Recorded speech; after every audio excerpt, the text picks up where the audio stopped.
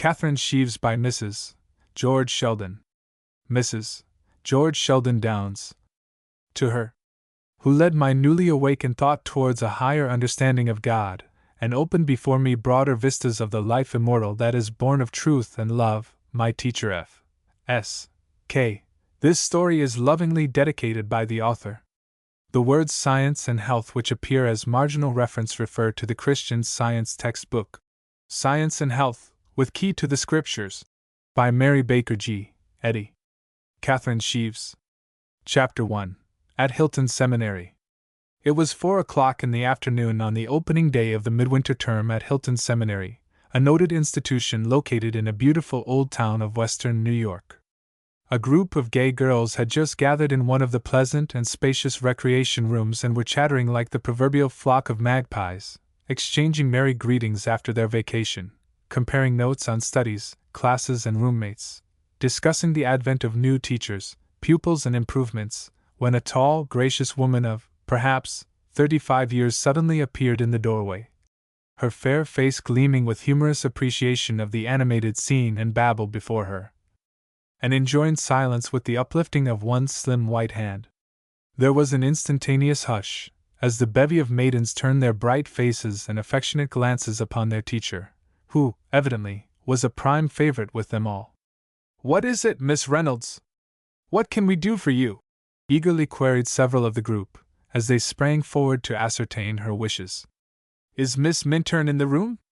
I am looking for a new pupil who arrived this morning," the teacher responded, her genial, friendly blue eyes roving from face to face in search of the stranger to whom she had referred. A young girl, who had been sitting by herself in a remote corner of the room, arose and moved towards the speaker. "I am Katherine Minturn," she said, with quiet self-possession, yet flushing slightly beneath the many curious glances bent upon her, as her soft, brown eyes met the smiling blue ones. She was, apparently, about 19 years of age, a little above medium height, her form slight but almost perfect in its proportions. A wealth of hair, matching the color of her eyes, crowned a small, shapely head, and contrasted beautifully with a creamy complexion, the delicacy of which was relieved chiefly by the vivid scarlet of her lips. Her features were clear-cut and very attractive, at least so thought Miss Reynolds as she studied the symmetrical brow, the large, thoughtful eyes, the tender mouth and prettily rounded chin curving so gracefully into the white, slender neck. "Ah, Miss Minturn, I have had quite a search for you," she said, reaching out a cordial hand to her, for, despite the girl's self-poise, she had caught a quiver of loneliness on the expressive face. "I am Miss Reynolds, the teacher of mathematics, and I have been commissioned by Professor Seabrook to find and show you to his study. But first let me present you to these chatterers." She dropped the hand that was trembling in her clasp, and slipping a reassuring arm about the girl's waist, continued, "Young ladies, this is Miss Minturn, a new junior. I can't present each of you formally, for she is wanted immediately elsewhere, but I will see that she finds you all out later." Katherine nodded a smiling acknowledgement to the vigorous clapping of hands and the hearty, "Welcome, Miss Minturn, to Hilton." Then Miss Reynolds led her away, and the interrupted chatter of the magpies was resumed with redoubled animation, but now the new junior absorbed the attention of everyone. "Say, girls, isn't she a dear? Came this morning, did she? Where from, I wonder? My! But wasn't that a nobby traveling suit, and such a fit? Katherine Minturn, pretty name, isn't it? Does anybody know anything more about her?" were some of the comments and queries that slipped from those supple instruments with a tendency towards perpetual motion, which, sometimes, are described as organs that are hung in the middle and wag at both ends, schoolgirls' tongues. "Hush, sh! Oh, girls, do ring off, and perhaps I can give you a point or two," cried a high-pitched voice with an unmistakable southern drawl, as a somewhat overdressed girl of 19 or 20 years reinforced her appeal by vigorous gestures to attract attention, whereupon the ever-alert spirit of curiosity silenced every loquacious chatterer, except one who solemnly announced, "Ladies, Miss Minot has the floor." "Yes," the speaker observed, "the new junior does strike one as being downright stunning. She came from New York City and," with a lugubrious sigh, "though I've never set eyes on her before, I was informed this morning that she is to be my roommate for the remainder of the year. A burst of mirthful laughter rippled over a dozen pairs of rosy lips at this last mournfully conveyed information.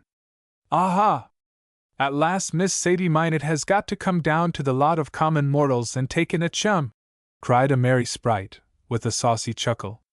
Oh, how you have spread yourself and luxuriated in your solitary magnificence, and how every mother's daughter of us has envied you your spacious quarters. Well, you know what old soul said about pride and a haughty spirit, and the fall always comes first or last. But Sadie, my love, be comforted, she continued with mock sympathy, and just try to realize what splendid discipline it will be for you. One cannot have everything one wants, you know, even if one is an heiress in one's own right, dearie? But there's only one closet, and it is so full now, sighed Miss Minot ruefully. Here, retorted the same mischievous maiden, whose name was Clara Follett. After having had undisturbed possession of a whole room and closet for 6 long months, she ungratefully bemoans. And only one chest of drawers, pursued Sadie in the same strain, but with a comical quirk of an eye. A chorus of mocking groans and derisive laughter greeted this wail. And all 4 crammed full with her superfluous finery, cried another of the merry group. Whatever will you do with it now, Sadie? I'm sure I don't know, Ollie, retorted the pretty heiress, with a quizzical uplifting of her brows. Unless you take half of it off my hands altogether, instead of coming to borrow so often. Shrieks of appreciative mirth followed this deftly shot arrow, for it was a well-known fact that Ollie Grant, the pet of the school, was an easy-going little body, very prone to allow her wardrobe to get in a sad plight, and then throw herself upon the mercy of others, to patch her up, in the event of an emergency. But Miss Ollie was equal to the occasion. Really, Sadie, that would help you out, wouldn't it? And save me a lot of trotting back and forth, she demurely responded, though the dimples played a lively game of hide-and-seek in her plump cheeks. There's such a love of a lace jacket in her second drawer, girls. My eyes water with envy every time I get a glimpse of it, and a few of those ravishing stocks that you've been laying in of late wouldn't come amiss. There's that lavender satin waist, too, you bought at Jerome's the other day. I know I should look perfectly killing in it, and oh! Ye Hiltonites, she has just bought 6 of the sweetest corset covers you ever laid eyes on. Think of it, 6! She could spare 3 just as well as not, and I'm sure she has at least a dozen pairs of silk stockings, while, with a doleful sigh, I don't own a blessed one.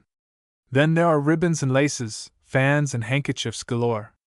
Don't you think it would be an act of mercy if I would agree to take some of these superfluities off her hands, rather than have them ruthlessly crushed into half their allotted space?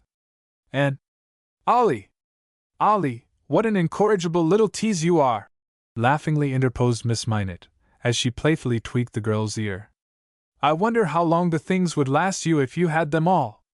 Oh, probably 2 or 3 times wearing around, providing they didn't come to mending before that, mused the pet, with a speculative look in her blue eyes, but with a quiver of the dimples that evoked another paroxysm of laughter from her audience. But I say, Sadie, she went on with the next breath, Miss Minturn is a downright sweet-looking girl, and I'll wager a darning needle against a pair of those silk stockings you'll find her O.K. Maybe she'll let you have an extra drawer and a hook or 2 in the closet. I don't feel very hopeful, so I won't take you up, sighed Sadie. For when I came in from my walk I saw a big trunk, with K.M. on it, in the hall, and it looks to me as if I'm destined to go through a different kind of cramming process this year, in addition to the usual one. This self-inflicted shot now turned the laugh again upon the speaker, for it was an open secret that the Southern heiress dearly loved her ease and took it, up to the last moment, then had to cram for all she was worth, to get ready for exams. While this chatter and fun were going on in the recreation room, Katherine Minturn had been conducted to the study of Professor Seabrook, by whom she was received with his customary courtesy. The principal of Hilton Seminary was a distinguished-appearing gentleman of 50 years, possessing a strong, intellectual, yet refined face, whose chief charm was a pair of large, expressive blue-gray eyes that could be most winningly kind, or most coldly and blightingly stern, as the case might be. "Be seated, Miss Minturn," he courteously commanded, as Miss Reynolds excused herself and withdrew, and indicating a chair near the table by which he had been sitting when she entered. Katherine obeyed, feeling strongly attracted to the man by his genial manner, even though she knew that his keen but friendly eyes were intent upon reading what lay beneath her exterior. "I suppose you feel that you have had rather a hard day," he continued, glancing significantly at some closely written sheets which he had evidently been looking over when she entered, and which she instantly recognized as her examination papers. "Not at all," she quietly returned, lifting her clear eyes to him, and he marveled at the unclouded serenity in their pure depths. "Indeed!" And he could not quite conceal his surprise. "It is a rare event for a young lady to make such an admission after a rigid ordeal like what you have sustained this afternoon. However, I am happy to inform you that you are unconditionally admitted to the junior class. Your papers do you great credit, Miss Minturn. I had not expected quite so much from you, as you had told me that you left school last year, a sophomore, and have been traveling abroad until recently. I feared we might have to ask you to review a little, for it is rather unusual for a pupil to enter an advanced class in the middle of the year. But I have not been idle since leaving school," Katherine replied, a happy gleam in her eyes, for his commendation was very gratifying to her. "Although we were abroad for several months, we were often located in some place for weeks at a time, and Mamma, having once been a teacher at Vassar, coached me for the junior class." "Ah, that explains your proficiency. How convenient to have an ex-Vassar in the family," Professor Seabrook smilingly observed. "All the same, I am sure the daughter deserves some commendation for work conscientiously done." "Thank you, sir," said Katherine, a flush of pleasure tingeing her cheeks. The principal then proceeded to give her some information regarding her classes and the ground to be covered in her various studies during the coming term, after which he asked some questions as to her recent travels, whereupon they fell into a pleasant chat about points of interest which both had visited, and thus a delightful half-hour slipped away. At length Professor Seabrook referred to a book that lay on the table beside him, and observed, "I find, Miss Minturn, that you are to room with Miss Sadie Minot, a young lady from Atlanta, Georgia, and I think you will find her an agreeable companion. However," with a humorous twinkle in his eyes, "to use a homely proverb, it is Hobson's choice, for it happens to be the only vacancy in the building. We have a very full school this year. I will call someone to show you how to find it, and have your trunk sent up later." He touched a bell, and presently a young girl about 16 entered the room, with a brisk step and an alert air, suggestive of a repressed cyclone only awaiting an opportunity for mischief brewing, while, as she approached the occupants, a strong odor of peppermint made itself apparent in the atmosphere. "Miss Minturn, this is Miss Wilde, one of our breezy freshmen, Jenny?" And the quizzical look again leaped into the blue-gray eyes. Katherine smilingly acknowledged the introduction, while Miss Wilde blushed and nodded an embarrassed greeting, then immediately turned her face away from the focus of the professor's observation and made a comical grimace which came very near proving too much for Katherine's dignity. "Jenny," the gentleman continued, "Miss Minturn is to share Miss Minot's room, number 15, West Wing, and I have called you to show her the way, if you please." "Yes, sir, I will," said the girl, with ready compliance, which culminated in a vigorous sneeze, whereupon, with the restless energy which pervaded her every movement, she whisked her handkerchief from her pocket, and with it, there shot out a promiscuous assortment of chocolates and cream peppermints, which went bounding and rolling about the room in every direction. Professor Seabrook gave vent to a hearty laugh of amusement at the awkward contretemps. "I thought I detected a familiar odor, Jenny," he observed, then added, good-naturedly, "You may pick them up, if you please." "Guess I will," she returned, eagerly, and nimbly suiting the action to her words. "I really can't afford to lose all that precious sweetness. Josie Craig gave them to me just as you rang." Katherine had risen and was moving towards the door, to cover her own inclination to explode, and thus make the situation more awkward for the girl, when the principal checked her by remarking, "By the way, Miss Minturn, the juniors and seniors attend the Bible class, which it is my province to conduct. We meet at 4 on Sunday afternoons in the South Recitation Room, and the lesson for next Sabbath will be on the creation, as given in the first chapter of Genesis. And this reminds me that I have neglected to inquire where you will attend church. As our catalog states, each student is allowed to choose her own place of worship. Where do you propose to make your church home? Katherine had expected this question before. Nevertheless, she flushed slightly as she turned back to face her interlocutor, and replied, I am a Christian Scientist, Professor Seabrook, and I shall attend the church on Grove Street. The pause which followed this announcement was painfully ominous, and Katherine was amazed at the frozen look which suddenly settled over the gentleman's face, together with the expression of stern disapprobation which instantly drove all the kindness out of his hitherto genial eyes. A Christian Scientist, indeed, he said in a tone as frigid as his look. It is a matter of regret to me that you did not state that fact when you made application for admission to Hilton. Katherine's lip quivered slightly at this caustic remark and the accompanying scorn on the high-bred face, and the flush which had risen to her cheek a moment before vanished, leaving her quite pale, although in no way disconcerted. But I believe the catalogue states that there is no sectarianism in Hilton Seminary, that the broadest possible religious tolerance prevails here, she remarked, with a sweet gentleness which, under any other circumstances, would have instantly disarmed her companion. But as it happened, he was a bitter opponent of the false doctrine, and the term science applied to Christianity was a rank offense to his rigid Presbyterian opinions, as was also the fact that a woman had dared to face the world with it. I do not recognize Christian Science, so-called, as a religion, he retorted, with a sharpness in marked contrast to Katherine's sweetness.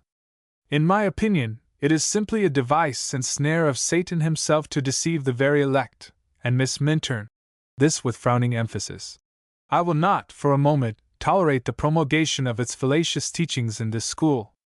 I trust I make myself understood. Katherine had not once removed her clear, brown eyes from his countenance during this speech, but there was not the slightest manifestation of resentment on her own, only an expression of tender regret, as if she were sorry for him, because of the sense of discord that seemed to hold possession of him. You mean that I am not to talk it here? She said. Exactly, nor flaunt it in any way. I will not, sir. With gentle gravity, then a little smile curving her red lips, she added, Christian Science, Professor Seabrook, is a religion of love, and I will simply try to live it. The principal of Hilton flushed to his brows before this unassuming girl, a circumstance unprecedented in the annals of the institution. Her look, her tone, the softly spoken words, all radiated love, and his arrogant spirit felt the gentle rebuke.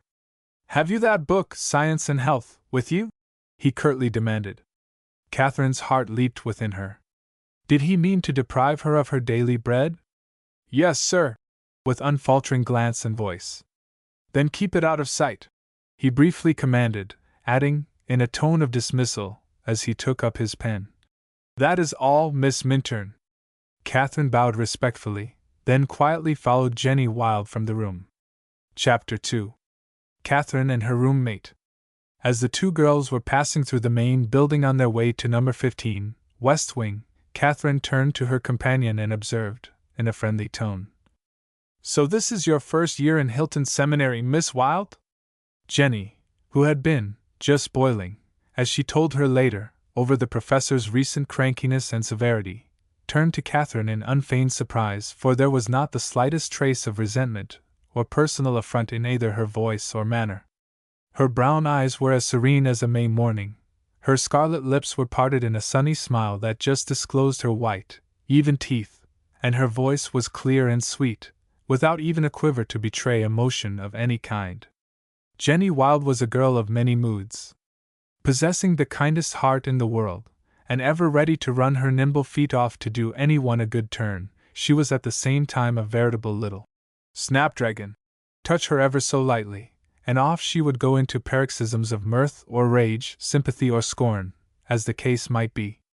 Consequently, she had looked for an outburst, or at least some manifestation, of indignation on Katherine's part, over the principal's recent sharpness and ungracious treatment. Yes, I'm a freshie, the girl replied, with a nod and one of her comical grimaces, but still curiously studying the placid face beside her. But I'm not here as you are. I'm a working student. This with a rising flush and defiant toss of her pert little head. A working student?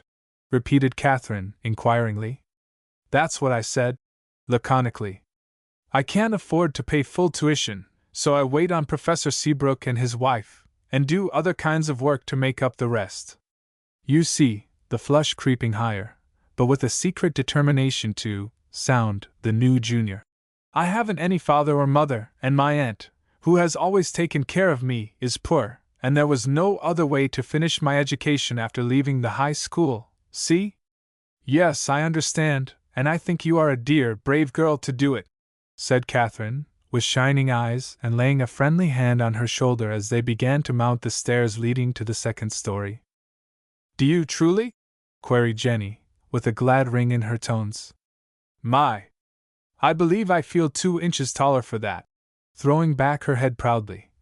You've given me a lift, Miss Minturn, that I shan't forget.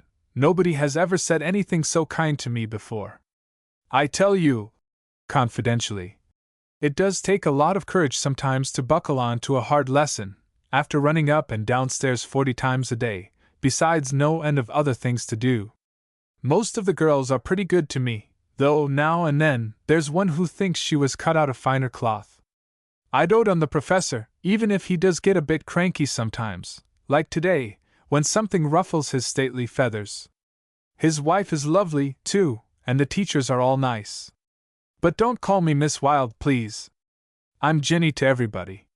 Wild Jenny most of the girls call me, and there really is a harum-scarum streak in me that does get the best of me sometimes, she concluded, with a mischievous flash in her dark eyes.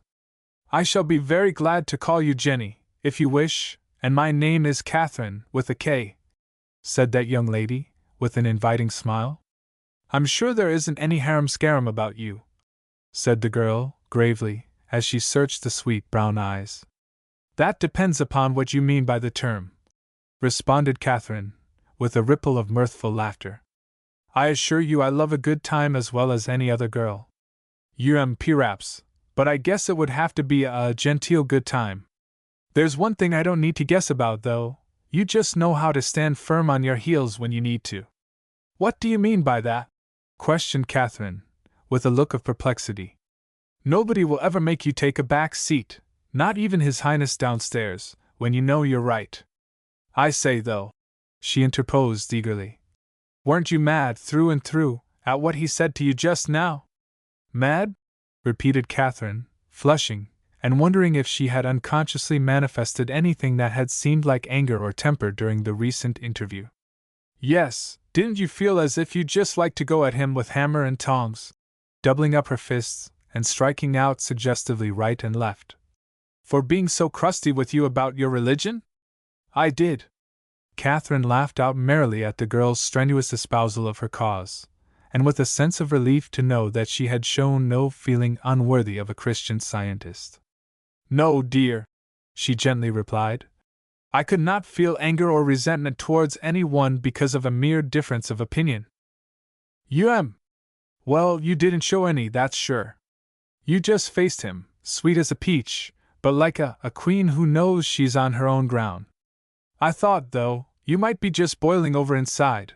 But if you say you weren't, I believe you, for I think you're true blue, and I think Professor Seabrook might have learned a lesson from you, for I never saw him quite so upset over a little thing before.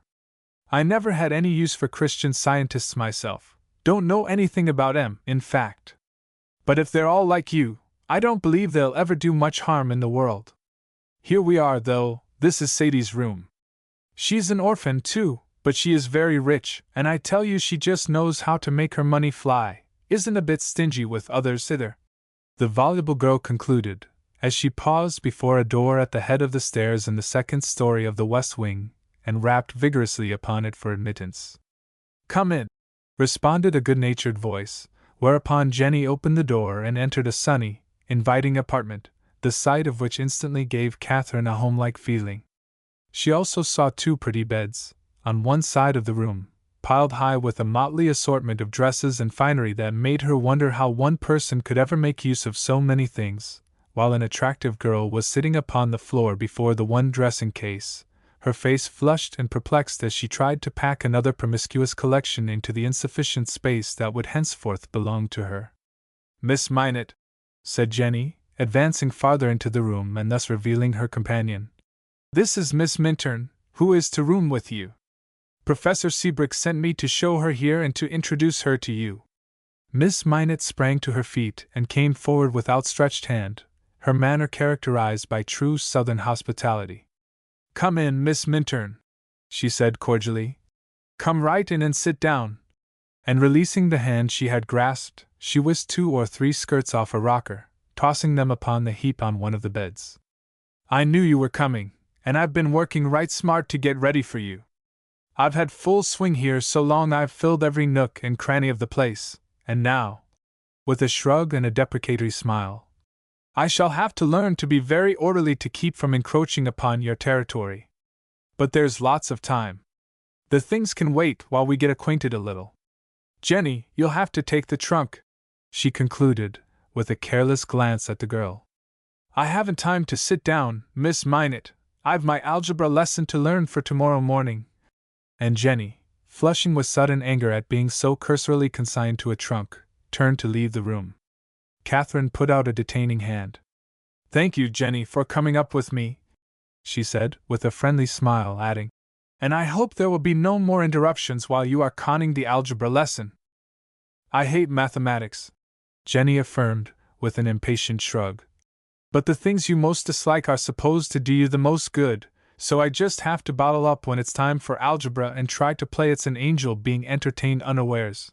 Goodbye, Miss Minturn. I'll see you again later." And bestowing a bright glance and nod upon her new friend, she shut the door and went whistling cheerily down the hall. "That's a queer pickaninny.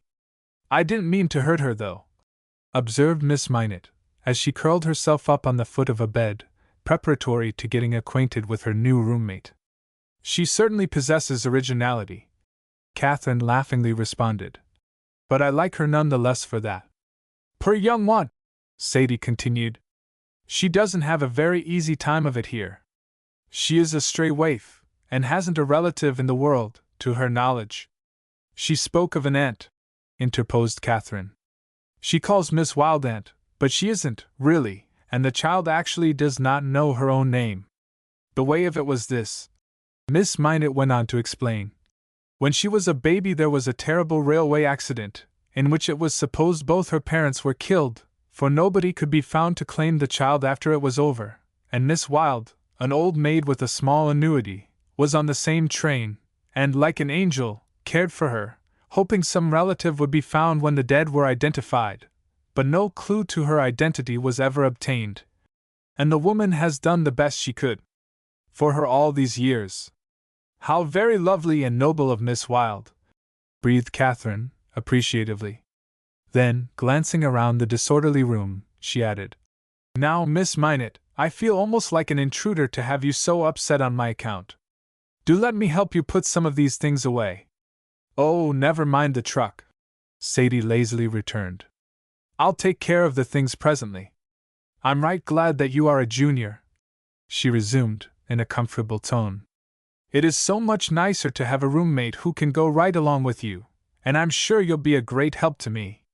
Katherine smiled as her companion thus unwittingly revealed a strong phase of her character. She saw that her tendency was to lean upon the nearest prop, and, as to be forewarned is to be forearmed, she resolved to govern herself accordingly. They chatted socially until the janitor appeared with Katherine's trunk, whereupon Sadie bestirred herself once more to bring order out of chaos. This was much easier said than done, and as she saw that she was going to be very much crowded, Katherine unpacked but very few things at that time. She generously said she would try to get along with 1/3 of the closet and one of the drawers in the bureau, and utilize her trunk trays for her own wastes and finery, while she could stow things not often needed in the lower portion. Later she hired the janitor to put up a bracket shelf in one corner of the room, tacking a long chintz curtain to it, and with a dozen hooks screwed into a cleat underneath, thus improvised a very convenient little closet for her individual use. While the roommates were becoming acquainted, Jenny Wild, full of what she had seen and heard, and for the time being, unmindful of the waiting algebra lesson, rushed down to the recreation room, where many of the students were still congregated, and reeled off her news to a bevy of curious and interested listeners. The information that the new junior was a Christian Scientist created quite a flutter of excitement. Some were horrified and indignant because such a pariah had been admitted to the seminary. Others ridiculed and laughed to scorn the doctrines of the new cult, while a few appeared indifferent and declared that every one had a right to her own opinion upon religious subjects. The matter was pretty thoroughly canvassed, however, the attitude of the principal having weighty influence and governing the preponderance of opinion, and by the time the supper bell rang almost every student in the house had learned the whole story and decided that, for the present at least, she would give the newcomer a wide berth. Katherine became conscious of the iciness of the atmosphere the moment she entered the dining room and came under the battery of the 100 or more pairs of curious and critical eyes that were eagerly watching for her to appear.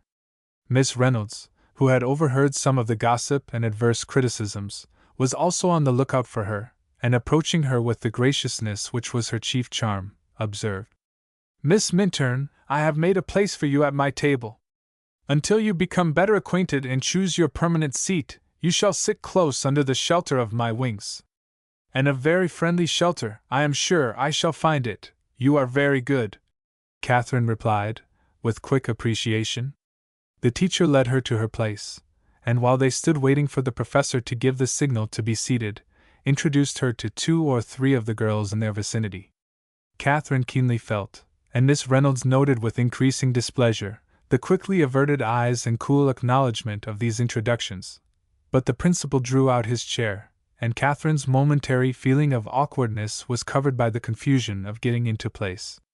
But for her teacher she would have had a very lonely and silent meal, for after 1 or 2 efforts to engage her nearest neighbor in conversation had been coldly repulsed, the tactful woman threw herself into the gap, and the 2 chatted socially until they arose from the table. "She is a dear, sweet girl, and I am going to nip this nonsense in the bud," Miss Reynolds observed to herself on the way upstairs, where, in the main hall and parlors, the students usually spent an hour, socially, after the evening meal. But as she presented her charge, here and there, she only became more indignant in view of frigid salutations and a general stampede wherever they made their appearance, not to mention the scarlet spots that settled on Katherine's cheeks and her unnaturally brilliant eyes, although, in other respects, she appeared perfectly serene and self-possessed. "Please do not trouble yourself any further on my account, Miss Reynolds," she said, when she observed the look of dismay on her face as she glanced around the almost empty room they were in. "I understand the situation perfectly. They have all learned that I am a Christian Scientist, and, having conceived an erroneous idea of what that means, are avoiding me. It is the most absurd, cruel, and unjust treatment of a stranger I ever heard of," returned her companion, with flashing eyes, "and I shall make it my business to see that there is a radical change before another day goes by." "Please do not," Katherine pleaded, earnestly. "I would much prefer that matters be left to adjust themselves. Any interference would only serve to intensify the antagonism against me, and I am sure when the girls come to know me better they will at least realize that I am harmless." And there was a gleam of genuine amusement in her eyes as she concluded. "You are a brave little girl," said her teacher, with a glow of tenderness at her heart and a suspicious moisture in her eyes. But with a resolute straightening of her graceful figure. "I am not going to have you left to yourself on this your first evening at Hilton, so come with me to my room and we will have a nice time by ourselves." "Oh, I should like that," said Katherine eagerly, "if it will not encroach." "It will not," smilingly interposed her new friend, and slipping an arm around her, she spirited her away to her pleasant room, where they spent a delightful hour together. When the 8 o'clock study bell rang, Katherine returned to her own quarters, where she found her roommate already absorbed, apparently, in the preparation of tomorrow's lessons, for, as she entered, the girl merely glanced up from her book without speaking, then fastened her eyes again upon the pages before her. Katherine sat down by her own table and soon forgot everything but the work on hand, although, at first, she had experienced a sense of discord and friction in the atmosphere. The hour passed in absolute silence until the next bell rang, when Miss Minot closed her books and abruptly left the room. Katherine was not sorry to be left alone, and bringing forth from her trunk her Bible, Science and Health, and Quarterly, began to study her lesson for the coming Sunday. She spent half an hour or more in this way, then sat reading from her textbook until Sadie returned. Katherine greeted her with a smile as she entered and inquired, "What is the retiring hour, Miss Minot?" 10, and every light must be out at 1:30, was the somewhat curt response. Then, after an irresolute pause, she walked over to Katherine, and picking up the book she had just laid down, asked, "What is this that you were reading?" "Oh, it is that dreadful book I've heard so much about." "It doesn't seem dreadful to me," returned her companion gently. "Humph, at all times and under all circumstances overcome evil with good." Footnote: Science and Health. Page 571. She read from the page to which she had opened. "That's just another version of the Golden Rule, isn't it?" Then, turning a leaf, she read from the next page. "Love fulfills the law in Christian Science." "Humph!" she ejaculated again, as she put the volume down. "So you are a Christian Scientist? I heard about it downstairs." "Yes," quietly returned Katherine. "And do you really believe all they tell about the wonderful cures and the rest of it?" Sadie demanded, with curling lips. "Yes." "Tell me about some of them," said the girl, eagerly, her curiosity aroused. "Excuse me, Miss Minot, I cannot, for Professor Seabrook has forbidden me to say anything about the subject here," Katherine returned. "Yes, I heard that too," said Sadie, with a nod. "Well, the professor is dead set against it, and I'm down on it right smart myself. You see," with a superior air, "I'm an Episcopalian. My grandfather was an Episcopalian clergyman, a rector, you know, and," with a shrug and laugh, "I'm afraid he wouldn't rest easy in his grave if he knew I had such a rank heretic for a roommate." But, leaning forward and smiling into her companion's eyes, "Aside from that, I like you right well, Miss Minturn, and if we leave this subject alone, I reckon we'll get along pretty comfortably together. What do you say?" "I am sure we will," cordially assented Katherine, and, with a merry twinkle in her eyes, "if you do not broach it, you may confidently rely upon my discretion." "I own up," good-naturedly returned her chum. "I did broach it this time, but," flushing slightly, "something had to be said to get it out of the way, don't you know? And would you like me to call you Katherine?" "With all my heart, Sadie." The two girls smiled into each other's eyes. The last vestige of formality was swept away, and the atmosphere was clear. Chapter 3. Dorothy. The midwinter term at Hilton Seminary had opened on Wednesday, and the remainder of the week passed quickly and uneventfully as Katherine fell easily into the ways of the institution and found herself getting well started in her various studies. Her relations with her roommate were most harmonious, but the majority of the students either ignored her altogether or treated her with a coldness that, had she not had her science to sustain and comfort her, would have made her lot hard indeed to bear. She had not met the professor again, except in the classroom, where he had seemed to be wholly absorbed in his duties as instructor and oblivious of the personality of the students. On Saturday afternoon she was introduced to Mrs. Seabrook while strolling in the grounds with Miss Reynolds, between whom and herself a growing friendliness was asserting itself. The professor's wife was walking beside a wheelchair, which was being propelled by a nurse in cap and apron, and in which was seated, propped up by pillows, a young girl who appeared to be about 7 or 8 years of age, although her serious, pain-lined face and thoughtful eyes seemed, by right, to belong to an older person. Miss Reynolds paused on meeting this trio and introduced Katherine to Mrs. Seabrook, who greeted her with a sweet cordiality that at once won the girl's heart. "I heard that we had a new student among us," she said, as she warmly clasped Katherine's hand. "And I hope you are going to be very happy with us, Miss Minturn." "Thank you, not going to be, I already am happy here," she cheerily and truthfully replied, for she had become deeply interested in her work, and, as she dearly loved to study, she was content to leave her social relations to be governed by the love she was trying to live. "This is my daughter," Mrs. Seabrook continued, as she turned a fond look upon the pale, pinched face among the pillows. Dorothy, this is the young lady whom you have been wishing to see. Katherine bent down, took the small mittened hand that was extended to her, and smiled into the grave, searching eyes that were earnestly studying her face. And I also have been wishing to see Dorothy, she said, with a note of tenderness in her tone that caused the slender fingers inside the mitten to close more firmly over her own.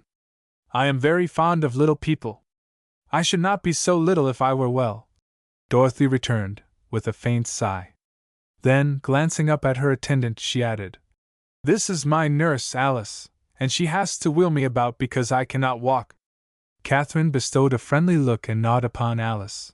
Then a great wave of compassion for the little cripple swept over her heart and softened her earnest brown eyes as she turned back to her and remarked, in a cheery tone, You have a lovely chair. These rubber tires must cause it to roll very smoothly and make it easy for Alice to wheel you about. Yes, I like my chair very much.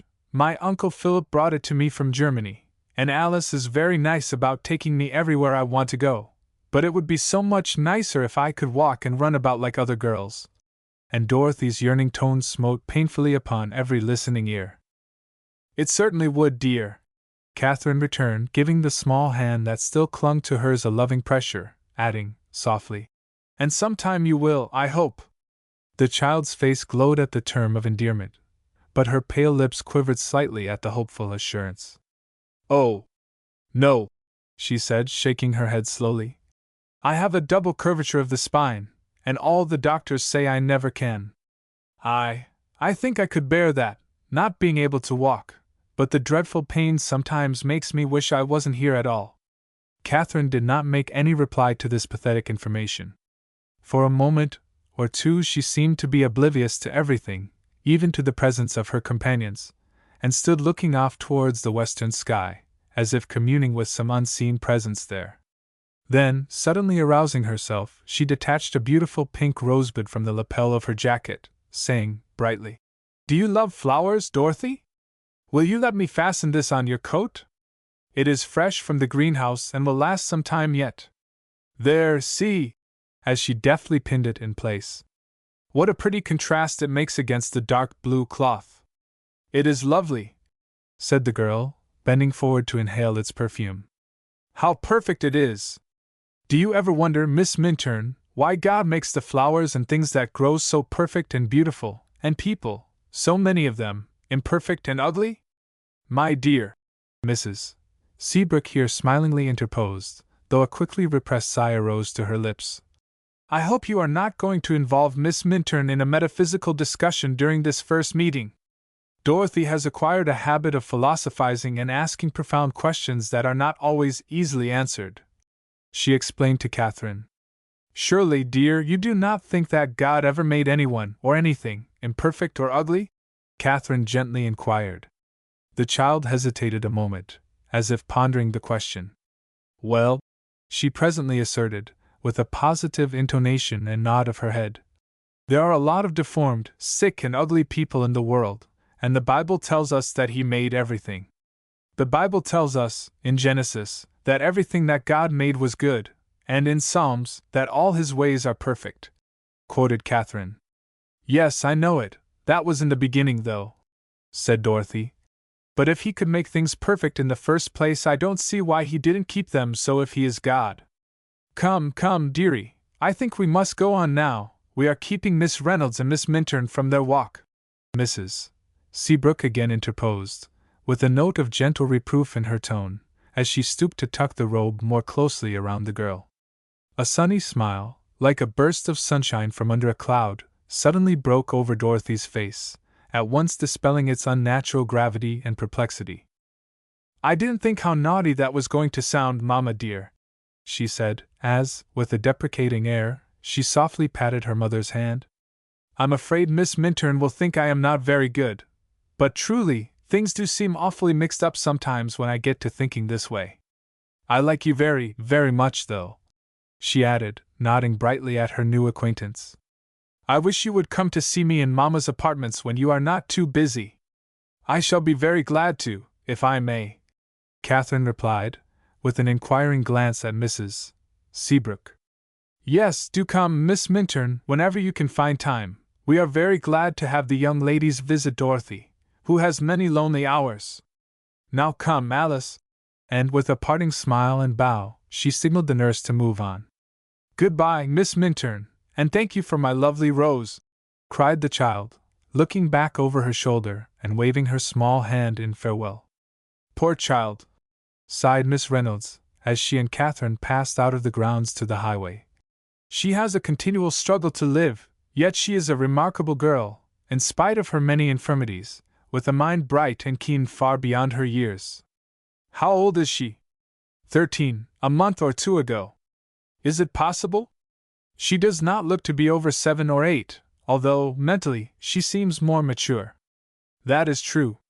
She had a bad fall when she was 6 years old, and her body has never grown any since the accident, Miss Reynolds explained.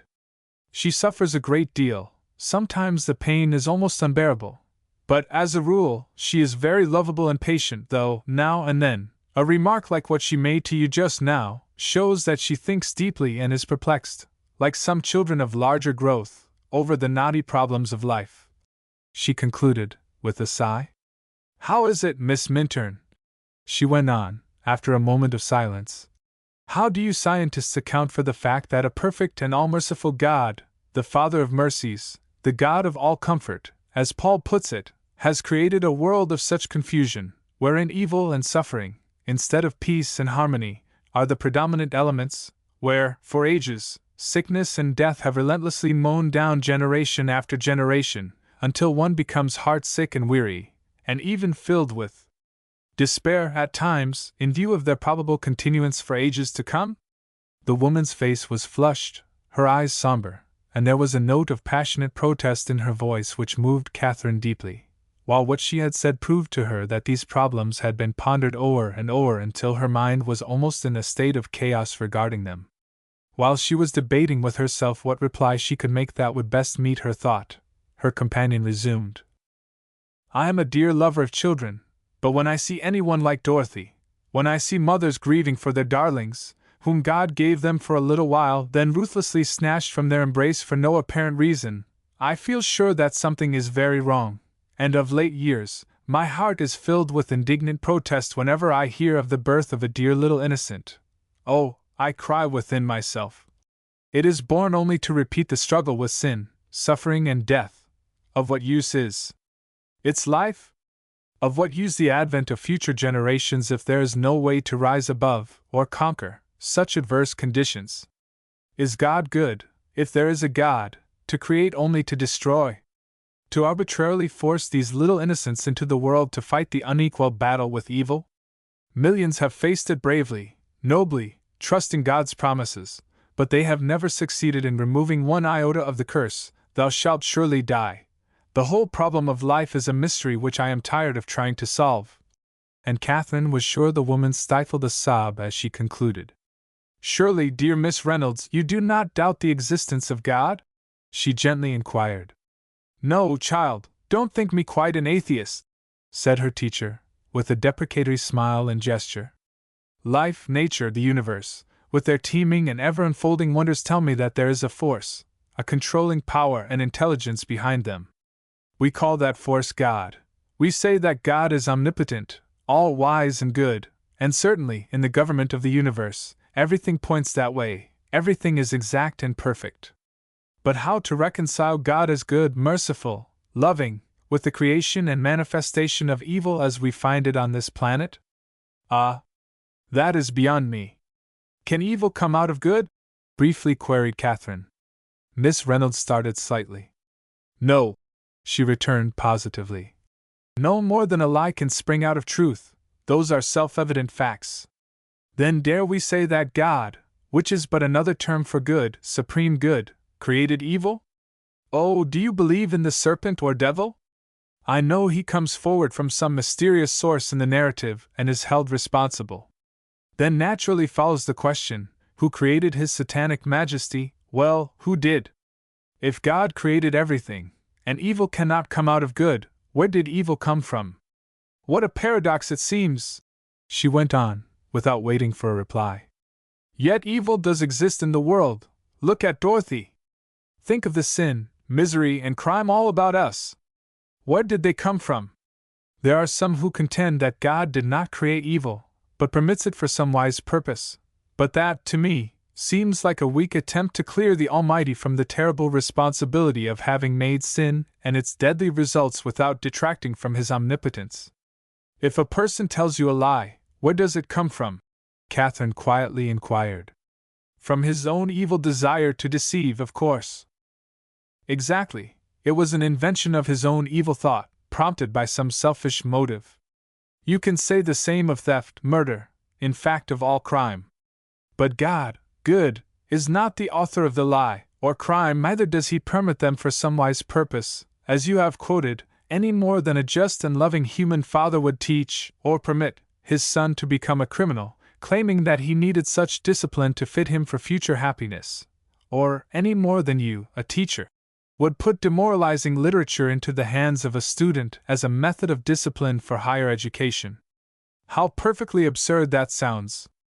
And yet it is parallel to the doctrine that has been taught for ages, said Miss Reynolds thoughtfully. But I do not see how you can apply the same logic to disease and suffering. The Scriptures tell us that sin brought death. Sickness and disease are the seeds of death, then they are the results of sin evil. God not being the author of sin and disease, they, like the lie, can only originate in the evil thought or mind of the sinner. Katherine explained. Then you believe that we mortals are alone responsible for all the suffering and evil there is in the world? Yes, evil is a mortal concept. Then how does God, what is God, from your standpoint, may I call you Katherine? And Miss Reynolds laid a caressing hand upon the girl's arm as she made this request. Do, I should so like to have you, she replied, turning to her with a luminous smile. Now for your question. God is spirit, and what the Scriptures declare Him to be, life, truth, and love. Footnote. Science and Health. Page 330, she added, quoting from her textbook. You say spirit instead of a spirit. Now what is this spirit? Infinite mind, intelligence, omnipotent good. Ah, Miss Reynolds began, then paused abruptly. But intelligence, life, truth, love are characteristics, attributes which anyone may possess and cultivate. Yes, considered in that sense they are attributes. But whence came they? Katherine demanded, with glowing eyes. The source of life must be life itself, must it not? The same must also be true of truth and love. So life, truth, love, mind, intelligence constitute, in science, the divine principle, or God, the controlling and governing power of the universe and man. Divine principle, mind, intelligence, life, truth, love, God, repeated Miss Reynolds, and dwelling thoughtfully upon each word. Then, turning a wondering look upon her companion, she exclaimed, almost breathlessly, Why, Katherine, if that is true, I can understand how God can be omnipresent. That is a doctrine of my church, that has been a tantalizing mystery to me all my life. My dear girl, she went on in an eager tone, I begin to see a ray of light. I must think more about it, though. I have always thought of deity as a personal God, and yes, smiling, I used to believe in a personal devil, too, with a very vague conception that although the latter had always managed to keep the preponderance of power in his hands, God would, in some miraculous manner, win the battle in the end. But even now, with a look of perplexity, I do not grasp where or how, according to your logic, God comes in as supreme, infinite, so long as evil exists. Let us go back to the lie for an illustration, said Katherine. You said that it originated in the person's own evil thought and desire to deceive. Well, what happens when you turn the light of truth upon a lie? Why, it disappears, vanishes. You learn the fact and are no longer affected by, or conscious of, the falsehood. Then truth has destroyed, annihilated it. It has become nothing to you. As long as you believe a lie, you are its victim and suffer from it. But once learn the truth, you are free from that illusion, and its power over you is gone. Now, you would not say that truth created the lie, permitted it, or was in any way responsible for it, or your suffering on account of it. And no, so God, being good, infinite good, knows nothing of evil in any form. Is that your point, Katherine? Yes, so it follows he could neither create nor permit what he knows nothing about. Why? Exclaimed Miss Reynolds, turning a glowing face to the girl. Those same arguments must hold good for everything. Then sickness and suffering must be the outcome of wrong thought on the part of mortals. What unlimited possibilities that suggests! Divine principle! I begin to understand why you call yourselves scientists. You think and live in accord with this infinite, absolute principle. You demonstrate it, as I demonstrate mathematics. Yes, said Katherine, smiling. So you see that Christian Science is, as someone has aptly said, the science of sciences. That is a very sweeping assertion, responded her teacher in a somewhat doubtful tone. I'll have to ruminate on that. However, this little glimpse of a better way than I have hitherto known seems like an olive leaf of hope and promise to me, for I have been tossing on a restless sea of doubt and skepticism for years, reaching out and groping after some substantial plank that would float me into a haven of peace and rest. But how is it that you, so young, argue so clearly and logically about these things that have puzzled older and wiser heads for ages? I have never known anything else, said Katherine simply. When I was a very little child, my mother was healed of a disease which several physicians had pronounced incurable. She at once became an earnest student of Christian Science, and later, a successful practitioner. Consequently, its principles, as far as I have gone, are as clear to me as those that govern your own dear mathematics are to you. But a blank look suddenly sweeping over her face. I am afraid I have been guilty of rank disobedience in discussing these problems with you. How so? Asked her teacher, in surprise. Professor Seabrook has strictly forbidden me to talk of Christian Science while I am a student at Hilton. Of course, he meant that you must not talk it to the other students, said Miss Reynolds. And it would be unwise, for, doubtless, the parents of many, if not of all, would object. But I, as your teacher, feel at liberty to ask you whatever questions I choose, and you are perfectly justified in answering them. Yes, I believe you are right on that point, Katherine thoughtfully returned. But I would not wilfully disobey the professor in any way. I owe him perfect loyalty as long as I am a pupil in his school, and I mean to yield it to him. That is right, her companion affirmed. But you do not need to condemn yourself for what has occurred this afternoon, for, at my age, I am capable of judging for myself upon all moral and religious questions, and I think you may feel at liberty to give me any information that I may seek from you. I have not done with you either, she added, with a significant smile, for you have given me today a glimpse of something which I believe will change the universe for me. Ah! Whom have we here? She checked herself suddenly as a gentleman came into view around a curve in the road, a short distance ahead of them. Chapter 4. Philip Harris Stanley, M.D. Katherine glanced up as her companion called her attention to the approaching figure, and saw a finely formed man, tall, straight and stalwart, and apparently about 35 years of age. He possessed an attractive, though thoughtful, face, and bore himself with an air of refinement and self-possession that at once proclaimed him the cultured gentleman.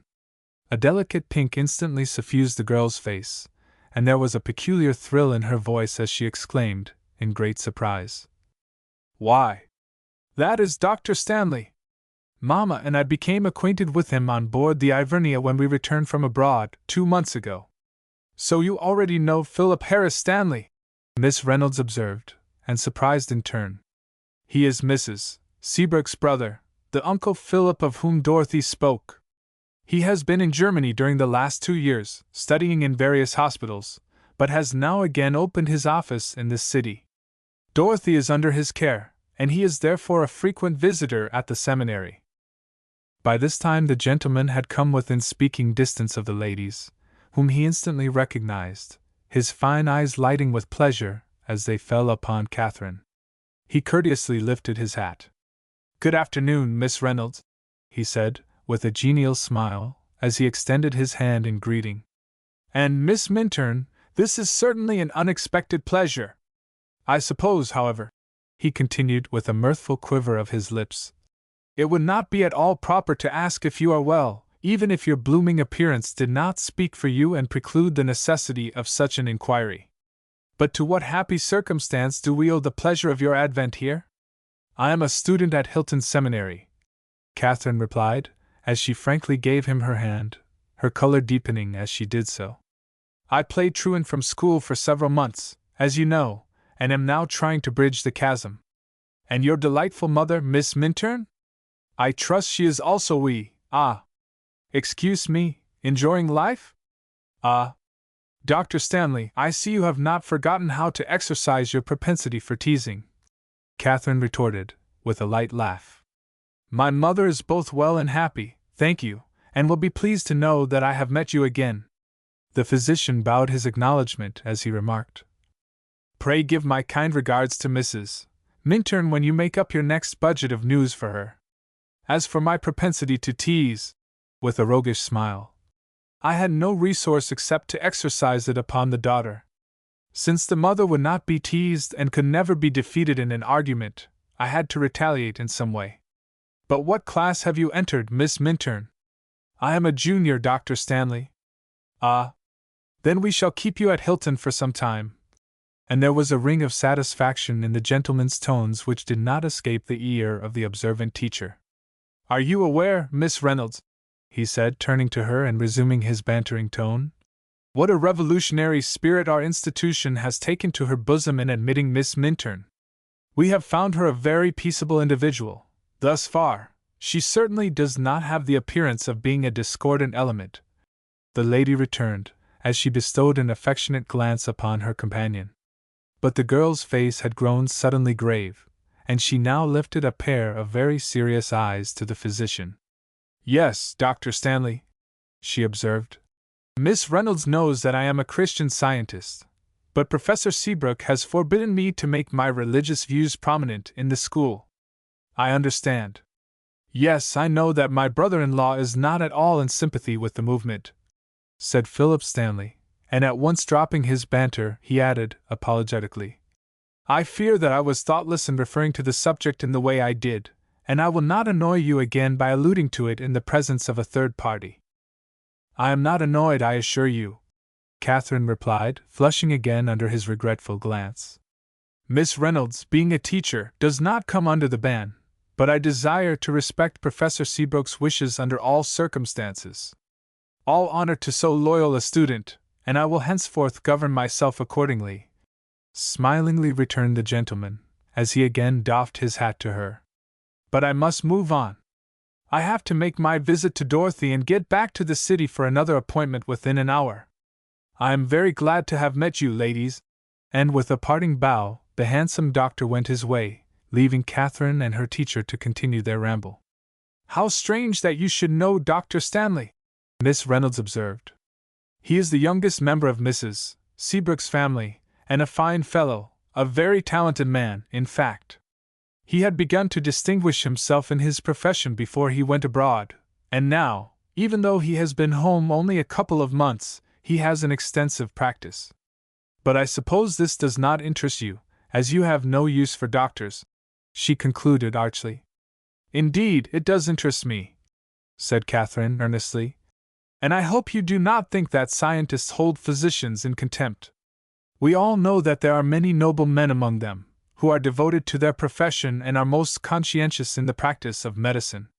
But I suppose you would not employ one under any circumstances? No, I could not. You have such faith in your mother's healing power, you would trust her before the most noted practitioner of materia medica? I have such faith in God's healing power that I would trust him, and him only, Katherine corrected gently. Do you never take medicine of any kind? No, I have never used a drop or a grain, nor material remedies of any description, since I was 3 years of age. Perhaps you have never been ill enough to need them? Yes, I have needed help at times, but it has always come through the understanding of Christian Science. Well, it is all a sealed book to me, sighed Miss Reynolds, with a look of perplexity. Then she inquired, How did Dr. Stanley learn that you and your mother are scientists? There is a little story connected with that revelation and our acquaintance with him, said Katherine. There was a dear little girl on board the Ivernia who became violently seasick the day we sailed for home. The ship's surgeon was appealed to, but he could do absolutely nothing for her. She grew worse every hour for 3 days, when she seemed to be sinking rapidly. The surgeon called a consultation with Dr. Stanley and another physician from Philadelphia, but every remedy which their united learning prescribed failed, utterly, to afford any relief. The parents were in despair, and a gloom settled over the whole ship, for it was reported that the little one would not live to land unless the nausea could be conquered. Then Mama sought the parents, told them she was a Christian Scientist, and with their consent, would try to help the child. The mother was eager to try it, but the father sneered openly. He had no faith in any such mummery, he said, yet he finally yielded to his wife's almost frantic appeals and gave his consent. The dear little thing was relieved almost immediately, and at the end of 2 hours, after eating a wholesome meal, was wrapped in a blanket and carried on deck, weak and white as a snowflake, it is true, but entirely free from the dreadful nausea, and smiling happily as she lay in her father's arms and breathed in the fresh, pure air. The next day she was dressed and playing about the deck with other children. Well, that was a signal triumph over materia medica, wasn't it? How did the doctors bear it? Queried Miss Reynolds, who had been deeply interested in the story. The ship's surgeon and Dr. Fletcher, of Philadelphia, gave Mama a very wide berth, but Dr. Stanley appeared to be really interested and anxious to learn the secret of the sudden cure. He found it very difficult, however, to accept some of our views, and it was too funny for anything to hear him, day after day, trying to corner Mama upon numberless points on which he had spent years of study. And Katherine laughed out merrily over some of the memories which her account had recalled. That was what he meant, perhaps, when he said Mrs. Minturn would not be teased and could not be defeated in an argument. Yes, he was very good-natured over it, though, gallantly bearing his defeat, never manifesting the slightest irritation, and was always most courteous. He is very cultured, and having traveled extensively, we found much to admire and a very delightful compagnon de voyage in him. Miss Reynolds shot a keen look at the girl's animated face. Yes, she observed to herself. And if I am not very much mistaken, our cultured gentleman heartily reciprocates that last statement. Then she remarked to Katherine, he is really a noble fellow and bound to make his mark in the world. It is a great pity, though, that he should be so handicapped in his career. Why, what do you mean? Exclaimed the girl, in astonishment. Oh, do you not know that he is partially blind? No, indeed. Why, he has beautiful eyes, said Katherine, flushing. Yes, dear, I know he has, and there are very few who even suspect his misfortune, but it is true nevertheless. When he was a boy of 9, Miss Reynolds went on to explain, his father was showing him, one 4th of July, how to manage some cannon crackers. By some fatality, the first and only one fired hit a post, glanced off and struck the child in the eye. When he recovered somewhat from the fright and pain caused by the accident, no wound could be found, although there was some discoloration from the bruise, but he said he could not see with the injured eye. The best oculists were consulted, and all agreed in their verdict. There was a partial dislocation of the optic nerve, and his sight would never again be normal. It might possibly improve with the lapse of time, but the injury was permanent, and so it has proved. He can detect light from darkness with that eye, but that is all. Katherine made no reply when this account was concluded, but there came into her face a look which, her teacher was beginning to observe, always appeared whenever mention was made of sickness or trouble of any kind. It was a faraway expression, as if her thoughts had been lifted above and beyond the world and worldly things. It was only for a moment, however. She presently awoke to her surroundings, and calling attention to the view before them thus changed the subject, which was not referred to again. Meantime, Dr. Stanley walked briskly towards the seminary, but with a very thoughtful face and mien, as if he were pondering some weighty subject. It would be regarded as the height of absurdity, he muttered to himself. But I wonder, I really would like to put it to the test. Then suddenly straightening himself with a resolute air, he quickened his pace and was soon inside the school grounds, reaching the building just in season to assist Mrs. Seabrook and the nurse in getting Dorothy inside. "Oh, Uncle Philip!" joyously exclaimed the girl, as soon as she espied him, for she dearly loved this gentleman, who was always as tender as a woman in his treatment of her, and spared no pains to contribute to her comfort and happiness. "I was afraid you would not come today. I know I am late, Dory, but I was detained at the office by a new patient, and now I have another coming in an hour," he said, as he bent to touch her forehead with his lips. "Oh, then you can't stay to finish that pretty German story," cried the child, in a tone of disappointment. "Not today, dearie, but I will come tomorrow, to let Mama and Papa go to church together, and we will have a fine time by ourselves." Patient Dorothy expressed herself as perfectly satisfied with this arrangement, and was soon laughing merrily over some amusing incidents, of which this good comrade of hers appeared to have an exhaustless store. These visits from her jolly MD uncle, as she sometimes called him, were like oases in a desert to the suffering child, for he invariably made her forget herself, and always left her bright and happy with something pleasant to think about and talk over with her mother or nurse. He rolled her to her room, where, after a few minutes' chat, he made a brief examination of her condition, with some slight change in her medicines, then left her and sought Professor Seabrook in his study, for it was his custom to report to him after each visit. "Well?" he questioned, eagerly, as the physician entered the room, for the child was the apple of his eye, and he watched her every symptom most jealously. "I think Dory is holding her own pretty well." "Oh, Philip, that is the same old story that Dr. Abbott used to tell me before you came home and took the case," Professor Seabrook exclaimed, in a disheartened tone. "I know, Will, it must grow monotonous to you," said his brother-in-law, as he laid a sympathetic hand on his companion's arm. "But truly, there is nothing else to tell you. You instructed me to give you facts with no evasions, and honor compels me to obey you." "True, and I know you will bring all your skill, all your experience to bear upon the case," said the yearning father, with a note of pathetic appeal in his voice that touched his listener deeply. "Most assuredly," earnestly returned the physician, but an involuntary, though quickly repressed, sigh escaped him as he said it. Professor Seabrook's keen ear detected it, and a spasm of fear clutched his heart. But he would not voice it, he shrank from having it corroborated. "There's one thing more which could be done, which might, perhaps, result in giving Dory relief from the troublesome pain," said Dr. Stanley, after a moment of thought, adding, "I have been waiting for her to get stronger before suggesting it." "What is it?" briefly inquired his companion. The young man explained the operation, and the father shivered involuntarily. "That means great suffering, at least for a time," he said with dry lips. "Yes," and Philip Stanley's eyes grew very pitiful as they met the almost hopeless ones opposite him. "I cannot bear it!" cried his brother-in-law, passionately. There followed a somber silence of several minutes, during which each heart struggled in secret rebellion under the galling burden imposed upon it. "There is an alternative which we might try before attempting such radical treatment," Dr. Stanley at length remarked, with some hesitation. At least it could do no harm if you are willing to try.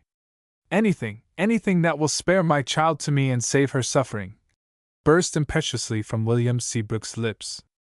"You have heard of Christian Science?" "What?" demanded the astonished principal of Hilton Seminary, sitting suddenly erect and bending a look of scorn upon his companion. "You suggest such an absurd alternative as that to me, and for such a case as this." "I know it sounds absurd, but, as I said before, it could at least do no harm." "The suggestion is ridiculous. I have no patience with it," was the sharp retort. "Well, it may seem ridiculous to you, but if it can cure one disease, I do not know why it could not others," the physician mildly rejoined, and then he proceeded to relate the story which Katherine had told her teacher that same hour, but without mentioning any names. "Nonsense! It was simply hypnotism, mesmerism," said the elder man when he concluded. "No, it did not work at all like hypnotism," was the positive reply. "However, if you are opposed to trying it, there is nothing more to be said." "I am opposed to it, most decidedly," said the professor, almost harshly, and his brother wondered at his unusual mood. "I believe the whole thing, root, branch, and practice, to be an invention of Satan himself, and I would not give it countenance under any circumstances." "Not even to save your nearest and dearest?" queried Philip Stanley, and wholly unable to account for the excitement and irritability of his usually dignified and high-bred relative. The professor deigned no reply, but the obstinate frown upon his brow and the stern compression of his lips were sufficient warning that it would be useless to pursue the subject.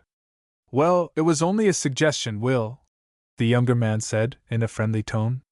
"Of course, I have no real faith in the efficacy of the method myself. Only, as I shrink from the operation on a delicate girl like Dorry, it occurred to me that we might at least give Christian Science a trial. But I must be off to meet another appointment. I will be up again tomorrow morning to stay with Dorothy while you and Emily go to church." He held out his hand, which his brother-in-law grasped and wrung. "You are a faithful friend, Phil. Don't think for a moment that I do not appreciate you, but I believe I've been out of sorts for several days," said the professor, with a deprecatory smile.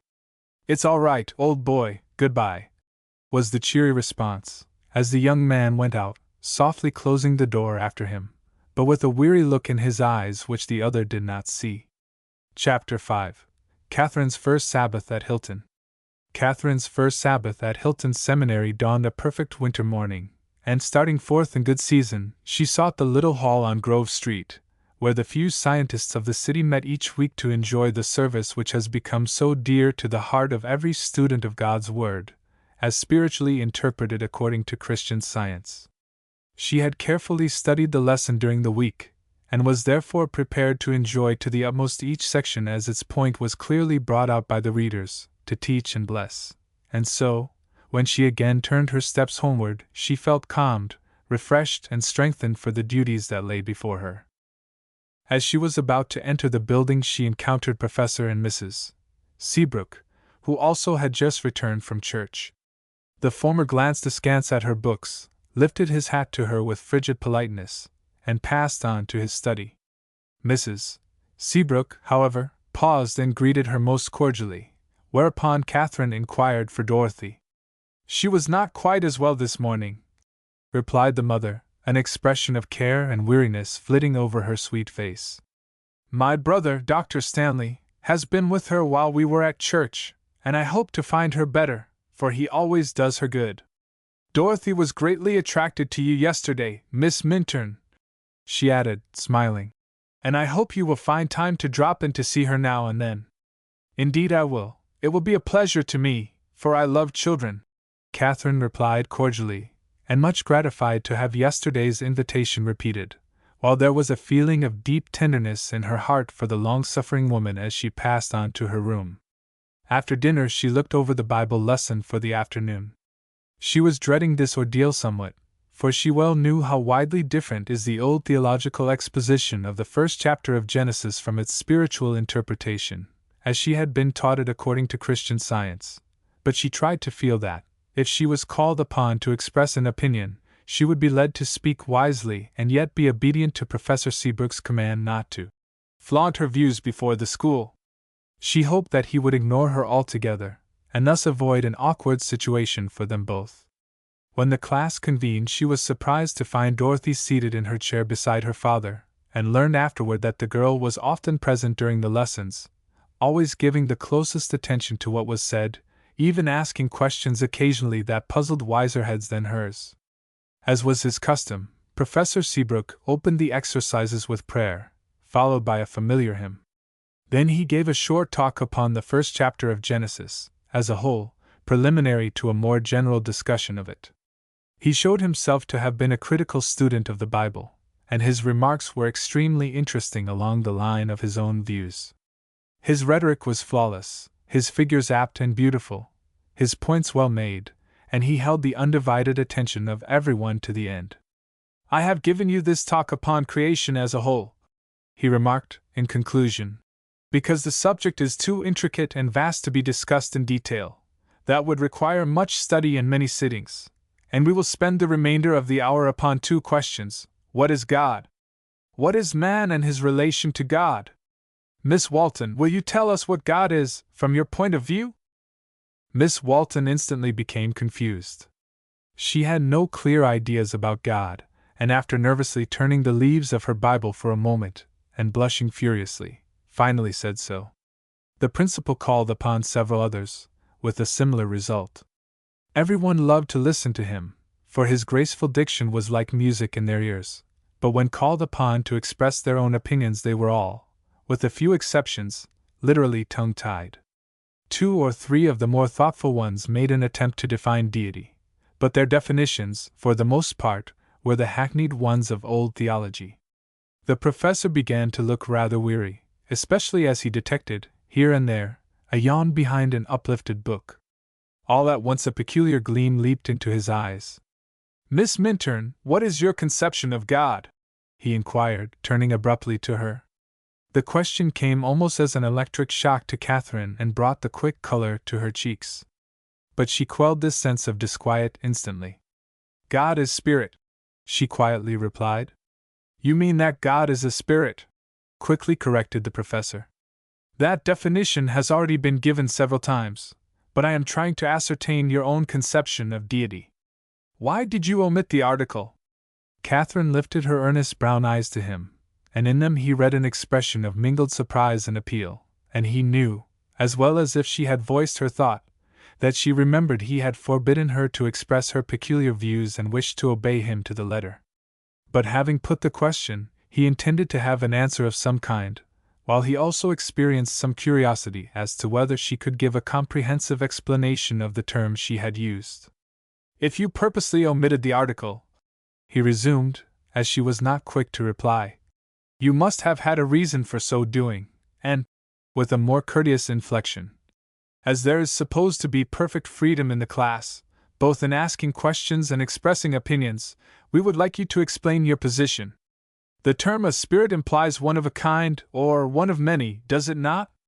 But I understand God to be infinite spirit," Katherine replied, with quiet self-possession. "Well, what do you mean by infinite spirit? Define spirit, if you please." Katherine was amazed that he should thus pursue the subject. She wondered if he could be utterly ignorant of the scientific definition of God. She had supposed that he must have read something on the subject of Christian Science, or he would not have been so bitterly opposed to it, or was he only trying to drive her into a corner? However, she saw there was no escape but to follow his lead.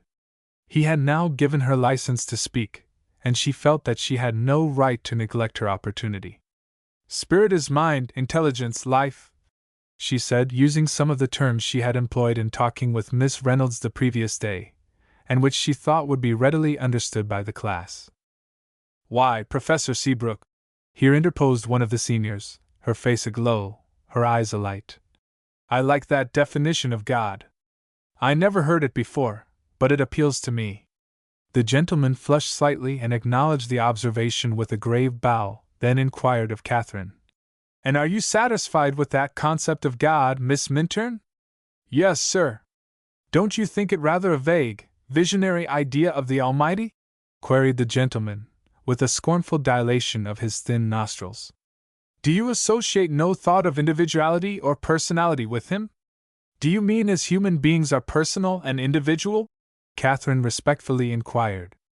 "Well, I must at least have something more tangible than an unknown quantity for my God," he replied evasively, as he hurriedly began to turn the leaves of his Bible in search of a text.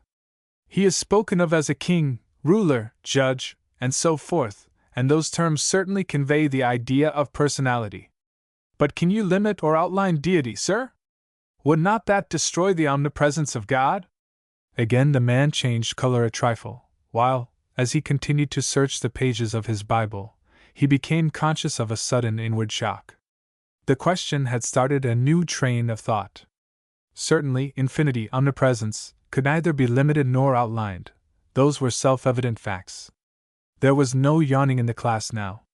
The attention of everyone was riveted upon the speakers, while Dorothy leaned forward in her chair, her earnest eyes glancing from one face to the other, her eager ears drinking in their every word. "But what do you say to this passage from Hebrews, Miss Minturn, where Paul, speaking of Christ, calls him the express image of his, God's, person?" Footnote: Hebrews 1-3, demanded the professor, having found the text he was looking for, with a note of triumph in his tone which indicated that he had now propounded an unanswerable argument. "I have been told that the Greek word, which has been translated person in the text you have read, really means character, and it is so rendered in my Bible, which is the Revised Version," Katherine replied, as she opened her book and found the passage. Now Professor Seabrook, although he prided himself upon being strictly up to date in everything pertaining to his profession, had neglected to provide himself with the Revised Version of the New Testament. However, now that his attention was called to the fact, he remembered having heard this text and its change discussed among brother professors, but it had for the moment escaped his memory. Yet he was equal to the occasion, and no one would have suspected from his manner that he was deeply chagrined to find this young girl so well versed in the Scriptures and able to so logically sustain her position upon every point. "Ah," he observed, after a moment of thought, and in his blandest tone, "I have a Greek Testament in my study and will look up the word later. I find we cannot take up the other question today, as our time has expired and," closing his books, "we will leave it for another lesson. The class is dismissed." He arose as he concluded, and the young ladies filed quietly out of the room, but once beyond hearing, they gathered in groups to talk over the interesting discussion that had been so suddenly cut short. Katherine paused beside Dorothy's chair on her way out, and made some pleasant reference to their meeting of the previous day, and then would have passed on, but the girl threw out her hand and caught hers, thus detaining her. "You must have studied the Bible a great deal, Miss Minturn, to get such lovely thoughts about God," she said in an eager tone. Katherine flushed, for she knew Professor Seabrook was listening, and felt that she had already said enough regarding her views. "Yes, I am very fond of studying the Bible," she simply returned. "Papa," continued Dorothy, turning to him, "how could you say that Miss Minturn's idea of God is vague and visionary?" "It certainly seems so to me, dear," her father briefly returned. "Well, it doesn't to me," was the positive rejoinder. "Not half so queer as to think of him as a man, or three men all mixed up together in one, and able to be everywhere at once." And there was a look of thoughtfulness in the girl's large, blue eyes which betrayed a mind on the alert. "I think we will not talk any more about that now," said her father. "You must be tired from sitting here so long, and ought to rest." "You know I never get tired in the Sunday class, Papa," cried Dorothy, and still clinging to Katherine, who had tried to release her hand, for she was anxious to escape further argument. "And," she added, "I want to ask Miss Minturn another question." "I think I will have to run away, dear," Katherine interposed, "for it is almost tea time, you know." "Please, please! Haven't you time to tell me just one thing more?" "Yes, I have time for that, but—" and she lifted a doubtful look to her principal. "Papa, may I ask her?" pleaded the girl, intuitively realizing that her new friend feared his disapproval. The man never refused his child anything in reason, and he could not now, although he felt secretly antagonistic, and his look was almost stern as he responded. "Very well, dear, if Miss Minturn will kindly have patience with you. Well then," and Dorothy eagerly turned again to Katherine, "if God is mind, intelligence, and life, as you said, how can man be his image and likeness?" For a moment Katherine was dismayed, in view of the depths involved in this query, and at a loss how to reply in a way to clearly convey the truth to this inquiring mind, while a slightly ironical smile curved the lips of the learned professor, as he said to himself, "This is a poser for the young woman. You do not think the account of the creation of man as God's image and likeness refers to this imperfect mortal or physical body, do you, Dorothy?" she inquired, after a moment of thought. "Why, yes, I've always supposed it did. I've thought that perhaps God made him perfect in the first place and then, somehow, he let him get all wrong. I can't see how or why, though I've heard ministers and other people say it was for some wise purpose. It's a great muddle, I think," Dorothy concluded, with a sigh. "No, God never let any of his children get wrong. He could not, for all his ways are perfect, you know. The man of God's creating is the spiritual image and likeness of himself," Katherine explained. "Oh! I begin to see. Why, Papa, don't you see? That must be what that verse means, the express image of his person, his character." And Dorothy turned to her father, her face all aglow as she grasped this new thought. No, don't go just yet, she pleaded, as Katherine made another effort to release her hand. Tell me this, please. If everybody became good, perfect in character, would their bodies grow perfect too? Would sick people get strong and well and happy? I believe God's word teaches us so, said Katherine, softly, and wondering why Professor Seabrook did not put a stop to a conversation which he must know was trespassing upon forbidden ground. How could they? I wish I knew how, said the child plaintively. You know Paul tells us, be ye transformed by the renewing of your mind, and to put off the mortal and put on the immortal. Put off the mortal, repeated the girl, with a look of perplexity. But how? It is a growth, dear. It is to put out of mind, one by one, every wrong thought, and think only good thoughts, God's thoughts, and in this way one grows good, pure and perfect. Let us take a simple illustration, Katherine continued, as she saw how eagerly the child was drinking in her words. You have seen a lily bulb? Dorothy nodded. It is not at all pretty, and one would throw it away as of no account if he did not know of the precious little germ and its possibilities hidden away inside. We know how, when the warm sunlight shines upon the spot where it has been put away in the earth, when the dews and soft rains fall upon it, something begins to happen down there in the dark. The ugly bulb begins to change, to soften and melt away. One by one the brown husks drop off and disappear as the tiny germ within, awakening to a new sense of life, starts upward to find more light and freedom and a purer atmosphere. Then 2 small leaves of living green, harbingers of better things, begin to unfold. After that a sturdy stalk, with a bud of promise, appears, and all the time reaching up towards the brightness beyond and above, until at last the pure, perfect and fragrant lily bursts into bloom.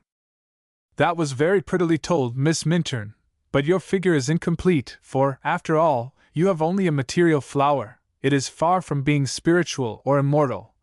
Professor Seabrook here interposed. Ah, said Katherine, lifting a pair of sweetly serious eyes to him. It is only a simple illustration, a little parable pointing to spiritual development and perfection, and the pure and flawless lily is but the type of that which mortal eye hath not seen. The homely bulb corresponds to the mortal man, wrapped up in the density and husks of materiality. The tiny germ is the symbol of that ray or spark of immortality that is in every human consciousness and which, governed by the perfect law of life, whose eternal mandate is growth, footnote, Science and Health, page 520, and nourished by the sunlight of divine love, puts off, one by one, the husks, or the mortal man's wrong ways of thinking and living, and ever reaching Godward, puts on or unfolds first the tiny leaves of living green, then the stalk and bud, and last, the white flower of purity, which is the image and likeness of God, and this image and likeness is immortal. Oh, what a lovely, lovely story, breathed Dorothy, with luminous eyes. Then, if one never had any but good thoughts, perfect thoughts, one would grow to be perfect and spiritual. That is what I think the Bible teaches. I think it is beautiful. I never heard anybody talk like this before, cried the child, with a joyful ring in her tones. And now tell me how. Katherine laughed out musically, and stooping, kissed the small hand that she was still holding. You dear child! Do you know how long we have been talking? She said. I think we must stop right here, and I hope Professor Seabrook does not think I have said too much, she concluded, glancing at the man who stood like a statue, with an inscrutable look on his high-bred face. He made no reply, and the situation might have become awkward if Dorothy had not exclaimed, No, indeed, you haven't said half enough, and will you tell me some more things that you believe another time? If your father gives me permission, Katherine replied, with heightened color. Now I must go, for I am sure the bell will ring in a few minutes. May I kiss you before you go?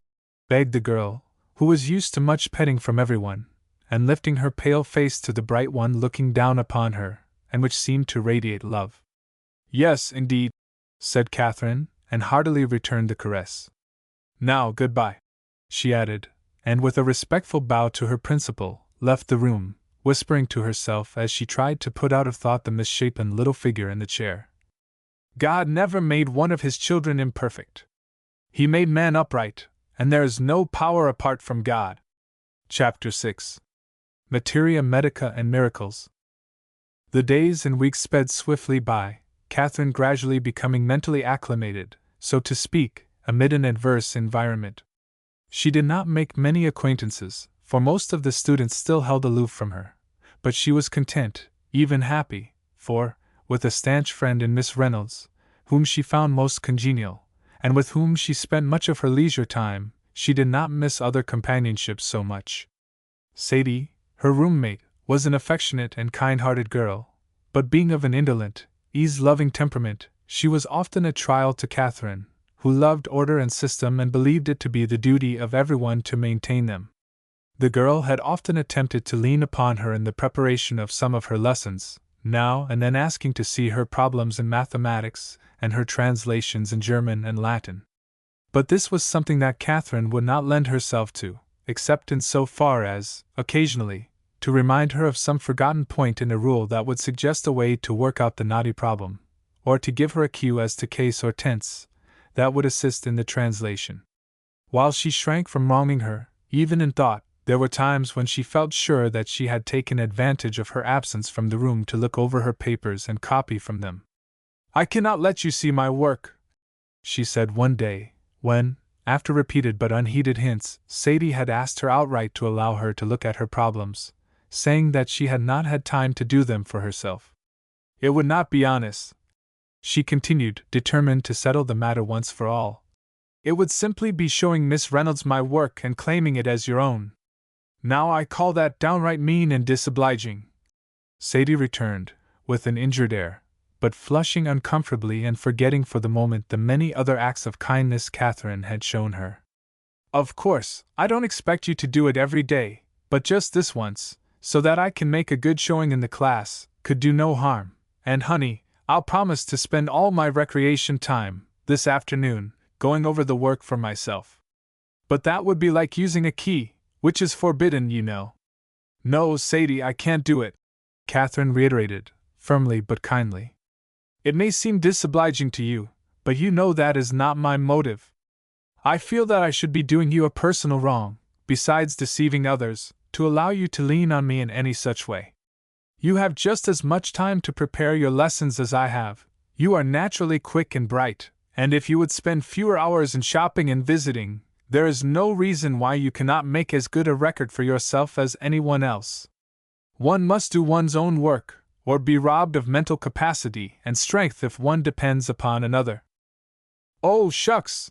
retorted Sadie, with an impatient shrug and a very red face, as she employed the southern localism. "Don't preach to me.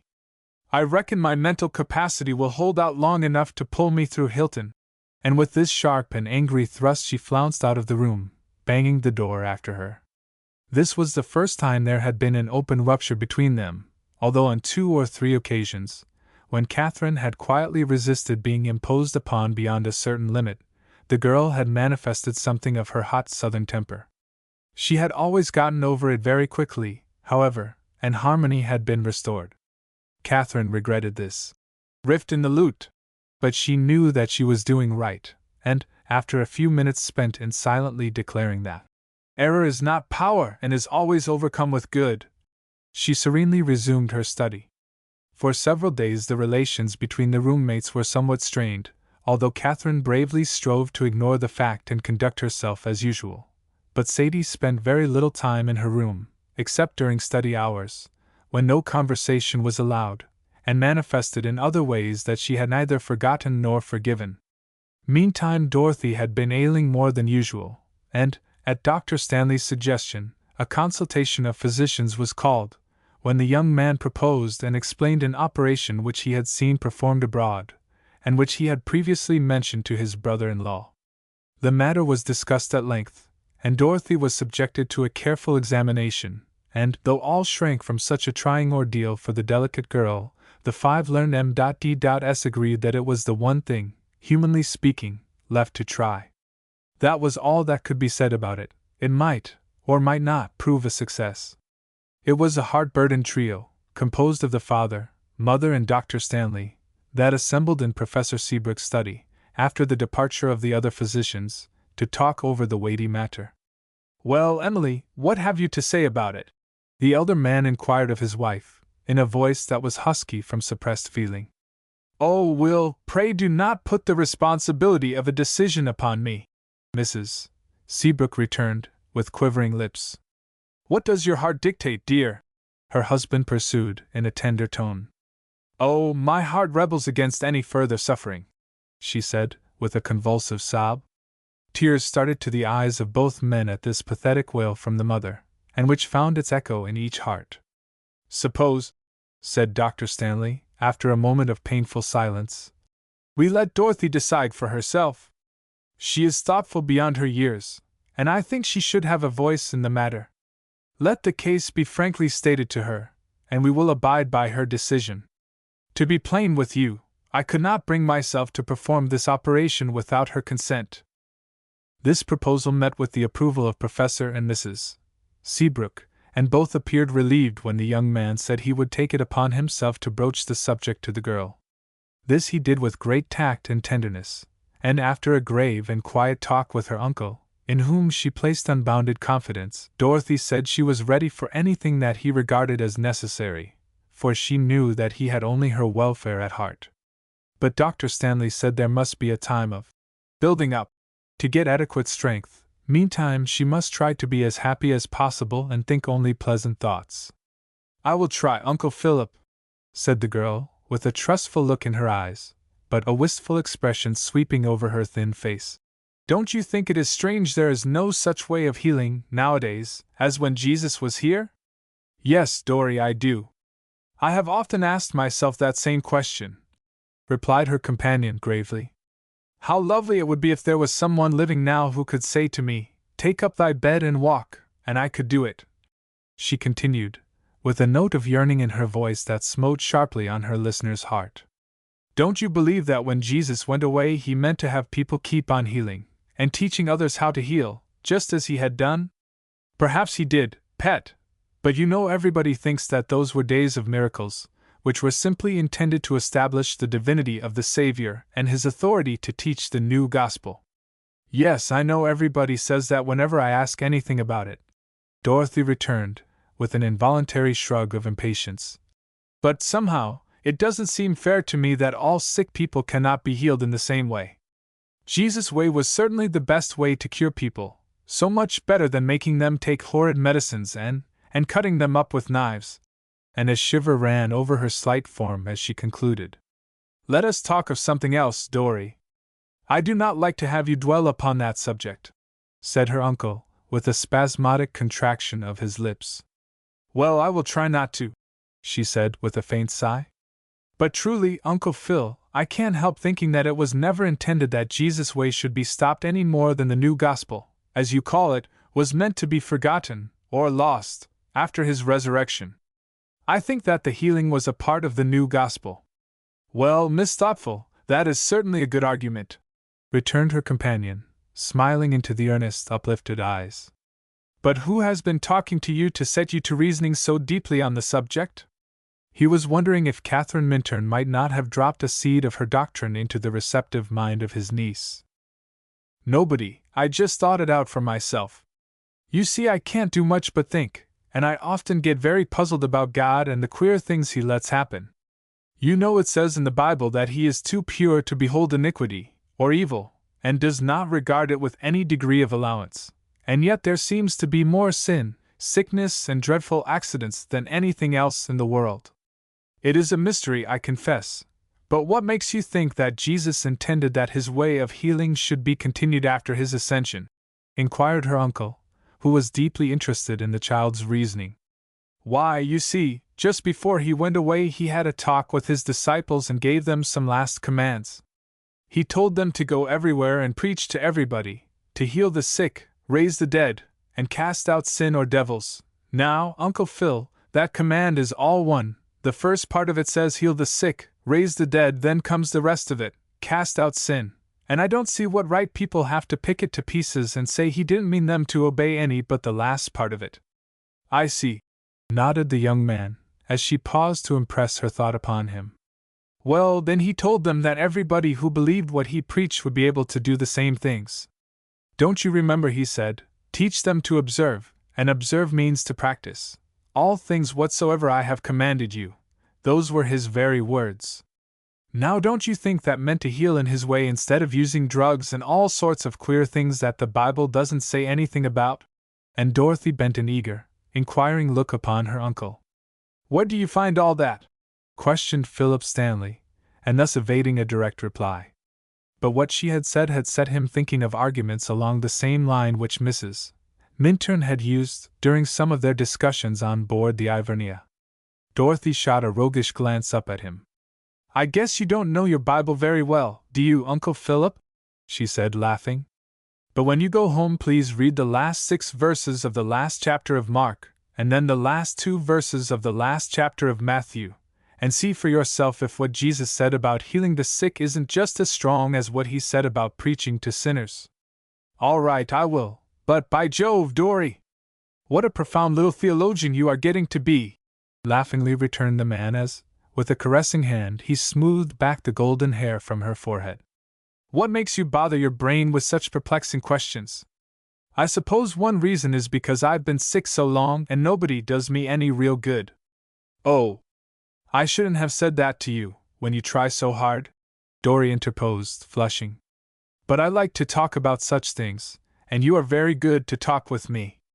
Papa used to, but lately he doesn't seem to like to. You ought to hear Miss Minturn, though.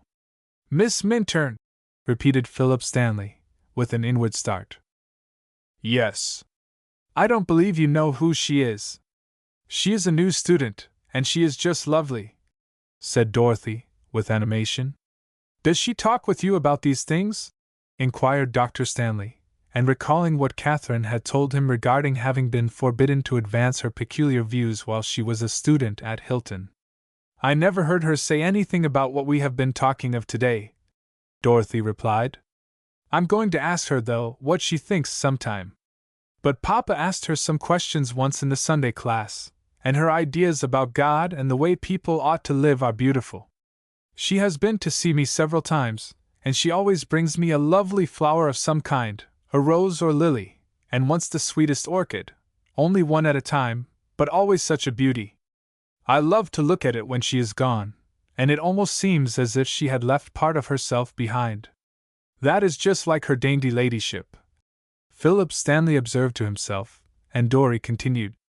Sometimes others have been here when she has come, and other times I've felt too weak to talk, but, it is very strange, I never have that tired feeling in my back when she is here, and she is always so bright and cheery I forget the pain and feel so happy and rested. Oh, must you go, Uncle Philip? She concluded, regretfully, as he arose and took up his hat. Yes, dear, I've made you a long call, and now I really must get back to the office, he said, as he bent his lips to hers for his accustomed farewell. The girl twined her arms around his neck. You are very good to me, Uncle Philip, and I love you, she murmured softly. And when you go away I always count the hours till you come again. Well, I begin to think I am a person of considerable importance, he rejoined, in a playful tone. You begin to think, she retorted roguishly. Haven't you ever thought it before? I'm not quite sure that you are as modest as you pretend to be. But Uncle Phil. Yes? Will you look up those verses and tell me what you think the next time you come? I promise you I will, Dory, and now au revoir. He touched the bell to call the nurse, then waved her a last goodbye and quietly left the room. Philip Stanley did not, indeed, know his Bible very well, and had spent very little time conning its pages since starting out in life for himself. Like many another who has been rigidly reared under the vague doctrines of old theology, he had, at an early age, become both restive and skeptical. This state of mind had grown more pronounced as he had advanced in his profession and been brought in such close touch with suffering and dying humanity.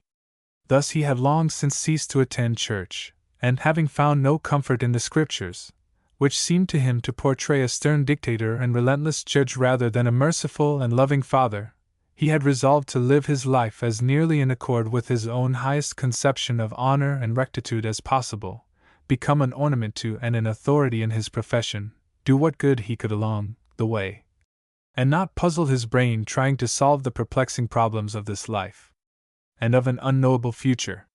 But today, on his way back to the city, he found himself thinking more seriously of these things than for many years, and upon reaching his office and finding no one awaiting him, his first act was to take from an upper shelf his long-neglected Bible and read the passages which Dorothy had named to him. They appealed to him as never before. Every word bristled with a new meaning, and becoming deeply interested after reading the last 2 verses of Matthew, he began the book of Mark and did not leave it until he reached the end. I begin to see what Mrs. Minturn founded some of her arguments upon," he said, as the striking of the clock warned him of his dinner hour. "Well, I wonder, were those cases miracles, just supernatural wonders, performed merely to prove Jesus' authority to preach a new gospel? Or were they governed by a demonstrable principle, as she affirms, brought to earth for suffering humanity to learn and practice, and so be redeemed from its sin-cursed bondage? There certainly ought to have been a panacea provided for all disease," he resumed, after a moment of deep thought. "But there is none today, at least Materia Medica has never found one, and that is a mortifying fact to be obliged to admit after over 4,000 years of investigation and experiment. Poor Dorry! I'd really like to make a test of her case." He put down his book with a sigh and then went out to his evening meal, a troubled expression on his handsome face. Chapter 7. Katherine and the Junior League. Soon after entering Hilton Seminary, Katherine was invited, as was customary, to become a member of the Junior League, a secret club or society organized and sustained by the junior class. Its object was twofold. First, improvement, to keep themselves informed of and in touch with current events and literature, and second, sociability. But it was hinted, now and then, by some of the more serious-minded members that a rollicking good time had more attractions for the majority of its constituents than anything else. Their meetings were held once a fortnight, when some member was expected to read a paper on a subject previously selected by a committee appointed for that purpose, after which a short time was spent in a general discussion of the theme. Then the remainder of the evening was given over to social enjoyment, or, occasionally, to a spread, which is so dear to every boarding school girl's heart. Twice during the year the League formally entertained the faculty and the Senior League, a similar organization, which has often returned these courtesies. Katherine accepted the invitation with thanks, and at once threw herself heartily into the methods employed to entertain the club, particularly into the literary work, always carefully preparing herself upon the subject to be discussed. But she soon found that the main object of the organization was being perverted, the topics being superficially written up and argued, except by a very few. Less and less attention was being devoted to improvement, and more to a good time, together with much school gossip, until the meetings were fast becoming a farce. She deeply regretted this, and talked it over with some others as earnest as herself, but without achieving any satisfactory results. Upon 1 or 2 occasions she gave a thoughtfully prepared synopsis of the subject, but these efforts were received with shrugs, nudges, and significant smiles and glances, and while no one was openly discourteous to her, it was evident that, with a few exceptions, she was still regarded as a person to be shunned even by her own club. One evening, on making her appearance, she observed that there was an unusual flutter among the wilder members of the League, and that she at once became the object of their curious regard. The exercises progressed as usual until the discussion was over, when, as was the custom, the president called upon the chairman of the literary committee to announce the topic and the name of the member to treat it for the next meeting. The chairman arose and said, while an ominous silence fell upon the room, "Miss Minturn has been appointed to give us a paper for our next gathering, and the subject chosen is Christian Science and its Transcendental Tendency." An audible titter ran around the room as this announcement was made, and every eye was fastened upon Katherine, who instantly suspected the situation had been planned for the sole purpose of making her uncomfortably conspicuous and bringing her beloved science before the club simply to be ridiculed. She was naturally quick-tempered, though years of discipline had taught her how to hold herself well in hand upon most occasions. But now, for the moment, her whole soul arose in arms and was ready to flash. forth in fiery indignation. She flushed crimson and a dangerous gleam leaped into her usually gentle eyes, while she trembled from head to foot. "See! It has hit her in a tender spot," whispered Ollie Grant to Sadie Minot. "Look out, now, for a tempest from Miss Propriety. Won't it be fun?" But the unaccustomed emotion passed almost as quickly as it had come. It was like the flash of summer heat that is followed by no thunder. Her momentary resentment was bravely quelled, and, after a brief denial of error, she arose to her feet, the flush still hot on her cheeks, but a sunny smile parting her red lips and chasing the temper from her eyes. "Lady President and comrades," she began, bowing first to the presiding officer, then to her companions, and there was not the slightest evidence of anger in her sweetly modulated tones. "There is nothing that I love more than Christian Science, and if I thought you also were really interested in it, and I could consistently give you some information regarding it, it would give me great pleasure to do so. But you are not interested in it, you do not believe in it, many of you think it absurdly transcendental, as your topic indicates. Thus you have nothing but ridicule for it. So you can understand that what is very sacred to me I could not discuss in such an antagonistic atmosphere.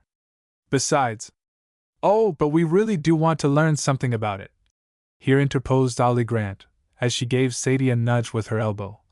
And, with mock demureness, "if we have wrong ideas about it, why, you can perhaps set us right. I am sure it would be very interesting," Clara Follett observed, with a sly wink at her nearest neighbor. "It is so mysterious and creepy, like spiritualism, you know." Katherine had seen both nudge and wink, but neither now had power to move her to any feeling save that of compassion for the thoughtless offenders. "You are entirely mistaken, Miss Follett," she gently returned. "Christian Science and spiritualism are as far removed from each other as the poles. But I repeat, I cannot give you a paper on the subject you have assigned me. Do I understand, Miss Minturn, that you absolutely refuse to respond to the appointment?" gravely inquired the president, while whispered comments and an excited rustle were heard from various parts of the room. "Miss Walton, I must," said Katherine firmly. "Do you know the penalty of such a refusal?" the presiding officer queried, while Katherine started and colored crimson as she continued. "Any member of the League refusing to comply with an appointment made by its committee is subject to expulsion. Provided there is no good reason for such a refusal, I believe the bylaw reads." Here interposed a young lady who was beginning to feel sorry for Katherine, for she knew that she was simply being made game of by those who held her religious belief in derision. "Yes, certainly. If you can give a good and sufficient reason for the stand you have taken, Miss Minturn, you will, of course, be excused," the president supplemented, realizing there was something in the atmosphere which she did not understand, as she had no knowledge of the plot that had been concocted by the mischief-loving element of the League. "I think I have already given a good reason," Katherine observed, with quiet dignity. "Christian Science is my religion, and I have been asked to treat it as transcendentalism, and, I am inclined to think, in a perverted sense of that term.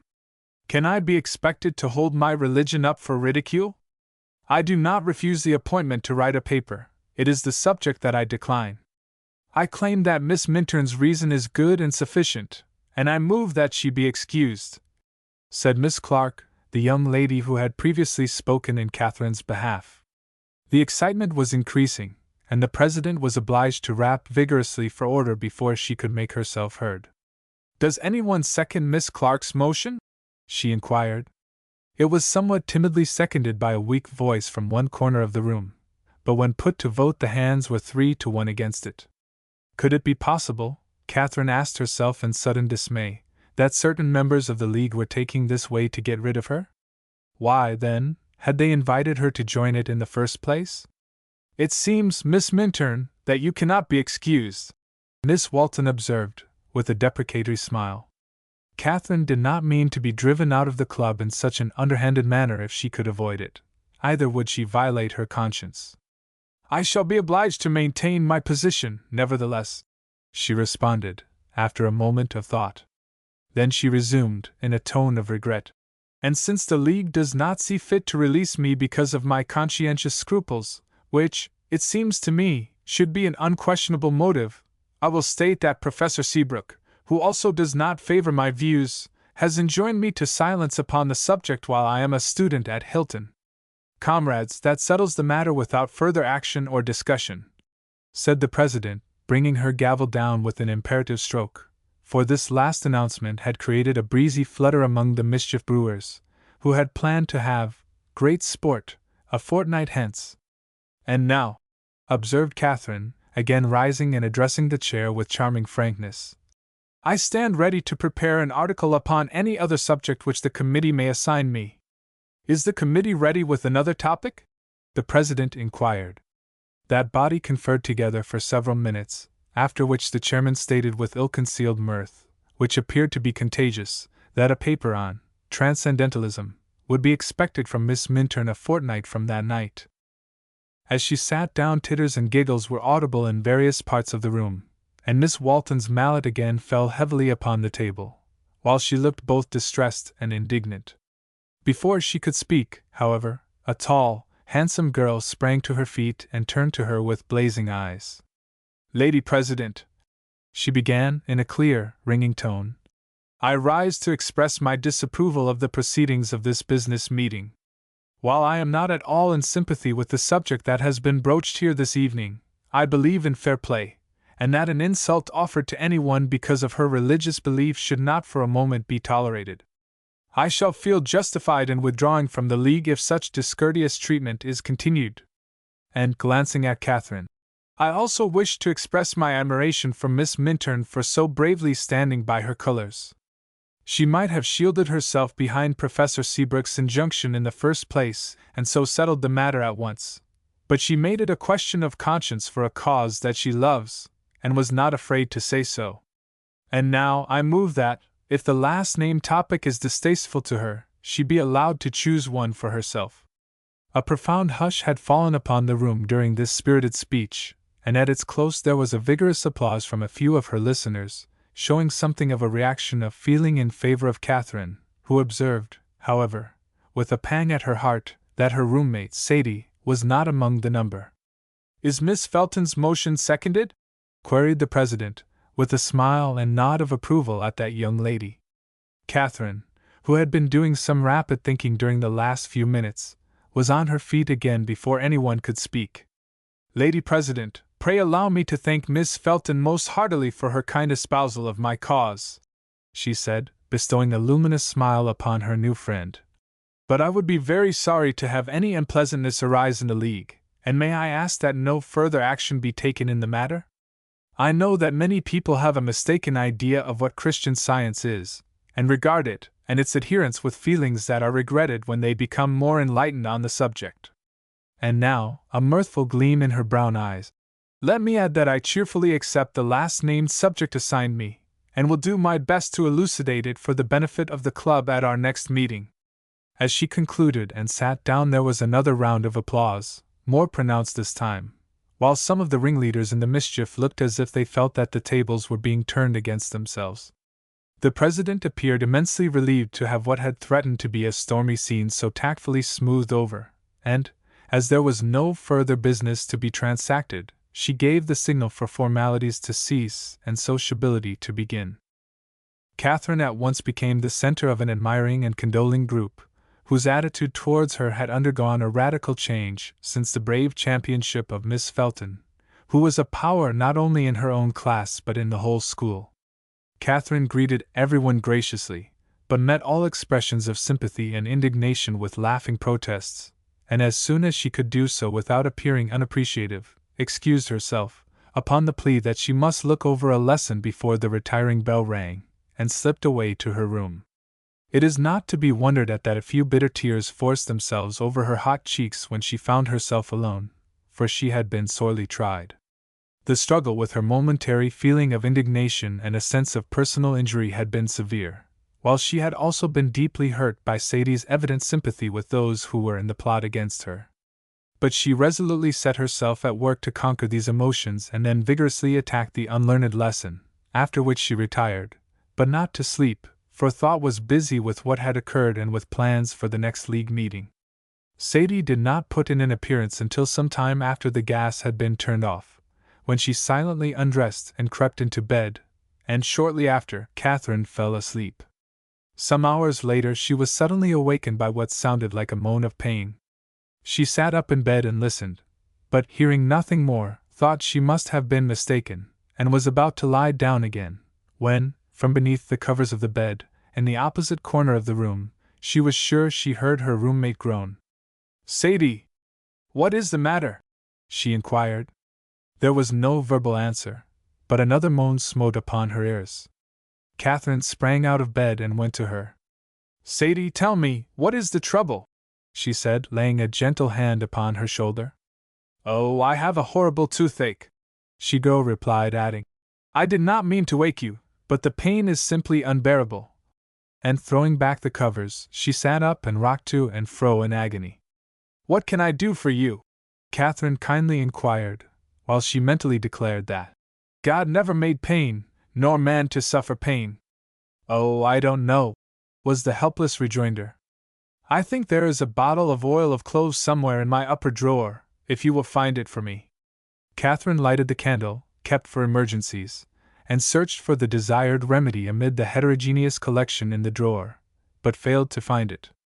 Then she looked in various other places suggested by Sadie, with the same result, greatly to the girl's disappointment. "Oh, I remember. I lent it to Carrie Hill last week. What shall I do?" wailed the sufferer in a voice of despair, for Miss Hill roomed at the top of the opposite wing, and just at that moment the clock in the tower of the building struck the hour of 3. She was now wrought up to a state of excessive nervous excitement, and it looked as if there would be no more sleep for either of them that night. "Haven't you some camphor or salts, Katherine? I can't stand this any longer." And Sadie was now sobbing from mingled nervousness and suffering. "No, dear. I never use anything of the kind," Katherine replied. "Do you never put anything in a tooth when it aches?" "No." "Do you ever have the toothache?" "I used to when I was a child, very seldom now." "What do you do to stop it?" was the impatient query, accompanied by a prolonged groan. "Treat it mentally." "Shucks!" And Miss Minor threw herself violently back upon her pillows with an air of personal injury mingled with supreme contempt, while Katherine kept on working for harmony in her own thought. "Katherine, I simply cannot stand this until morning," the girl cried again, after a minute or two of forced endurance, as a fresh paroxysm seized her. "Shall I go to the matron and ask her for something for you?" Katherine inquired. "Oh, I don't know. It seems a shame to send you way down to her at this unearthly hour." "It is bad enough to keep you awake," said Sadie, remorsefully. "Never mind me, dear. I am willing to do anything you wish, and I'm not afraid to go anywhere in the building," was the kind response. "Perhaps if I had some water to hold in my mouth it might relieve me," Sadie suggested. Katherine brought her a glass and she filled her mouth, but expelled the water almost instantly, as the bare and sensitive nerve rebelled against such radical treatment. "Can't you do something?" she gasped, clutching her companion's arm with a spasmodic grip. "I'll go to Miss Williams or some of the girls for," Katherine began. "No, I can't bear to make a stir. Oh, heavens! Oh! Treat me, your way, anything to stop this unbearable torture." And Sadie buried her face in her pillow to smother the moans she could not repress. "Indeed I will," said Katherine, with a heart-throb of thankfulness for the appeal, and dropping her face upon her hands she went to work with all her understanding for the sufferer. 10 minutes passed. Then it seemed as if the intervals between the moans grew longer. Another 5 minutes and she was sure that the hand upon her arm was relaxing its convulsive grasp. Not long after the restless form grew still, the hot hand on her arm slipped down upon the bed, and when the clock in the tower struck the half-hour after 3, the regular breathing of the girl told of quiet and restful sleep. But Katherine continued to work for several minutes longer, then stole softly to her own couch, where she also was soon locked in slumber, and neither awoke again until the rising bell rang its imperative summons to the duties of a new day. Katherine was nearly dressed before her roommate manifested any inclination to rise. She looked bright and serene, however, and there was no swelling or other evidence of the previous night's broken rest and suffering. "I believe I'm all right, honey," she thoughtfully observed, after watching Katherine's operations in silence for a while. Of course you are, was the cheery response, with a happy heart throb at the old familiar form of address. That was a right smart rumpus, though, Sadie added, in her southern phraseology. The less said about it the better, was the brief reply. Why? Because it is nothing now, and you either need nor wish to live it over. I reckon I don't. But do you believe you cured me? I know that I did not, but I also know that God healed you. But you did something. Yes, what I did was, well, you may call it prayer if you like. But I think we must not talk about it because of Professor Seabrook's command, which I am inclined to think I may have already broken in the letter if not in the spirit, said Katherine gravely. Well, I don't know. It all seems very queer to me, Sadie observed, reflectively, as she slipped out of bed and began to dress. I wouldn't have believed I could feel so well this morning, though. I'm as fresh as a daisy, and my face isn't at all swollen. I can't understand it. I'm inclined to think that, after all, the ache just ached itself out and left of its own accord. Katherine smiled faintly but did not pursue the subject. I'm downright obliged to you, Katherine, for being so kind and patient with me in the night, the girl resumed, after a few moments of silence. And, honey, suddenly facing her and looking her straight in the eyes, though her cheeks were crimson, I feel mighty mean over our tiff the other day, and about what happened last night in the league. Never mind, Sadie, it is all past now, Katherine began. But I shall mind, I'm going to eat the whole of my humble pie, interposed Sadie, between a laugh and a sob. For I was in the plot with the others. You see, I hadn't quite gotten over the other affair and… But you have now, Sadie? Katherine interrupted, wistfully. How could I help it when you've been so perfectly sweet? Only I want… Well, then I'm happy, cried Katherine with a joyous laugh. And I'm not going to let you eat any more humble pie, for the North and the South are reunited, and that cancels everything. Katherine, you are the dearest. But Sadie's voice broke suddenly, and to cover her emotion she bounded into the closet and began a vigorous search for some needed article. There were fair winds and cloudless skies after that, and nothing more was heard from the defective tooth, which, later, was filled and preserved for future usefulness. Chapter 8. Transcendentalism as elucidated for the Junior League. The following 2 weeks were unmarked by anything of special interest, and Katherine found her time fully occupied in attending to her daily duties and preparing for the next league meeting. For a moment, after the second subject, Transcendentalism, had been assigned her, she felt, old Adam, beginning to stir resentfully again, for she was impressed that, when the topic came up for discussion, certain members of the club intended to make her the target for more sharpshooting.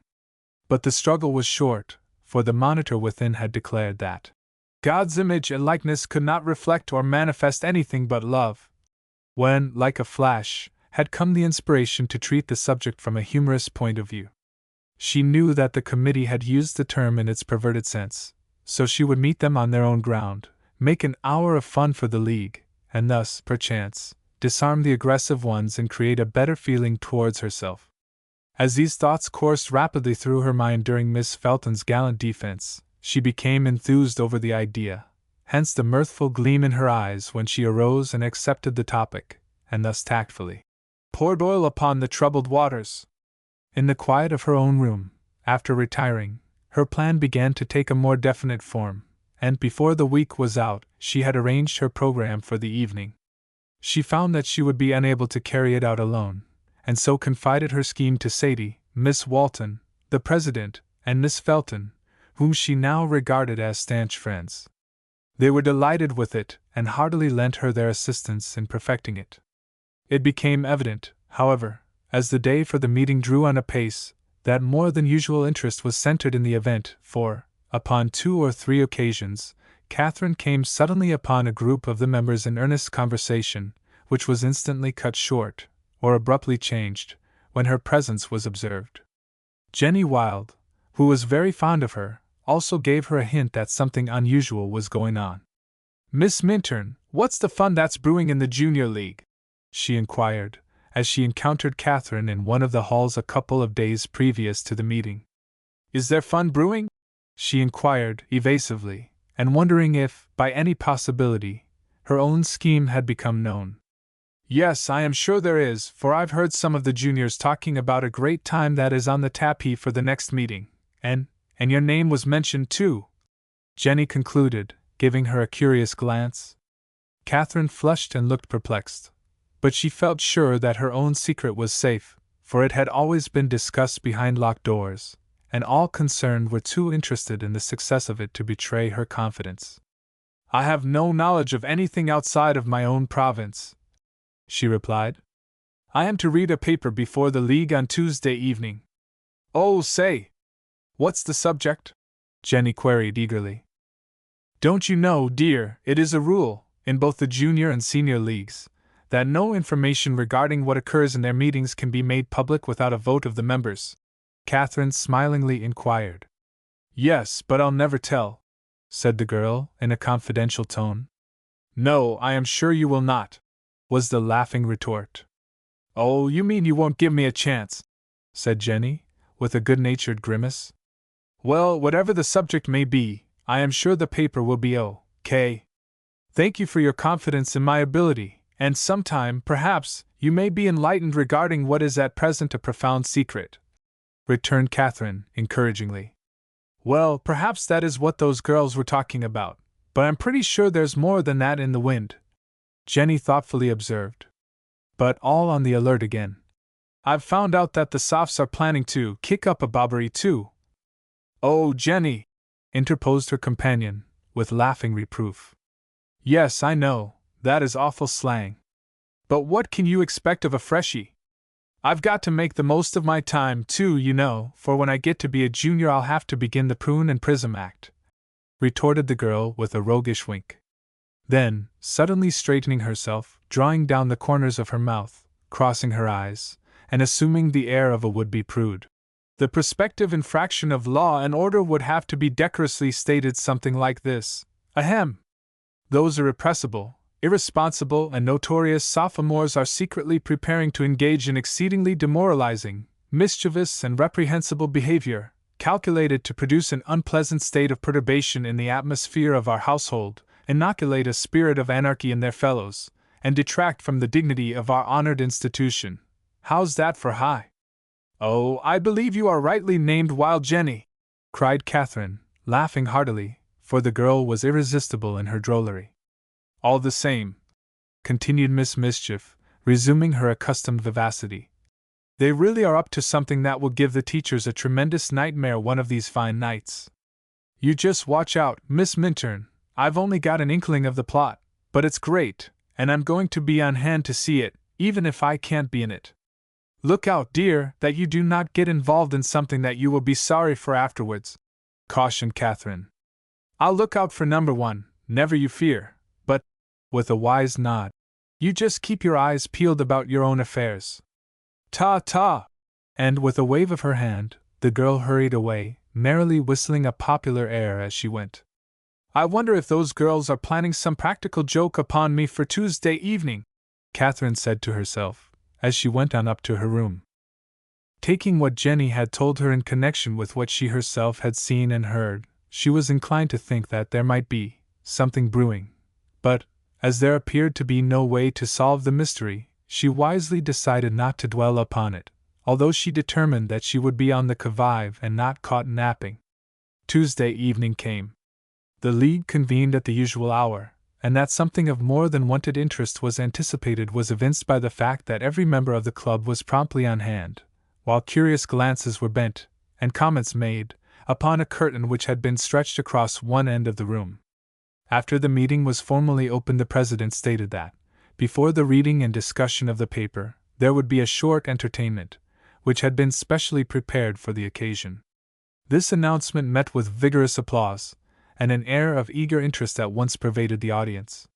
Miss Walton waited patiently until quiet was restored, then resumed. "First, I will read an original conundrum which is propounded by one of our members, and which you are requested to solve." Everyone was at once on the alert. "My first," read the chairman, "is a state of oblivion." My second is what comes to all things mundane. My third appertains to articulation, to a form of surgery, and to a profession. My fourth is applied to certain theories and fanatical tenets. My whole is a term employed to designate a certain form of philosophy which is also often misconstrued and misapplied. As Miss Walton was about to lay down her paper, she was asked to read the conundrum again, which she did, while pencils were busy taking notes. Then she observed, "Before the answer is called for, we are to have a charade, which has also been prepared by a member of our club, after which you will please give your solutions before Miss Minturn reads her paper." A bell now tinkled faintly, and the mysterious curtain was raised, revealing a prettily furnished room, and conspicuous in a reclining chair, there lay a young lady apparently asleep, while two others, wearing black dominoes and lace masks, attempted to arouse her. Their efforts proved ineffectual, however, although she was pinched, shaken, commanded to awake, and even made to stand upon her feet. But nothing availed. She was seemingly oblivious of everything. "Alas! It is of no use," solemnly observed one domino to the other, who sighed heavily, and mournfully shook her head, and the curtain was rung down. A moment later it went up again. No one was now in the room, but a short piece of rope dangled from one arm of the chair. The third scene revealed an office. On a table lay a number of small instruments, a lot of loose teeth, also a couple of full sets. A lady was seated in a chair, and beside her stood a gentleman, holding aloft in one hand a pair of forceps, in which there gleamed a single tooth, while with the other he extended a glass of water to his patient, remarking in a suave, professional tone, "It is all over, madam, a very successful operation. Rinse your mouth, please, and then we will look at the others." Whereupon the curtain fell. The fourth scene showed the same room in which the first act had been given. In a low rocker sat a spinster of uncertain age, very prim as to attitude and attire, her face partially concealed by a profusion of corkscrew curls that dangled from her temples. She appeared to be absorbed in reading, while there were piles of books on the table at her side, on chairs, and were also strewn promiscuously about the floor. Presently a colored servant entered the room. A spotless kerchief was folded about her expansive shoulders. A bright red bandana was coiled around her woolly head, and a long, blue and white checked apron was tied about her ample waist. She was a typical, full-blooded negress, and shuffled into the room in true darkest style, but with signs of distress and one black hand covering her right eye. "Well, Dinah, is anything wanted?" demanded the spinster, but without glancing up from her book. "Why, Sam, honey, I see done got sompin in M.I. I has show dot. Come here and let me look at it," said her mistress, reluctantly laying her book aside and taking a pencil from the table. Dinah knelt before the woman, who made a careful examination of the suffering member. "I see it," she said. "Don't move and I'll get it. There!" carefully removing something with a corner of her immaculate handkerchief. "See? Why, Sam, thank'ee, Miss Julia. Yah! Yah! What a lil' speck to make such a rumpus! Looks like de Bible mote, but golly! It done feel emo like de beam, yah! Yah! Yah!" laughed the negress, revealing 2 rows of dazzling teeth to an appreciative audience, as she laboriously struggled to her feet. "Feel all right now, auntie?"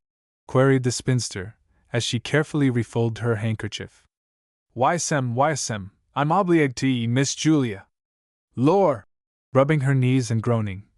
"De rheumatism do work de mischief why dese yer po' old bones." But Miss Julia had again become absorbed in her book, and, apparently, did not hear. "Got another new book, Miss Julia?" queried Dinah, after watching her mistress in silence for a moment. "No, Dinah," replied the spinster, lifting a beatific glance and smile to the ceiling. "I am still engaged with my philosophical, psychological, and theosophical research. Lor!" and Dinah rolled her eyes with an awestruck look over the audience. "I spec some day, honey, you's so uplifted, you'll go soarin' up inter de clouds and outer sight, straight to kingdom come." "Dinah! I think it is time you were giving your attention to your dinner," interposed Miss Julia, in a lofty tone. "Why, Sem, I's gwine, I sho'ly is em," retorted Dinah, spiritedly, as she straightened herself and turned with a resentful flirt of her skirts to obey. Then glancing back over her shoulder, and showing her white teeth in a broad grin, she added, I's gwine ter gauge in supological, lamological, pyological research, YSM show. And striking a superior attitude, she cakewalked off the stage with a vigorous stride and regardless of old bones or rheumatism, and the curtain was rung down upon an audience convulsed with merriment, while a voice from somewhere cried out, Well done, Sadie!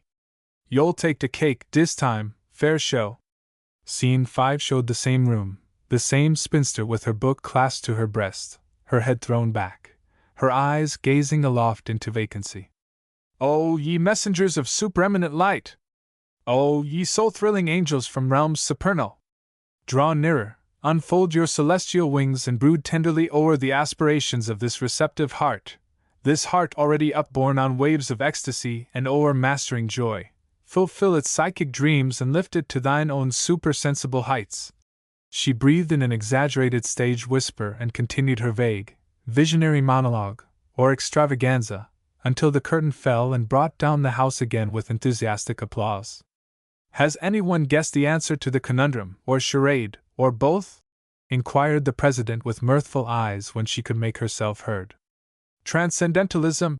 Cried Clara Follett, wiping the tears from her cheeks. Dinah gave it away to me with her ism and her rheumatism, and, of course, the charade was the key to the conundrum. From several others came the same answer, with the various hints or points which had suggested it.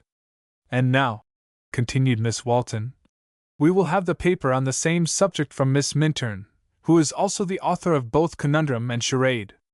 Again there was a vigorous clapping of hands, in the midst of which the curtain was raised and Katherine appeared upon the stage, in her spinster attire, but shorn of her voluminous corkscrew curls. She was smiling, and rosy, and bowed her thanks for the generous approval of her efforts. As she unfolded her manuscript an expectant hush fell upon her audience, and she observed that significant and inquiring glances were exchanged between some of the members of the League. The paper which I have prepared, she began, may not prove to be just what the club may have expected from me, but it will at least show that I have given the subject assigned me some thought. Once on a time, 'twas not so very long ago, Miss Puff craved something of philosophy to know, and with proofs of culture armed and high position, to a summer school of sages sought admission. With inspiration rare, she here absorbed her fill of ologies galore, and conned them o'er, until her wearied brain grew dazed beyond expression. But of this sad fact, Miss Puff made no confessions. Ontology came first, with arguments profound, with language mystical, the wisest to confound. Physics took the platform next, to claim discussion, and metaphysics following near caused concussion. Cosmology! Phrenology! What charmed lore! What depths profound! How high her aspirations soar! Tidbits of sweetness for future delectation. Ah! But could she give a lucid explication? Theosophy, psychology, transcendent themes, glide softly in upon her philosophic dreams, till soul upborne to realms of ecstasy sublime, earth's vanities grow dim upon the shores of time. But lo! Now hydra-head theology appears to shatter dreams and chill her heart with nameless fears, for sage and seer spare not in sharp dissection, till poor Puff, alas! no longer makes connection. But all the same, 'twas lovely to philosophize, it mattered not if she were wise, or otherwise, or deeply versed in themes on which the sages dote, could she but keep on transcendental waves afloat. And so, at length, the summer school drew to a close. Home went Miss Puff, well primed to smatter and to pose, lightly soar on clouds of blissful exaltation, and air her fads, perchance, in some smart publication. However, dear friends, Miss Puff's career was very brief. Like all pretentious frauds, she shortly came to grief. She was found out, you know, and took a strange belief which none could heal, and faded like a leaf. Then, slyly fled the town, was never seen again, though faithful search was made o'er mountain, moor and fen. The claim? Ah! That begot long medical debate, but finally, as I am authorized to state, for all things mystical must have some kind of name, and there's no better phrase to chronicle the same. 'Twas, the learned doctors vowed, abnormal mentalism, the outgrowth of her fads and transcendentalism. Katherine made her bow as she concluded and slipped behind the scenes. But the applause was beyond anything she had yet received and was kept up, with cries of, come out, until there was nothing to do but reappear, which she did with flushed cheeks and shining eyes. Comrades, I thank you all for your hearty appreciation and commendation, she said, when quiet was restored. It occurred to me that a humorous treatment of the subject might be more enjoyable than any other and, with an arch look and nod, more applicable to your conception of the term. But, her eyes now brimming with mirth, I will not take more of your time, as I believe there is a supplement to my program yet to come. The president looked surprised. I know of nothing more, Miss Minturn, she said, but even as she spoke there was a nervous rustle apparent among some of the audience. Still, I am quite sure that a ghostly surprise, not down on my program, had been planned for us. Perhaps this will elucidate my meaning, Katherine explained, and bringing to light something, which she had until then concealed behind her, she shook out and held up to view a white robe, made of a sheet, and also a white mask. Groans and laughter greeted this announcement and display. Oh! Who has given us away? Who has told you, Miss Minturn? Came breathlessly from various quarters of the room. No one has given the secret away, no one has told me anything, she replied. The discovery was an accident. I was obliged to slip up to my room for something forgotten, just before it was time to open the meeting. As I reached the end of the hall I heard voices, and being arrayed in the dentist's garb with only a domino over it, I did not wish to be seen. I fled into the closet there, and the next moment 2 juniors passed, carrying something in their arms, wrapped in shawls. I heard one say, when I give the signal, Miss Blank will touch the button and put out the lights.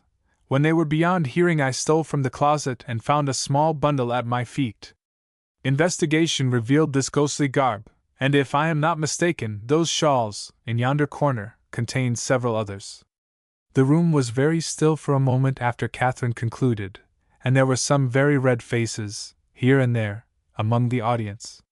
Suddenly Clara Follett sprang to her feet, and addressing the president said, Miss Walton, as I am the leader in this affair, may I make an explanation? Certainly. Comrades, Miss Follett has the floor. There is nothing to be done but make a clean breast of everything, continued Miss Follett, with a resolute air, but with crimson cheeks as she faced the audience.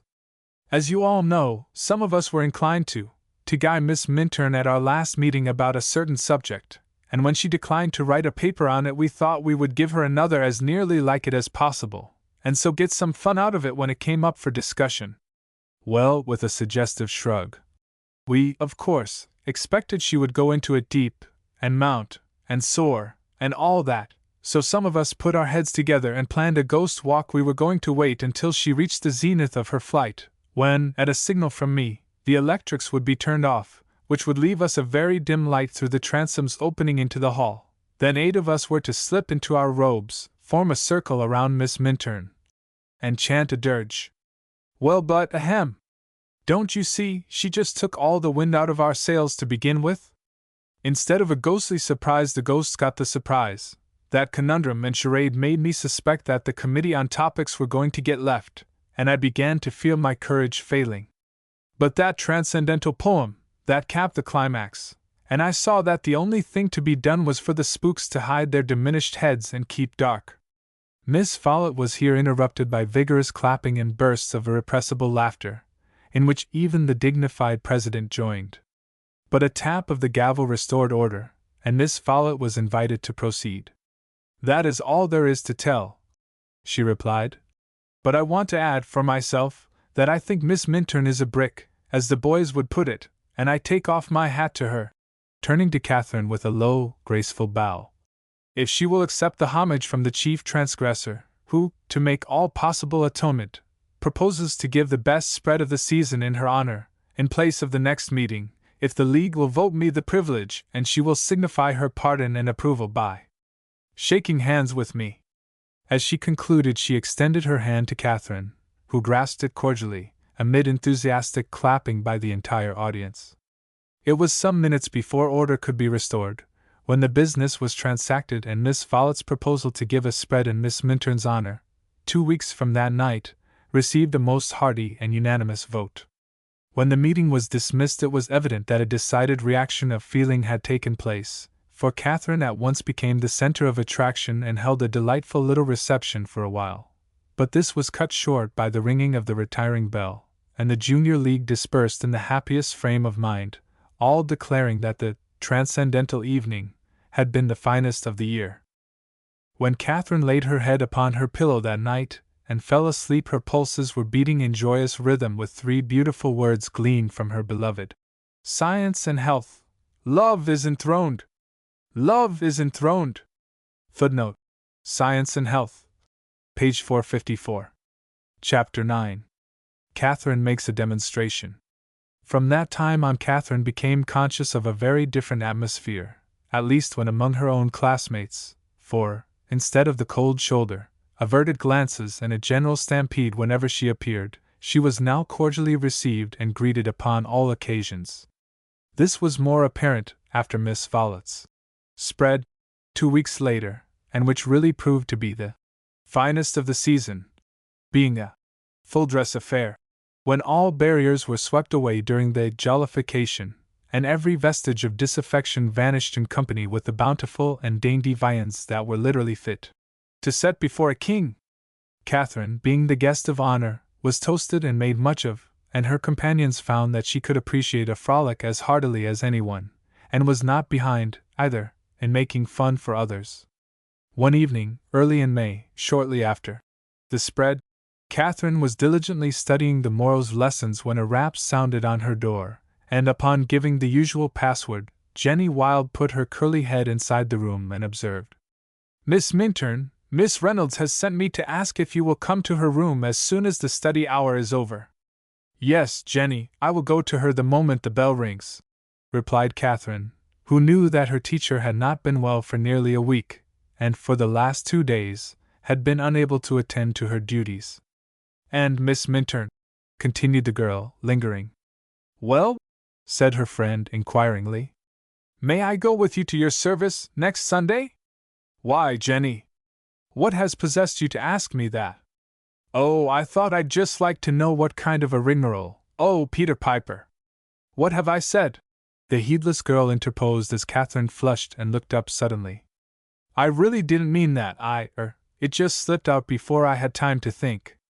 But truly, I would like to go with you. But you know it is against the rules for students to leave their own church. You would have to get permission of Professor Seabrook. Katherine returned. I don't want to ask him, said Jenny, with a shrug, adding, he need never know. No, Jenny, I cannot countenance any such disobedience, gravely replied her companion. And if it is only a matter of idle curiosity on your part, I think you had better wait until you are actuated by a more worthy motive. Jenny looked really distressed under this reproof. I'm afraid I've offended you, she began plaintively. I didn't mean to speak slightingly of your church, and I'm sorry. Don't be troubled, Jenny dear, I am not offended, said Katherine, smiling reassuringly. Of course, you understand that, to me, our service is very beautiful and sacred. I would dearly love to have you go with me in a proper way, but if you do not like to ask permission, you can wait until vacation, when you will not be hampered by school rules. All right, perhaps I will, returned Jenny, with a sly smile, then, with a friendly good night, she went away, and Katherine thought no more of the matter at that time. Half an hour later the 9 o'clock bell rang, and she repaired at once to Miss Reynolds' room. She found her teacher in bed, looking flushed and feverish, her throat badly swollen and swathed in flannels, while she was scarcely able to speak aloud. She smiled a welcome and held out her hand to the girl, who clasped it fondly as she sat down beside her. I suppose you would say it is nothing, whispered the woman, a little gleam of laughter in her eyes, notwithstanding her evident suffering. No, I should say nothing of the kind to you, said Katherine gravely. But I hoped that I should find you better. No, Kathy, a fond way she had adopted of late when addressing her. I have been growing steadily worse since last night. This afternoon I have been very ill, and Professor Seabrook sent me word by his wife, tonight, that if I am not better by morning he will call a physician upon his own responsibility. I don't want a doctor," she went on, after resting a moment. "For, since having those talks with you and learning something of your faith, I find myself shrinking from medical treatment." Katherine glanced involuntarily at the array of bottles on the table near her, and Miss Reynolds, observing it, smiled. "True," she said. "I have been dosing myself with every remedy that I could think of, while halting between two opinions, but nothing does any good, and I have come to the end of my rope, so to speak. That is why I have sent for you, Kathy, to ask you to treat me your way." Katherine flushed, and for an instant a sense of fear held her in its grip. With it also came the query: what would Professor Seabrook think of having Christian Science healing deliberately practiced in Hilton Seminary? Then she mentally declared, "There is no fear in love," and, where duty pointed the way, she would boldly walk therein. "Are you afraid to take hold of it?" her teacher inquired, as she observed her hesitation. "No, I am not afraid, for I know that God is supreme and never fails those who put their trust in Him," was the confident response. "But," Katherine continued, "are you sure you really want Christian Science treatment?" "Very sure, Kathy." "How about these?" And the girl glanced at the bottles. "And this?" touching the flannel about her throat. "Oh, I know they are of no use," said the sick woman, with an impatient sigh. "You may put the medicines all away, and I will take off the flannel. I am determined not to have a doctor and be laid up for 3 long weeks, if I can help it." "Very well, then I will do my utmost for you," said our young scientist, in a resolute tone. "I shall stay here with you tonight, but first I must go to tell Sadie and get my wrapper." "Ah, that is kind, you can sleep on the couch, and really, dear, I do feel too sick to be left alone," was the weary reply. Without further ado, Katherine sped back to her room, working mentally for her friend as she went, told Sadie her plan, and donned a loose wrapper. Then, taking her Bible and Science and Health, she hastened back to her patient. During her absence, Miss Reynolds had removed the voluminous folds from her neck, and now looked relieved as Katherine reappeared, prepared to care for her during the night. Katherine noiselessly removed the various bottles, tumblers, etc., from the table, laying her books in their place, and was on the point of sitting down to begin her work when there came a rap on the door. Upon answering it, she found Mrs. Seabrook standing without, a bowl of steaming gruel in her hands. "Oh, you are going to stay with Miss Reynolds tonight!" she exclaimed, her face lighting as she saw the girl in her wrapper. "I am very glad. I had intended doing so myself, for I know she should not be left alone. But Dorothy has just had a bad turn and I cannot leave her. How is she now?" she concluded, glancing towards the bed. "About the same as she has been all day." Mrs. Seabrook sighed anxiously. "I wish you would have a doctor," she said. "We shall insist upon it if she is not better in the morning. I have made her some gruel. Do make her take at least a part of it, for she has had no nourishment today." "Thank you, I will try, and do not worry, dear Mrs. Seabrook. I will take the very best of care of her, I promise you," said Katherine cheerily. "I know you will, you dear child, and you have removed a load from my heart already," returned the care-laden woman, tears springing to her eyes. Then she bade her good night and left her, whereupon Katherine locked the door, and, slipping quietly into a chair, began working vigorously for her friend. For more than an hour there seemed to be no change in her patient's condition. Indeed, if anything, the symptoms appeared to be aggravated. She tossed restlessly, the fever apparently increasing, while she called for water every few moments, but refused the gruel, saying she could not swallow it. 11 o'clock came, 1:30. Then the long tolling of the tower clock proclaimed midnight ere Katherine was able to detect the slightest sign of improvement. Then, as she responded to another call for water, she found that the fever had abated and there was a slight moisture in the palm of the hand, which she clasped for an instant. Another half-hour spent in alternate reading and work brought quiet, restful sleep. But the faithful sentinel on guard labored on, now reading from her precious book, then seeking help from the only source whence cometh all help and comfort, and never doubting that the answer to her prayer would eventually come. At 2 o'clock Miss Reynolds aroused and again called for water, then, after drinking thirstily, dropped restfully back upon her pillows. At 3 she awoke once more and asked for the gruel. "Kathy, I am better, the fever is gone, and my throat is not so sore," she said, smiling faintly into the earnest face looking down upon her. "That is certainly good news," Katherine returned, as she received the bowl half emptied of its contents. "Now go to sleep again, and I will lie down upon the couch." She lay awake, working, however, until the regular breathing from the bed told her that her patient was wrapped in slumber, when, assured that her toiling and rowing were over for the present, and God at the helm, she, too, dropped off, and knew no more until aroused by the rising bell at 6:30. She started up, but her companion slept on, and disliking to disturb her, she lay back and worked silently until the next bell, at 7:30, called to the morning meal. Miss Reynolds heard it also, turned over and looked at her companion, then sat up and involuntarily put her hands to her throat. An expression of astonishment swept over her face. "Katherine! Why, Katherine!" she exclaimed. "Where is it?" "Where is what?" inquired the girl, going to her side. "The swelling." "There is none," said Katherine, with a happy smile as she glanced at the white, shapely neck to find it in its normal condition. "Neither is there any soreness in my throat." "Child, I do not know what to think of it," said the woman, with a note of awe in her tone. "Think that God was a very present help in time of need," returned Katherine, with sweet seriousness and a slight tremble in her own voice. Miss Reynolds fell back upon her pillow, a thoughtful look on her face. But presently, glancing at the clock, she said, "Dear child, you must go for your breakfast, or you will be too late." "I will, but what shall I bring you afterwards?" "What may I have?" "Anything you like." "Truly?" "Certainly. Don't you remember what we were talking of last week, man's God-given dominion over all things? Well, it surpasses my comprehension, for I have always had to be careful what I ate after one of these attacks.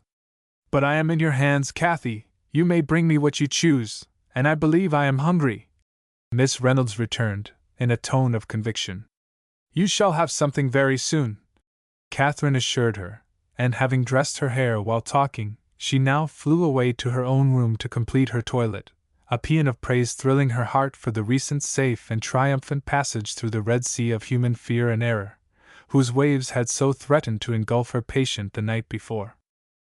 Breakfast was nearly over when she reached the dining room, but she slid quietly into her place and made a hurried meal, after which she sought the matron and gave her order for Miss Reynolds, saying she would wait and take the tray up to her.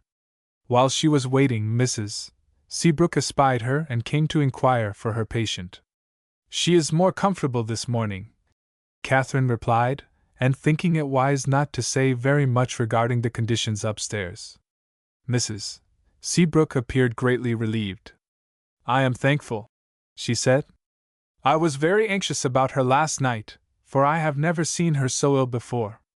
Poor Dorry is not as well, either, this morning," she concluded, with a weary sigh. A wave of compassion swept over Katherine's heart for this sweet, patient woman, who was so heavily burdened with her own cares, yet ever ready to do for others.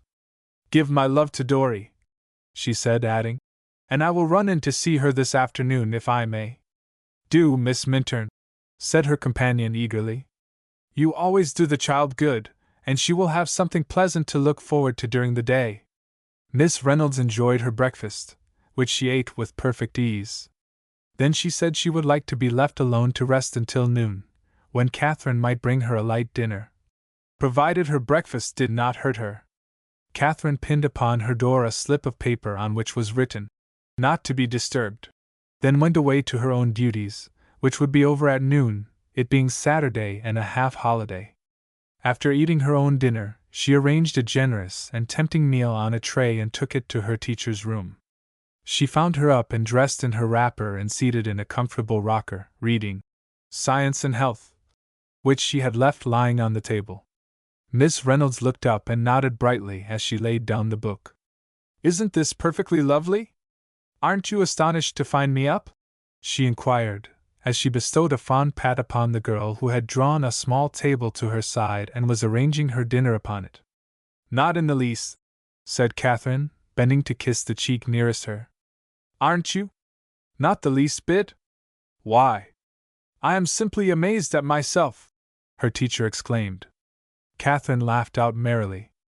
"I suppose you have heard of the woman who, on being told that the prayer of faith would remove mountains, prayed that God would take away the hill behind her house?" she queried archly. "Yes, and on looking out in the morning said, 'It's just as I expected. I knew it would be here just the same.' I know the story, and I see your point on lack of faith," said Miss Reynolds, echoing the girl's laugh. "But that is not the way Christian Scientists pray," Katherine observed. "Jesus said, 'All things whatsoever ye ask in prayer, believing, ye shall receive.' You are not quite like the woman who prayed for what she was sure she would not get, but you are amazed because you have received that for which we asked, which shows that you did not really expect it. But I must have had some faith, Kathy, or I would not have trusted myself to your treatment." "True, and that was your first step in Christian Science, which brought with it the proof of God's supremacy." "It certainly is a beautiful proof," Miss Reynolds earnestly returned.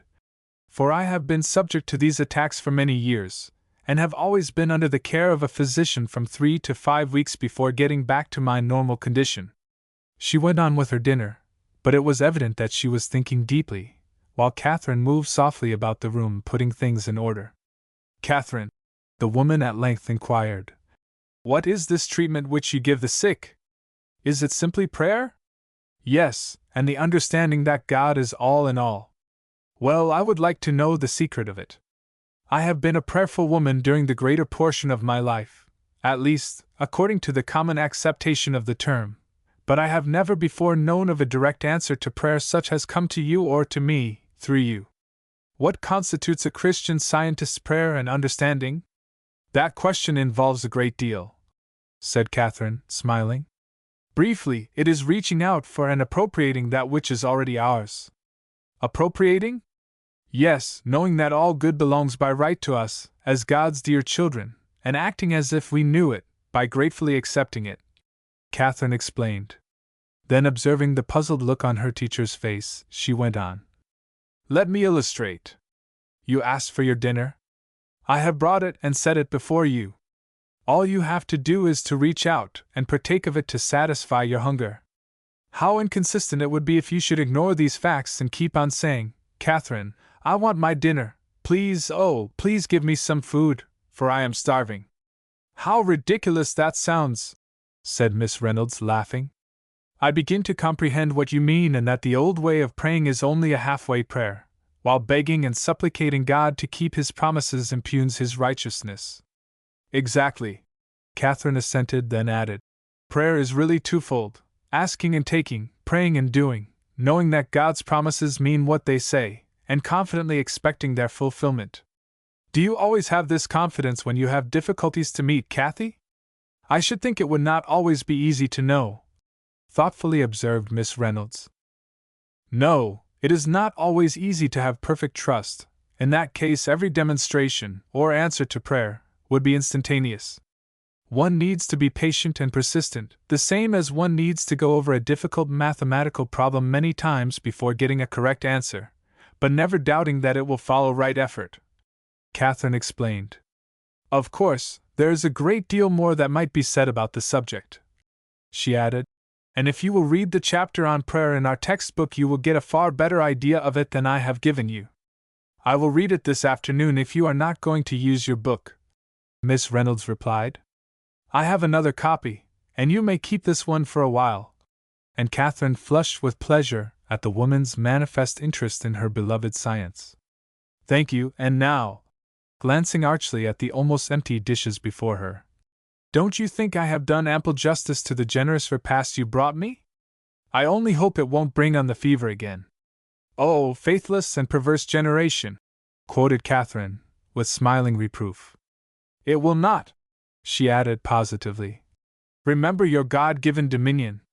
"I will try, dear.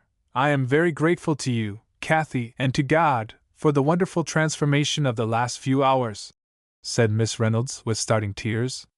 "If it were not for this feeling of weakness, I believe I could dress and go down to supper tonight."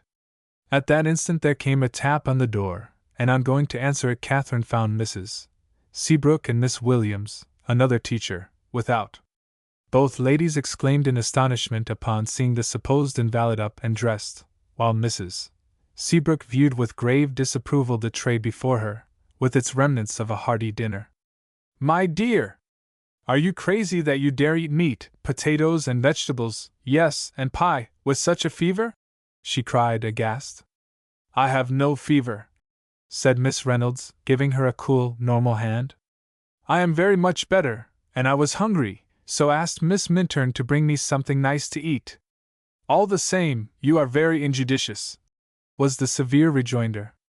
But the transgressor only smiled serenely and began to talk of other things, while Katherine removed the offensive tray, taking it below, after which she sought her own room. Chapter 10. Mrs. Seabrook's Problem. Katherine spent a while chatting with her roommate, after which she made some change in her dress, then sought Mrs. Seabrook's apartments to make her promised visit to Dorothy. The child was reclining on a couch and propped up by numerous pillows. She looked pale and worn from recent suffering, although, just then, she was comparatively comfortable. Professor Seabrook was sitting beside her, reading from an entertaining book, to pass the time during his wife's absence on her round of visits to the sick. Katherine flushed slightly as she entered the room, for, try as she would, she had not yet quite overcome a sense of reserve whenever she met her principal. His manner to her was always marked by the most punctilious politeness, but it was such frigid courtesy, and so entirely at variance with his affability during their first interview, that she also seemed to freeze when in his presence. The moment the door opened, Dorothy uttered a cry of joy, extending eager hands to her, and, after saluting Professor Seabrook, Katherine went to her side, a cheery smile upon her lips as she greeted her. "I'm so glad, Miss Minturn! Mamma said you were coming, and I've been watching the door ever since dinner." "Can you stay a long time?" exclaimed the girl, in glad tones. "Perhaps I am interrupting something interesting," Katherine observed, as she glanced at the book in the professor's hands.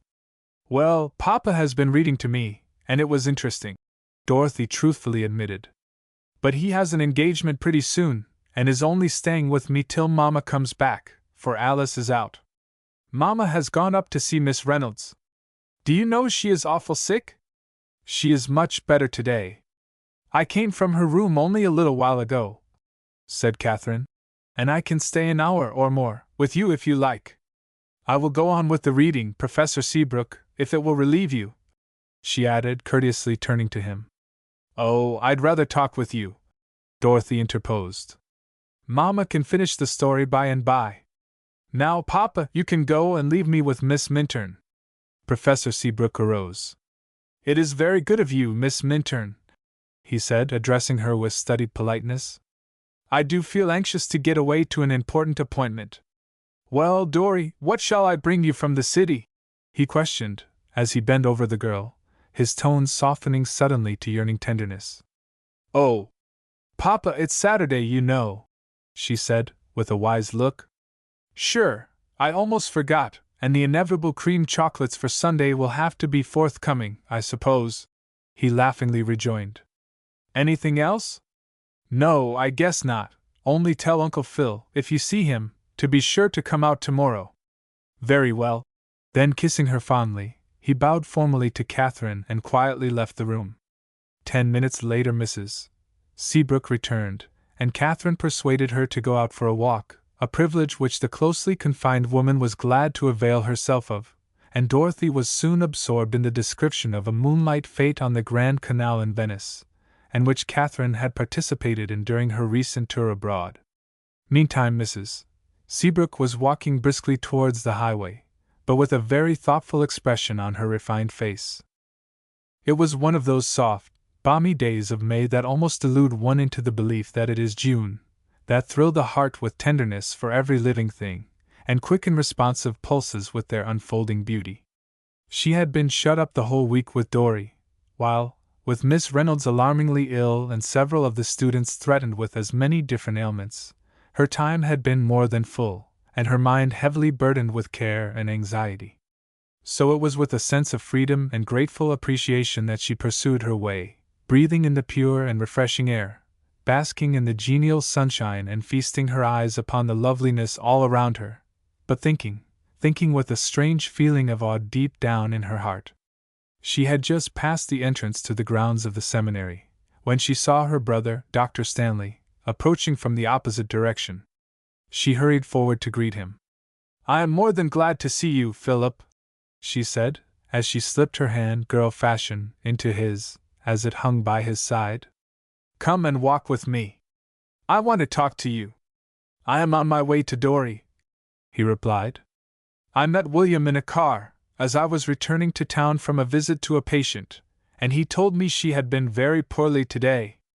So I took the next car back to see her. Yes, she had a very bad night, but has grown more comfortable within the last few hours. Miss Minturn offered to sit with her and let me out for a breath of air," his sister explained. "I owe Miss Minturn my personal thanks. But perhaps I ought to go on and take a look at Dorry," said the physician thoughtfully. "No, Phil, come with me. I am heavy-hearted, discouraged, and I need to be comforted," said the much-tried woman, the sound of tears in her voice. "Miss Minturn is very nice with Dorothy," she continued, struggling for self-control. "The child always seems happy and to forget herself when she is with her. Perhaps, though, you haven't time," she added, with sudden thought. "Yes, I have, Emily," the man gently replied. "And we will have one of our old tramps together. Come! Let us get as far as possible from that pile of brick and stone and its too familiar surroundings." And still holding her hand, swinging it gently back and forth, he led her along the road towards the open country. "What a strange world this is, Phil!" Mrs. Seabrook broke out, suddenly, after they had traversed quite a distance and talked of various matters. "Everything in it seems to be at cross purposes. Do you think so, Emily? Look!" The man checked her steps and pointed to the view before them. They had come to the brow of a hill, and there, spread out beneath them, was a valley teeming with luxuriant beauty that was a delight to the eye and full of exhilarating charm. Thrifty farms dotted the broad expanse as far as they could see, springing fields of grain, interspersed with verdant meadows, and rich pastures dotted with their feeding kine were suggestive of prosperous homes and husbandmen. Stretches of woodlands, with their sturdy trunks and vigorous branches, unfurled their banners of living green in varying shades and lent an air of dignity and strength to the attractive landscape. Here and there an apple orchard, with trees in full bloom, gave a dainty touch of color to brighten the whole, and a small river winding its glimmering way, like a rope of silver thrown at random, made a graceful trail over the scene, while above it all fleecy clouds, skimming athwart a sky of vivid blue, cast lights and shadows that could not have failed to thrill and inspire the soul of an old master painter. "I know, that is lovely! No, there are no cross purposes in nature, it all seems in perfect harmony," murmured Mrs. Seabrook, her eyes glowing with keen appreciation of the exquisite picture before her. "It is only poor humanity that seems all out of tune," she went on, the tense lines coming back to her face. "Oh, Philip! What is this mystery of suffering that we see all about us? If God is tender, and loving, and supreme, why is the world so full of it?" Dr. Stanley lifted the hand that he was still holding and laid it within his arm, drawing her closer to him with a tenderness which told her that he both knew and shared the heavy burden that weighed so heavily upon her heart. "Emily," he said, his eyes lingering upon the scene before them, "that is a question that I have often asked myself, especially during the last 2 years that I spent in those hospitals abroad, and witnessed the wretchedness they contained. And I suppose everybody has been asking it over and over for ages gone by. We have been taught that sin is the root of it all," he went on musingly. "That sin brought sickness and death. Then, as you say, if God is supreme, why doesn't He abolish the sin, or at least show humanity how to conquer it in a practical way, to overcome or lessen the results of sin? But no! The same tragedy is repeated with every generation, and seems likely to go on for ages to come. Sin! What sin could an innocent child like Dory be guilty of, to bring upon her the curse of torture that she has endured for the last 8 years? Cried Mrs. Seabrook, a note of intolerant anguish in her tones. I know you will say theology teaches that it is the hereditary sin of our first parents, but Philip, that is not fair nor just, it is not logical reasoning. I believe I am beginning to be very skeptical, for that argument hasn't a true ring to it. What human father or mother would torture their offspring simply because an ancestor, many generations ago, had committed a crime, however heinous? Oh, sometimes I am almost on the verge of declaring there is no God. That would bring chaos, I know, she added, with a deprecatory smile, as she saw her brother's brow contract. But it really does seem as if the pros and cons are disproportionate, the cons far outnumbering the pros, as far as poor humanity is concerned. Emily, you need change of scene, you are becoming morbid, said Philip Stanley, looking with fond anxiety into the somber eyes upraised to his. Change of scene would not remove the sword that hangs over me, for you know that where I go Dory must also go. Oh! Philip, do you believe that anything will ever permanently relieve that child of pain? Mrs. Seabrook cried, a sob escaping her quivering lips. I don't expect she is ever going to be straight like other girls. I only ask that she may be freed from suffering. Have you any real faith in that proposed operation, or even that she will live through it? You have been trying to build her up, but she appears to be running down instead. I know, dear, her case does seem to be very trying, although I see no especial cause for anxiety. I hope when the season is more advanced, and you go to the mountains she will improve more rapidly. But how would you like to change the treatment? And Dr. Stanley bent a searching look upon the troubled face beside him. Have someone else? Yes, try another specialist.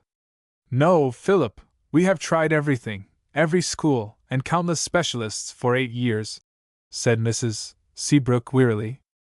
I have more confidence in you than in anyone else, for I know that you are putting your whole heart into the case, and yet… What is it, Emily? Do not fear to speak your mind freely, said her brother, encouragingly. Philip, what do you think of the Christian Scientists? Would it be too ridiculous to try their method for a while? She faltered, and flushing crimson. Dr. Stanley smiled. Has Dorothy been talking to you also about the miracles of 1900 years ago? He inquired evasively. No, what do you mean? He related his recent conversation with his niece on the subject, and told of his promise to read the scripture references she had given him. I kept my word, he said in conclusion, and became so interested that I read the account of every miracle that Christ and his apostles performed. Oh! Dory never tires of reading or of asking questions about them, returned Mrs. Seabrook. But that has had nothing to do with my thought. Something very queer has occurred during the last 24 hours. You remember I spoke to you yesterday regarding Miss Reynolds' illness? Yes, you thought her condition rather serious, I believe. Philip, she really was very ill. I was thoroughly alarmed about her. Always, before this, when she has had these attacks, she has been very willing to have a physician, but this time she flatly refused to let me call anyone. Last night she was worse than I ever saw her, and Miss Minturn took care of her. Ah! Ejaculated Dr. Stanley, in a peculiar tone. You know, perhaps, that Miss Minturn is a Christian Scientist? Said his sister, inquiringly. Yes. Well, I went to Miss Reynolds' room late last night, and truly, I came away in fear and trembling. I could not sleep well because of anxiety on her account. This morning, however, Miss Minturn told me, in her quiet way, that she was more comfortable. But you can imagine my astonishment when I went to see the woman, less than an hour ago, and found her up and dressed, having just finished a dinner of roast beef and vegetables, in fact, our regular Saturday menu, pie and all. What? With all that fever? Exclaimed Dr. Stanley, aghast. Well, that was the queerest thing about it, said Mrs. Seabrook, in a tone of perplexity. There wasn't a sign of fever about her, and the swelling of her throat was all gone. But for looking a trifle pale and hollow-eyed, she seemed nearly as well as ever. She would not talk of herself, though, she just evaded our questions, Miss Williams was with me, but ran on about Dorothy and school matters in general, as lively as a cricket. Now, putting this and that together, I am inclined to think that Miss Minturn had something to do with this wonderful change. What do you think? She concluded, turning to her brother with an eager look. I would not be at all surprised if she had, Dr. Stanley gravely observed. You would not be at all surprised. Then, Philip, you do believe in Christian Science healing, after all? Exclaimed his sister, almost breathlessly. No, I do not believe in it, and yet I know that strange, even marvelous, things are done in its name, Philip Stanley replied. Has Will never told you that I suggested we try it before having Dory submit to an operation? He added, after a moment of thought. No, he has never mentioned the subject to me. Well, I did. And then the young man proceeded to relate the incident that had occurred on the Ivernia during his return passage and his subsequent conversation with his brother-in-law. While I have no faith in it as a demonstrable science, he continued, and while there is much that, to me, seems absurdly inconsistent in what they teach, I am not so egotistical and obstinate as to utterly repudiate, with a supercilious wave of the hand, any method of healing that could do what I know was done for that suffering child last fall. And, my dear sister, I am sure I do not need to tell you that I would be willing to yield everything, go to any legitimate length to save our Dory from a trying ordeal, which, after all, might not bring the result we hope for. It is a question that remains to be proved, you know, he concluded gently. Do not think for a moment, he presently resumed, that I believe Christian Science could cure her. At the same time, I would not object to giving it a trial, making a test, to see if it would relieve her present suffering. Why not test it upon yourself, Phil? His sister abruptly demanded. The man started, then flushed. You refer to my imperfect sight? Yes, of course. You need it for nothing else. Pshaw! Emily, there is nothing that can mend a dislocated optic nerve, returned the physician, with an impatient shrug. They walked on some distance farther, both intent upon the subject which they had been discussing. Well, Philip, I am going to ask Will to try what it will do for Dorothy, Mrs. Seabrook at length asserted, in a resolute tone. Of course, if it is only mental treatment, it cannot do the child any harm, even if it does her no good. I hope you may succeed, dear, in winning his consent, her brother returned. He was rather short with me about it, and I could see that, for some reason, he was quite stirred up over the subject. I think it would be unreasonable to refuse to make a trial of it, after we have spent years fruitlessly testing other things, was the somewhat sharp reply. Then she added, as she turned her face towards home, I think I will have to go back now, Phil. I have been out nearly an hour, and I must not impose upon Miss Minturn. This walk and talk have done me good, though. I feel both cheered and refreshed. They walked briskly back to the seminary, chatting socially on various topics, and Dr. Stanley was glad to see a healthful glow upon his companion's cheeks and a brighter look in her eyes by the time they entered the building. They found Katherine reading the 91st Psalm to Dorothy, who was lying restfully among her pillows, with a look of peace in her eyes that was like balm to the mother's aching heart. The moment Philip Stanley caught sight of Katherine, he settled his chin with a resolute air, a sudden purpose taking form in his thought.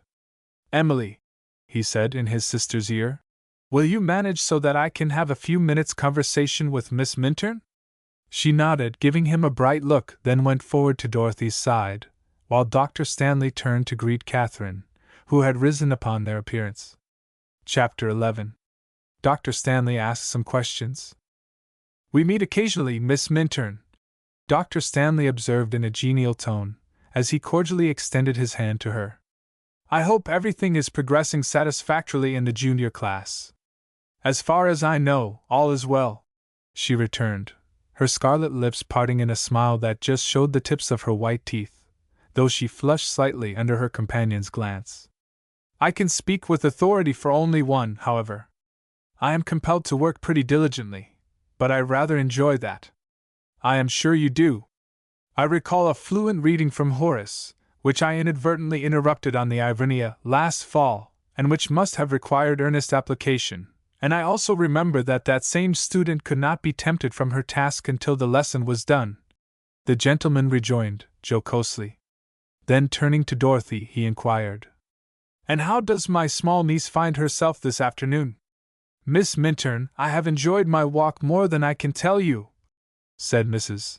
Seabrook, as she removed her hat and wrap, but wondering at the unaccustomed crimson in the girl's cheeks. "And now," she added, "if you have time, I would like to show you a portfolio of engravings which Professor Seabrook received last week from an old classmate who is now abroad." Katherine could never resist fine pictures, and followed her hostess into an adjoining room, where the portfolio was placed upon a table, and she was invited to inspect its contents at her leisure, Mrs. Seabrook excusing herself to prepare some nourishment for Dorothy. Katherine found many of the engravings to be copies of paintings by some of the great masters, and which she had seen, in various galleries, the previous summer. They were very finely executed, and she became so absorbed in them that she was unconscious of the presence of anyone until Dr. Stanley's smooth, cultured tones fell upon her startled ears. "That is a beautiful thing, Miss Minturn," he observed, bending nearer to look more closely at a copy of a section of the Creation as painted on the ceiling of the Sistine Chapel in the Vatican at Rome. "The foreshortening in perspective there is wonderful. Michelangelo was the master of them all. Of course, you have seen many of the wonders of that great storehouse of art?" "Yes, Mamma, and I spent a great deal of time in the Vatican." "What a treasure vault it is!" Katherine replied, and then, as she turned other pictures to view, they fell to talking of scenes familiar to them both. At length she came upon a reproduction of the healing of the lame man by Peter, at the Gate Beautiful, of the Temple in Jerusalem. It was full of strength and life, as well as of touches of beauty and pathos, and the girl's face lighted with keen appreciation as she saw it. "That is a queer story," Dr. Stanley observed, and eagerly seizing the opportunity for which he had been waiting. "Queer?" repeated Katherine, inquiringly. "Yes, it seems so to me. Do you believe that man, Peter, I believe, was his name, performed that cure instantaneously, as related?" "No, but God did, working through him," said Katherine. "You firmly believe that such an incident really occurred?" "I certainly do." "And you just as firmly believe that such healing can be done now?" The girl lifted a quick, searching look to her companion, half expecting to see the skeptical curl, which she so well remembered, wreathing his mobile lips. But instead she found herself looking into a pair of grave, earnest blue eyes, and there was no sign of levity or derision in the fine face. "Yes, it has been done many times during the last 30 years, she quietly replied. "Do you speak from actual knowledge or only from hearsay?" "Both. I know of 2 cases, and my mother could tell you of several others." "Do you believe that Dorothy could be healed? Made straight and well?" "Oh, Dr. Stanley!" Katherine breathed, with luminous eyes. "Yes, indeed." "Yes. Will they try the science for her?" "Oh, how I have yearned to have that dear child made whole!" Her face was so radiant with hope, yet so softly tender and so beautiful, the physician was deeply moved. "I cannot say as to that," he replied. "But will you tell me, Miss Minturn, what, in your method, heals the sick?" "God, the power that created the universe and holds it in his grasp, who spake and it was done." "Ah, but that is so vague, so intangible, I cannot comprehend your meaning," said the man, with an impatient shrug of his broad shoulders. "I do not doubt the existence of God," he continued, "nor his omnipotence, for I believe that the Creator must have all power over his own creation. But how can suffering humanity avail itself of that power? If I could grasp that, if I was sure it could be done by a really scientific process, I would never again prescribe a drug or touch a surgical instrument." He spoke with evident emotion, almost passionately, for they could hear Dorothy sobbing, from the returning pain, in the other room, and with all his learning and experience, the man had a heart-sickening sense of discouragement in view of his own and others' helplessness to cope with that demon of torture which was surely destroying his niece, and, indirectly, wearing to a shadow his only sister. "You say you believe in God, that you do not doubt his power, But is that statement of your attitude quite true, Dr. Stanley? Katherine gently inquired. If you really believed it, if all who claim that they have faith in an omnipotent God really believed it, would you or they ever assume that drugs or surgical instruments were needed to assist God to do His work? Jove! That is an argument that has never occurred to me before, Philip Stanley exclaimed. But, he went on doubtfully, the curse came, and man was driven to do something to mitigate it, and it has been conceded, all down the ages, that these same doctors and material remedies are agencies that were required and provided by an all-wise providence for that purpose. Yes, man, in his arrogance, has claimed that, and so has practically denied the omnipotence of God. But this same God has said over and over, Whatsoever ye ask ye shall receive, and come unto me all ye that are weary and heavy laden, and I will give you rest. But he has never said, Ask to be healed of disease, and I will send you doctors, to experiment with drugs, roots and herbs, and mechanical appliances. Or, if ye are worn out with care and heavy laden with suffering, they shall build you costly sanitariums, wherein to rest and be treated, but only the rich or a favored few may avail themselves of these. If these remedies or retreats were infallible and could reach all mankind, there might be some plausibility in such arguments, but such is not the case, as you must know. Where, in God's Word, which is conceded to be the guide for humanity, do you find authority for them? Katherine inquired, in conclusion. You have me there, Miss Minturn, rejoined her companion, with a quizzical smile. Honesty compels me to confess that I have not been much of a Bible student, at least of late years. But allow me to say that your arguments against doctors, drugs, and hospitals are very quaint, not to say convincing, he added, with an amused laugh.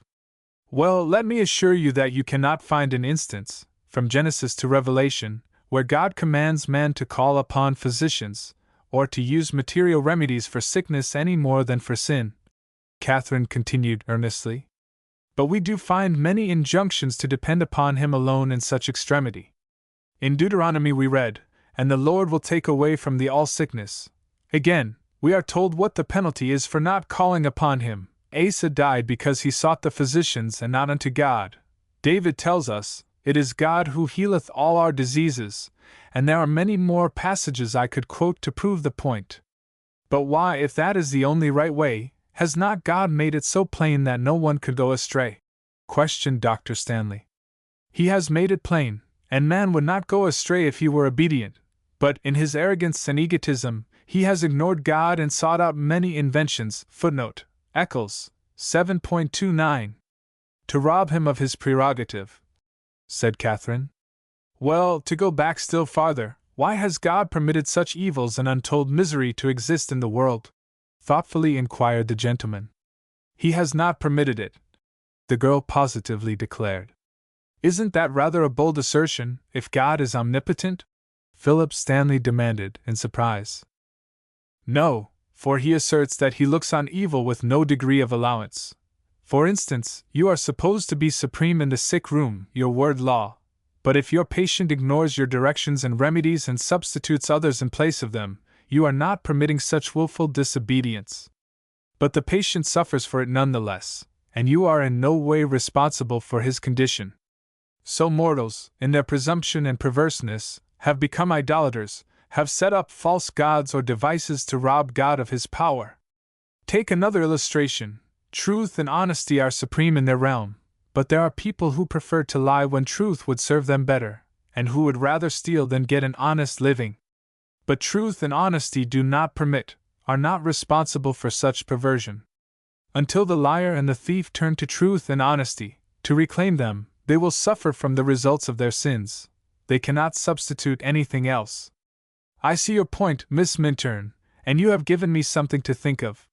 You argue, too, like a veritable doctor of divinity, said Dr. Stanley, with a smile. Oh, no, I do not, retorted Katherine, with a roguish gleam in her brown eyes. For let your doctor of divinity get sick and he will argue for material remedies every time. That is true, and my intellect, my education and experience prompt me to reason from the same standpoint, was the grave response. My professional pride also cries out absurd. Impossible! Impractical, but I dearly love that little girl in there. And the man's voice grew gentle as a woman's and trembled in spite of his manhood, as he glanced towards the adjoining room.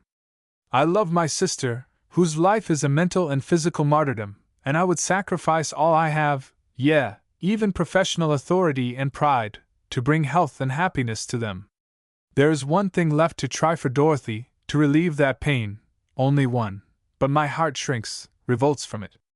That is why I have sought this conversation with you, Miss Minturn, hoping to get a little insight regarding your methods, and while I do not grasp the so-called science of it at all, I am impressed that you scientists have something that we physicians have not.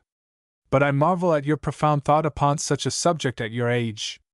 You would not marvel at my ability to elucidate a difficult problem in trigonometry? Said Katherine, smiling. No, for that would be a natural outgrowth of your education. Yes, and the same argument holds good regarding what we have been talking of, was the quick response. I have been taught it from my youth up, and although I know but very little of Christian science, for it is infinite, yet what I have learned I know just as clearly as I know certain statements in the history of the United States. Yes, far more clearly, she interposed, with a little laugh. For I am obliged to take the historian's account for granted, in part, while I can demonstrate, prove Christian science for myself. Dr. Stanley's shapely brows were arched ever so slightly at this assertion. Have you ever done any healing, Miss Minturn? He inquired. Have you ever cured anyone of a severe illness? Katherine flushed under his glance and question. A person cannot be said to know very much about mathematics unless he is able to demonstrate mathematical problems, she observed, after a moment of hesitation. I see. You mean that anyone who acquires the principles of Christian science can demonstrate it by healing the sick? Yes. It is the Christ science, or the science of Christianity, as demonstrated and taught by Jesus, who said, "The works that I do shall ye do also if ye believe in me." So anyone who conscientiously investigates it, from an honest desire to know the truth, will grow into the practice of it. Miss Minturn, do you believe that you could help Dorothy? Earnestly inquired Philip Stanley. I know that she could be helped under right conditions, and I feel sure that my mother's understanding is sufficient to meet the case. She thoughtfully returned. Under right conditions, what do you mean by that? Dorothy would have to be willing to be treated, and the consent of Professor and Mrs. Seabrook would also be necessary. Then nothing could be done for her by your method except under those conditions? And Dr. Stanley's tone conveyed a sense of disappointment. No, it would not be right. It would be interfering where one would have no authority to intrude. But it would be doing good. That is always justifiable, is it not? Even if the child could be given but one night's peaceful rest to prove its efficacy. Some physicians believe in hypnotism. Do you? Katherine inquired, with apparent irrelevancy. Well, under certain circumstances, it might be employed to advantage, but, as a rule, I am opposed to it. We utterly repudiate it as a very dangerous and demoralizing practice. But, Dr. Stanley, would you think it right, under any circumstances, for a person to hypnotize you without your consent? Indeed, I would not. It would be a dastardly act, emphatically declared the physician. On the same principle, Christian scientists feel that they have no right to treat, or try to influence anyone mentally, even to do good, without permission. Katherine explained, as she arose, thinking, perhaps, enough had been said on the subject. Just one moment, please, Miss Minturn, said the gentleman, detaining her. There is one thing more I would like to speak of. Will you kindly look me directly in the eyes? Somewhat surprised, Katherine turned her glance upon his and looked searchingly into those fine eyes so deeply blue, but flushing as she did so. Can you detect any difference in them? He questioned. No, I cannot, she said, and knowing now why he had asked it, for she remembered what Miss Reynolds had told her. Well, there is, he affirmed. For I am blind in my left eye, although scarcely anyone would observe it. At least I can only discern light from darkness. It was caused by an accident when I was a child. Do you believe, Miss Minturn, that normal sight could be restored to that eye? I know that it could, Katherine began. Yes, of course, you know that God has power to restore it, her companion interposed. But do you believe any practitioner would take my case and encourage me to hope for such a result? Assuredly, said the girl, with unwavering confidence. Truly, your faith is unbounded, Philip Stanley observed, with a smile in which there was a glimmer of skepticism. I wish it could find an echo in my own heart, for I would give a great deal for so priceless a boon. But where do your practitioners go to learn their method? To our textbook, Science and Health, that little leather-covered book I used to see you reading on shipboard? Yes, it contains the whole of Christian Science, and Dr. Stanley, with a significant nod, he who will may read. I understand, with a responsive laugh. One has to put forth individual effort in order to acquire valuable knowledge. Pray pardon me for detaining you so long, and possibly I may ask to talk with you further after I have consulted my sister and her husband. Really, Miss Minturn, he interposed in a deprecatory tone and flushing with a sense of the incongruity of his position. I am afraid I am rather faithless, but something impels me to suggest that a trial be given the science treatment before the adoption of severe measures. Good afternoon, and thank you for your courtesy and patience. He shook hands cordially with her, then bowed himself away. Chapter 12. Professor Seabrook's Ultimatum and Broken Rules. Dr. Stanley, after sitting a while with Dorothy, to watch the effect of a remedy given to relieve her suffering, went directly back to the city, wearing a very thoughtful face. Upon reaching his office, and finding no one awaiting him, he picked up a book from his desk and went out again, directing his steps towards the public library. Arriving there, he searched the catalogue and, at length, finding the title he desired, wrote the number on his card and presented his book to be exchanged. When the wished-for volume was handed to him, he opened the cover and glanced at the title page, reading therefrom, Science and Health, with Key to the Scriptures, by Mary Baker G. Eddy. A peculiar smile, in which there may have been a trace of self-contempt, wreathed his lips as he slipped it under his arm, and then made his way from the building. He stopped at a cafe nearby and partook of a light meal, after which he returned to his office and read from his book as long as daylight lasted, without once laying it aside. Then, lighting a student lamp, he became absorbed again, reading on until the clock struck 10. There is much I do not understand. Much I cannot grasp, he exclaimed, a note of impatience in his voice, and the perplexing work was tossed somewhat irreverently upon the table. It so radically reverses preconceived ideas and opinions, it seems so abstruse, vague, and intangible, it irritates me. And yet, in the light of what Mrs. Minturn and her daughter have told me, I believe I have caught a glimpse, here and there, of the meaning of some of its statements.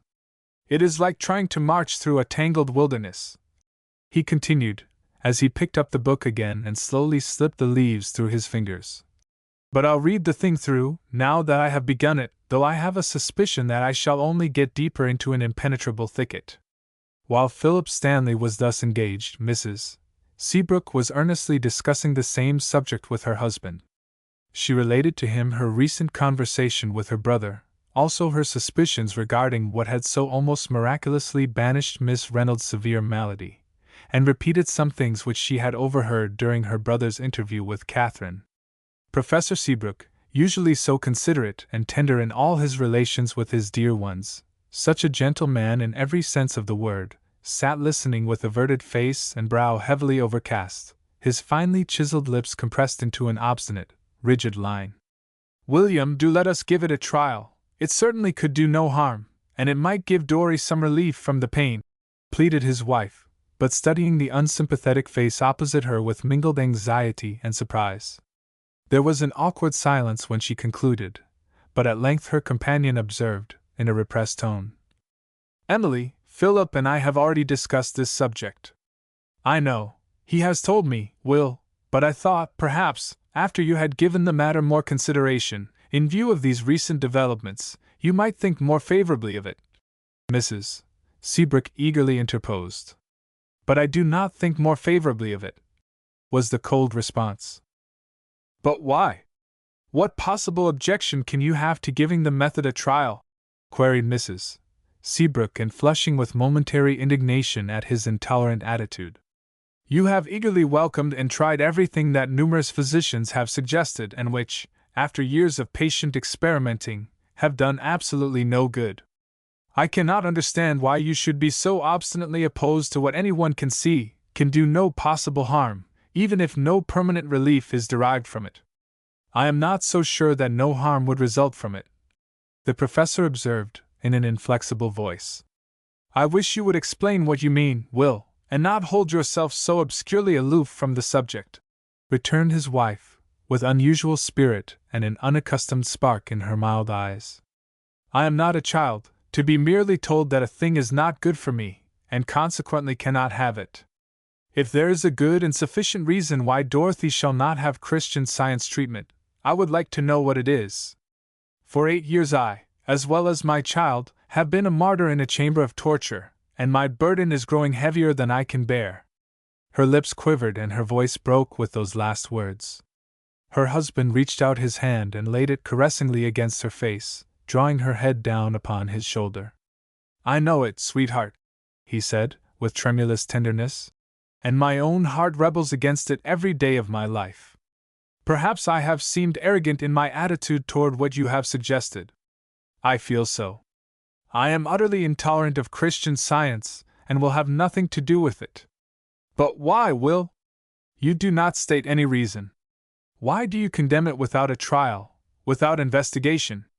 You know nothing about it, dash. I know all I wish, the man interrupted, with curling lips. I have never mentioned the fact, but I have read the Christian Science textbook and have found it to be a conglomeration of the most absurd statements, theories, and contradictions it has ever been my lot to peruse. As a matter of principle, as a Christian, I abjure its teachings, for they are diametrically opposed to my religious views, and as a D.D. and a Ph.D. I feel that I should be subjecting myself to the rankest criticism and ridicule were I to give it countenance in any way whatsoever. I do not stand alone in my attitude by any means, for the book has been discussed in our Philosophical Association, which, as you well know, is composed of some of the brightest men and most profound thinkers in the state, and it was utterly repudiated and denounced as fallacious and unchristian in its teachings, and calculated to do inestimable harm. The idea of an obscure woman setting herself up as a reconstructor of the religious faiths of the world. It is simply the height of presumption and absurdity, he concluded, with considerable heat. But when you think of it, how much better it would be if there was only one Lord, one faith, and one baptism in the world, instead of hundreds. How is anyone to know which is the right one? Said Mrs. Seabrook thoughtfully. We claim to be Presbyterians, but we can offer no proof that our creed is better than any other, while the Christian Scientists claim that their healing proves their religion to be the Christianity taught by the Master. Yes, they claim a great deal, but they want to overturn altogether too much for me to accept it, dryly observed her husband. But they maintain that it is founded on the Bible. True, and that is wherein it is most harmful. It is the false teaching calculated to deceive the very elect. Emily, it irritates me to talk about it. Let us drop it, please. And with a frowning brow the man arose and restlessly paced the floor. Then you will not consent to try the healing for Dorothy?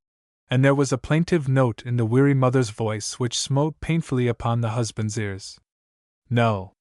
That ended the conversation, and with a heavy heart Mrs.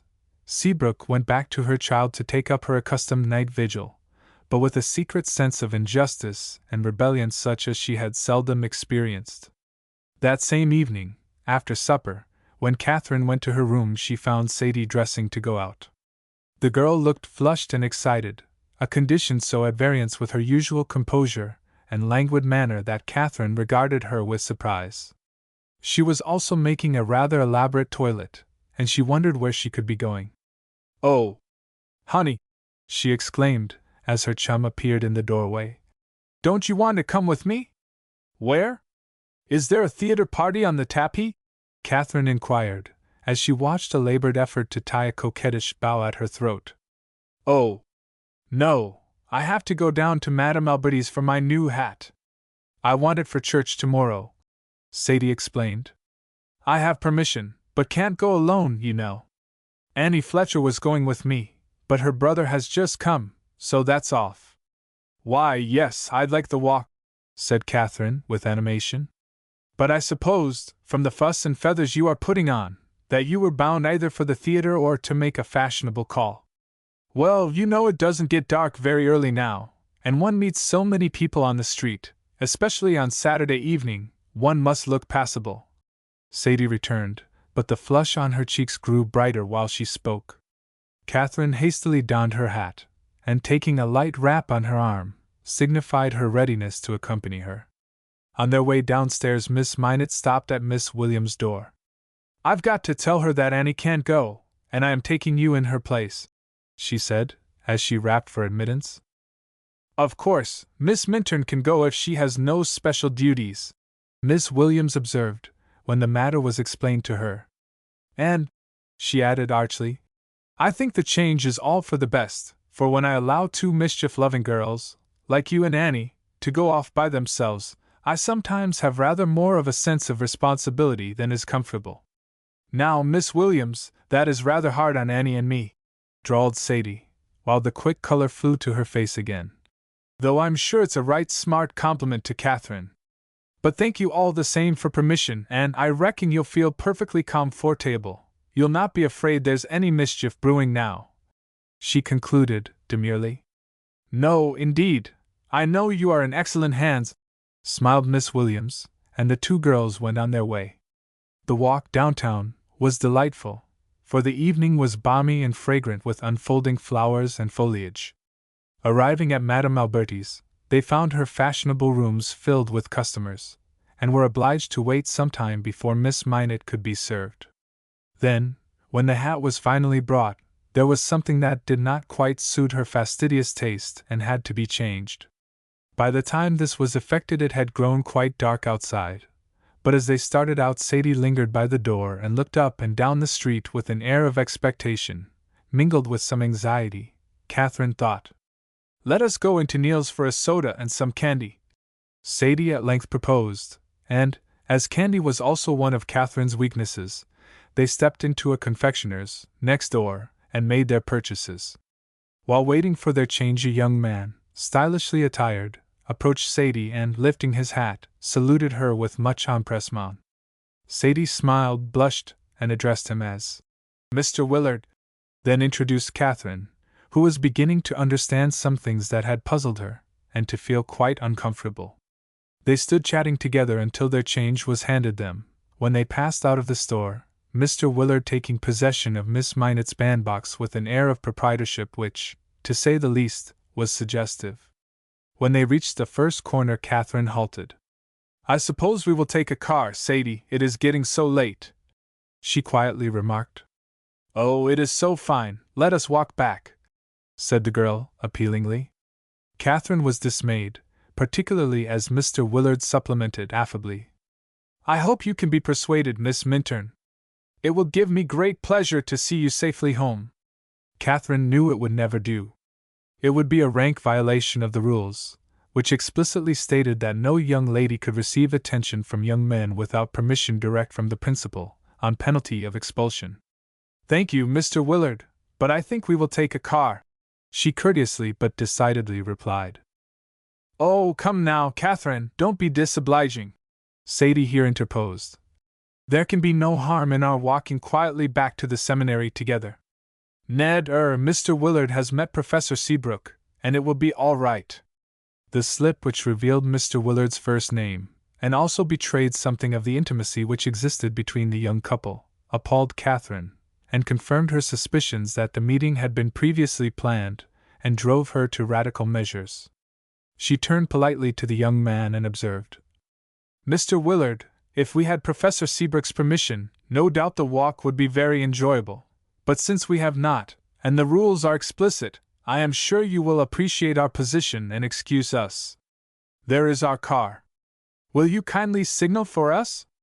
Of course there was nothing for the gentleman to do but obey, which he did with an icy "Certainly, Miss Minturn, and pray pardon my intrusion." They were obliged to wait a moment for some people to alight, and during the delay Katherine heard him say in an aside to her roommate, "Next time, Sadie, don't bring a prude with you." "Next time," Katherine repeated to herself, with a heart bound of astonishment. These meetings, then, were of frequent occurrence, and there was no telling what regret and disgrace her friend was storing up for herself, for it was only a question of time when she would be found out. Of course, she could not talk the matter over with her on the car, but when they alighted and were entering the school grounds she felt she must speak a word of caution. "Sadie, did you have an appointment to meet Mr. Willard tonight?" she inquired. "Well, suppose I did," was the defiant retort.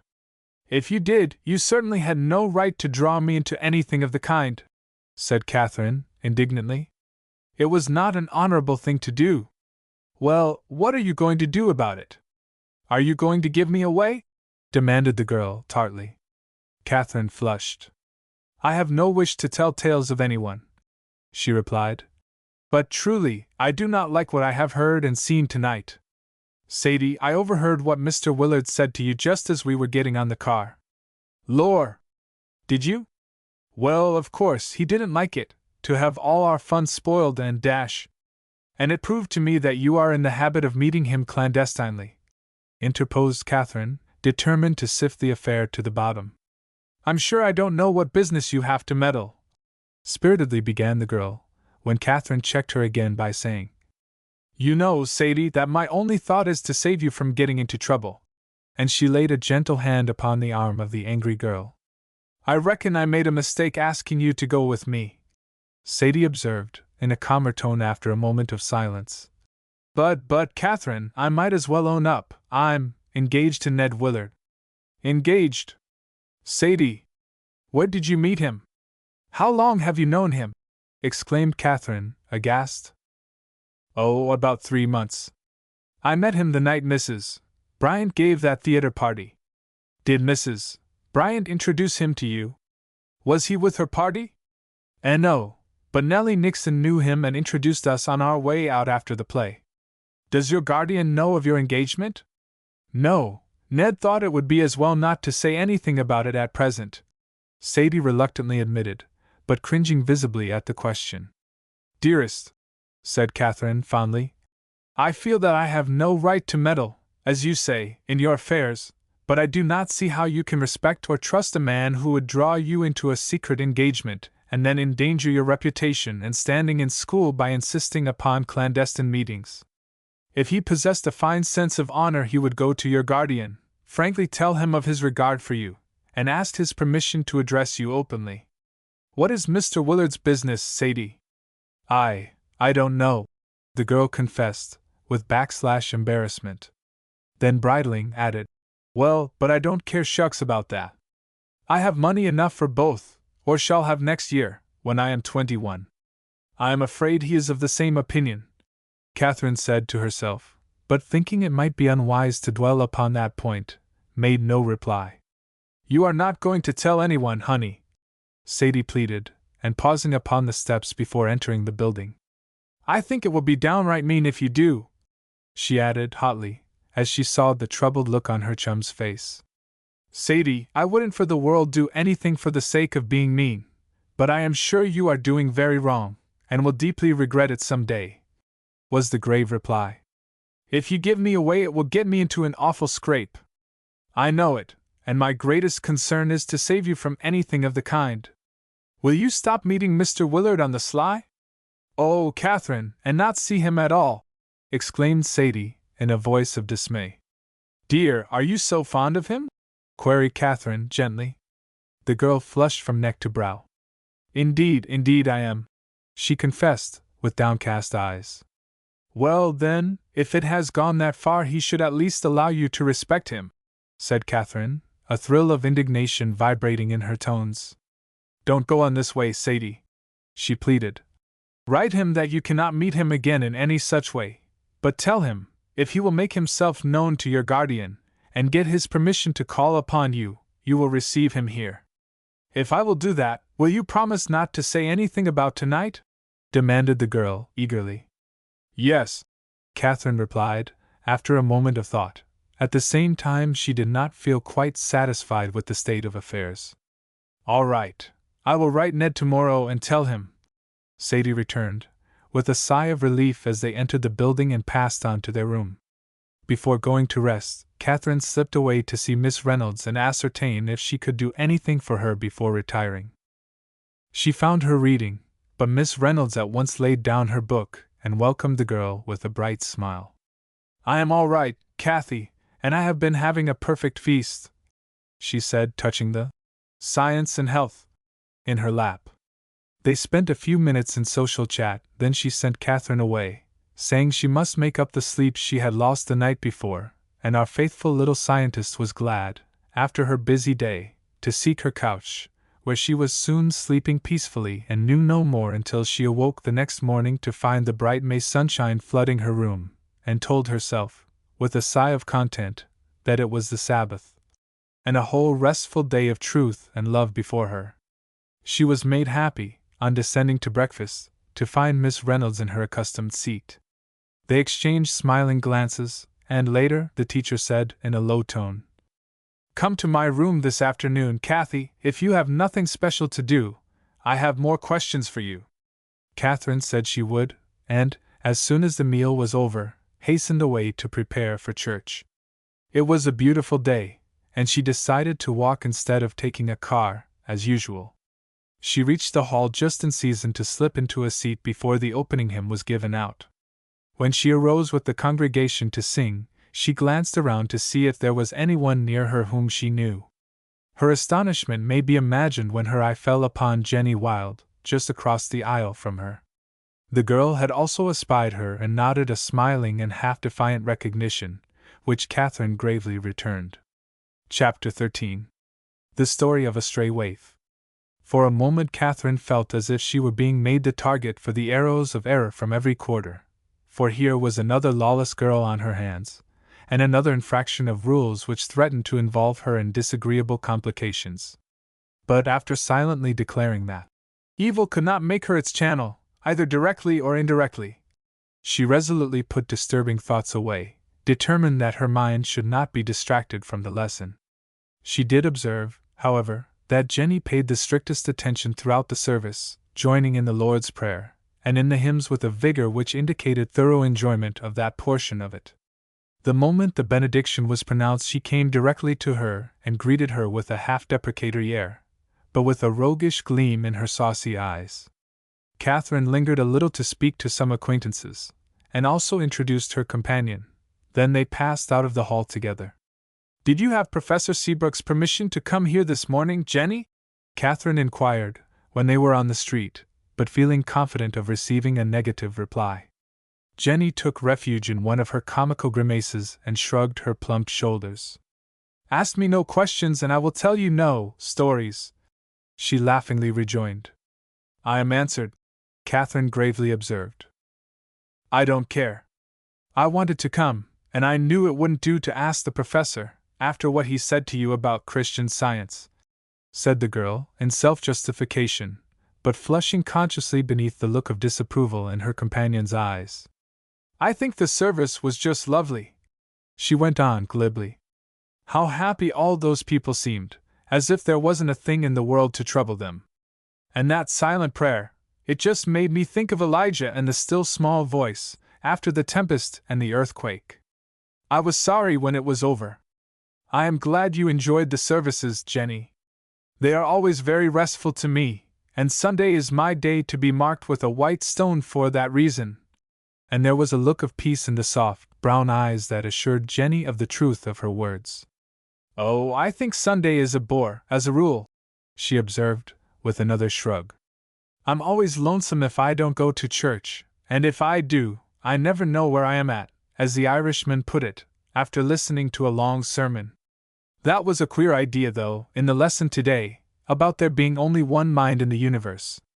Where do you get your authority for that, Miss Minturn? There is but one God, who is spirit or mind, and he is omnipresent," Katherine explained. "What are you going to do with us, then? I mean your mind and mine? This mortal mind is only a counterfeit." "A counterfeit of what?" "Of the one mind, or the divine intelligence. The same as gas and electric light are counterfeits of real light from the sun, or the one source of light. But oh dear! I am talking science, Jenny, and Professor Seabrook said I must not," said Katherine, cutting herself short. The idea of trying to bridle anyone's tongue, in any such way, in this free country, cried Jenny, aggressively. But that lady read from the Bible that there is nothing covered that shall not be revealed, either hid that shall not be made known. Then the man reads something about it being a law of God for truth to uncover error. Do you believe that, Miss Minturn? Yes. Do you scientists really know how to find out anything that is hidden or secret? Eagerly inquired the girl. I think I don't quite catch your meaning, Jenny. I'll tell you why I asked you that, she replied, an intense look in her dark eyes, her cheeks flushing crimson. Perhaps you have heard something about me, that I am a kind of waif? Yes, I have, dear, Katherine admitted. Well, it is true, and I'll tell you all about it, was the confidential rejoinder. My aunt, she taught me to call her so, though she isn't related to me in any way, was traveling from Kansas City to Chicago, about 16 years ago, and there was a terrible accident. Auntie was in a rear car and wasn't hurt in the least, but the first and second sleepers were completely wrecked. A good many people were killed, and others so badly injured they didn't live long. As soon as Auntie could pull herself together, she went out to see if she could help anybody, and she found me, a little tot only a year old, screaming in the gutter beside the track. She took me back into her car and looked me over to see if I was injured, but aside from a few bruises and scratches, I appeared to be all right, and after a while, she quieted and soothed me to sleep. Then she went out again to try to learn to whom I belong, but she could not get the slightest clue, and everyone said the person or persons I was with must have been among the killed. She advertised, and the railroad officials made every effort to find my friends for a long time, but nothing ever came of it. Auntie began to grow fond of me, and said she would never let me go until she had to give me up to my own folks. Of course, they have never been found, and so I grew up with her. But wasn't there anything about you by which you could be identified? Inquired Katherine, who had been deeply interested in the pathetic story. Nothing but a string of amber beads with a queer gold clasp, and with the initials A to M, A, J, engraved on the back of it. Now, do you think that Christian Science could solve such a riddle as that? Demanded the girl, in conclusion. Katherine smiled faintly. There is nothing of clairvoyance in Christian Science, dear, and that is a hard question to explain to you, she said. I mean difficult to answer so that you would clearly understand me. But it is sufficient for every human need, and very wonderful things have been demonstrated through the right comprehension of it. I know of men who govern their business by it, and who have solved some very perplexing problems. But I am talking again, she exclaimed, and breaking off suddenly once more. Oh, if I could only find out who I am, I'd be a Christian Scientist, or anything else, cried Jenny, with tears in her eyes, but gritting her teeth to keep the drops from falling. It is dreadful to feel yourself to be such an enigma. Think of it. To have your identity lost. I get awfully worked up over it sometimes. Auntie is a dear, and I love her with all my heart, for she has been an angel of goodness to me. She isn't very well off, but she wanted me to have a first-class education and be with nice girls. So, after talking with Professor Seabrook, she said if I would be willing to work for a part of the expense she would try to make up the rest. How perfectly lovely of Miss Wilde, said Katherine earnestly. And you, too, Jenny, deserve great credit for your own efforts to get a good education. But what? I wonder if I may say it? Mused Katherine doubtfully. Jenny slipped her hand within Katherine's arm and gave it a fond little hug. Miss Minturn, I've loved you ever since the day you came to Hilton. You are a dear, you have been just as kind as you could be to me, and you may say anything you like, she impulsively returned. Thank you, that is giving me a good deal of license, was the laughing response.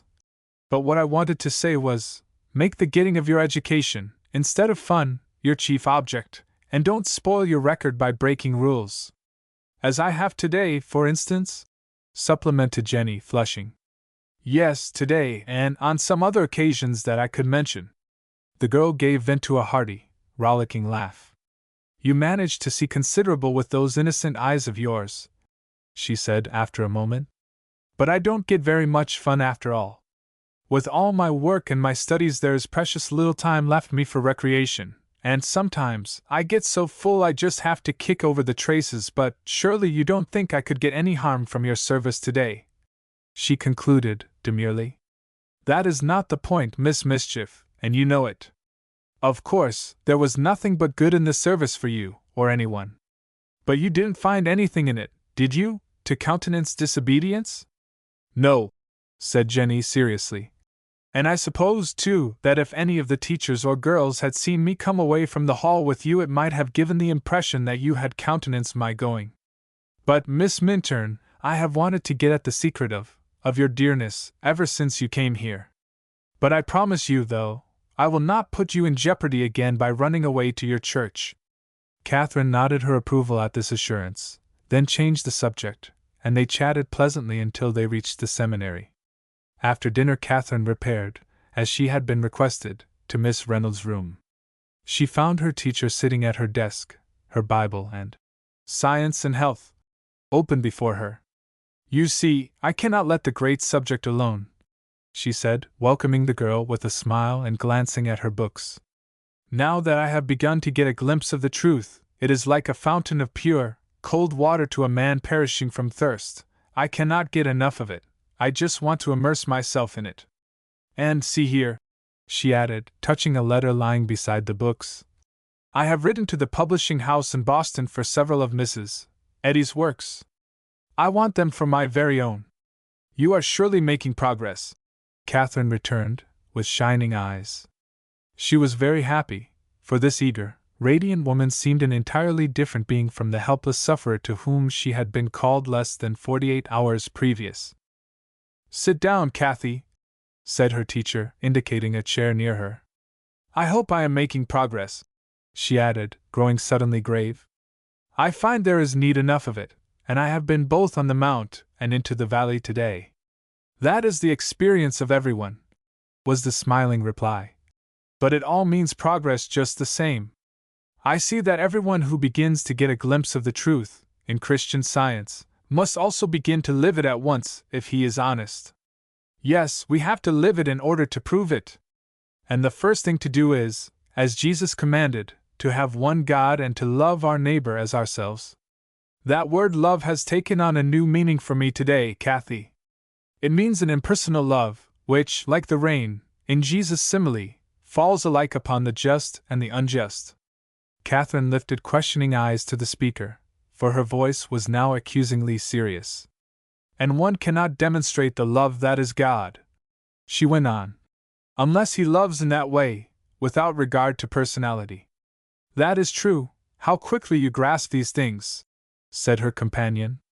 "Ah, but I have grasped something, with this, that is not at all agreeable," said the woman, with a peculiar glitter in her eyes which the girl had never seen there before. "How so?" "Pardon me, though, I should not have asked that," corrected Katherine, flushing. "But I am going to tell you all the same," said Miss Reynolds. 10 years ago my father died. He was supposed to be a rich man, but when his affairs were settled my mother and I were left with almost nothing. His partner represented that the firm was heavily involved, but said if we would sign our interest in the business over to him, for a certain amount, he would perhaps manage to pull through and save us the expense of having things adjusted by law. We were not at all satisfied with the state of affairs, but we were helpless, as we had no money to spend in litigation, and we were forced to accept his terms. He made over to us a small house on the outskirts of our town, together with a mere pittance, which barely served to support us until I secured a position as teacher. I have taken care of my mother and myself ever since. But that man and his family have never abated their style of living one whit, and are today rolling in luxury. There can be no doubt that we were robbed of a fortune, and yet there was no possible way of proving it.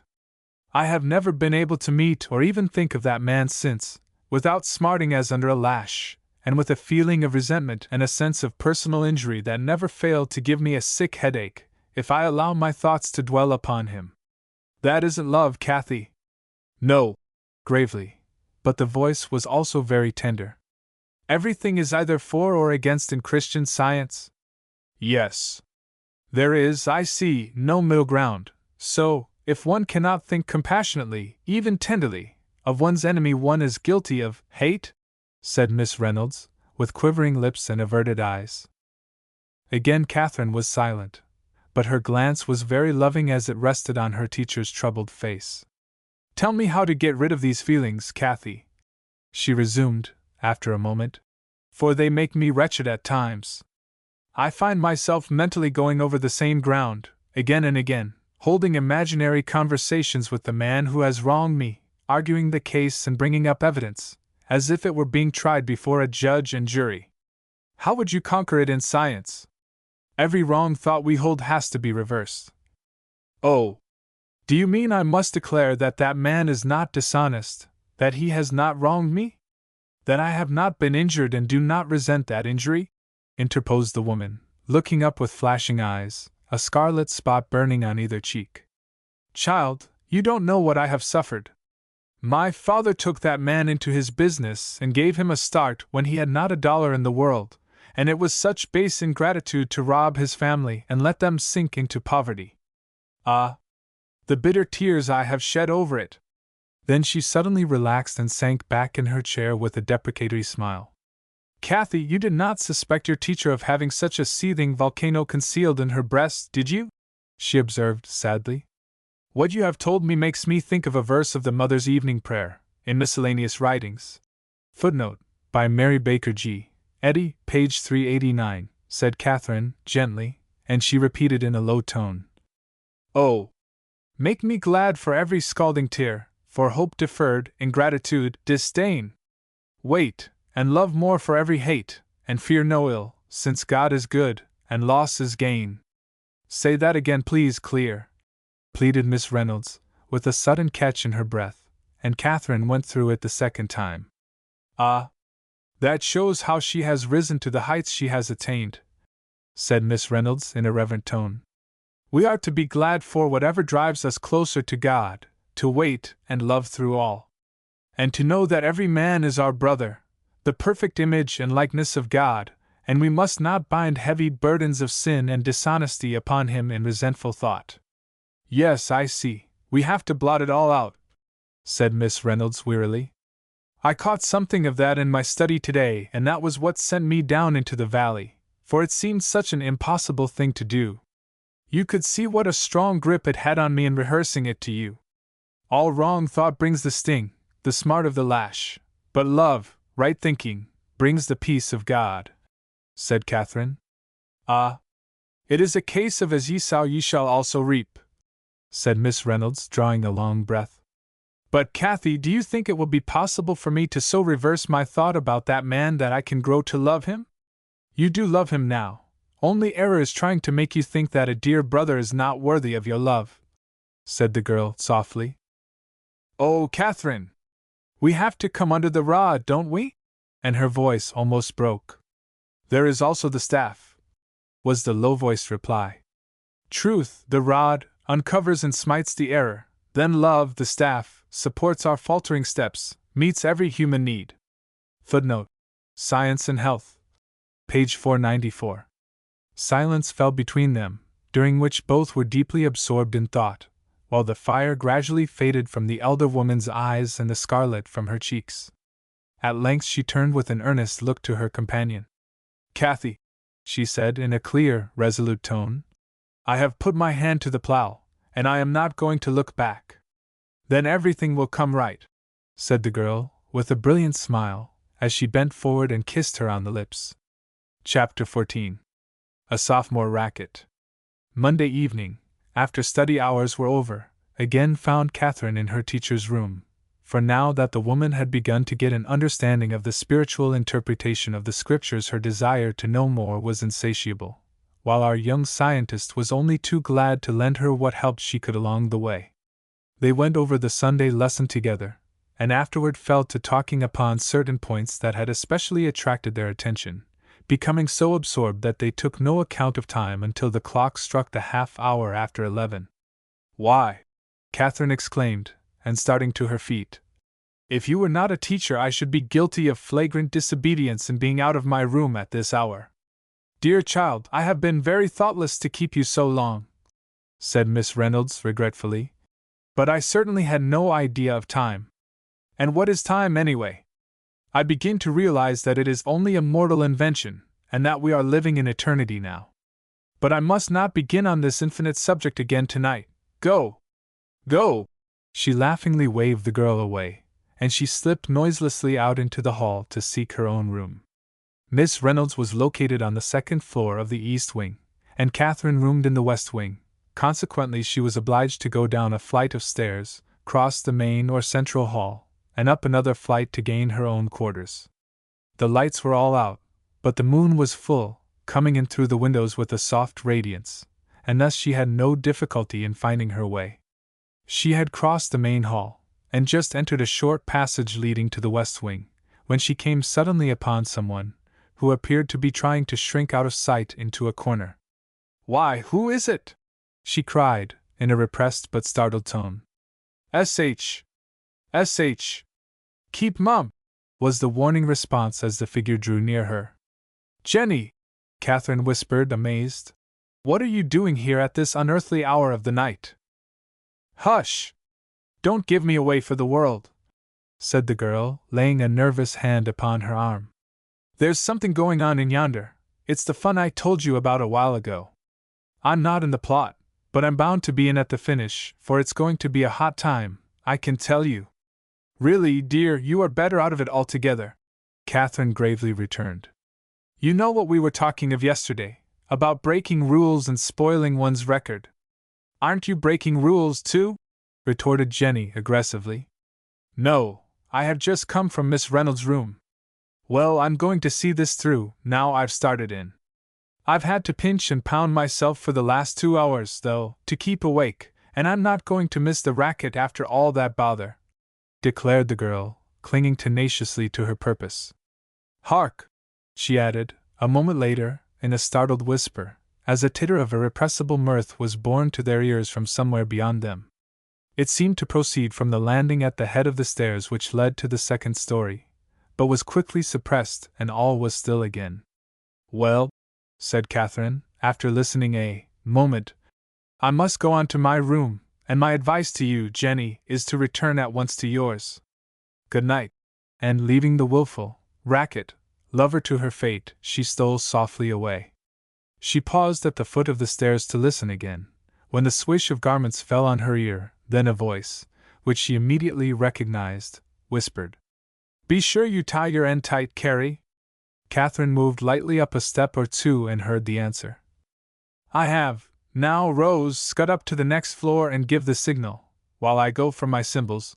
And a smothered laugh followed. Again there was a rustle of garments, and the soft slipping of unshod feet over the upper flight of stairs, while Katherine as noiselessly sped over the lower one. On reaching the landing, she looked about her to ascertain, if possible, what mischief was brewing. The hall was very dimly lighted by a window at each end, and, as the moon had not yet got around to that quarter, it was almost impossible to discern anything. But lower down the hall, she thought she could detect 2 lines stretched across from opposite doors, about 3 feet from the floor. Not wishing to get involved in the prospective mischief, and as her room was just at the head of the stairs, she softly turned the handle of the door and slipped inside. Scarcely a minute elapsed after she had closed and locked it, when there came a deafening crash and bang, mingled with the blowing of whistles, horns and combs, that seemed sufficient to awaken the 7 sleepers, in their cavern of refuge. "Oh, heavens! Whatever is the matter?" screamed Sadie, starting up in affright. "Are you there, Katherine?" "Yes." "What was that noise? Did you hear it?" "Indeed I did." They listened for a moment or two, but there was no sound. Then it seemed as if some commotion had arisen somewhere, and a medley of muffled voices was borne to their ears. Presently steps were heard on the stairs, whereupon Sadie sprang out of bed, slipped on a wrapper, and opening her door a crack, saw the watchman with his lantern just mounting into view. Then the voice of one of the teachers, Miss Clark, rang out excitedly, while she vainly tugged at her door, which had been connected with the one opposite by a piece of clothesline. "Young ladies, what is the meaning of this outrage? Release me immediately." "You'll just hev to wait a minute, marm," said the watchman, with an audible chuckle of amusement as he comprehended the situation, while he put down his lantern and plunged his hand into various pockets in search of his knife. Looking farther down the hall, Sadie saw that Miss Williams had been imprisoned in the same manner, while a promiscuous assortment of tin pans, covers and plates lay in a heap upon the floor, and telling their own story regarding the recent crash. There was not a person, save the watchman, in sight. But presently doors were cautiously opened and tousled heads appeared in the apertures, while timid voices made inquiries as to what had happened. The watchman, who had been making his rounds, as was his custom at midnight, hence his timely appearance upon the scene, soon had the indignant teachers released, and then went on to the next floor, where similar conditions prevailed. On being given their liberty, Miss Clark and Miss Williams immediately bestirred themselves to ferret out the culprits. But, of course, everybody was innocent and as eager as themselves to ascertain who could have been guilty of so daring an escapade at that hour of the night. Poor Jenny, however, was destined to pay the penalty of her temerity. A moment or two after Katherine left her, she had also stolen cautiously up the stairs, but on moving farther down the hall had run against one of the ropes. Like a flash she comprehended something of the nature of the joke, and hearing steps and smothered laughter above, turned back and slipped into a closet at the end of the hall, where she shrank into a corner and waited with eager ears and bated breath for the denouement. When it came, however, she heartily wished she was anywhere else in the world, but there was nothing for her to do except to wait quietly in her place of concealment until the breeze blew over, when she hoped she could steal away, unobserved, to her room. If the watchman had not appeared upon the scene so opportunely, she would have made a break immediately after the crash. But hearing his steps, she knew that her escape was cut off in that direction. She could not even mingle with the other girls, when they began to gather in the halls to help investigate, and so find protection in numbers, for she belonged in the other wing, and her presence in the west wing would at once warrant the worst possible construction being put upon her appearance there. So she shrank closer into her corner and stood motionless, hoping no one would think of looking there. Vain hope, however, for Miss Williams, having closely questioned various ones without gaining any satisfaction, walked straight to the closet and opened the door, when the light from her candle flared directly upon Jenny's white, frightened face and shrinking figure. "Ah, Miss Wilde! So you are implicated in this disgraceful escapade!" the teacher sternly exclaimed, as she laid a forcible hand upon her arm and drew her from her hiding place. "What was your object and who were your accomplices? For, of course, you could not have carried it out alone," she concluded sharply. Miss Clark now joined them, while many of the students gathered around and regarded Jenny with blank and wondering faces. I don't know, there wasn't, anybody," stammered Jenny, too confused and overcome with fright to speak connectedly. "Don't tell me that. It is impossible that you could conceive such a plot and execute it without help, and I am going to sift it to the bottom," was Miss Williams' sharp retort, for she by no means relished being aroused at midnight by such a frightful bedlam, to find herself a prisoner in her room. "Truly, Miss Williams, I wasn't in it at all," Jenny affirmed, with more coherence, and lifting an appealing look to the incensed woman. "Miss Wilde, don't add falsehood to your other offenses. What were you hiding here for, if you had nothing to do with it?" But suddenly cutting herself short, "I think we will defer further investigation until tomorrow. Go to your room at once, and remain there until I come to you in the morning. Young ladies, retire, all of you, and those who, in any way, have participated in this affair, prepare to make open confession, for I assure you it will not be dropped until you do." She waved them imperatively away, and they immediately vanished with cheerful alacrity from her austere presence, while Jenny also sped away without one backward glance. Miss Williams then turned to the watchman and observed more calmly, "Mr. Johnson, it seems we were all more frightened than hurt. My first impression was that there had been a terrific explosion, and the sensation of being fastened in one's room at such a time isn't at all agreeable. I am glad you were at hand to help and reassure us. You were in rather a ticklish box, Mum, by the powers, 'twere like a pantomime number let loose," replied the man, stooping to recover his lantern and to conceal a broad grin of appreciation, for it was well known he enjoyed a joke as well as anyone, even to the point of sometimes abetting the perpetrators. "But what'll we do wid all the truck?" he added, glancing at the pile of tinware on the floor. "Oh, leave it where it is until morning, and the maids will take care of it," Miss Clark suggested, and then the teachers also repaired to their rooms. The watchman went his way, his broad shoulders shaking with silent laughter, and quiet settled down once more upon Hilton's ruffled west wing. Katherine had remained in the background throughout the entire disturbance, quietly disrobing and getting ready for bed. Sadie had been so frightened by the startling noises outside she did not observe, the room being dark, or dream that her roommate was still up and dressed. She supposed that she had come in while she was sleeping and retired without waking her. Thus Katherine escaped being questioned or obliged to make any explanations. But she lay awake some time after the house had settled into stillness, trying to decide what steps she ought to take, knowing what she did about the matter. She knew it would not be right to allow Jenny to suffer for what she was in no way responsible, even though she had broken rules in being out of her room at so late an hour. But what her duty was regarding reporting the leaders in the racket, if they obstinately refrained from confessing their offense, she could not readily determine.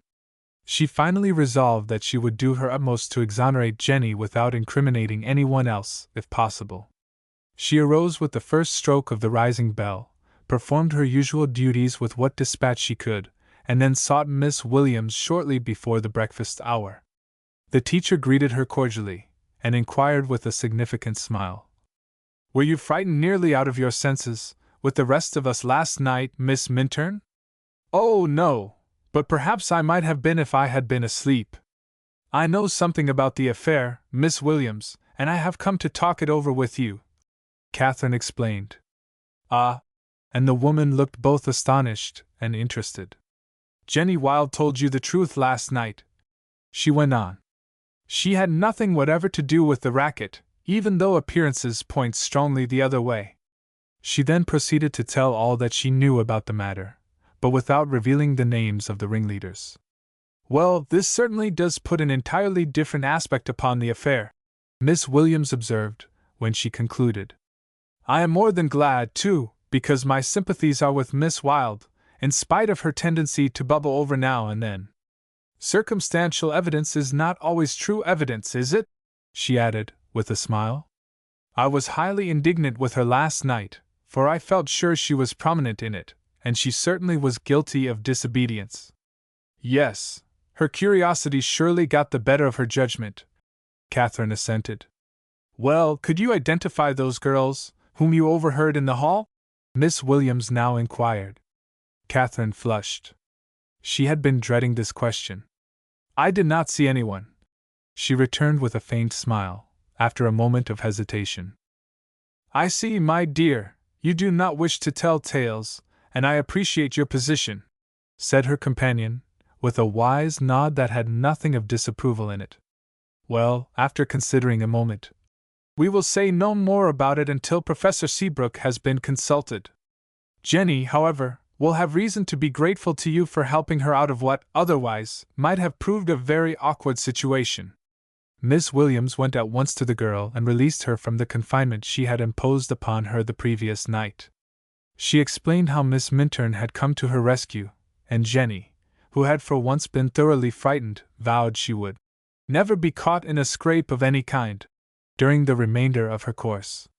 Considerable excitement prevailed during the day, and the midnight escapade was the one topic of conversation whenever a group of girls came together. But it was not until study hours were over in the afternoon that any active measures to investigate the matter were instituted. Then Katherine was summoned to the principal's study, where she found the 4 teachers who had the West Wing in charge, and Jenny, assembled. Jenny was rigorously catechized, but had very little to tell. She had overheard something of a plot that promised considerable excitement and fun. She had also heard someone whisper, "Monday at midnight," and her curiosity had been raised to the highest pitch, therefore she had been unable to resist being in at the finish. She could not tell who were the leaders, for she had neither seen nor heard anyone, having slipped into the closet before the crash came. Being hard pressed, however, she admitted that she thought the sophomores were chiefly concerned in the racket. Katherine was then requested to relate all that she knew about it, whereupon she repeated what she had already told Miss Williams. "You have corroborated what Miss Wilde has stated, and have also exonerated her from any complicity in the affair," Professor Seabrook observed, when she concluded. "I judge that it must have been confined entirely to the sophomore class. Now we must get down to individuals, if possible. Miss Minturn, did you recognize the voices of those two girls whom you overheard in the hall last night?" "Truth compels me to say that I did," Katherine replied, a hot flush mounting to her brow. "Their names, if you please," commanded the principal, briefly. "I beg that you will excuse me from naming them," she pleaded. "It is plainly your duty to expose them, Miss Minturn. The affair is of too serious a nature to allow sentiment to thwart discipline and the preservation of law and order," returned the gentleman, in an inflexible tone. "Pardon me," she said, "but I cannot feel it my duty, at least until—" "That is equivalent to saying that you will not comply with my request," interposed the professor, his eyes beginning to blaze in view of what he regarded as a defiant attitude. "No, sir, I could not be so disrespectful," Katherine gently replied. "Please allow me to say that I would have taken no action whatever in the matter but for the sake of saving Miss Wilde from being unjustly accused." Jenny flashed her an adoring look as she said this. "I just wanted to hug you," she told her afterwards.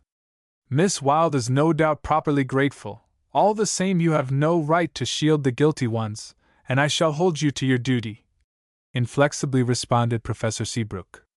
Katherine saw that he was determined to make her name the culprits, and for a moment she was deeply distressed. Then her face suddenly cleared. "May I suggest that it is the duty of the offenders to confess their own wrongdoing?"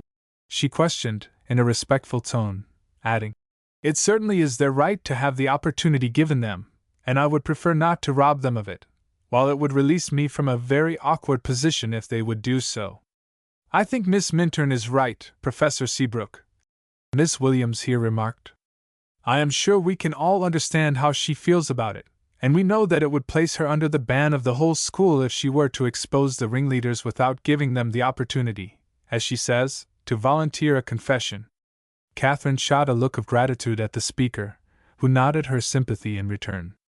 An uncomfortable silence followed, during which the much-tried girl felt that her principal regarded her as obstinate as well as sentimental, and was more than half inclined not to yield his point, in spite of Miss Williams' espousal of her cause. "Very well, let it rest here for the present," he at length curtly observed.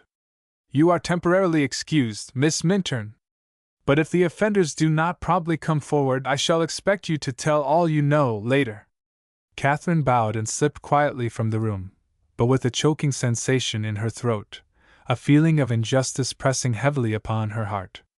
She paused in the hall a moment, after closing the door, trying to calm her perturbed thoughts, when these words from her dear little book came to her. "Let truth uncover and destroy error in God's own way, and let human justice wait on the divine." Footnote: Science and Health. Page 542.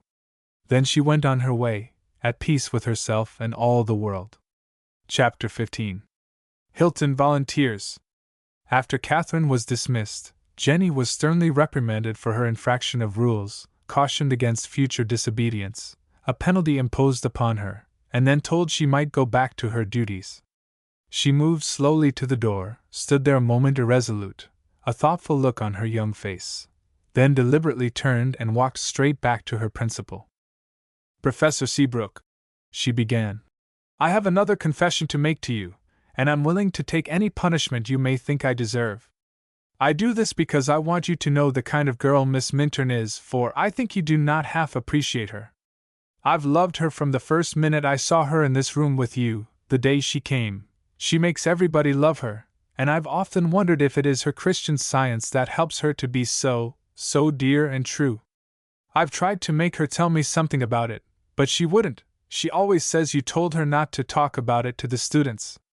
I asked her last week to let me go with her to her service on Sunday, but she said no, unless I would get permission from you. But I did go. Jenny continued, growing scarlet to her brows, yet looking the man unflinchingly in the eyes.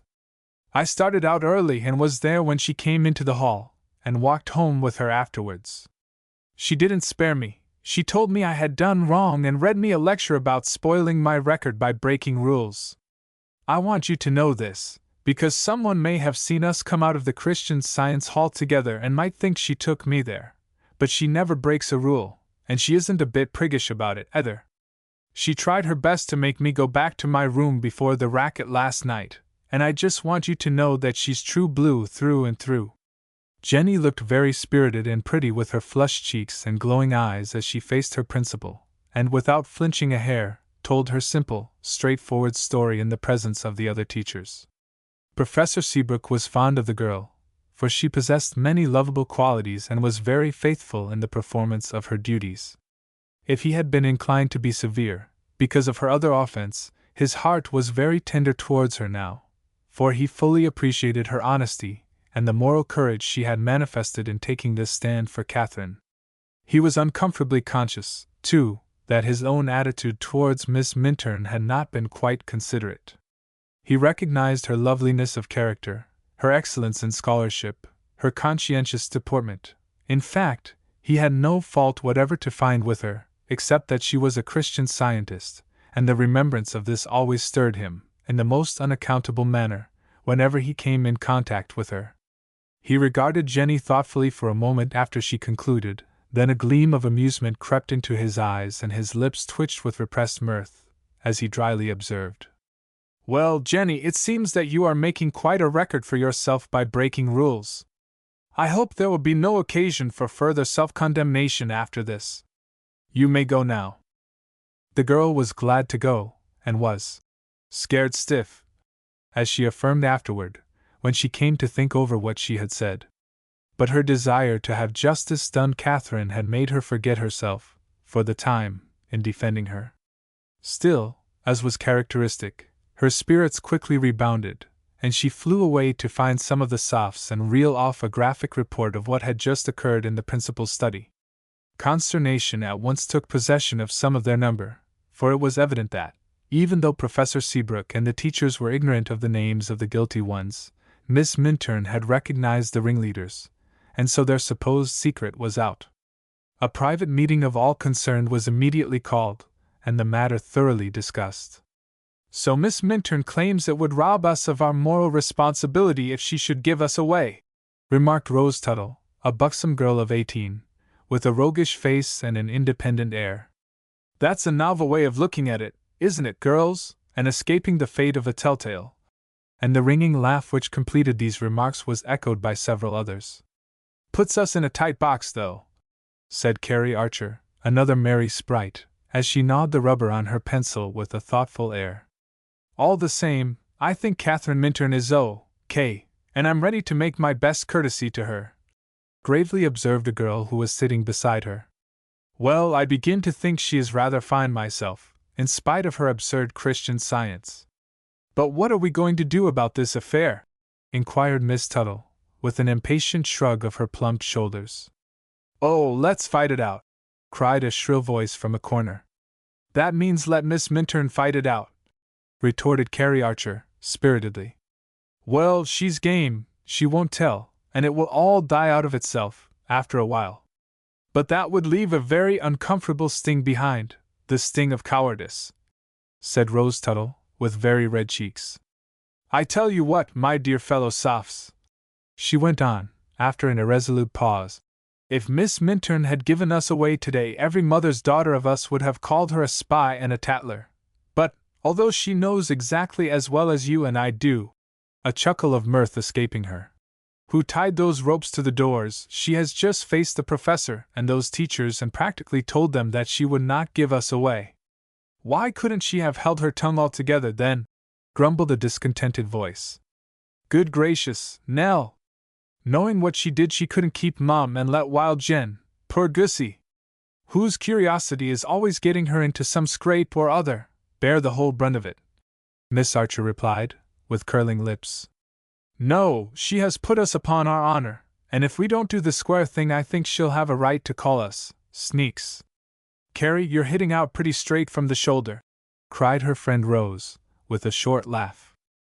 "Well, maybe, but I didn't miss myself in the trial of my muscle," was the dry rejoinder. There was much more talk after the same order, the ayes and nays on the question of open confession being about equally divided, while all began to feel that there wasn't quite as much fun as they had anticipated to be gotten out of midnight escapades. "Well, Sophies, I'll tell you what I'm going to do," finally said Miss Archer, breaking in upon the hubbub of voices, a look of determination settling over her face. "But first I'll say what I'm not going to do. I'm never going to hear it said that I forced somebody else to stand in a gap that I hadn't the courage to fill. I'm not going to sneak out of sight behind another to save myself. I started this ball rolling and planned the details of the affair, and now I am going straight to Professor Seabrook and tell him so and swallow the bitter pill he gives me with what grace I can. It won't be sugar-coated either. I won't give anyone else away, so don't be afraid," she interposed in response to terrified exclamations and frightened faces. "I'll just do the square thing myself, and you know it is always the commanding officer who is held responsible for leading his subordinates astray." Miss Archer was the daughter of an ex-colonel, which will account for her simile. There was dead silence for a full minute after she ceased speaking, and the faces in that quiet room would have been an interesting study for a physiognomist. Then Rose Tuttle sprang to her feet and held out her hand to her friend. "I wonder who is game now?" she cried, in a ringing voice. Miss Archer's eyes flashed with sudden inspiration. "Here! Give me a pencil, somebody. I've broken the point off mine," she said, as she moved her chair to a table and drew a blank sheet of paper towards her. Half a dozen were handed her, and selecting one, she continued. "This is going to be a voluntary surrender. I'm not going to wait to be summoned before my superior officer and given an opportunity." She wrote rapidly for a few minutes, while her companions regarded her in curious silence. "Here now," she finally commanded, as she threw down her pencil, and lifting her paper with an impressive flourish, read, "To the Commander-in-Chief at Hilton, news of certain matters, pending at headquarters, just received by Scout. Wherefore this is to certify that the undersigned planned and led the attack on West Wing on the night of May the 20th.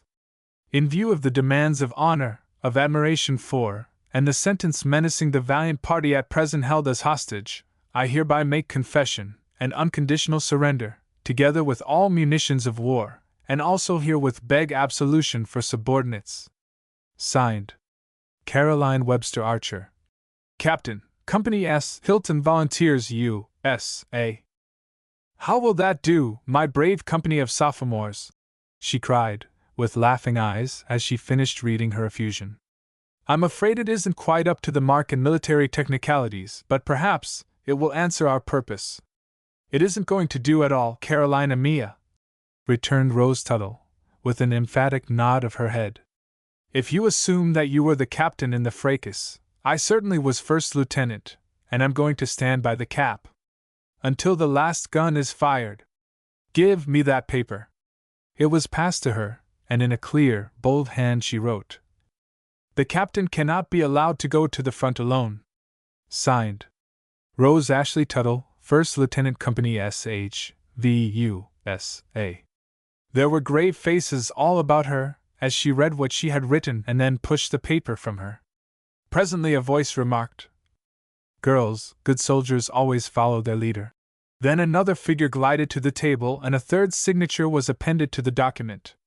It was the bugle call that fired them all, and in less time than it takes to record it, the name of every other girl in the room was signed underneath, then enclosed in a bracket and the name, Private Company S.H. V.U.S.A., written outside of it, after which the paper was passed back to Miss Archer. "Company S, I'm proud of you," she exclaimed, with crimson cheeks and something very like tears in her eyes. I hope the professor won't think it is too flippant," someone suggested, in a doubtful tone. "Do you suppose he will, Carrie?" queried Rose, turning to her friend in sudden consternation. Miss Archer flushed hotly. "I don't know," she said, with a thoughtful pause between each word. "I am sure I did not mean it to sound so." The idea came to me to put it that way when I spoke of the commanding officer being held responsible. I'll tear it up, if you say so, and go and tell him the whole story instead. And she held it up between the thumb and forefinger of both hands as if to suit the act to her words. No. No. Send it as it is. It's all right. He'll understand, cried several voices, though one weak sister murmured, with a plaintive sigh, I'll be glad when it's all over. This having to face a court-martial was overlooked in planning the campaign, hey? Observed another, with a grimace. I don't care. It was fun to hear those teachers tugging at their doors for dear life, and I have it from an eyewitness. When Johnson cut Miss Cragus loose, she keeled over in the most undignified manner, laughed a pert young miss, who was one of the giddiest in the class. And oh, she went on breathlessly, did you see poor old Webb on the upper floor? It was perfectly killing. She had on that startling palm-leaf kimono, her false front had slipped down over one ear, she had her precious herbarium under one arm, her birdcage in one hand, and a huge hatbox in the other. She was frightened nearly out of her senses, and demanded, right and left, young ladies, where is the fire? Oh, where is the fire? A merry shout greeted this graphic description, and it is to be feared that some of the delinquents were not as deeply impressed with the enormity of their recent insubordination as could have been desired. S.H. S.H. Do hush, girls, cried Miss Archer, waving her paper to enjoin silence. This will have to be nicely copied in ink, and you'll all have to sign it again. And let me warn you, she added soberly, you'd better keep pretty mum about last night, or we will get a bigger pill than will be comfortable to swallow. She seated herself at the table again and made a neat copy of her document, after which the signatures were carefully appended. Then the meeting was dismissed, and the captain of the disorderly sophomores went directly to Professor Seabrook's study.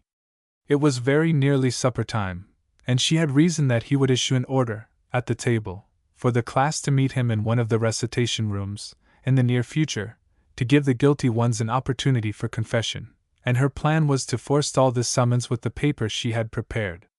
When, in response to her knock, he bade her come in, it must be confessed that she opened the door with fear and trembling, while something in her bearing and the tense lines of her face at once aroused a suspicion of the nature of her errand in the principal's mind. Professor Seabrook, I have been commissioned to hand you this communication, she gravely said, as she laid it on the table before him. Ah, by whom were you commissioned, Miss Archer? He inquired, his keen eyes searching her flushed face. By the parties whose names you will find signed to it. And what is the nature of the communication? Higher, it will explain itself, replied the trembling emissary, blushing furiously and averting her eyes. Very well, I will give it my earliest attention, the professor returned, but eyeing the missive curiously. Thank you, sir. And with a nervous bow, entirely at variance with her habitual sang-froid, the girl hurried from the room, her bounding heart causing her to pant as if she had been running a race. Professor Seabrook waited until the door closed after her, then unfolded the paper and began to read. But his face grew stern and his brow heavily overcast as his glance hastily swept the page. After reading it through and noting every signature, he began it again, perusing it more carefully, and gradually a gleam of amusement crept into his eyes, his stern features relaxed, and the corners of his mouth twitched suggestively. The little mischief is game, he at length observed. And this document is a very clever stroke of business, though at first it sounded rather pert, as if she were bound to make a joke of the affair. But there is a straightforwardness and an appreciation of Miss Minturn's position in it that rings true. Really, I begin to think that girl is a power for good in the school, in spite of her fanaticism and heresy. Reading aloud. News of matters pending at headquarters. It traveled pretty fast. Who was the scout, I wonder? Ah, Jenny, of course, the little gossip. Well, Miss Archer, you didn't waste any time before dispatching your flag of truce, and you have rather a fine sense of honor underneath your lawlessness, after all. So you are captain of your company of sophomores. I think we will rob you of your commission and see how you will stand the discipline. Co. S. Hilton volunteers, pretty good, pretty good. and a light laugh rippled over the man's lips. "And Miss Tuttle is first lieutenant," he continued, and gallantly came forward to share the self-imposed mission of her friend to go to the front. "There's pluck there, too, but you are a precocious pair, you two, and keep one busy guessing what you will do next. All the same, with the right check-rein, I believe you'll both make fine women, and the school would surely lose some of its spice without you." He carefully refolded the quaint document, locking it in a drawer of his desk, and the next moment the supper bell rang. A meeting of the faculty was called for that evening, when the communication from the mischief-makers was read and discussed, and in spite of their lawlessness, which demanded the imposition of a penalty severe enough to ensure immunity from future ebullitions of the same nature, the originality and spirit pervading it were thoroughly appreciated by all. The following day, at dinner, Professor Seabrook gravely announced that he would meet the sophomore class at 4:30 that afternoon, in the North Recitation Room, and every member was ordered to be present. There were some quaking hearts during the intervening hours, and there were not a few anxious faces among the 36 sophomores gathered in the appointed place, when the principal appeared upon the scene and at once proceeded to business. "Young ladies," he began, "I have summoned the entire class here in order that those who are innocent of wrong may know that they are no longer under the ban of suspicion, in connection with the disgraceful escapade of Monday night, and also that those who were guilty of complicity in it may acknowledge their offense in their presence. Those of you who have made confession to that effect may rise." 14 of the class arose and stood with downcast faces, awaiting what was to follow. "Were there any other accomplices in the affair?" inquired the principal, glancing around upon those who had remained seated. No one responded or moved, and he then proceeded to arraign the offenders in no light terms, and not one ever forgot the scathing words that fell from his lips or the shame which followed his vivid portrayal of their hoydenish behavior.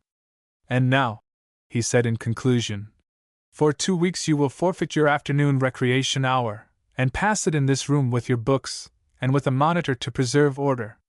Miss Archer and Miss Tuttle, who acknowledge having been the ringleaders, will be on probation for the remainder of the year, and any further infringement of rules will be followed by summary expulsion. I will add," and the professor's stern face relaxed visibly, "that you all have saved yourselves much by your voluntary confession, but the Hilton Volunteers are here and now disbanded for all time. Young ladies, you are dismissed." Well, it was over, and heavy hearts grew lighter, though there were some who were inclined to grumble over the severity of the penalty. Carrie Archer and Rose Tuttle made no talk whatever about the matter. Both felt that they had had a narrow escape, and were thankful, even under the sentence of probation. Of course, the whole affair was aired and freely discussed by the entire school, and thus Katherine became somewhat conspicuous because of her forced participation in it, while it was interesting to observe how radically the attitude of almost everyone changed towards her, the sophomores, particularly, manifesting the greatest admiration for her. Miss Archer and Miss Tuttle were the first to express their appreciation of the stand she had taken in their behalf, and her sweet reception of their overtures made them her stanch friends for all time. "I'll never sneer at Christian Scientists again," Rose afterwards confided to her friend. "For if they are all as lovely and plucky as she has shown herself, we can't have too many of them in the world." Chapter 16. A Junior Entertainment. The school year was fast drawing to a close, and every student was busy preparing for examinations and annual exercises, and also looking forward to the pleasurable excitement attending class day ceremonies, entertainments, receptions, etc. The first week in June it was customary for the juniors to give a special exhibition, to be followed by a social, with dancing and a fine spread, in honor of the retiring seniors, and upon this grand occasion each student in both classes was privileged to invite some friend from outside. So much had been said in praise of Katherine's little play and paper on transcendentalism. It was suggested they be repeated for the benefit of those who had not heard them, and allow visitors and strangers to guess the conundrum and charade. The whole school had heard the story of that Junior League meeting, for it had been too good to keep, and it had aroused so much interest, both among teachers and students. The juniors finally persuaded Katherine to reproduce her clever effort. Besides this, the program consisted of another original play, written by some of the class, 2 or 3 choice selections from the Glee Club, and was to wind up with some fine tableaux. The important day arrived and was attended by no end of worry, work, and excitement. The final rehearsal of the play proved, as is often the case, anything but satisfactory, but when it came to the last tug of war, in the evening, everything went off without a hitch, only those behind the scenes being aware of the strenuous efforts put forth to achieve this result. It was accordingly pronounced a great success. Katherine's production contributed the element of comedy, while the vocabulary of adjectives was insufficient to express appreciation of the tableaux. The last one, or grand finale, is worthy of special mention, for various reasons. It was billed as the Carnival of Flowers, and included all the members of the junior class. Each was in evening dress and was either profusely decorated with, or carried, an elaborate design of the flower which she had chosen to represent. Dorothy, who had been unusually comfortable during the 2 weeks preceding, had been deeply interested in the preparations for this great event, and one day, when Katherine was consulting Mrs. Seabrook upon some important point, she had exclaimed, with a long-drawn sigh, "Oh, how I wish I could be in it too!" "I wish you could, dear," said Katherine, bending to kiss the wistful face. "Well, why can't she?" she added, turning suddenly to Mrs. Seabrook. "She could have a place in the Carnival of Flowers. Will you allow her to?" Mrs. Seabrook smiled, but there was a sad yearning in her soft eyes as they rested upon her helpless child.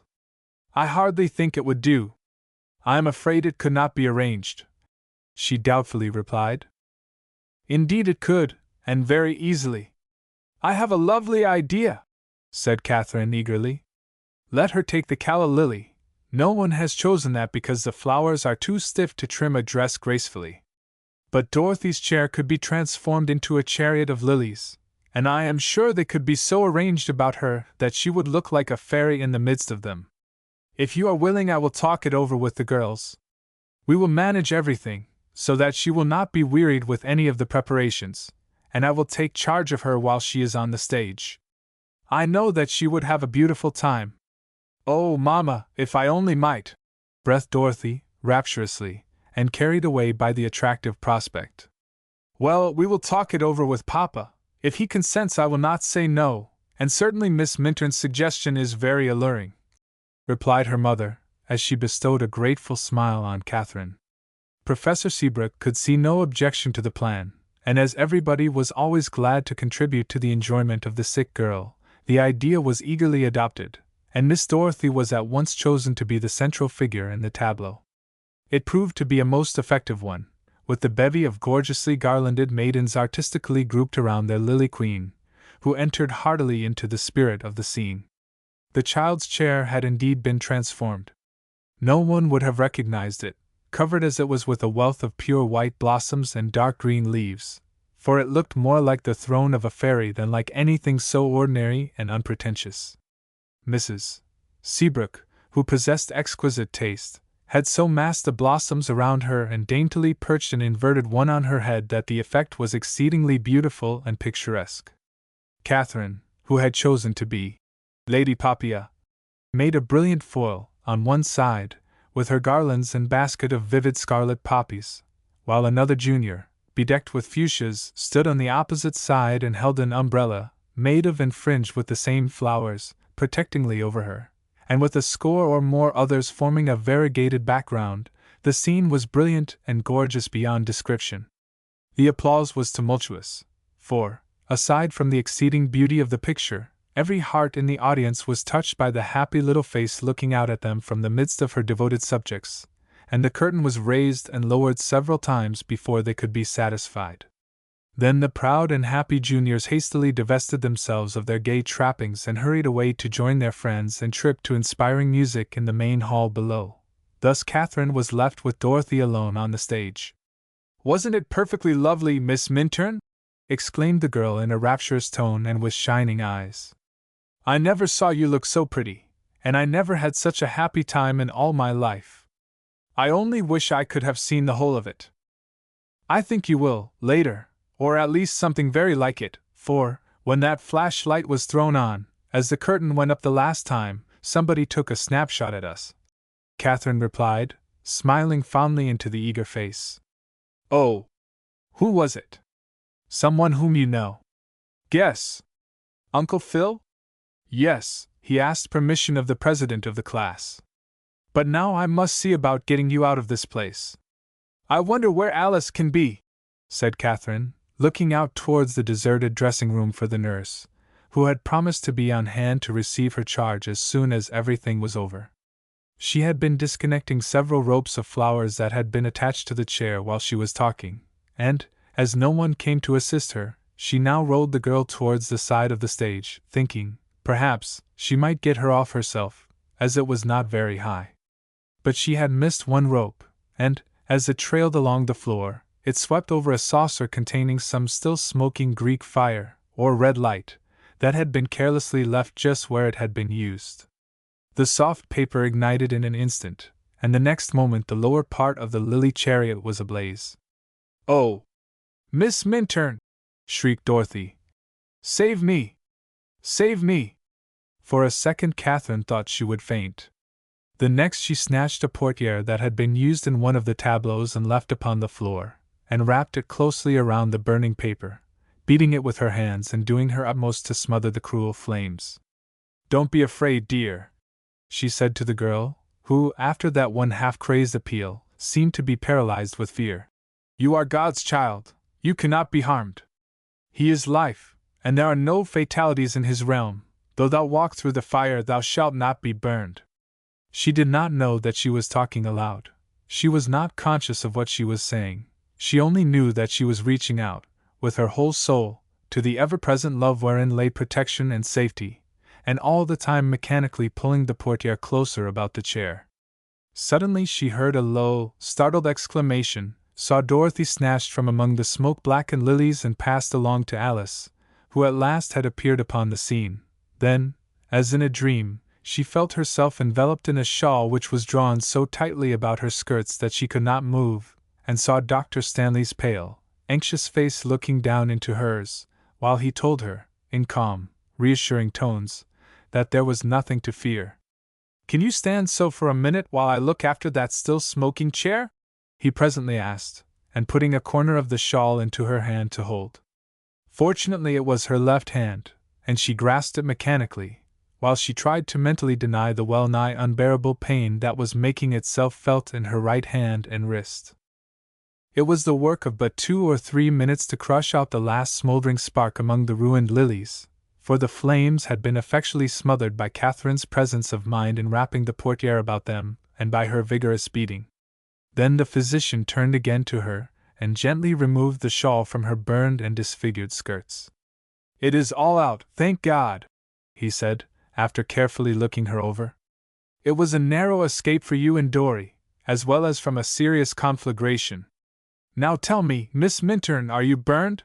he concluded, searching her white face with troubled eyes. She tried to smile as she glanced down at her ruined dress. "A few dollars will make it all right, and that doesn't matter," she returned evasively, but with lips that quivered in spite of her effort at self-control. "You were badly frightened, poor child. But it is over," he gently observed, the tense lines of his face softening in a reassuring smile. Then, seeing that she was keeping her right hand out of sight, he reached down and drew it forward into the light. "Miss Minturn!" he exclaimed, as he saw the reddened flesh and 3 great blisters. "You did it beating out the fire to save Dorothy. Come with me and I will dress it immediately." "No," she said, setting her teeth resolutely. "Go to her. I shall do very well." "Go!" she repeated, almost sharply, for I saw that she had fainted when Alice took her. His brow contracted, and for an instant he seemed on the point of insisting upon taking care of her first. Then he drew forth his handkerchief and folded it gently about her hand, saying, "Well, if I must, but go you directly to your room and I will come to you as soon as I can." Katherine could bear no more, and turning abruptly from him, sped from the place. As she passed out of the lecture hall, she almost ran into Miss Reynolds, who was on her way downstairs. "Katherine!" she cried, aghast, as she caught sight of her pain-contracted face, the handkerchief on her hand and her smoke-blackened clothes. "What has happened?" "Oh, may I go to your room?" gasped the girl. "Of course, come." And without another word the woman turned and led the way. "Lock the door and don't let anyone in," said Katherine, as she sank into the nearest chair and covered her face with her well hand. Miss Reynolds quietly obeyed, then went to her desk and began to read aloud, in a calm, clear voice, from the open Science and Health that lay upon it. For half an hour she kept on without stopping, but she then began to be conscious that effectual work was being done, for, at first, the sufferer sitting behind her had been unable to keep still a moment, but gradually she became less restless, and at the end of 45 minutes had grown perfectly quiet and lay back in her chair, her face pale but peaceful. "Dear Miss Reynolds, you must go now. I must not keep you any longer," she said at length. "My child, I shall not leave you while you need me." Her teacher returned, and going to her side she tenderly smoothed back the dark hair from her forehead. "I am much easier, so do not mind leaving me. You will be missed, and someone will be coming for you. Just let me stay here for a while and be sure not to tell anyone where I am, or why I am among the missing," Katherine pleaded, for she did not wish Dr. Stanley to learn her whereabouts, knowing he would seek her and insist upon dressing her burns. "I will be very discreet, but I am going to keep you with me all night," her teacher replied. "Now, if you can bear it, I will help you off with your clothes. You shall have one of my nightrobes and go straight to bed." With fine tact she had refrained from asking a single question, but the suffering face, the pretty dress all burned and discolored, the handkerchief wrapped about her hand, told her something of what had occurred, and she could wait until later for details. She dexterously assisted her to undress, but while doing so the handkerchief was displaced and dropped to the floor, and she had to shut her lips resolutely to repress the cry of pity that almost escaped her as she saw what it had covered. The next instant she was mentally repeating the scientific statement of being. Footnote: Science and Health. Page 468, while she quietly replaced the square of linen and pinned it to keep it in place. Then, with a grateful smile and a sigh of content, Katherine slipped into bed and sank upon her pillow. "Now go, please," she begged again. "And find out, if you can, how Dorothy is." "No, Kathy, I am not going just yet," was the decided reply, though there was a startled heart bound at the girl's reference to Dorothy. She asked no questions, however, but, going back to her desk, continued her reading as before. In about 15 minutes she glanced towards the bed and saw by her regular breathing that Katherine had fallen asleep. She bowed her head upon her book for a moment, and when she lifted it again there were tears on her cheeks, and in her eyes a light that was ne'er on sea or land. Turning the gas low, she slipped softly out of the room and went downstairs to join the gay company who were all unconscious of what had been going on above. 5 minutes later Dr. Stanley came to her, his fine face overcast and anxious. "Miss Reynolds, can you give me any information regarding Miss Minturn?" he inquired, adding, "I have been looking for her for nearly an hour, and no one seems to know where she is. I suppose you have heard about the accident?" "An accident?" repeated the lady inquiringly. "Yes." And he proceeded to give a brief account of the narrow escape in the lecture hall. "I told Miss Minturn to go to her room," he continued, "and I would come to her as soon as I had ascertained if all was well with Dorothy. The child is all right. She was simply frightened and lost consciousness for a few moments. But Miss Minturn was badly burned on her hand and arm, and her beautiful dress is a wreck. Mrs. Seabrook and I have been to her room. No one was there, nor can anyone give us a clue to her whereabouts." And the gentleman looked really distressed as he concluded. Miss Reynolds had been doing some practical thinking while he was talking, and now observed, "Well, Dr. Stanley, to relieve your anxiety, I will tell you that she is in my room, where she will remain all night. But I have disobeyed her injunction to tell no one where she is. Fortunately, I met her just as she was leaving the lecture hall, and she begged shelter with me. I have but just left her. But she must have attention, her burns must be dressed," said the physician, in a tone of professional authority. "That will not be necessary, for she is asleep and resting quietly." "Asleep?" Impossible! Interposed the man emphatically. That is, unless she has taken a powerful opiate. She has had nothing of the kind, was the quiet answer. Then I repeat, it would be impossible for her to sleep, Dr. Stanley asserted, with a note of impatience in his tone. Why, only an hour has elapsed since the accident, and with those burns, it would be many hours before she could get any rest or relief without an opiate. I know, he added, flushing. She is a Christian Scientist, but I can't quite swallow such a miracle as that. Nevertheless, my friend, the dear girl, is sleeping peacefully, or was 10 minutes ago, the lady smilingly returned. Did she put anything on those burns? Nothing. Do you believe she demonstrated, as they express it, over the pain? I know, she softly replied. Ah! With a start. Are you? Again she smiled as she interposed. I must not say too much about that just now. I will say this, however. I have seen and learned enough to make me wish to know more, for Katherine Minturn is an earnest, honest exponent of her religion. I am very fond of her. She is one of the loveliest girls I have ever known.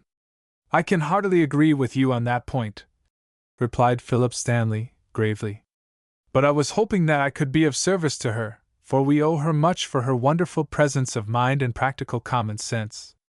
But for that Dorothy would have been badly burned and a great sufferer at this moment, instead of having gone to bed the happiest girl in the building and full of gratitude to Miss Minturn for giving her so much pleasure. Will you say to her, if there is any way I can serve her, I shall be only too glad of the opportunity? Indeed I will, and I shall slip away very soon and go back to her, although I am sure she does not really need me. I am glad for her sake, however, that tomorrow will be Saturday. May I tell my sister what you have told me? Dr. Stanley inquired. I know it would greatly relieve her mind, for she is much disturbed because Miss Minturn cannot be found.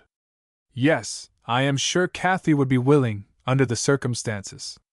I know her only fear was that she might be found before her work was done, Miss Reynolds said, after considering a moment. I think, she added, she would prefer not to have Dorothy told anything except, perhaps, that her dress was injured. Yes, it would mar her pleasure, her companion observed. In fact, we have said nothing about the contretemps to anyone but the faculty as yet, fearing it might spoil the evening for many. We cannot be too thankful that it was no worse. If it had occurred before that last tableau was over, there is no telling how serious it might have been, with so many thin dresses and all those paper flowers. He concluded gravely, then bowed himself away. After making the round of the room, Miss Reynolds sought Sadie and told her that as Katherine was not feeling quite herself, she would spend the night with her. Then she stole away and went back to her charge. Katherine aroused when she entered the room, but showed no signs of present suffering. How is Dorothy? She questioned eagerly.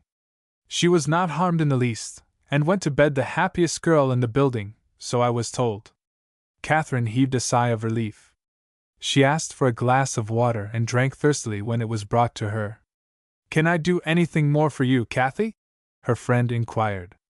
The girl's eyes wandered to the books on her desk. Shall I read, what? The 23rd Psalm, please. Miss Reynolds found and read it as given and interpreted in Science and Health. Divine love is my shepherd, I shall not want. Love maketh me to lie down in green pastures. Love leadeth me beside still waters. Footnote. Science and Health. Page 16, and so on to the end. Then she turned to her own marker and read for herself a while. The room was very quiet, for the revelers below were so far away they could not be heard. Only a strain of music from the orchestra was now and then wafted on a gentle breeze to them through an open window. Suddenly a deep sigh from the bed fell upon the reader's ear. She started and turned toward her charge. Love, still waters, murmured Katherine, then turned like a tired child on her pillow, and was again locked in slumber. Softly, Miss Reynolds laid aside her festal attire, made a nest for herself on her roomy couch, and, to the faintly flowing rhythm of the beautiful blue Danube, soon lost herself in dreamland, never waking until the brilliant sun of a glorious June morning flooded her room and warned her that a new day had begun. Chapter 17. Dr. Stanley has an object lesson." She found Katherine already awake. "What do you think of tramps who take possession of your room and drive you out of your comfortable bed?" playfully demanded the girl, and nodding brightly at her. "I like it, that is, when I have the privilege of choosing the tramp," her teacher laughingly responded, as she sat up and glanced at the clock. "Besides, this couch is every bit as comfortable as the bed. Did you rest well, Kathy?" "Beautifully. The last I knew, until about 10 minutes ago, you were reading the 23rd Psalm." Miss Reynolds arose and began to dress. Once or twice she found her eyes straying to Katherine's bandaged hand, and longed to inquire regarding its condition. But she wisely resisted the temptation and maintained a discreet silence. "You will not try to go down to breakfast, Kathy," she remarked, as she completed her toilet, and the bell began to ring just at that moment. "No, I think I will keep out of sight today. I do not wish to answer questions. Besides, I haven't anything here suitable to put on." And she bestowed a rueful look upon her pretty evening dress, all crumpled and burned, that lay over the back of a chair. "True, but I will go for one of your dresses when I come up from breakfast," said her friend. "Meantime, if you care to get up, you can slip on this negligee of mine." And she threw a dainty wrapper over the foot of the bed as she spoke. As soon as Miss Reynolds left the room, Katherine arose and dressed, then sat down to read. She was glad to be alone, for, though she was entirely free from pain, she felt she still had work to do for herself. For nearly an hour she read and worked diligently, and then her teacher returned, bearing a tempting breakfast, which she soon dispatched with the appetite of a healthy, hungry girl. "I met Professor Seabrook and his wife on my way up," Miss Reynolds observed, as she began putting away the things she had worn the previous evening. "And both inquired most kindly for you. The professor said you are excused from the class lecture this morning, if you wish, and Mrs. Seabrook will come to see you later. They both expressed themselves as deeply grateful for what you did last night." "I scarcely know what I did," Katherine returned, flushing. "Dr. Stanley came so quickly to the rescue that it was all over before I could think clearly. It seems like a dream." "Yes, he told me all about it last night, Kathy, and said but for your rare presence of mind there might have been a bad fire. He was pretty well cut up, however, when he found that you had hidden yourself away and he had lost a patient." Miss Reynolds replied with a laugh of amusement, which was merrily echoed by her guest. "He doesn't seem to take much stock in science, dear," she presently resumed. "He was simply amazed when I told him you were sleeping. I thought it best, as long as your work was done, to relieve his anxiety, and declared that was impossible, unless you had taken a powerful opiate. An opiate is something which mortal mind says produces repose. Well, I had taken a large dose of that piece, be still, which, rightly administered, never fails to give the sufferer and the weary rest," said Katherine, with luminous eyes. "It was beautiful, Kathy, and figuratively speaking, I put off my shoes from off my feet, feeling that the place whereon I stood was, indeed, holy ground," reverently observed her companion. "But tell me, weren't you afraid when you saw the flames?" "Yes, for an instant, then I forgot everything but the secret place and the shadow. How much those words mean to me now!" "And you believe that every statement of that 91st Psalm can be proved, made practical?" gravely inquired Miss Reynolds. "Every one." "Well, I think I am beginning to know it, too, though, as yet, it is like seeing through a glass darkly." And a sweet seriousness settled over the woman's face. "But," she went on, arousing herself after a moment, "if you will tell me what to bring you, I will now go to your room for some clothes. Really, I am perfectly able to go for them myself." Katherine began. "No, indeed, you are going to remain just where you are, at least for the morning," said her teacher authoritatively.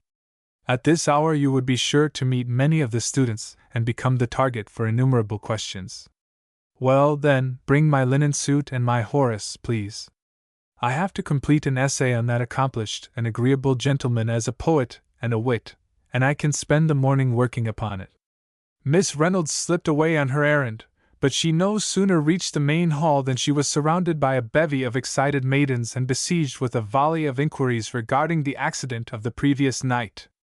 Dorothy's nurse, Alice, had described the scene in the lecture hall to one of the maids, when, of course, the news had spread like wildfire, and it, together with Katherine's heroism, was the one topic of the day.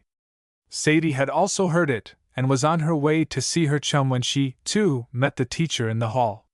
She went back to her room with her, found the things Katherine had designated, and then, as it was nearly time for the class lecture, sent word that she would come to see her after study hours were over. When Miss Reynolds reached her own door again, she found a maid standing there with a long box in her hands. "Mrs. Seabrook told me to bring this up to you, marm," the girl observed. But on entering her room and relieving herself of her armful of clothing, she saw that the package was addressed to Miss Katherine Minturn.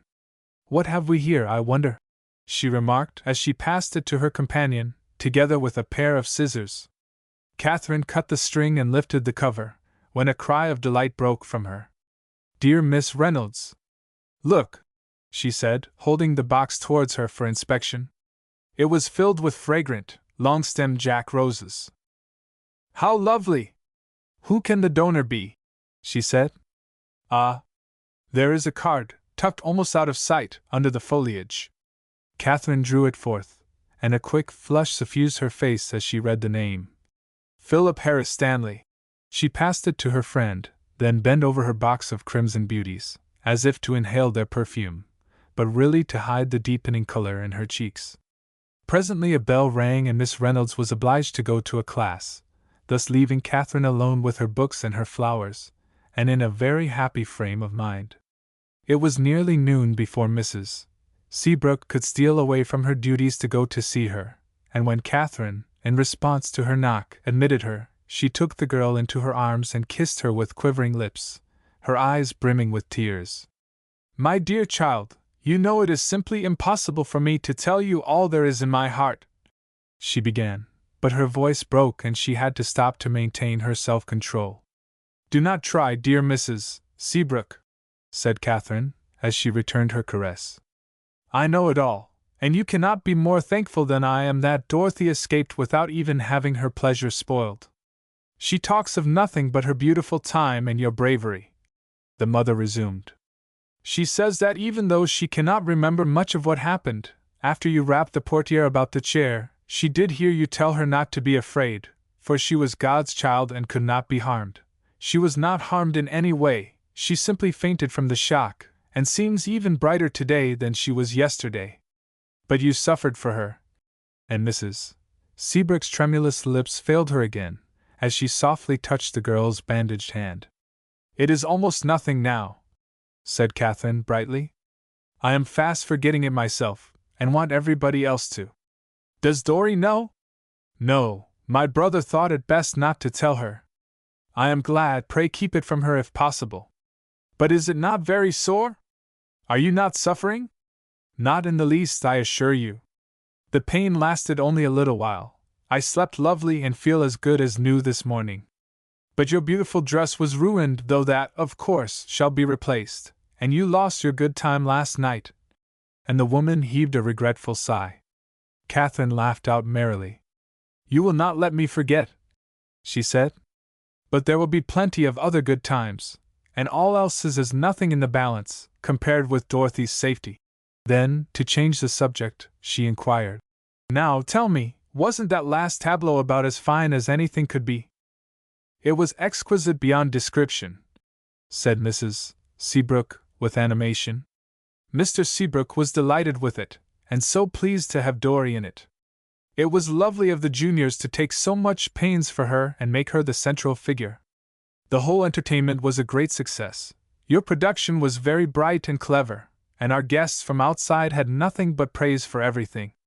Oh, by the way, Miss Minturn, my husband sends his kindest regards to you by me. He said it was all he could do until he could see you personally." After chatting a little longer, she arose to go, saying she was expecting company to dine with her.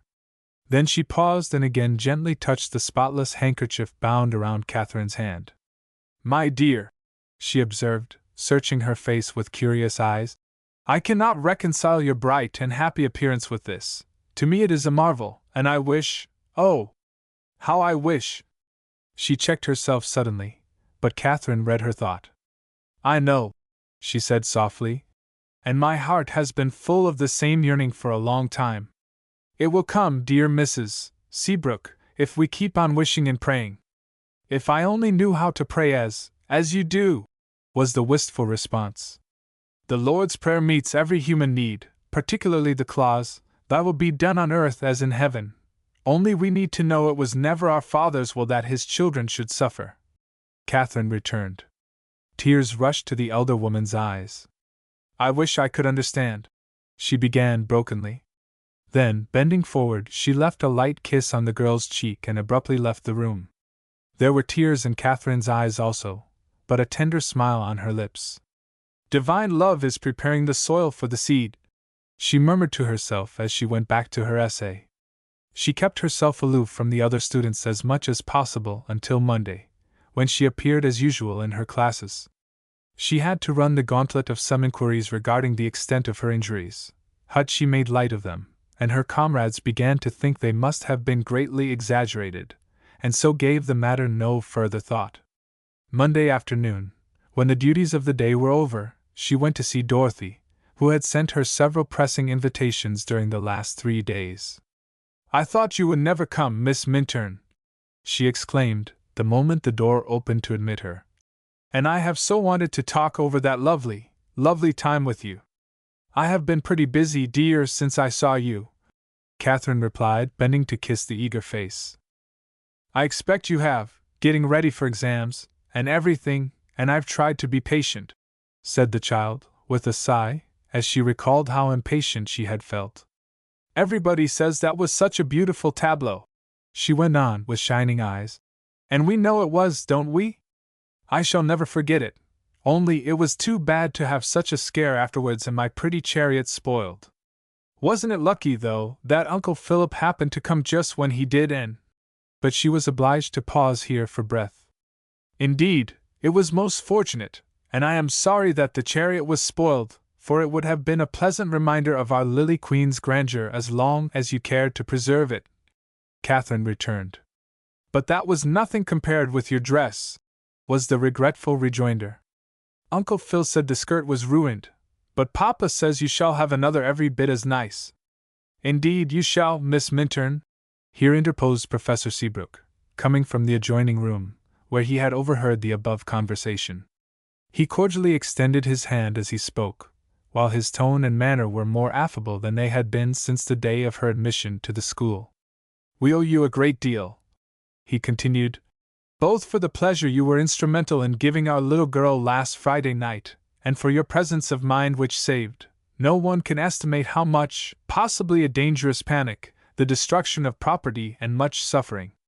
He had been quietly inspecting the hand he held, while he was speaking, and was greatly surprised to find only a slight discoloration where he had expected to see unsightly sores or scars, and while he did not wish to undervalue her heroism and self-abnegation, he began to think that his brother-in-law had greatly overestimated the injuries which she had sustained.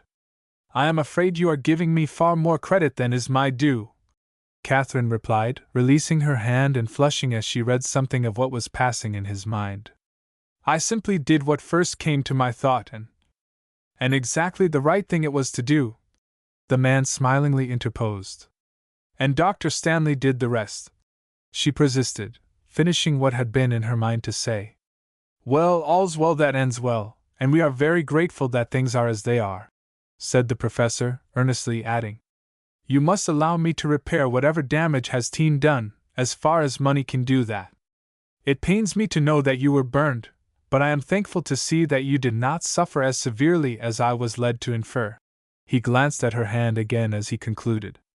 "I suffered more on Dorothy's account, I think, than in any other way," the girl quietly replied. "Why? Were you burned, Miss Minturn?" Dorothy exclaimed, catching her breath sharply.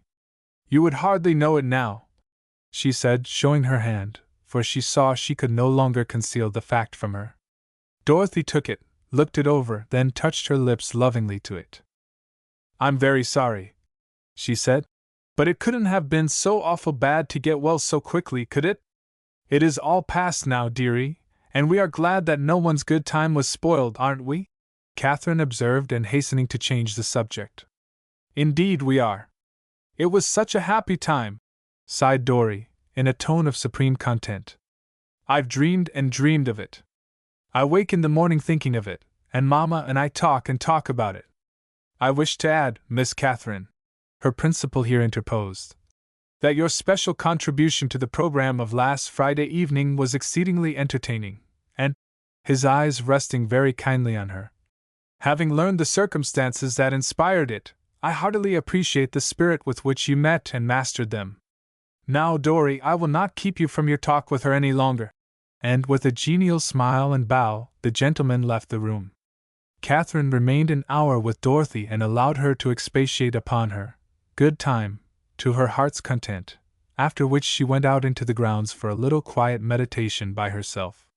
She was very happy because of what Professor Seabrook had said to her and the marked change in his manner towards her. He had addressed her by her first name, too, for the first time, a thing which he never did in speaking to students in public. But there were a favored few whom he sometimes greeted thus when he chanced to meet them informally, and it now seemed as if she were henceforth to be numbered with them. All the same, she knew that, in his heart, he was not one whit more tolerant of her religious views, and the skeptical gleam in his eyes, while inspecting her hand, had told her that he had no faith whatever that she had made a demonstration over a severe burn. But it was evident there had been a radical change in his attitude towards her. He no longer entertained any personal repulsion, and thus, with the little fire of Friday night, all barriers had been burned away, and a bond of true sympathy re-established between them. So, with a smile on her lips and a song in her heart, she made her way to a favorite spot, beneath a mammoth beech tree, where, drawing forth a pocket edition of Unity of Good, footnote, by Mary Baker G. Eddy, that tiny book, that multum in parvo which, to every earnest student of Christian Science, becomes a veritable casket of precious jewels, she was soon lost to all things material in the perusal of its pages. She had been reading 15 minutes, perhaps, when a muffled step on the heavy greensward caused her to glance up, to find Dr. Stanley almost beside her. All inquiries regarding a certain lady's health, I perceive, are quite unnecessary, he observed, as he searched her glowing face. Pray pardon me if I have startled you, but I would like to know how that poor hand is getting on, if it is permissible to mention it. It is not a poor hand, it is a very good hand indeed, thank you, Dr. Stanley, at least for all practical purposes, she demurely returned, but keeping it persistently out of sight, among the folds of her dress, where it had fallen when she arose to greet him. Miss Minturn, aren't you going to shake hands with an old friend? He gravely queried, extending his hand to her, but with a roguish sparkle in his handsome eyes. Katherine laughed out musically, and reluctantly laid hers within his palm. The man's face assumed an inscrutable expression as he turned the small member over and examined it with a critical look, even pushing up her sleeve a trifle to view the arm. But the slender wrist was fair and white and no flaw anywhere, except the slight discoloration previously referred to, where the unsightly blisters had been. Miss Minturn, it is less than 3 days since that accident occurred, and those burns are entirely healed. What did you do for them? He demanded in low, repressed tones. Nothing, except to know that God is an ever-present help in time of trouble. Do you mean to tell me that you applied no lotion or salve? That you did nothing but demonstrate mentally, as you scientists express it? That was all, Dr. Stanley. I had no lotion or salve. How long did you suffer from the pain? I suppose you shrink from being questioned thus by a doctor, he interposed, as he observed her height and color. But please tell me, I want to know. The burning sensation was all gone at the end of 3/4 of an hour, by the clock, though I confess the time seemed much longer than that, she admitted, with a faint smile. I was conscious that my hand was sore and very tender as long as I was awake, but in the morning that also was a belief of the past. It is beyond me, muttered the physician, with a puzzled brow. But, he added frankly, I am heartily glad you did not have to suffer many hours, as I felt sure you would, after seeing the condition of your hand that night. I went to your room with my sister, after attending to Dorothy, but, as you know, failed to find you. An hour later, Miss Reynolds astounded me by telling me that you were in her room, asleep. Yes, she kindly took me under the shelter of her wing. Miss Minturn, accusingly. You ran away from me. You did not want me to find you. But he smiled as he said it. It was far better for me, with our conflicting opinions. It would only have prolonged my suffering if you had found me and insisted upon dressing the burns, even though your motive was most kind. Katherine gently explained. I am almost tempted to believe that, after what I have heard and seen. He thoughtfully admitted. I hope you do not feel that I did not appreciate your kindness, Katherine observed, a note of appeal in her voice. I know that you would have done your best for me, in your way. And now, let me thank you again for the lovely jacks. I have not seen such beauties for a long time. I hope you received my note of acknowledgement. Yes, and wondered how you had managed to hold a pen, much more write your natural hand. For a moment Katherine wondered how he could know her natural hand. Then she remembered that he had asked an exchange of cards from herself and her mother the day before they landed the previous fall. She had just given her last one away, so had been obliged to write her name and address on a blank card. What is this little book, in which you were so absorbed as I came upon you? He resumed, as he picked it up from the seat where she had laid it and turned to the title page. Another production by that remarkable woman. Do you understand it? I am growing to understand it better every time I read it. There is much that is beautiful and helpful in it. Well, one would need to read over and over to comprehend what she teaches, and, reflectively, I am not sure but what it would be well worth one's while. But I must go. Dorry will think I am very late this afternoon. Au revoir, Miss Minturn. And slipping the book into Katherine's hands, he lifted his hat and went his way, while she looked after him with shining eyes. Mamma sowed better than she knew, there, the soil is good and the seed is taking root, she told herself as she turned with a light heart back to her book. Chapter 18. Sadie receives an opportune invitation. The last weeks of the school year just seemed to melt away until only one remained, and this was filled full with many duties, various class meetings, preparations for graduating day, class receptions, etc. For some time Katherine had observed that Sadie appeared absent-minded and depressed, in fact, wholly unlike herself, and twice of late she had surprised her in violent weeping. But the girl would give no reason, made light of it as nervousness, and evaded all questions. One day, while looking over their personal belongings and packing away things no longer needed, preparatory to their flitting, Katherine abruptly inquired, Sadie, where are you going to spend your summer? The girl started violently and turned a vivid scarlet. I don't know, honey. I reckon I may travel some, she said, after a moment of hesitation. With your guardian and his family? No, they're going to Europe, but I don't care to go with them. But you surely cannot travel by yourself, Katherine observed in surprise while she regarded the averted face opposite her curiously, an unaccountable feeling of uneasiness taking possession of her. I suppose I can't, perhaps I shan't, after all, Sadie stammered. I may go to some quiet place and board. Even in that case you would need a chaperone, Katherine objected. Well, Mr. Farnsworth wants me to go to his sister in Genesee County. She's a stiff, little old maid who lives by herself, and he says if I will not go to Europe I must stay with her. But I might as well be shut up in a convent, and I won't. And there was a resonant note of defiance in Miss Minot's voice as she concluded. But what is your objection to the European trip, Sadie? I should think you would like it. I am sure you could have no better opportunity than to go with the Farnsworths, argued Katherine, who was more and more perplexed by her roommate's strange caprice. Oh. Well, I'm not going, anyway, and that settles the matter, sharply retorted the girl from the depths of her trunk, but her voice was thick with tears. Katherine suddenly sat erect, a startled expression sweeping over her face.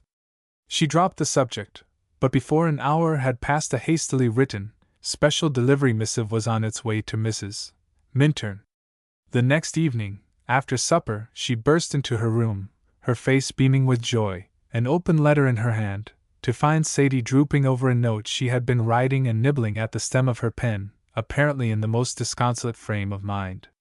She hastily drew a blank sheet of paper over the written page to hide it, a circumstance which did not escape the observing eye of her chum, and, looking over her shoulder, inquired, "What is it, Katherine? You look as if you'd had good news." "I have, at least good news to me, and I hope it will be to you also," was the cheery reply. Sadie sat up and looked interested. "To me? How so?" she said in surprise. "Well, I wrote Mama yesterday that you seem to be in something of a quandary about your summer, and as I have the privilege of inviting someone to spend my vacation with me, I asked her if I might have you, that is, if you would like to come." "Would you, dear?" Katherine pleaded, with an anxiously beating heart. "We have a cottage at Manchester by the Sea, in Massachusetts, which we make our headquarters, then take little trips here and there, as the spirit moves us. Papa cannot be with us all the time, on account of business, but he comes and goes, bringing some of his friends now and then, and Sadie, we do have very nice times. Now will you be my guest for the summer? I have a special delivery from Mama, who also wants you." The girl had remained motionless, almost breathless while Katherine was speaking, a peculiar look on her face, which grew red and white by turns. She did not at once reply when she concluded, but seemed irresolute, almost dazed, in fact, by what she had heard. Then, all at once, she started to her feet, threw her arms around Katherine, bowed her head upon her shoulder, and burst into a passion of tears. "Oh, how good of you, Katherine! How good of you! It will seem like heaven to me," she sobbed, with more feeling than she had ever manifested before during all the months they had spent together. "Ah! I have been so lonesome, so homesick, so wretched, and I would love to go if you really want me." "I certainly do, Sadie, or I would not have asked you," Katherine heartily responded, and now feeling very sure that she had done a wise thing, for she was convinced that the girl's wretchedness had proceeded from an entirely different cause than a choice between a European tour and a sojourn with an old maid in Genesee County. "It is perfectly lovely of you, and I can never tell you how much it means to me," Sadie replied, with a long breath of relief, while she wiped the hot tears from her cheeks. "Well, you need not be homesick any longer," was the cheery assurance. "For Mama will make you feel that you have your own place in our dear home nest on the rocks by the sea, and Papa is the jolliest of men. No one need be lonesome when he is around, and we shall have other friends with us some of the time. Listen while I read you what Mama says. Have your friend come, by all means, if she thinks she can be happy with us. You can explain what our plans are, and if they prove attractive we will make her one with us. That will be perfectly delightful. It is awfully sweet of you both," Sadie exclaimed, with sparkling eyes, her spirits quickly rebounding, as the burden of a few hours previous began to roll from her heart. "Oh, Katherine, you never can know how happy you have made me, and I am going to write to my guardian this very minute." She turned back to her desk, and presently Katherine heard her tearing paper into tiny bits, after which she wrote 2 letters and then went immediately out to post them. There were no more tears or doleful looks during the remainder of the week. A day or 2 later there came an approving letter and a generous check from Mr. Farnsworth, and Sadie was once more her serene and gracious self and looking forward eagerly to the day of their flitting to the sea. Katherine, on the other hand, was feeling an unaccountable reluctance to leaving, even with the expectation of returning in September, and in spite of her longing for both father and mother. It was very strange, she told herself, but she certainly was not elated over the prospect of a long vacation. Professor Seabrook was going to Europe for a complete change of scene and rest. Mrs. Seabrook, Dorothy, and Nurse were booked for a quiet spot in the White Mountains, where, it was hoped, pure air and country life and diet would strengthen the frail girl for what was in store for her, and where Dr. Stanley would join them, for the month of August, if he could arrange to leave his patients. Miss Reynolds was to go to her home in Auburn for July, but to Katherine's delight, had accepted an invitation from Mrs. Minturn to be her guest during the first 2 weeks of August. And so, when the morning of their departure came, adieus and good wishes were exchanged with their many school friends, and the 2 girls started upon their journey to the coast of the good old Bay State.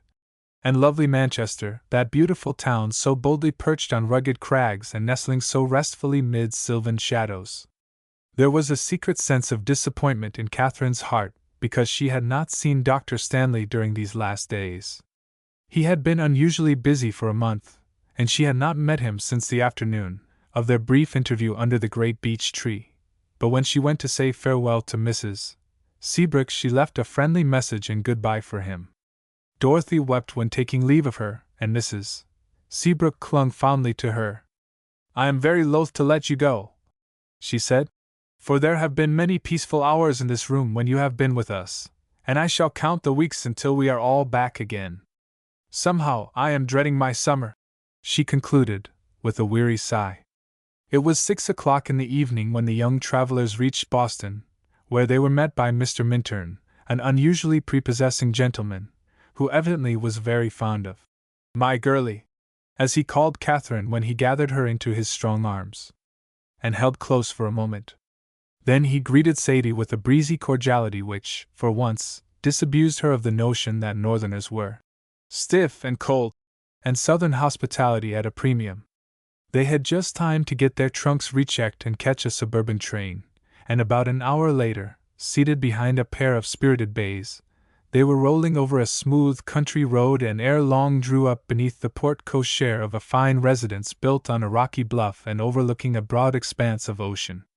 "So this is a cottage by the sea, a nest on the rocks," Miss Minot mentally observed to herself as her glance roamed over the roomy mansion, while she was mounting the steps leading to the wide veranda, where Mrs.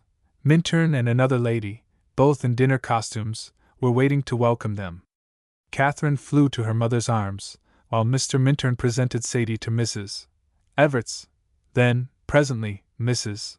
Minturn came to her, greeting her so graciously and lovingly that her heart was won at once, and she felt that she had been admitted within a charmed circle and a strangely peaceful atmosphere. "Now, my dears, I am not going to make you dress tonight," Mrs. Minturn observed, when the greetings were over. "Ellen," glancing at a maid in spotless cap and apron, "will take you upstairs and help you get rid of some of the dust of travel, then you can come directly down, for we were only awaiting your arrival before having dinner served." The maid took possession of their hand-bags and led the way indoors, up a broad stairway to two adjoining rooms, opening out upon a balcony which commanded a fine view of both land and sea. After submitting to a vigorous brushing, bathing hands and faces and pinning into place some truant locks, they went below to a tempting repast, to which the two hungry travelers did ample justice. The weeks that followed Sadie Minot never forgot, for they marked the beginning of a new era in her life. She seemed to be living in a different world. Every day was begun with a reading from the Bible and the Christian Science textbook. This was followed by the singing of a lovely hymn, then came a minute or two of silent communion, after which the Lord's Prayer was repeated in unison. Ofttimes Mrs. Minturn and her friend would remain to discuss or go over again some passage that had awakened a new train of thought, and frequently Sadie found herself lingering also, an interested listener. After a week of rest they began to make trips to various points of interest, sometimes stopping 2 or 3 days in a place, then returning to Manchester for a little season of quiet, when they would flit away again in another direction. It was ideal. There was never any friction or jar in the home or on the wing. An atmosphere of peace and love brooded everywhere, while, at the same time, a spirit of good fellowship and jollity pervaded the entire household, particularly when Mr. Minturn made one of their number. Katherine, who was quietly observant of her friend, was glad to see that there was no return of the absent-minded moods or depression that had previously overshadowed her, but that she seemed carefree and happy, giving herself up heartily to the enjoyment of her vacation. Only now and then, when a letter addressed in a bold, free hand came to her, did she seem to cast a backward glance or recall anything to mar her pleasure. They had little visits at Newport and Narragansett Pier, a trip to the Thousand Isles, interspersed with outings at the Essex County Club at home, golf, tennis and drives, and now and then, a run to Boston for sightseeing or shopping. One morning, the very last of July, Katherine received a letter bearing a New Hampshire postmark. "I wonder if it is from Mrs. Seabrook.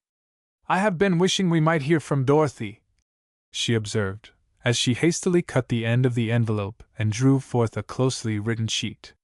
Yes, it is, she supplemented, glancing at the name appended, and then became absorbed in its contents, her face growing grave and wistful as she read. Mama, she remarked, when she had finished and was refolding the missive. Mrs. Seabrook writes that Dorothy is not as well. They have had to send for Dr. Stanley, and he thinks that the mountain air does not agree with her, that she would be better near the sea. She has written to ask if we know of a cottage here that she could rent for the remainder of the season. Why, yes, there is the Hunt cottage. Mrs. Hunt told me yesterday that they are all going on a trip through the Canadas, but she was in a quandary about her help. She does not like to let them go, either does she feel quite like leaving them to run the house by themselves. Perhaps she would be glad to rent it. Mrs. Minturn returned. That would be delightful, for then we could have Mrs. Seabrook for a neighbor, and oh, Mamma, if we only could do something for that dear child, said Katherine yearningly. We could not interfere there, dear, her mother gravely replied. We could do nothing, with Professor Seabrook so opposed to the treatment of Christian Science. But I will go and talk with Mrs. Hunt and see what can be done for your friends. The result of her call was a cordial assent on the part of the Hunts to rent the cottage, if the Seabrooks, after learning the terms, desired to have it. Katherine wrote by return mail, stating the case to Mrs. Seabrook, and the second day afterward, while she and Sadie were busy with some fancy work on the veranda, Dr. Stanley suddenly appeared, mounting the steps. Katherine sprang forward to greet him, her face glowing with pleasure. This is a delightful surprise, Dr. Stanley, she said, giving him a cordial hand. Come and have a chair. If you have walked from the station, you will be glad to get out of the sun, and I am sure you need no introduction to Miss Minot. The physician saluted Sadie with his customary courtesy, then seated himself in the comfortable rocker tendered him, and gazed, with an appreciative eye, off upon the blue expanse before him, at the same time taking in deep breaths of the cool, delicious salt air. This is glorious, he exclaimed. Young ladies, I do not wonder at the roses in your cheeks, in view of these invigorating breezes wafted straight from the domain of old Neptune. Sadie, however, did marvel as she observed the unusual color in the face of her friend. The invigorating breezes of old Neptune didn't have anything to do with that, she said to herself. We have found it very warm and close up in the mountains. The gentleman resumed, and I now regret that I did not send my sister to the sea at the beginning of the summer. Katherine inquired from Mrs. Seabrook, who had scarcely referred to herself in her letter, and expressed her regret that Dorry had seemed to lose ground. Yes, she has been very poorly, and her mother is simply worn out with anxiety and watching, said Philip Stanley, with a clouded brow. You perceive I lost no time, after the receipt of your letter, in coming to conclude the arrangements with Mrs. Hunt. You will find her cottage very comfortable and homelike, although it is not very large, Katherine informed him. We think it is just the place for you, because of the well-trained help, which will greatly relieve dear Mrs. Seabrook. That is the house, the second one above us on the opposite side of the street. The location is certainly fine. It is high, has a good view of the ocean and spacious grounds. I shall feel that we are very fortunate to secure it. I wonder if I shall find Mrs. Hunt at home? Said the gentleman, and apparently eager to conclude the bargain. I think so, and if agreeable to you, Dr. Stanley, I will go over with and introduce you to her, returned his young hostess. That is very good of you, Miss Minturn, he eagerly responded, with a look that caused the white lids to droop quickly over the brown eyes. I shall certainly avail myself of your kind offer. I am sorry that Mamma is not at home, Katherine remarked, as she arose to go in and make ready for the proposed call. She will be disappointed to have missed you. She was obliged to go to Boston this morning, with Miss Reynolds, who arrived last night, and will not be back until late this evening. Sadie, will you come with us to Mrs. Hunt's? She concluded, turning to her friend. No, I reckon not, the girl lazily replied. I am too comfortable to move, unless the occasion is imperative. Katherine disappeared, but shortly returned equipped for her call, and Philip Stanley's glance rested appreciatively on the lithe, graceful figure in its dainty robe of pale yellow chambray, with its soft garnishings of lace and black velvet. The nut-brown head was crowned with a pretty shade hat of yellow straw, also trimmed with black velvet ribbon, and a white parasol, surmounted by a great, gleaming white satin bow, completed the effective costume, while the girl's pink cheeks and brilliant eyes told, as she walked away with her companion, that she was bound upon no unpleasant errand.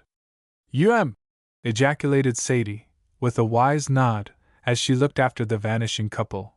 You two will make a perfectly stunning pair, and you have my unqualified blessing. The arrangements with Mrs. Hunt were soon completed, for Dr. Stanley was only too eager to secure her charming cottage upon any terms.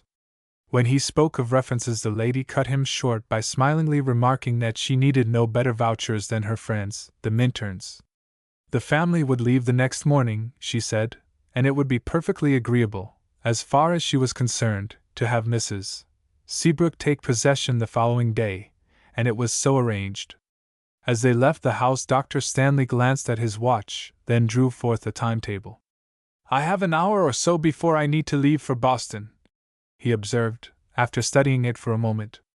Oh, Dr. Stanley, do not say that, Katherine exclaimed, in a tone of disappointment. You surely will come and have lunch with Sadie and me, then I will order the horses and we will have a nice drive. You tempt me sorely, Miss Minturn, the gentleman smilingly observed, as he met the appealing brown eyes. But if I am to bring my sister and Dory here the day after tomorrow, I must get back to them tonight. Yes, I can understand that you wish them to come as soon as possible, Katherine replied, and at once yielding her point. And you all shall have plenty of drives before the summer is over. But if you have an hour to spare, perhaps you would like to walk about a little. I can show you one or two fine views. That will be very enjoyable, he eagerly responded, and they bent their steps towards a point which had become a favorite spot with Katherine.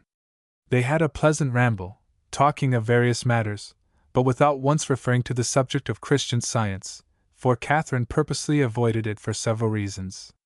Finally they turned their faces towards the town, when, on rounding a curve in the road, they saw the figure of a man sauntering idly along some distance before them, although, at the time, either bestowed more than a casual glance upon him. Presently, however, after again consulting his watch, Dr. Stanley said time was flying, and he must hasten to catch his train, so, quickening their steps, they soon overtook the stranger in front of them. He shot a curious look at them, as they were passing, then, to Katherine's amazement, doffed his hat with a courteous, "How do you do, Miss Minturn?" "Ah, Stanley! A fine day." Without slackening his pace, the physician turned a pair of blazing eyes upon the man, as he, in duty bound, lifted his own hat, and they had passed him before Katherine could do more than bestow an astonished look upon him. Her companion turned and searched the puzzled face beside him. "Miss Minturn, do you know that young man?" he gravely inquired. She flashed a pair of startled eyes up at him, for his tone had a peculiar note in it. "I don't know. There was something familiar about him, and he seemed to recognize me," she began doubtfully. "Why," she went on, her face clearing, "I remember now. I was introduced to him last spring. His name is Willard, I believe." "Oh!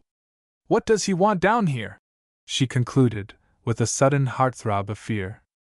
"I do not know who may have introduced you," her companion remarked, "but I feel it my duty to tell you that he is a man whose acquaintance is very undesirable. It is true he belongs to a fine family, but he is their thorn in the flesh. He is a drunkard and a gambler, and his associates are among the most reprobate. 2 or 3 times I have been called to bring him out of a state bordering upon delirium tremens. A physician is not supposed to give away the weaknesses of his patients," he interposed, in a deprecatory tone, "but under existing circumstances I feel justified in saying what I have said." "I had a suspicion that he might not be desirable," Katherine returned, and feeling deeply disturbed, for she was sure the man had followed Sadie for no good purpose. "I never met him but once, and then under rather peculiar circumstances. I thank you for telling me about him, for, although I may never see him again, It may prove a warning to someone whom I know who has seen more of him." They had almost reached the station by this time, and a warning whistle told them that the inward-bound train was near at hand. There was just time for Dr. Stanley to get his ticket, take a hurried leave of his fair companion, and then board his car, waving a last adieu. The girl stood watching the train as it rolled from the station, a soft radiance in her large brown eyes, a happy smile parting her red lips, while the physician bore away with him the mental picture of a dainty little lady in pale yellow, her beautiful face looking out at him from beneath a most becoming shade hat, one slender hand holding aloft a white ruffled parasol surmounted by a gleaming satin bow. Chapter 19. Mrs. Seabrook takes a stand. On her way back, after Dr. Stanley's departure, Katherine stopped at the house of a friend to make a call. She found her in a pavilion that flanked a corner of the veranda, and with her some other young people, all of whom were busily engaged with the new fad of basket making.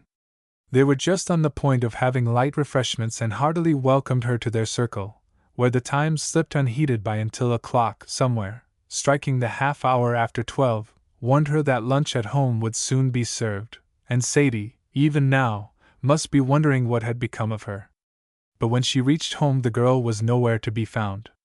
It was after 1 o'clock and lunch waiting when she finally came slowly up the hill, which sloped to the beach behind the house, and Katherine was sure, from her flushed cheeks and reddened lids, that she had been crying. There was no opportunity for any confidential conversation during the meal, for the waitress was in the room, and, after making a very light repast, Sadie observed she reckoned she'd go take a nap, and abruptly leaving the table, disappeared. Katherine was deeply thoughtful while finishing her lunch. "He has been here," she said to herself as she folded and slipped her napkin into its ring. Then, with a resolute uplifting of her head, she followed Sadie upstairs and tapped upon her door. "Please excuse me for a little while, honey," came the response from within, but in unnatural tones.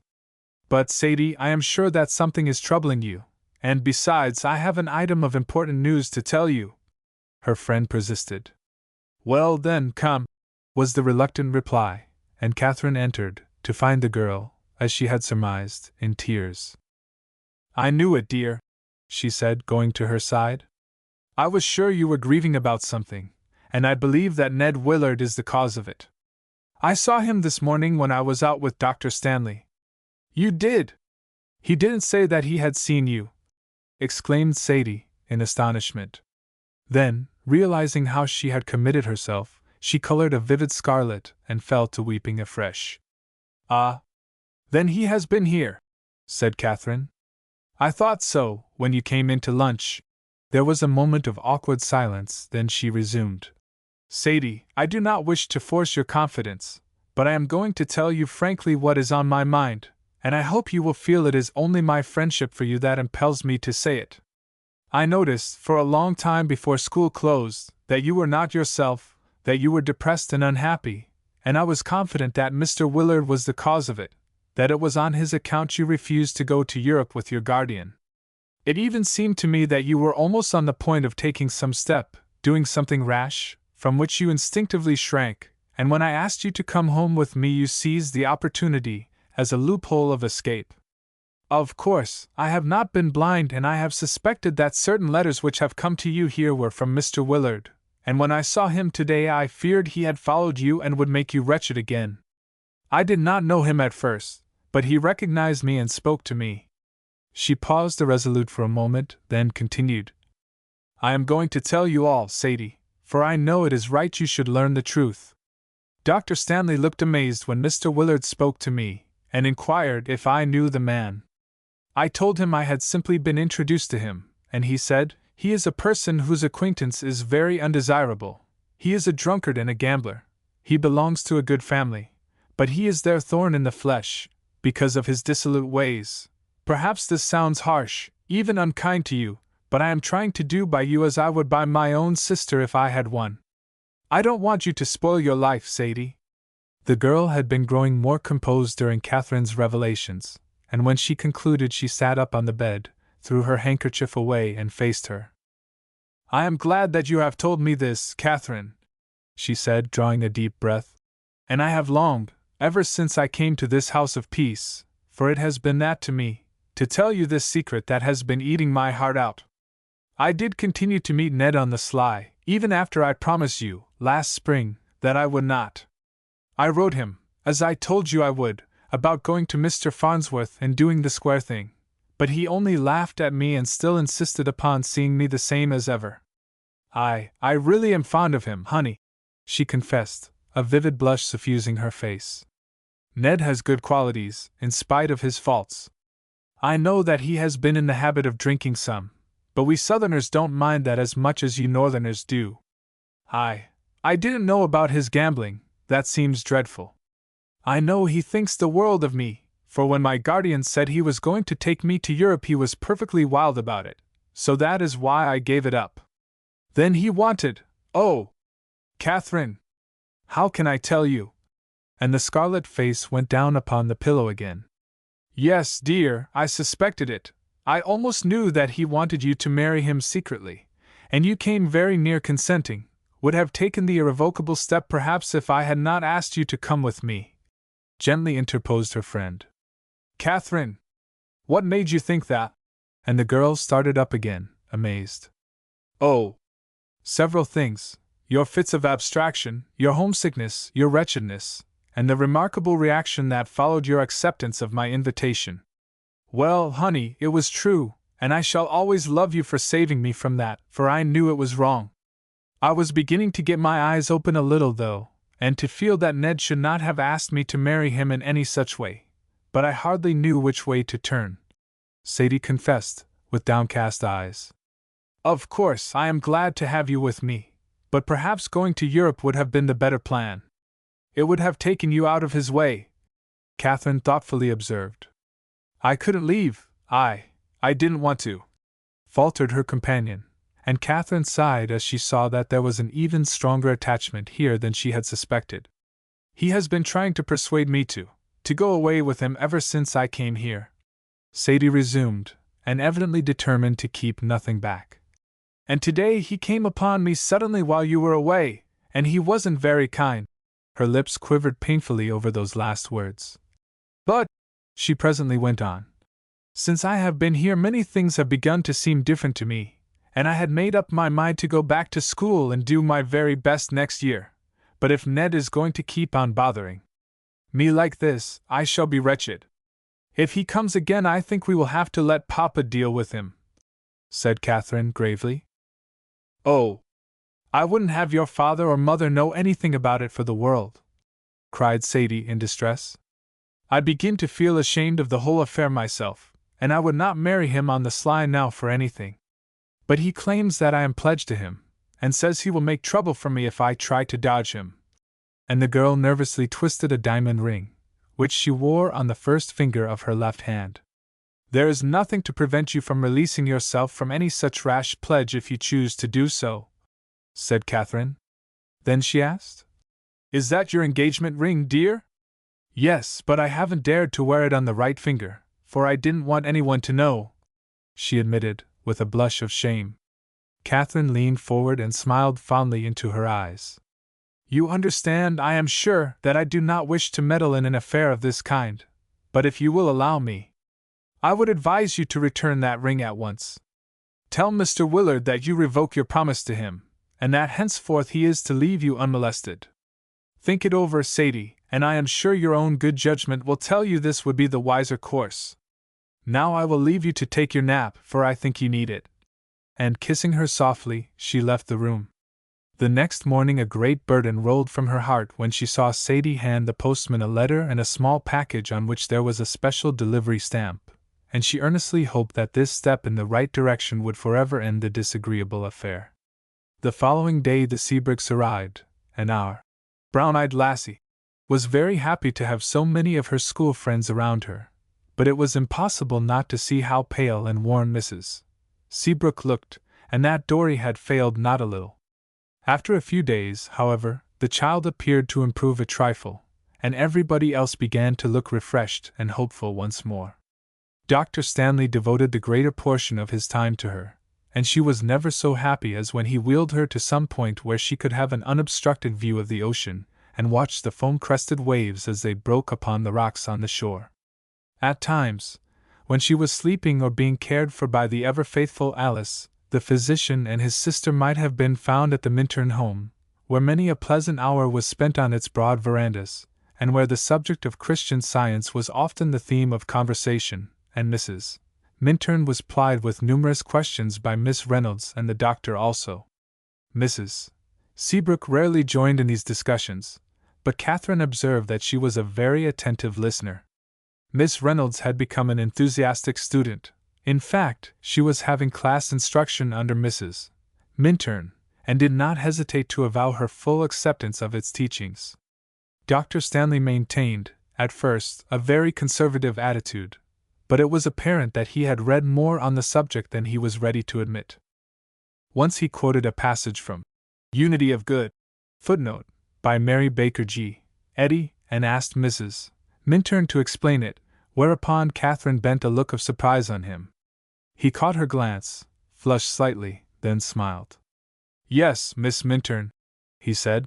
"After glancing at your book that day when we met under the beech tree, I felt a curiosity to know more of what it contained, so bought a copy and, yes, read it through 3 times.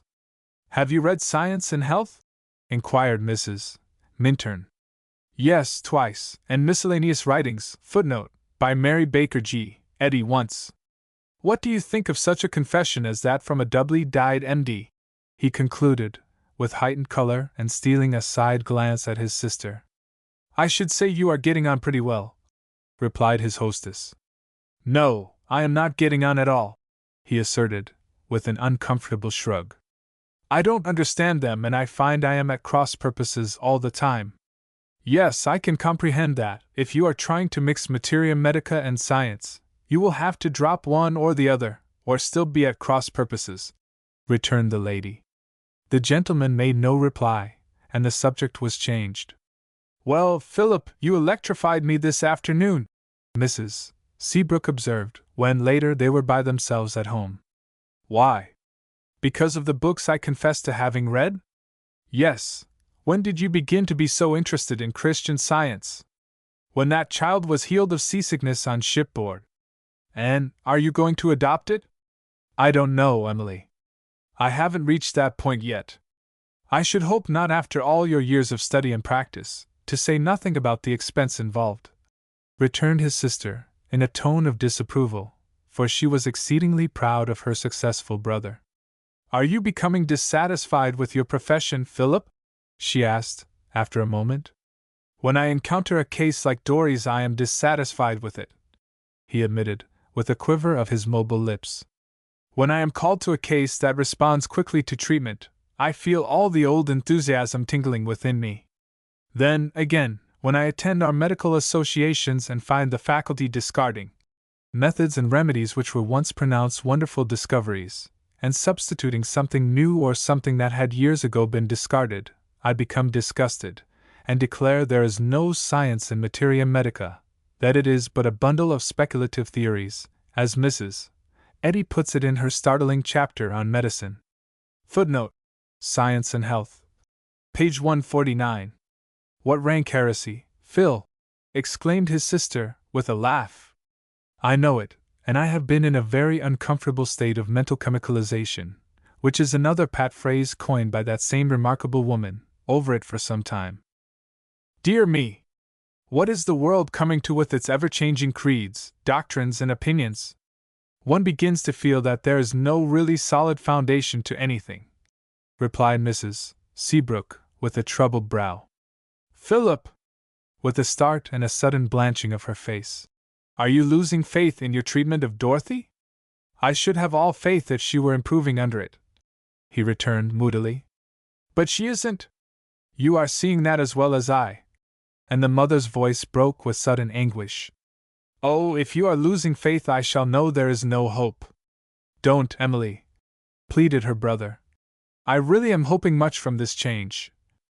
"Ah, that is equivalent to saying that you have exhausted your methods, that our only hope now is in a salubrious atmosphere, etc. It has been the same story, over and over," she wailed.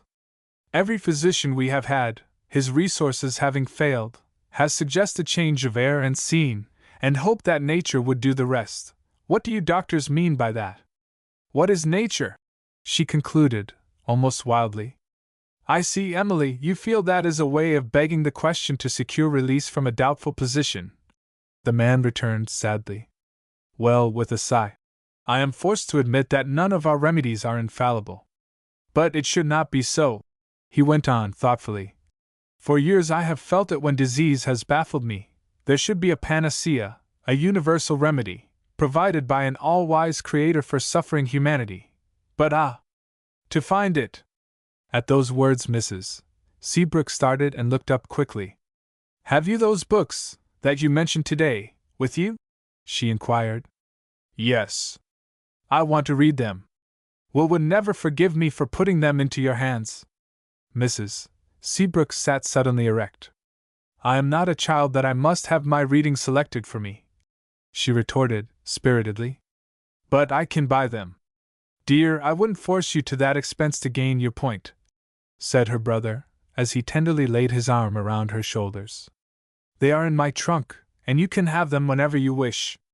But you are tired, go to bed now, and I hope you will have a good night's rest.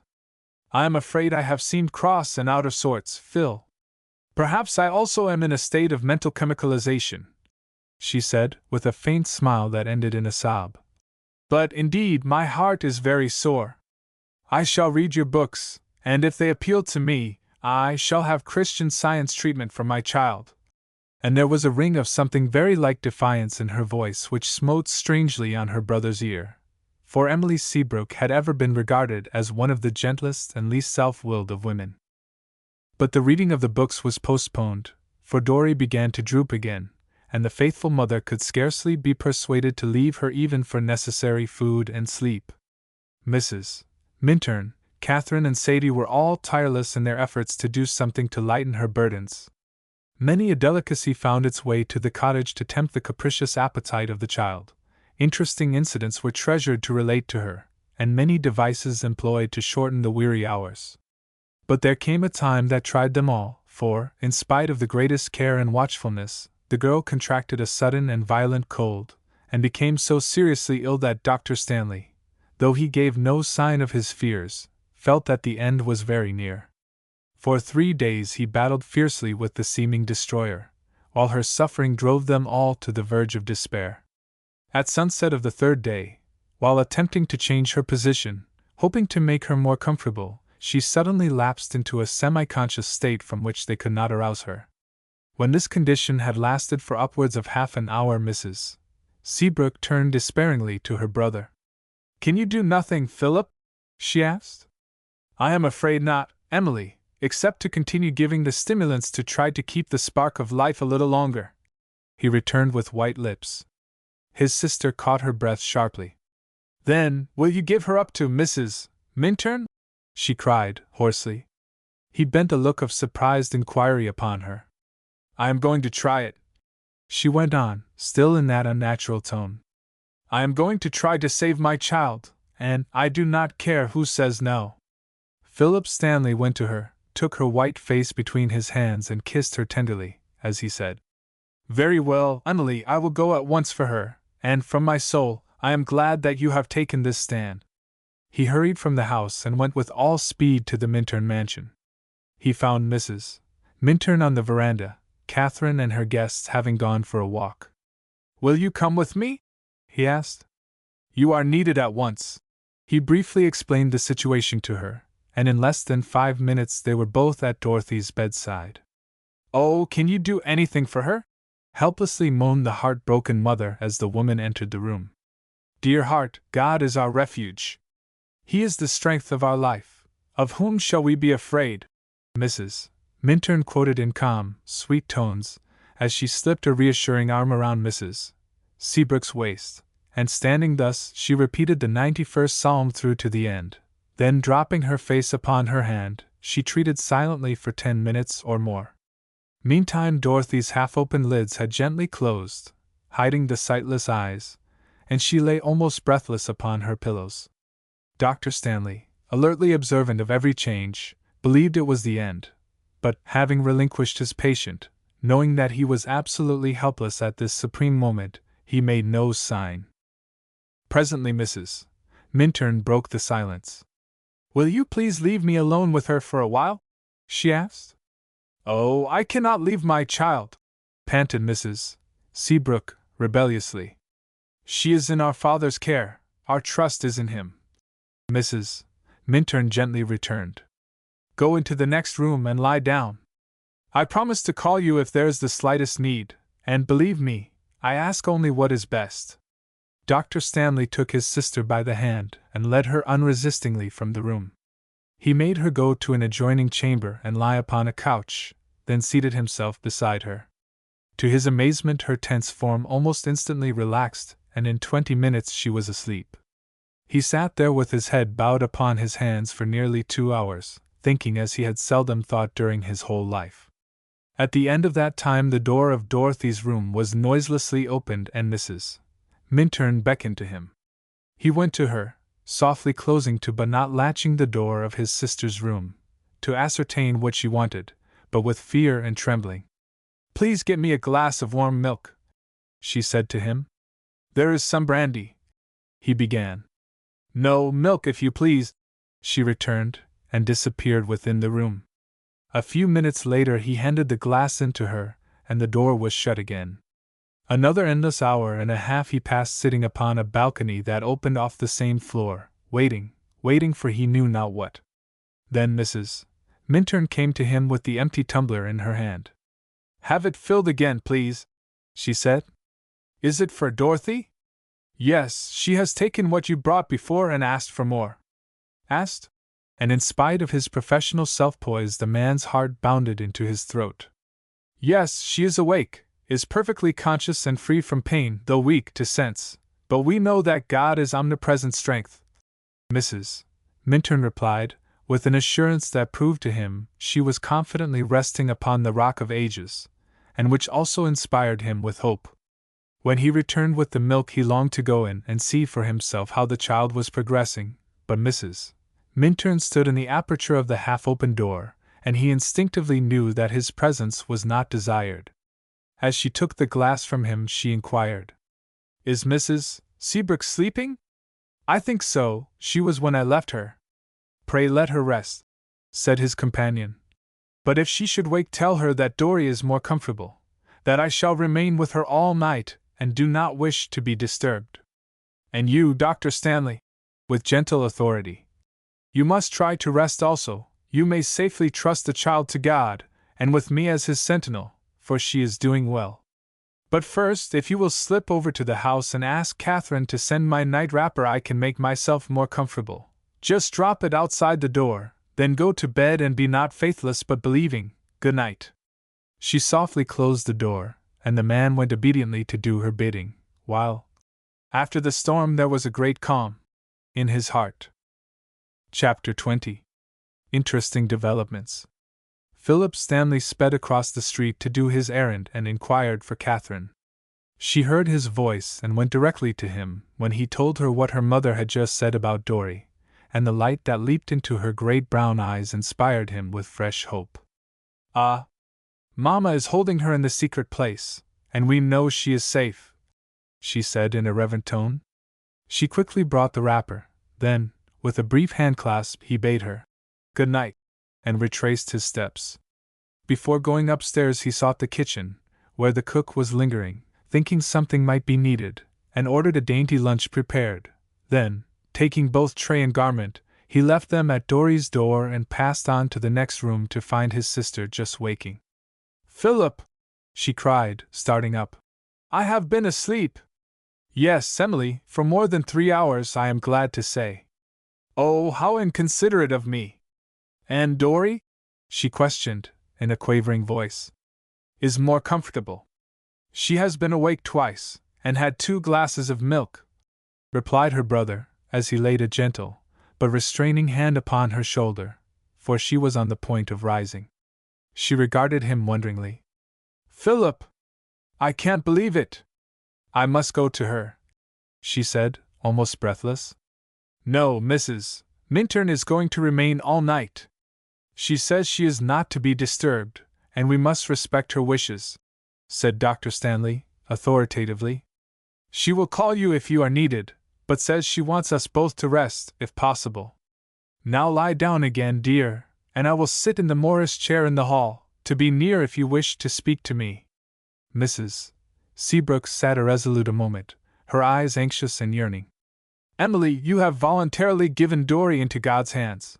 Now prove that you trust him," her companion gravely admonished. She looked up at him and smiled. "Yes, I will, and I believe that his hand is not shortened that it cannot save, nor his ear heavy that it cannot hear," she replied, and immediately lay back upon her pillow.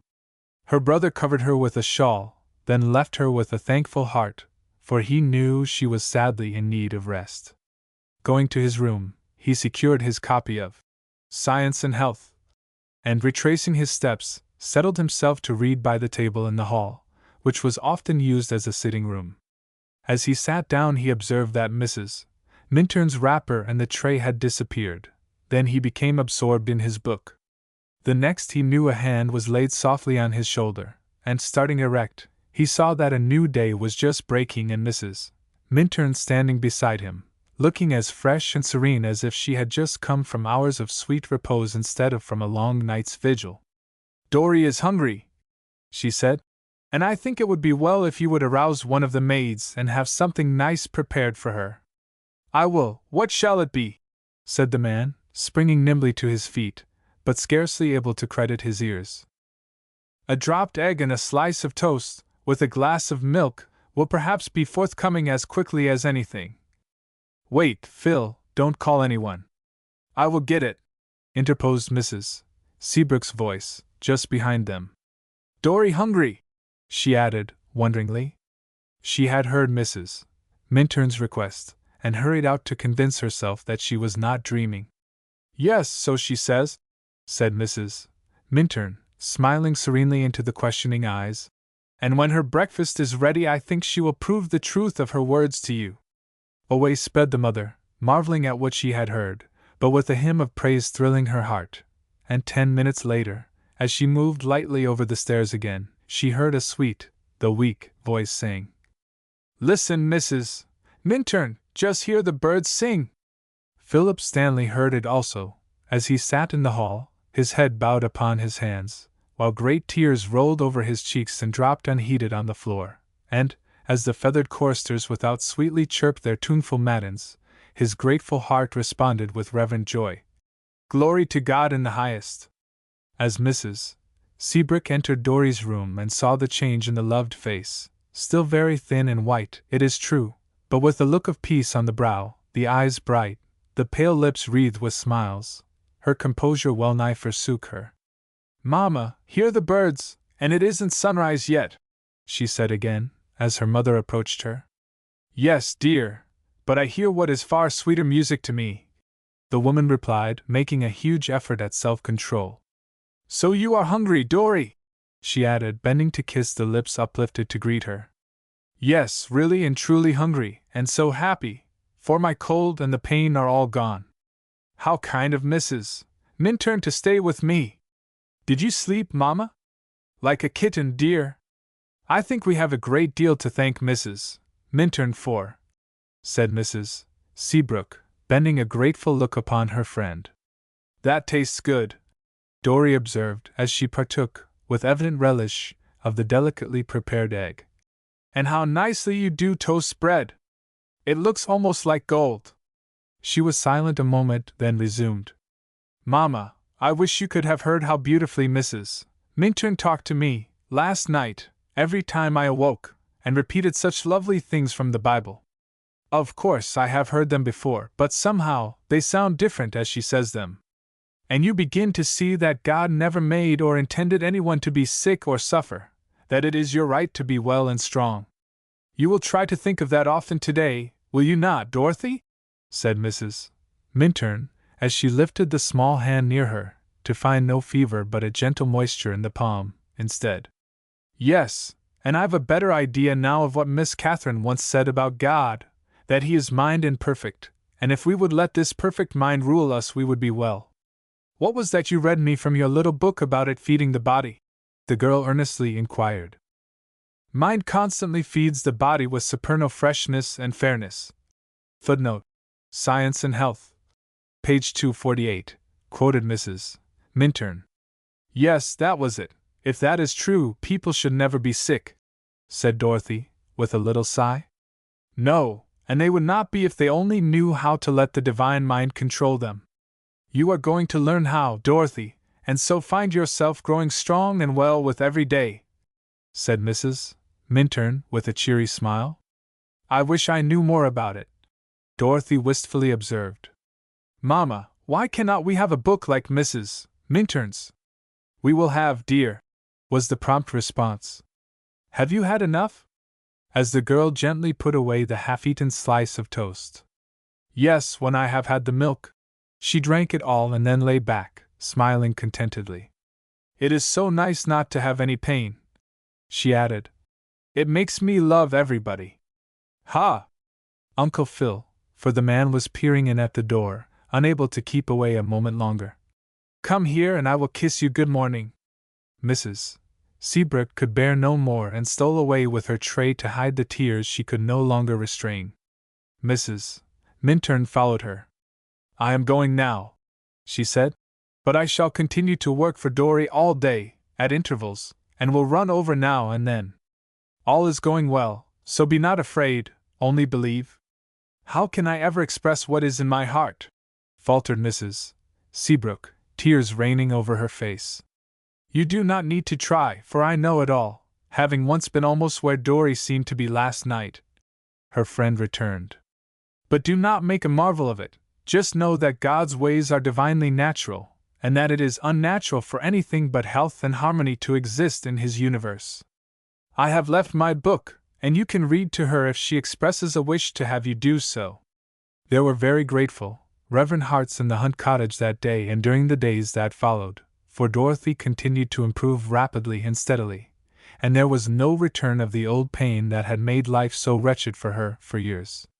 The fourth day after her long night watch, Mrs. Minturn sent a roomy carriage, the back seat piled with down coverlids, to take them all for a drive. Dr. Stanley, still governed largely by the old thought, would have vetoed such a suggestion under different circumstances, and claimed that the child was still too weak to attempt anything of the kind. But he felt that he, himself, was now under orders, and meekly refrained from even expressing an opinion. So they thankfully accepted their neighbor's kindness, and when he saw Dorry's delight in being once more out of doors, when he met her dancing eyes and noted the faint color coming into her cheeks and lips, and every day realized that she was getting stronger, something within seemed to tell him that she would yet be well, and, figuratively speaking, he reverently took off his materia medica hat to Mrs. Minturn and secretly registered the vow of Ruth to Naomi. Thy people shall be my people, and thy God my God. One evening, after Dorothy was in bed and asleep, he came upon his sister in the upper hall reading Science and Health. And he smiled, for since the night of their great trial she had literally devoured the book every spare moment she could get.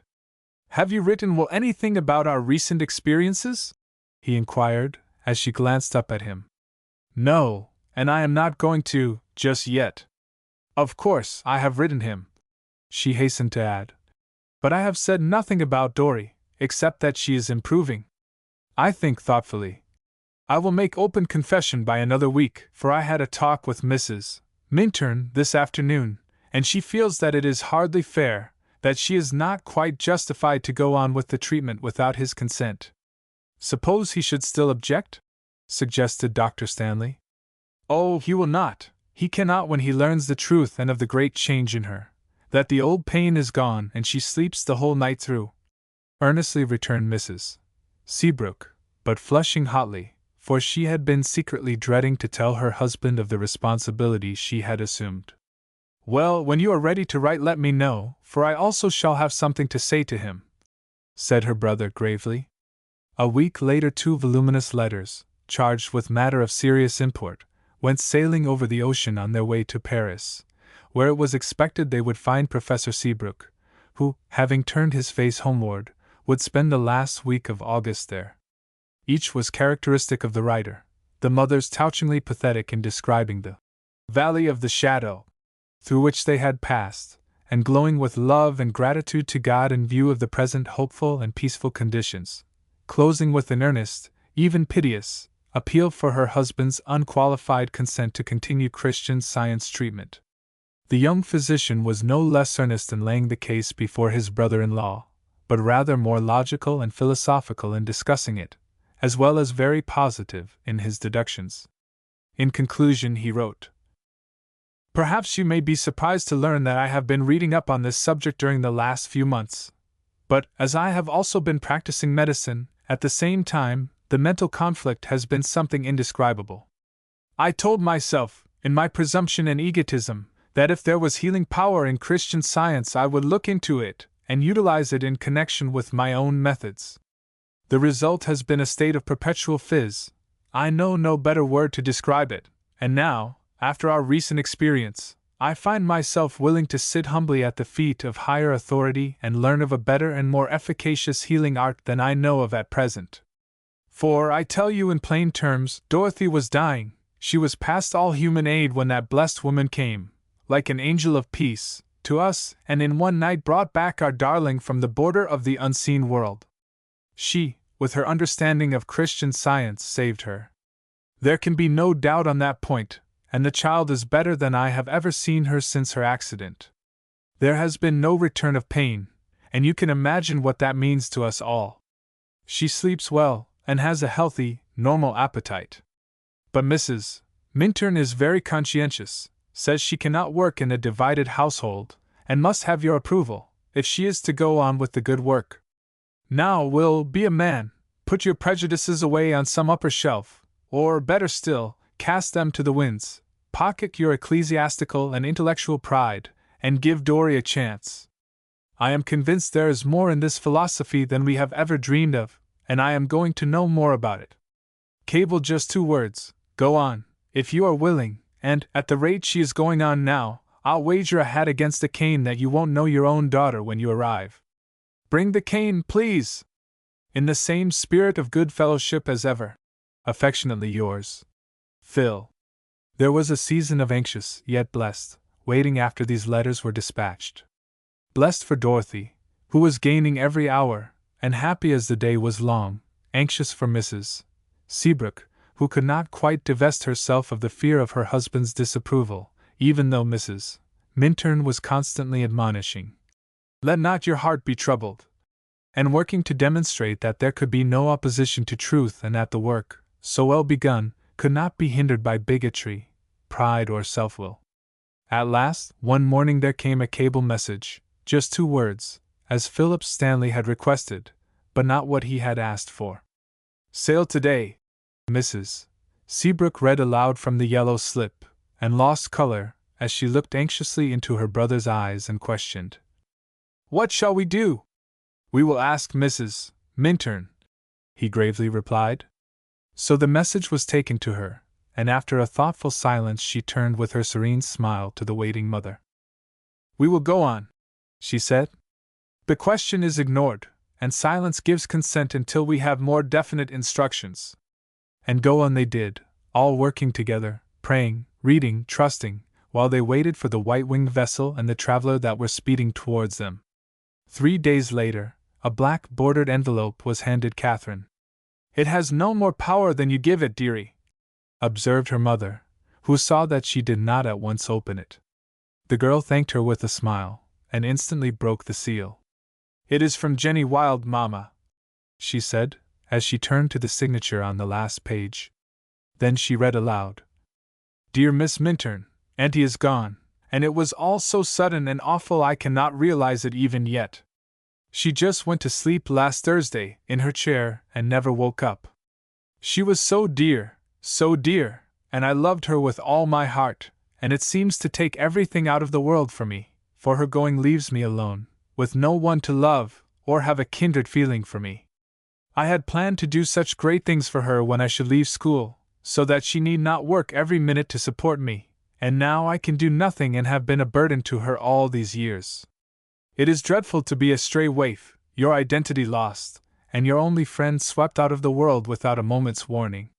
Well, I am young and strong, I can work, and sometime, perhaps, I shall understand why I am here, what special niche I am to fill, though at present nothing but a blank wall seems to loom up before me. Of course, this means I am not going back to Hilton, for Auntie's annuity ceased when she went. The quarterly remittance came the day before, so there was enough, and a little more, to take care of her.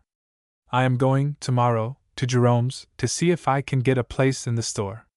I want to stay here because, now and then, I can see you, the Seabricks, and some of the other girls who have been good to me.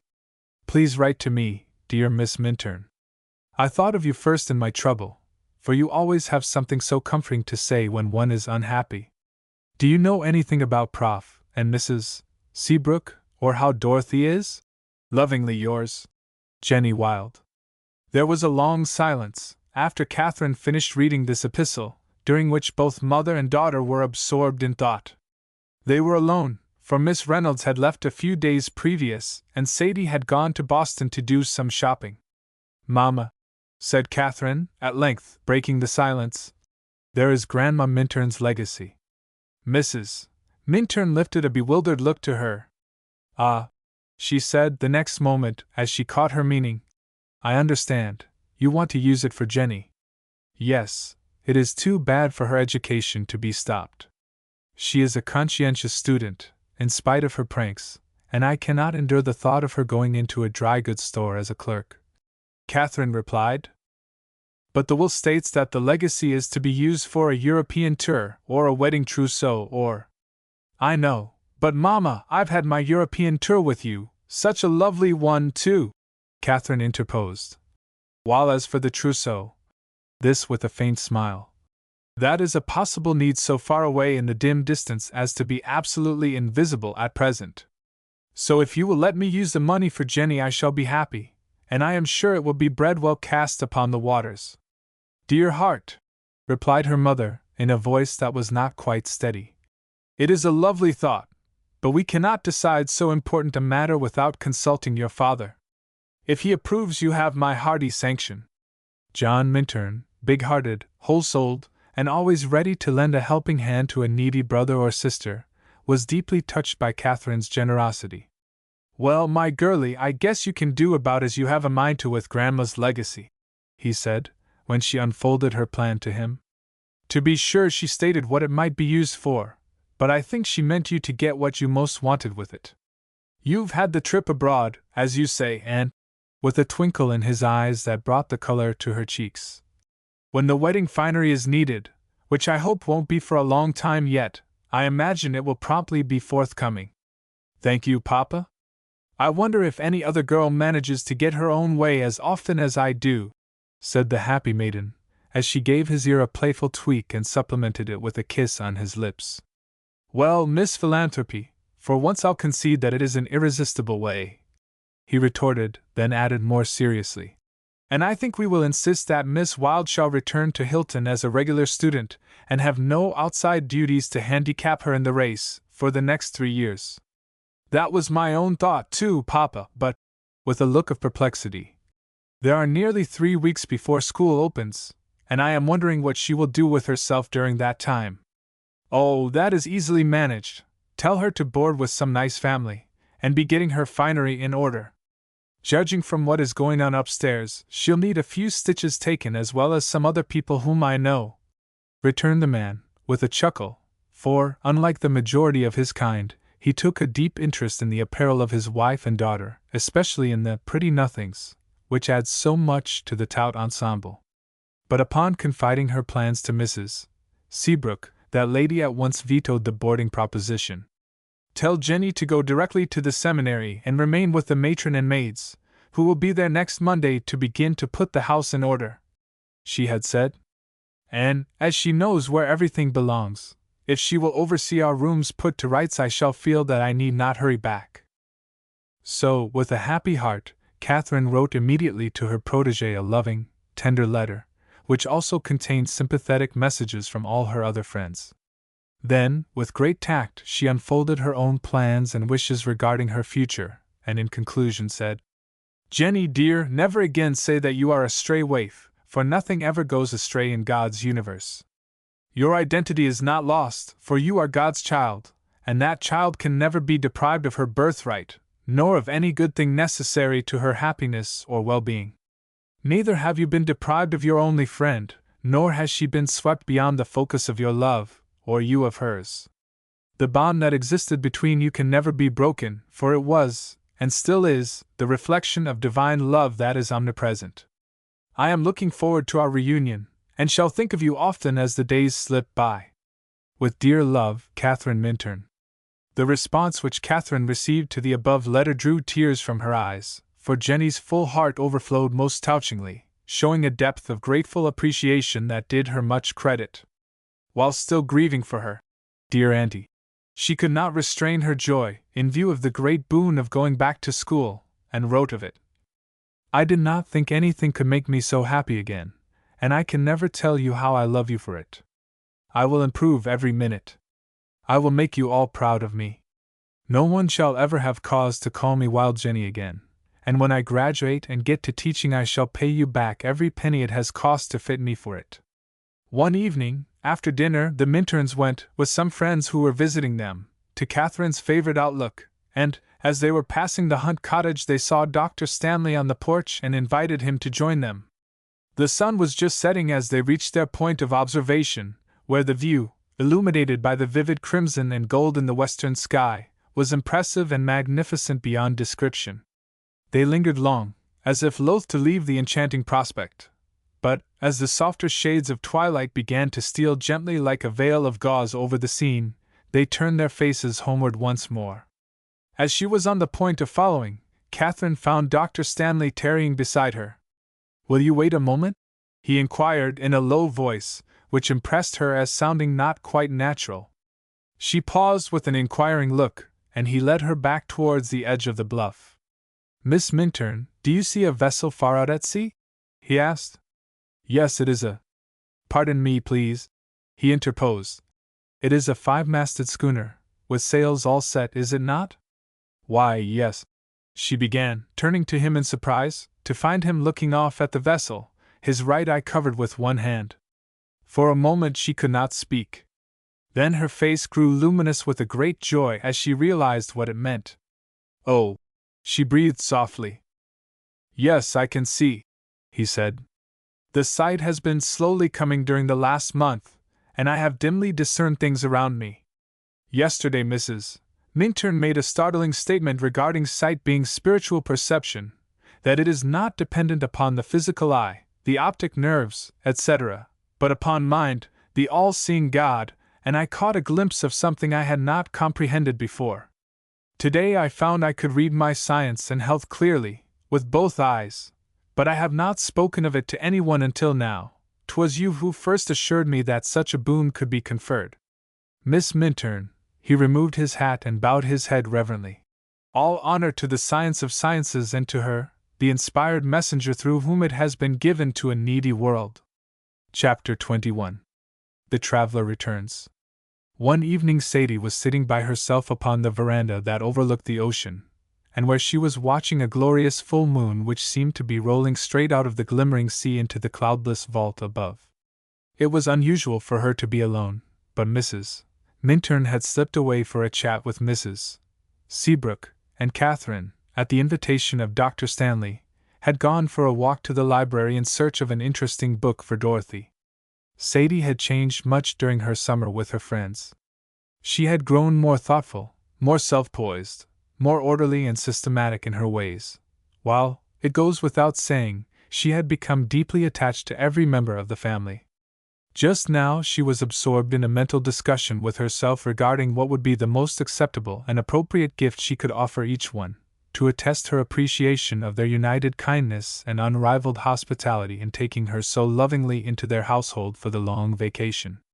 Without having heard a step or a movement, without a suspicion that any living being was near, her name was suddenly pronounced in familiar tones directly behind her. "Sadie!" She sprang to her feet and faced the intruder. "Oh, Ned! Why have you come? Why cannot you let me alone?" she cried, in a startled tone. "I have come to make you take back your ring." And he held out the box to her. "And I cannot leave you alone," Because, you know why, Sadie. No, I shall not take back the ring, she replied, waving it away. And I wrote you that everything was at an end between us, that I would not be bound to you any longer. But you are bound, you have given me your promise. I have taken back that promise. Why? Because, for many reasons. I have my course to finish. I mean to put my best work into the coming year, and I will not be hampered in any such way, resolutely returned Sadie, who was fast recovering to her self-possession. No, it is because that preaching, sanctimonious Katherine Minturn has influenced you against me, hotly retorted her companion. Katherine Minturn is the dearest, loveliest, sweetest girl in the world, and I won't hear one word against her, said Sadie in stout defense of her friend.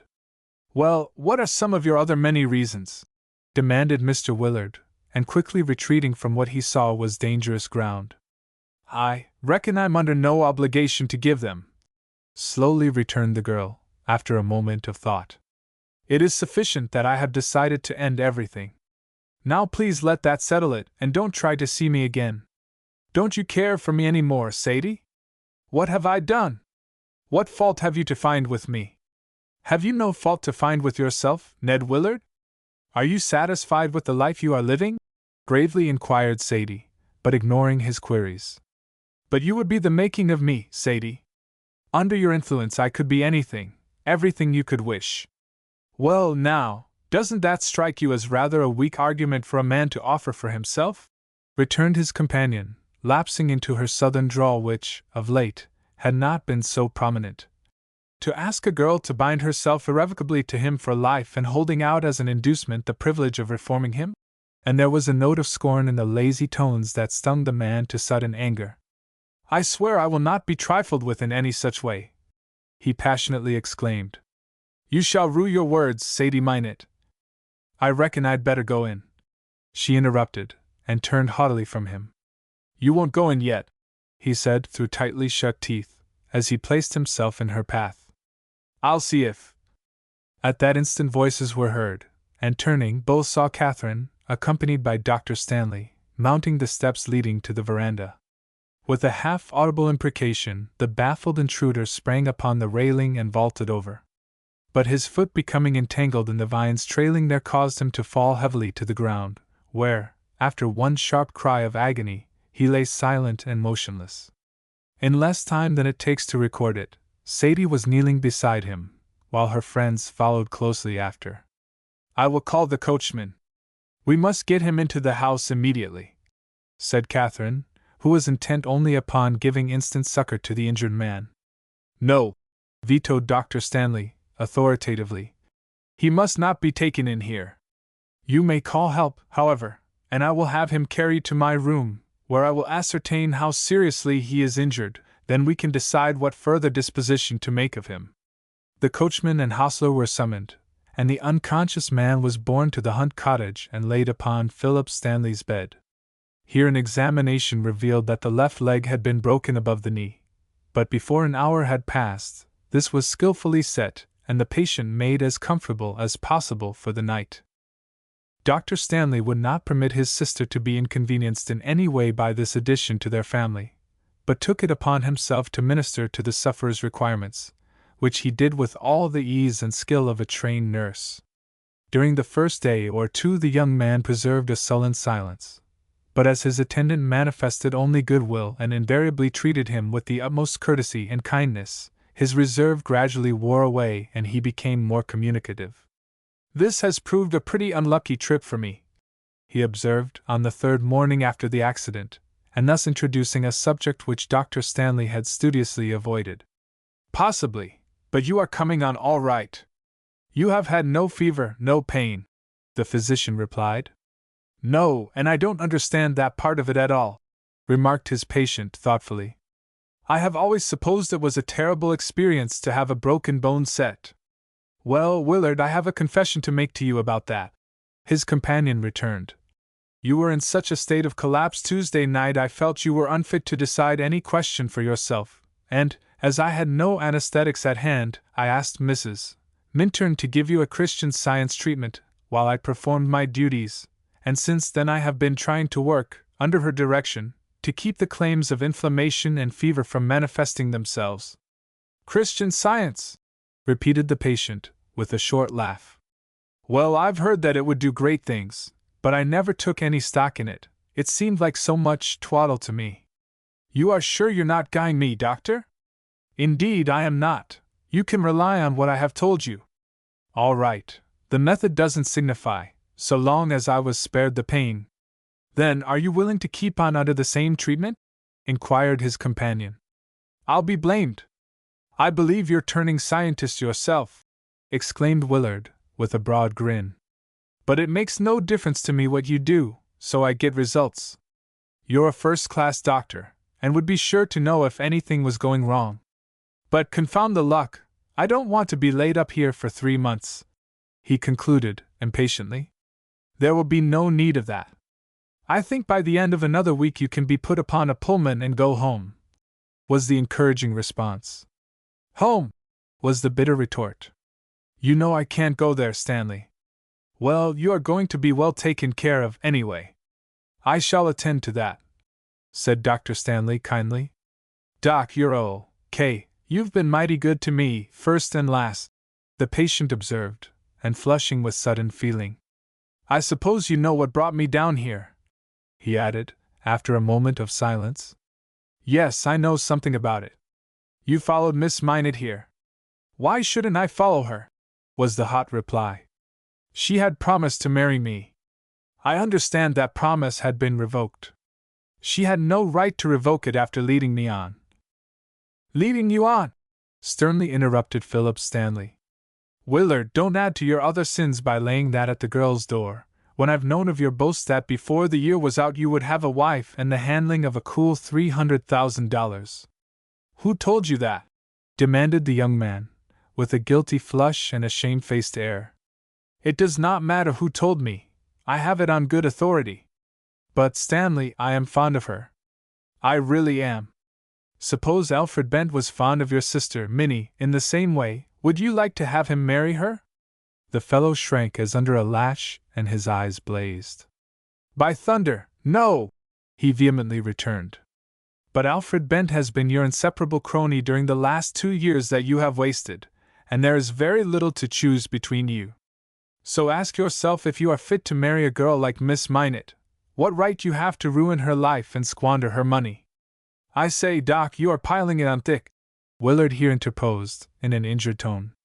Yes, I know it sounds harsh, Ned, said the physician, bending a grave though kindly look on him.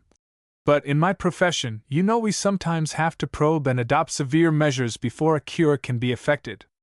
You also know, from past experience, that kindness was the only motive that prompted me in what I have done and still prompts me in what I am doing. So, now having come to an enforced pause in your career, I want you to improve it by doing some serious thinking. You are a fellow of more than ordinary natural ability, Ned, and have it in your power to gain an enviable position in the world if you would turn your talents in the right direction. You flatter me, was the sarcastic interruption. I have been telling you some very plain truths, and it is only fair to give credit also where it is due, said his companion, in a friendly tone. I am sure that underneath your seeming recklessness you have not always felt comfortable or satisfied with yourself. You are the only son of a fine father, who has given you every advantage. Your mother is one of the salt of the earth, but her hair has been growing very white during the last 2 years, and Minnie, well, my heart has often ached for her as I have noted the sad drooping of her eyes and the grieved quiver of her lips when she has spoken to me of you. Stanley, have you any brandy in the house? Suddenly demanded Willard, trying to speak in his ordinary tone, but his companion saw that he was white to his lips, and concluded that he had probed far enough for the present. You are not to have stimulants while you are under treatment, was the quiet but decisive reply. But Doc, I can't stand it. I really can't. Look, and he held up a hand that shook like a leaf. You will be better of that shortly, my boy. I'll take care of it, was the kind reply. But confidentially, while we are talking of it, wouldn't you be glad to have that habit broken, to be free? The poor fellow drew in a quick, sharp breath. Then, in a hard, metallic tone, he said, I've thought a score of times I would be free, that I'd end it once for all, take a last drink, you know, with a dose of strychnine in it.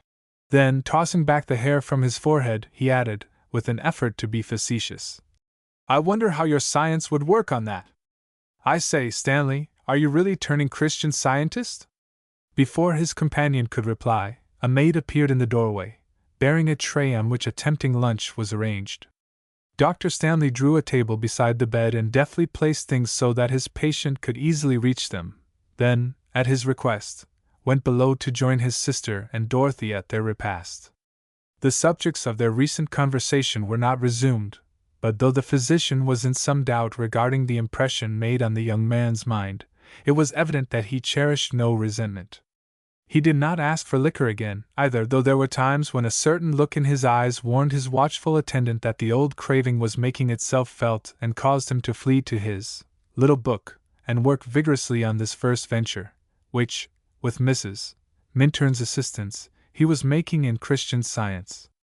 One day, having made his charge comfortable and supplied him with an entertaining book to read, Dr. Stanley sought the companionship of his sister and Dorothy on the broad piazza, where they now almost lived when the weather was fine. See, Uncle Phil, cried his niece, the moment he appeared, and holding up some work for his inspection. Mamma is teaching me to faggot and hemstitch, and I am going to make some pretty collars like hers.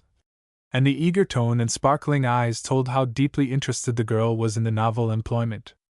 The hitherto sunken cheeks were beginning to assume a graceful contour, the lips had taken on a decided tinge of scarlet, while an unaccustomed vigor in all her movements told of daily increasing strength, and the cheery ring in her voice was like music to loving hearts.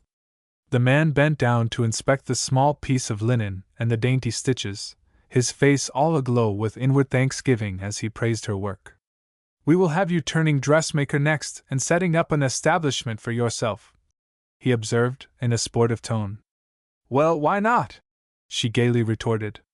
If I took a notion to learn dressmaking, I am sure I could do it. But more gravely, I am going to study like everything this winter and make up for lost time. Mamma and I have been talking it over, and she thinks I can begin the regular course if I want to. I do, and I mean to go through and graduate like any other student. Indeed! We are making great plans, aren't we? Yes, I know it sounds big for me, but Mrs. Minturn says there is nothing we cannot do if we do not limit God, and Miss Katherine says. Well, what does Miss Katherine say? Queried her uncle, in an eager tone, as Dorothy paused to count the threads she was taking on her needle. She looked up quickly into his face, his tone having attracted her. I guess you think she is pretty nice, too, she observed naively. What has put that idea into your small head? Oh, the way you speak of her and look at her sometimes, and well, of course, with an appreciative sigh, anybody couldn't help loving her. But you haven't told me what she said, persisted the man, but feeling the color mounting in his face as he caught the merry gleam in his sister's eyes. Oh, she said that God being the only intelligence, man reflects that intelligence, and there is nothing we cannot learn if we keep that in our thought as we study, so you see, it is all right for me to plan to go through college if I want to. And the tone indicated that the matter was settled. Thou hast hid these things from the wise and prudent and hast revealed them unto babes, quoted Philip Stanley to himself, as he stooped to recover a spool that rolled from Mrs. Seabrook's lap. At the same moment the sound of wheels fell upon their ears. The next, a carriage stopped before their door and a stalwart figure leaped to the ground. Papa! William! Fell simultaneously from the lips of the mother and daughter, one with a ring of triumph in her voice, the other with a note of intense yearning in her tones. The man caught his wife to his breast. Sweetheart, it is joy to hold you here once more, he breathed, as their lips met, and she knew there was no cloud between them. Then he turned and knelt beside his child, folding her in a long, silent embrace. One swift glance into her bright, eager, happy face had told him a story that thrilled his soul and made him, for the moment, dumb. Papa, you can see, can't you? And you are glad, aren't you? Dorothy at length observed, as she lifted wet but joyful eyes to his bronzed face. Darling, I can see, and I am more than glad. he returned, in a husky tone, as he gently released her, then arose to greet his brother-in-law. "Philip, old boy, it is good to be home again," he said, as he clasped the outstretched hand, and the hearty grip told the younger man that there would be no controversy between them over a previously mooted question, while he was strangely touched, when he added, with a smile that was somewhat tremulous, "The cane is here, Phil, and at your disposal." "What is that about a cane, Papa?" cried Dorothy, whose quick ears had caught what he had said. "I asked your father to bring me a nice cane from abroad," her uncle explained. "Well, Papa," the girl pursued, "I hope it is a very handsome one, and that you will make him a present of it, for you can never know how good Uncle Phil has been to us." Both gentlemen laughed, and were glad of the opportunity to give vent in this way to their pent-up emotions. "All right, Dorry, and when you see it you shall be the judge whether it is fine enough," replied the professor, as he turned again to feast his eyes upon the wonderful change in her. A little later the lunch bell sounded, and the happy quartet went within to break bread together, for the first time in 2 long months. But one of the number could only make a pretense at eating. His heart was too full to allow him to do much but covertly watch his child, who was vigorously plying knife and fork and manifesting the appreciative appetite of a normally hungry girl. Of course, there was much to tell and talk over, and the afternoon slipped swiftly away, twilight coming upon them almost before the half had been told. The subject of Christian Science had been mutually avoided, and was not referred to until after dinner, when Mrs. Minturn came in for her usual visit to Dorothy. Professor Seabrook had never met her but once, and that was when she had visited Hilton to apply for Katherine's admission to the school. But he recognized her instantly, and greeted her with the utmost cordiality. When her interview with Dorothy was over and she rejoined the group in the parlor, he invited her to be seated and placed a chair for her. "But this is your first evening with your dear ones, and they should have the privilege of monopolizing you," she objected, with her charming smile. "Nay, there are some things that must be said, you know, and they, I am sure, are longing to hear them," he returned, with visible emotion. "First, I have no words adequate to express my gratitude for what you have done for my child." "Not what I have done," the lady interposed, with gentle emphasis. "I understand, and I have been trying to thank God every moment since my return," he said. "But you claim to be His messenger or instrument, and surely we cannot ignore that fact. I left Dorry pale and wasted to a mere shadow, scarcely able to move or help herself in any way. I find today a bright, animated girl, rapidly taking on flesh and strength, sitting upright in her chair, sewing. How the wonder has been accomplished is beyond my comprehension. I had previously vetoed Christian Science treatment. To be frank, I contemptuously repudiated it. I can no longer hold it in derision, either can I say that my attitude towards it, as a science, or a religion, has changed. That is yet to come," said Mrs. Minturn, smiling as he paused.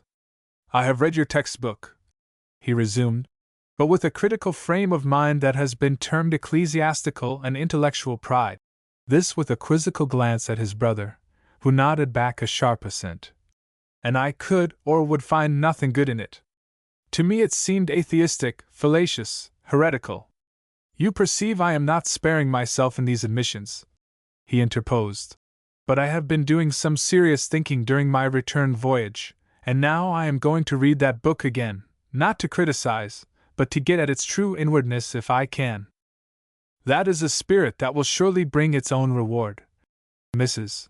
Minturn responded, her face luminous with admiration for the frank and conscientious acknowledgment which the man had made. Mrs. Seabrook turned glad eyes upon her husband. "And William, we will have her keep on with the treatment, will we not?" "Assuredly, one could never have the heart to stop the good work, even though one may not comprehend the method," he heartily responded, and the happy wife and mother heaved a sigh of supreme content. They talked on for a while longer, then Mrs. Minturn gracefully took her leave and went home to tell Katherine that another prodigal was on his way to his father's house. Chapter 22. Philip Stanley's first demonstration. A week after the return of Professor Seabrook, Dr. Stanley ventured to transfer his patient to his native city. He was desirous of getting him away before the general flitting back to Hilton, in order to prevent awkward meetings and complications. The young man had improved steadily, and his physician had found him, as a rule, very patient and tractable. He avoided talking about himself, and never again referred to the conversation that had occurred a few days after his accident. He read a great deal, conversed freely of politics, current events, etc., and evidently tried to cause as little trouble as possible. He was often seriously thoughtful, a circumstance which his observant attendant regarded as a favorable indication, while, now and then, he would drop a word that betrayed his appreciation of the rare kindness he was receiving. In arranging for his transportation, Dr. Stanley neglected nothing that would contribute to his comfort, and he made the trip without the slightest inconvenience, although he betrayed a sense of restlessness as he neared his destination, for he had not even asked what was to become of him upon his arrival, and could not quite conceal his anxiety on that point. When he was lifted out upon the platform at the station, in his own city, his astonished glance fell first upon his sister, a sweet girl of 17, then upon his father, both of whom greeted him as if there had never been a barrier between them. He flushed a remorseful scarlet and lifted an inquiring look to Dr. Stanley. "Yes, Ned, I plead guilty," he smilingly confessed. "I did not feel justified in keeping your family in ignorance of your condition, and Mr. Willard telegraphed me that he would meet us on our arrival. And Ned, we have everything so nicely fixed for you at home." His sister here interposed, for she saw he was half dazed by the unexpected meeting. "Bridge, the same old girl, and I have put your room in apple pie order, your books and pictures just as you used to have them, and," with a ripple of musical laughter, "you are going to have cream toast with your dinner. It was your favorite dish, you know, and Mama is making it herself. She wouldn't trust anybody else, for fear there would be lumps in it. But here come the men," she concluded, cutting herself short, as two muscular fellows came forward to transfer the bamboo litter to a waiting ambulance. "And I will come around in the morning to take a look at that cast. I think we'll have it off altogether before long," observed Dr. Stanley, as he held out his hand to take leave of his patient, who could only wring it in silence. Then he was borne away. When the Seabrooks and Katherine arrived at Hilton, on the day previous to the opening of the school, they were joyfully welcomed by Jenny, who not only had everything in order for the principal and his family, but had, with loving hands, also made Katherine and Sadie's room immaculate and gorgeously decorated it with autumn leaves and goldenrod in honor of their return. Katherine could see that the girl's recent trying experience had subdued her somewhat, but otherwise she was the same original, irrepressible Jenny as ever. "How I love you!" she cried, when she was left alone with Katherine, while Sadie was out of the room for a few moments, and supplementing her statement with another vigorous hug. "And you look dearer than ever, if that could be possible, and what a fine time you've all been having down there by the sea! Dr. Stanley has told me all about it, and," with a grimace, "I guess you've been busy, too, doctoring some of the materia medica out of him, eh?" "What do you mean?" Katherine inquired, but flushing under the fire of the girl's mischievous eyes. "Oh, he doesn't make any bones of it. He told me all about Dorothy, how sick she was, and what your mother did for her, though he said, of course, it must not be talked here. I suppose he made an exception of me, because he knows how I love the Seabrooks and you, and then I can see for myself how flip he is with the new tongue." "Jenny!" exclaimed Katherine, in a shocked tone. Then she added, "What do you know about the new tongue?" "I'm always saying the wrong thing," said the girl, in a repentant voice. "But truly, I didn't mean to be irreverent. I only wanted you to know how pat the doctor reels off the scientific phrases, and," assuming an important air, "I guess I know that Christian Science is the new tongue spoken of in the Bible. I've been to the service all summer. Andy went with me, too, and thought it was beautiful." This with a sudden break in her voice. "And I've got the book," she resumed. "I bought it with my pin money. One of the scientists was going to get a revised pocket edition, and said she'd let me have her old one for half price. She said the science is all in it, and so I thought it would do until I could afford to buy a new one." Katherine's eyes grew moist as she listened to this, and she told herself that the dear child should also have a new revised pocket edition when Christmas came. Looking back over the months that had elapsed since she first came to Hilton, she was almost overwhelmed, in view of the changed thought that had crept into the school. She had sown but the tiniest seed of truth when she had told Professor Seabrook that Christian Science was a religion of love and she would simply try to live it. But its rootlets had taken firm hold beneath the surface of an unpromising soil. Its germ had shot upwards and flourished, in spite of an adverse atmosphere, spreading abroad its branches with bud and blossom and fruitage, until now a goodly harvest was being gathered in. There were Miss Reynolds, Mrs. Seabrook and Dorothy, Jenny and Dr. Stanley, all ready to avow themselves as adherents of truth, with Sadie, Professor Seabrook, and, she was beginning to hope, Ned Willard looking towards the light, and her heart was flooded with a great joy. "What are you thinking about, Miss Minturn?" Jenny ventured to inquire when she had borne the silence as long as she could. Katherine came to herself with a sudden start. "Excuse me, dear," she said, with a deprecatory smile, "but what you have just told me sent my thoughts wandering back over all that has happened since I came here last winter. I did not mean to be heedless, and I am very glad that you wanted the book enough to buy it." Now, laying a fond hand on her shoulder, "You are to drop Miss Minturn, here and now. You and I are going to be like sisters. We are sisters in truth already, for you are coming to us after this for all your vacations. You must have a home, you know, and I think you will be happy with us." "Happy?" cried Jenny, choking up suddenly. "Why, I think it will be just Venley." And down went the curly black head upon her hands to hide the tears she could not wipe away, for, as was frequently the case, her handkerchief was not forthcoming when most needed. Katherine slipped hers into her hand, for she heard Sadie returning, and a few minutes later the three girls were engaged in an animated discussion of plans for the coming year. The school opened with a full house again. Indeed, it was more than full, for Professor Seabrook was obliged to secure rooms for half a dozen new pupils with some families outside, and began to seriously consider the advisability of extending the wings of the building before the beginning of another year. We cannot follow the experiences of our friends during the ensuing 10 months, in detail, and in fact, but little out of the ordinary occurred to mark their passing. It will be of interest, perhaps, to know that Professor Seabrook, true to his word, made a careful perusal of Science and Health. But he did not find it easy to get out of old ruts, and there was many a hard-fought battle with preconceived opinions and long-treasured creeds and doctrines. Many a time he threw down his book with a revival of his old antagonism, but a look at Dorry, whose general health had become almost perfect, and who was now manifesting the keenest interest in the studies which she had insisted upon taking up, was like a "Peace, be still" to the tempest and oil upon the turbulent waters, and he resumed his investigations with such determination to know the truth, that, finally, he was enabled to say with one of old, "I begin to see as through a glass darkly." Miss Reynolds became a greater power than ever in the school. She had always been attractive, and the students loved her, but now there was an added charm and sweetness that irresistibly drew everyone to her. She made no secret of the change in her views, although she never forced them upon anyone. She attended the service on Grove Street regularly, with Katherine, and Jenny also was numbered with the same congregation. Dr. Stanley found his position unique and by no means an enviable one.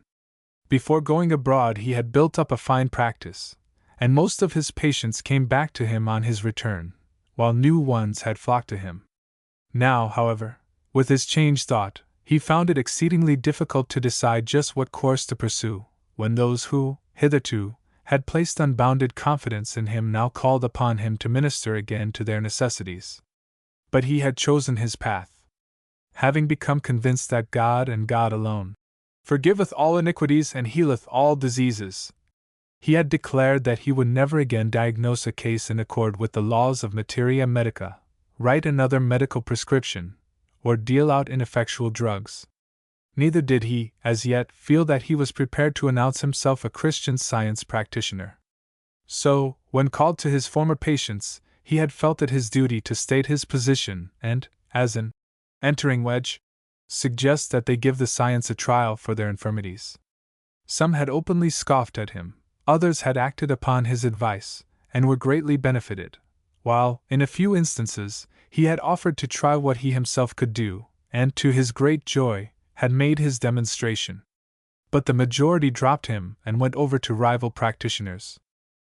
Then he began to push out into the byways and hedges.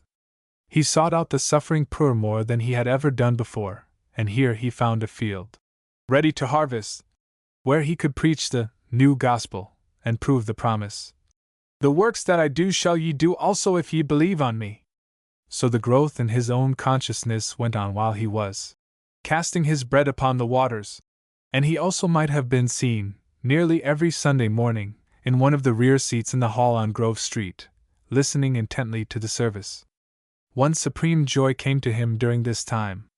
Ned Willard's improvement had been phenomenally rapid after his return home, and to his family, the change in himself appeared no less remarkable.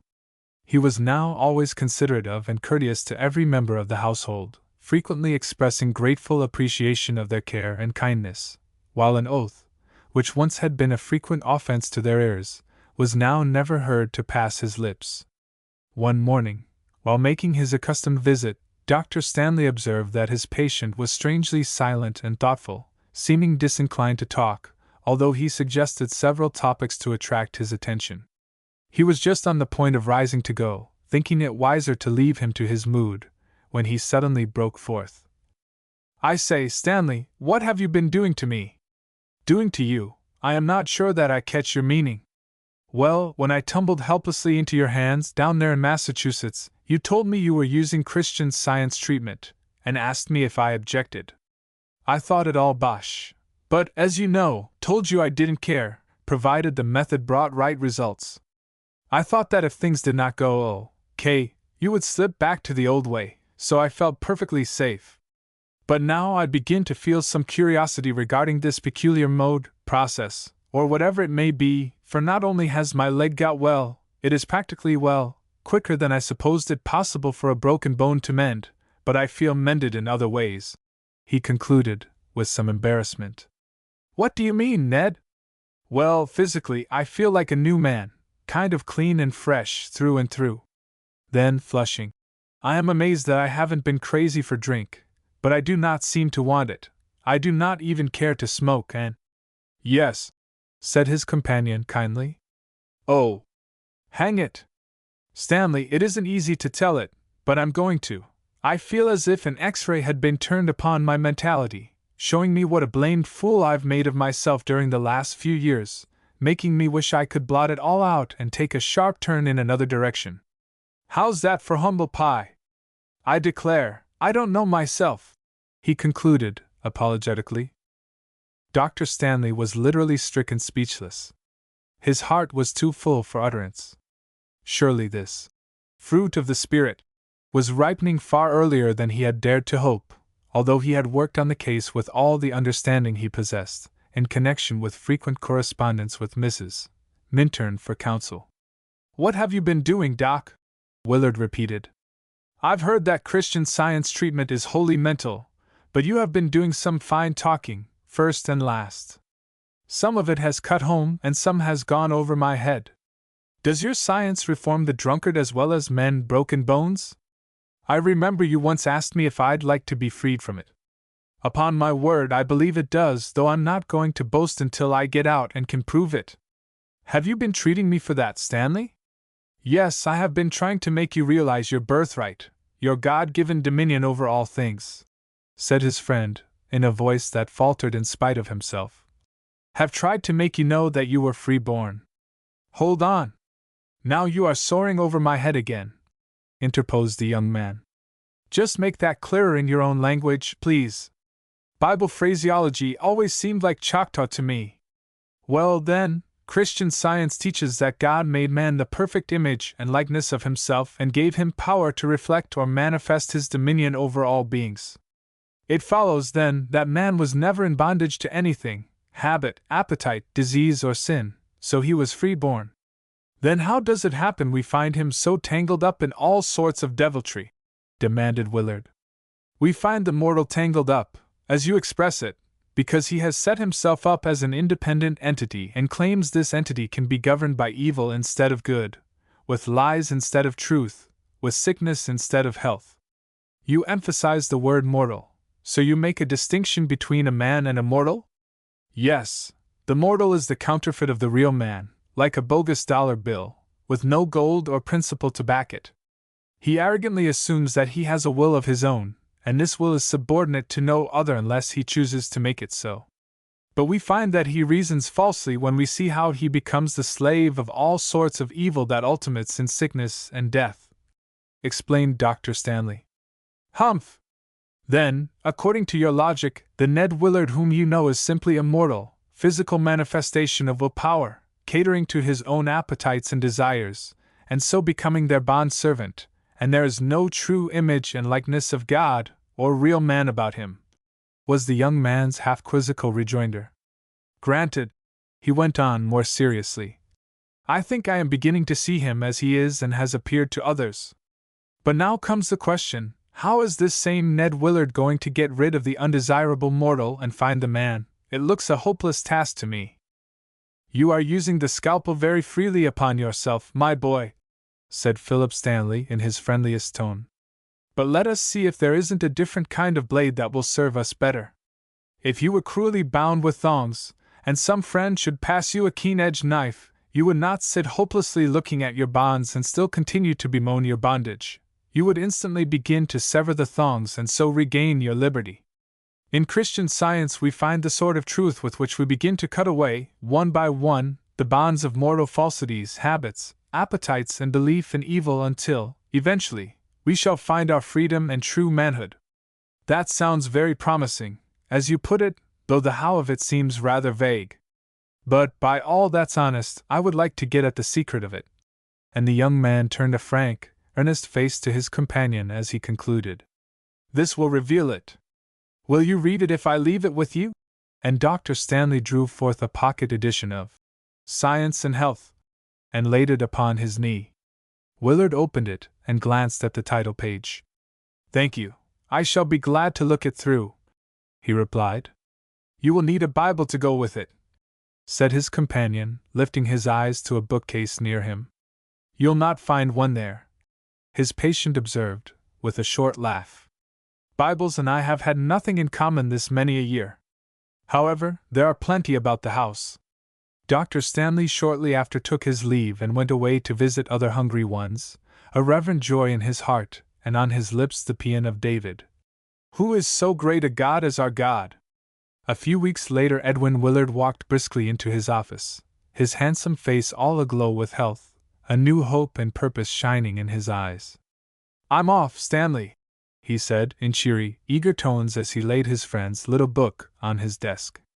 "I've just slipped in to return this and bid you au revoir." "Off," repeated Philip Stanley in surprise. "Where to? What for?" "I'm going to Washington, as private secretary to the Hon. United States Senator from Pennsylvania. He was a classmate of my father's at Yale, and asked the governor, the other day, if he could suggest someone for the position," Willard explained. "It's very sudden, but it's great luck though this," touching the book he had just laid down. "Teaches there's no such thing as luck. The salary won't permit me to keep up a spread-eagle style at present," with a light-hearted laugh.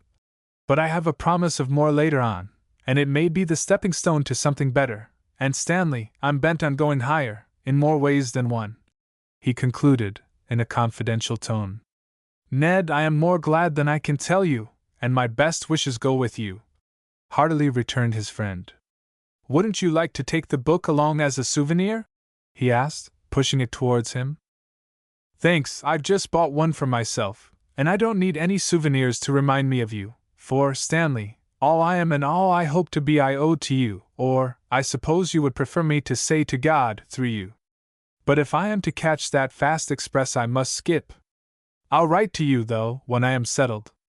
The two men clasped hands and looked deep into each other's eyes for a moment. Then the younger turned abruptly away and left the room, the elder gravely watching the manly form as it sped, with alert and vigorous steps, down the street. "God bless the boy," he said in a low tone. "He has got at the secret of it at last, and his life henceforth will be crowned with joy and peace. Chapter 23. Mrs. Minturn visits Hilton. Everything moved along harmoniously with Katherine in school. Of course, there was work to be done, and it required diligence, patience, and perseverance to accomplish her daily tasks. But there is always satisfaction in overcoming difficulties, for such conquest never fails to strengthen and uplift. Between Sadie and herself there existed the tenderest relations. Every day seemed to draw them closer to each other, for divine love was now the mutually acknowledged bond between them. The girl had provided herself with the necessary books and was doing more than looking towards the light. She was really trying to walk in it. She was also striving to do her best. During this, her last year at school, as she had avowed she would, and was reaping her reward by finding that she was daily gaining in mental strength and capacity. Jenny also was making good progress. She did not love fun and frolic one whit less, but she now sought it in legitimate hours and ways, and never allowed herself to kick over the traces, or, in other words, to break rules, and so jeopardize her record, although, as she once confessed, with the old mischievous sparkle in her eyes, the apples of Sodom did look very alluring sometimes. So the Christmas vacation found them, and Katherine and Jenny went home to New York City, where every day was filled with delightful experiences, Mr. and Mrs. Minturn having spared nothing to make these holidays the brightest of the year, especially for their protégé whose pleasures had been so limited. There was nothing to mar their enjoyment during the 2 heavenly weeks. They were like a pair of happy children, and not the least of their pleasure consisted in helping Mrs. Minturn distribute her yearly reminders among those of whom one said, "The poor ye always have with you." And when, on Christmas morning, at breakfast, the packages beside the various plates were inspected, there were bright faces and loving smiles, and in one case almost a rain of tears, in view of the numerous and lovely mementos for which the recipient was wholly unprepared. But it was only a sunshower, and when Mr. Minturn, with a quizzical look, told her to take care, for she was losing some of her pearls, she laughingly wiped the glittering drops away and retorted, "I wish they were real pearls, and I would heap them upon you all." When it was all over and the two girls were rolling swiftly on their way back to school, Jenny, her face radiant with delightful memories, informed Katherine that she had never had such an out jolly time in all her life before. "It is like a diamond to me," she said, "for it will glisten and sparkle in my mind as long as I remember anything about this life. But best of all," she continued earnestly, "has been the science part of it, those lovely services and meetings. And your mother's talks. Oh, Katherine, if I could be with her all the time, I know I should grow to be a good scientist." Katherine smiled into the yearning dark eyes. "Our growth, Jenny, depends upon our own right thinking and living, upon the faithfulness with which we study, assimilate, and demonstrate truth," she said, then added, "Right environment is very desirable, but when we lean upon that instead of on God, or principle, we are not working out our own salvation, which everyone must do. You know what happened to the 5 foolish virgins who leaned, or tried to lean, upon their neighbors for oil to fill their lamps. Yes, and it's like copying someone else's problems and shirking your own daily work. When the exams come, you're not in it, you just have to go way back and sit down." And the roguish dimples played in her cheeks as the slang phrases slipped glibly from her tongue. "All the same," she continued, "it is a help to have others about you doing good work. Somehow it inspires you to hustle for yourself, that is, if you honestly want to be the real thing and not a sham." The latter part of February, Mrs. Minturn, having been called to the western part of the state on business, stopped at Hilton on her way back, to spend the Sabbath and make, my girls, a little visit. That visit was like an oasis to Professor Seabrook, or, as he afterwards expressed it, it shone in his memory like a pure, lustrous pearl set in jet. Saturday afternoon was spent with Katherine and Jenny, doing a little needful shopping and visiting some places of interest in the city. Saturday evening, a party, including the Seabrooks, Sadie, Miss Reynolds, and Dr. Stanley, was made up to go to hear Madame Melba, who was to sing in Faust, and a rich treat it proved for them all.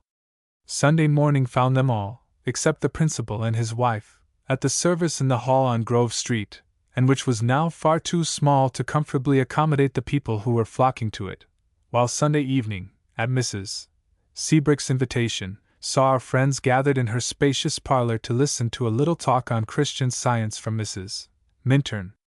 "I see you each have your book," she began, glancing around the circle.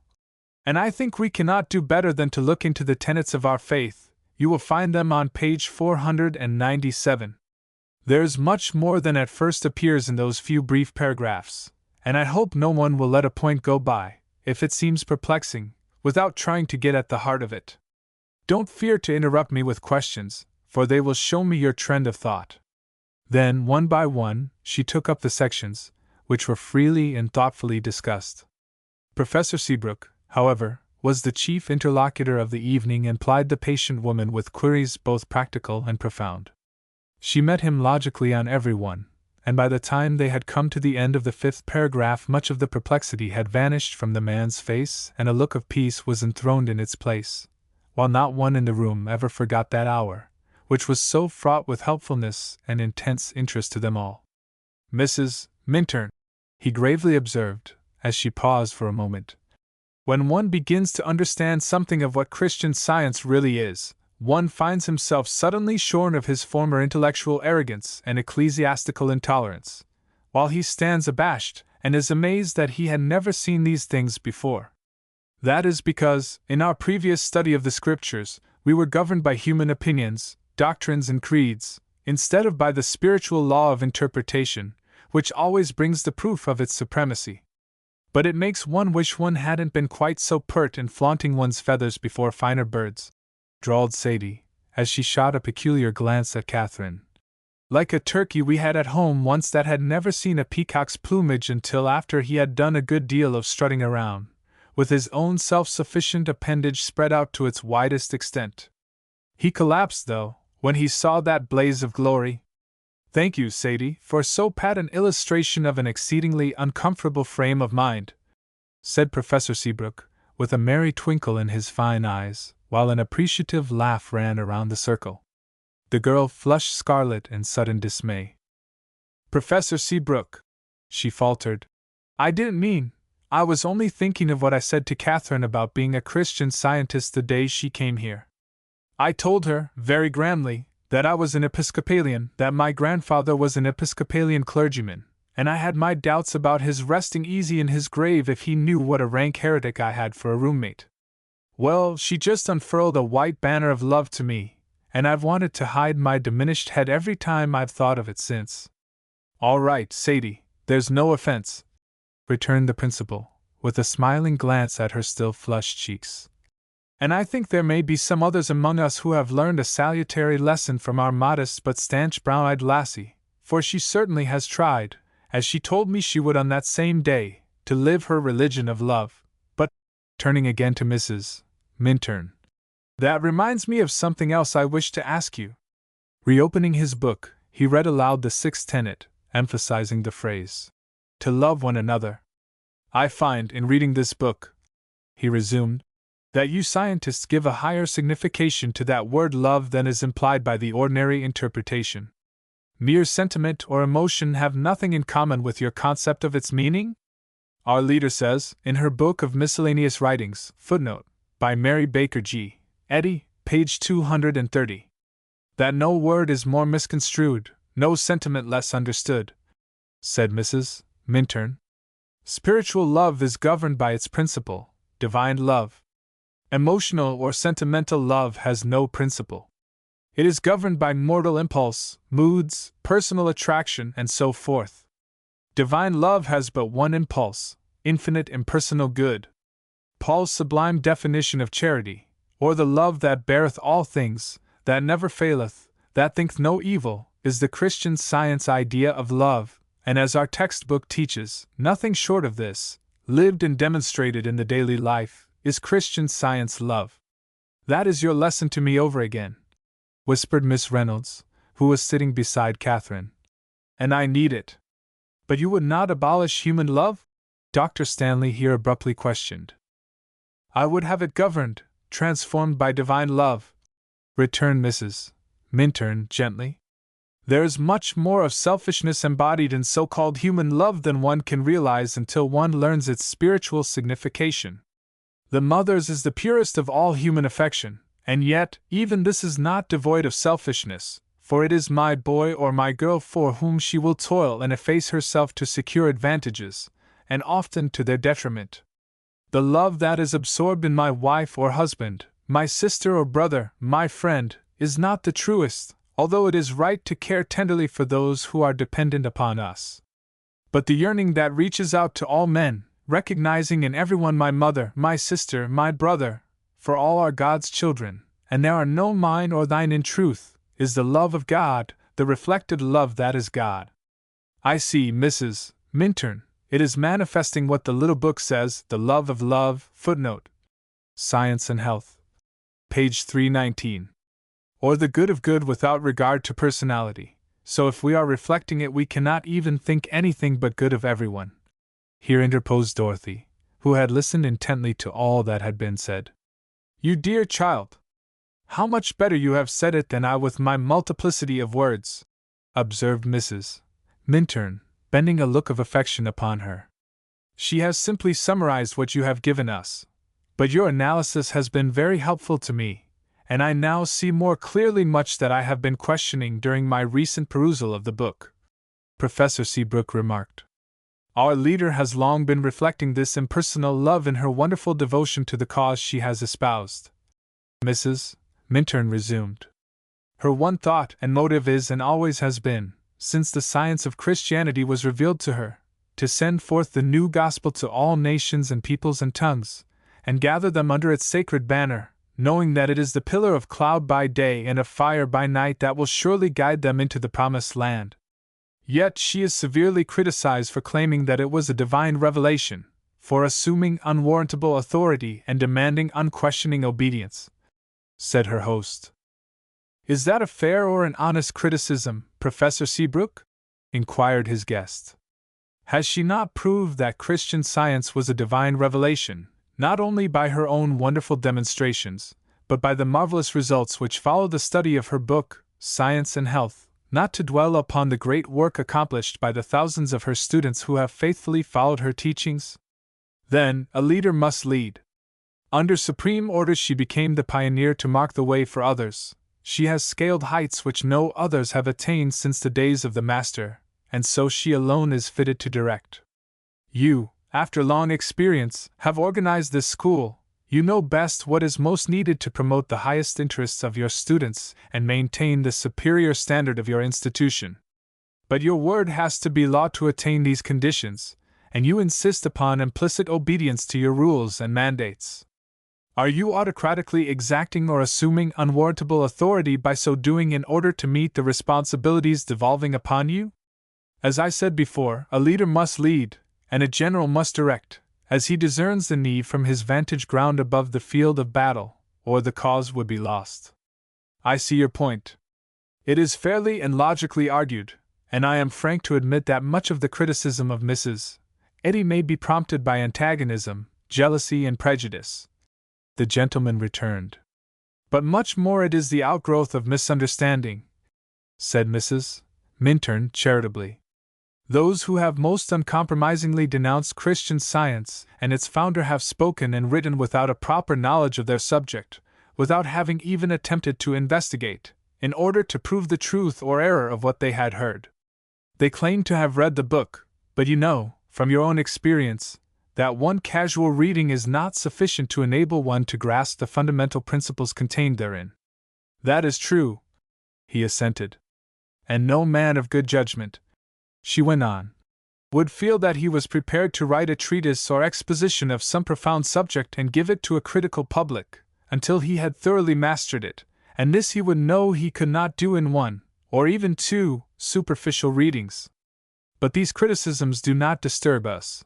They only make us love our leader more, for her sweet patience, forbearance, and forgiveness, and we know that the time will come when all will learn the truth, from the least to the greatest, and rise up to call her blessed. I am beginning to see that too, said the professor. But there is one thing more. Of course, you have had to meet the question many times. One hears it everywhere, and the papers every now and then reiterate it. How about the high price of the textbook and the teaching? I would hardly have thought that such a question would have suggested itself to you, Professor Seabrook, knowing, as you do, the high price demanded for some of your own textbooks. Then, regarding the teaching, Hilton students pay from $800 to $1,000 a year, according to the privileges they enjoy, not counting the extras, and the course is 4 years, making quite a round sum in the aggregate. You force me to be personal as well as practical in my arguments, Mrs. Minturn interposed, with an arch smile. Now for the other side of the question. 17 years ago I was healed of what several physicians, to whom I paid many hundreds of dollars, said was an incurable disease, by simply reading Science and Health, for which I paid $3. A year later I studied with one of Mrs. Eddy's loyal students, to whom I paid $100 for my course of instruction. Since that time I have never employed a physician or paid out a penny for medicines. In view of these facts, do you think that the price of the book and teaching should be regarded as exorbitant, out of all reason, an imposition upon the public, and many similar expressions, as are repeated over and over by numerous denouncers and newspapers? Professor Seabrook made a deprecatory gesture.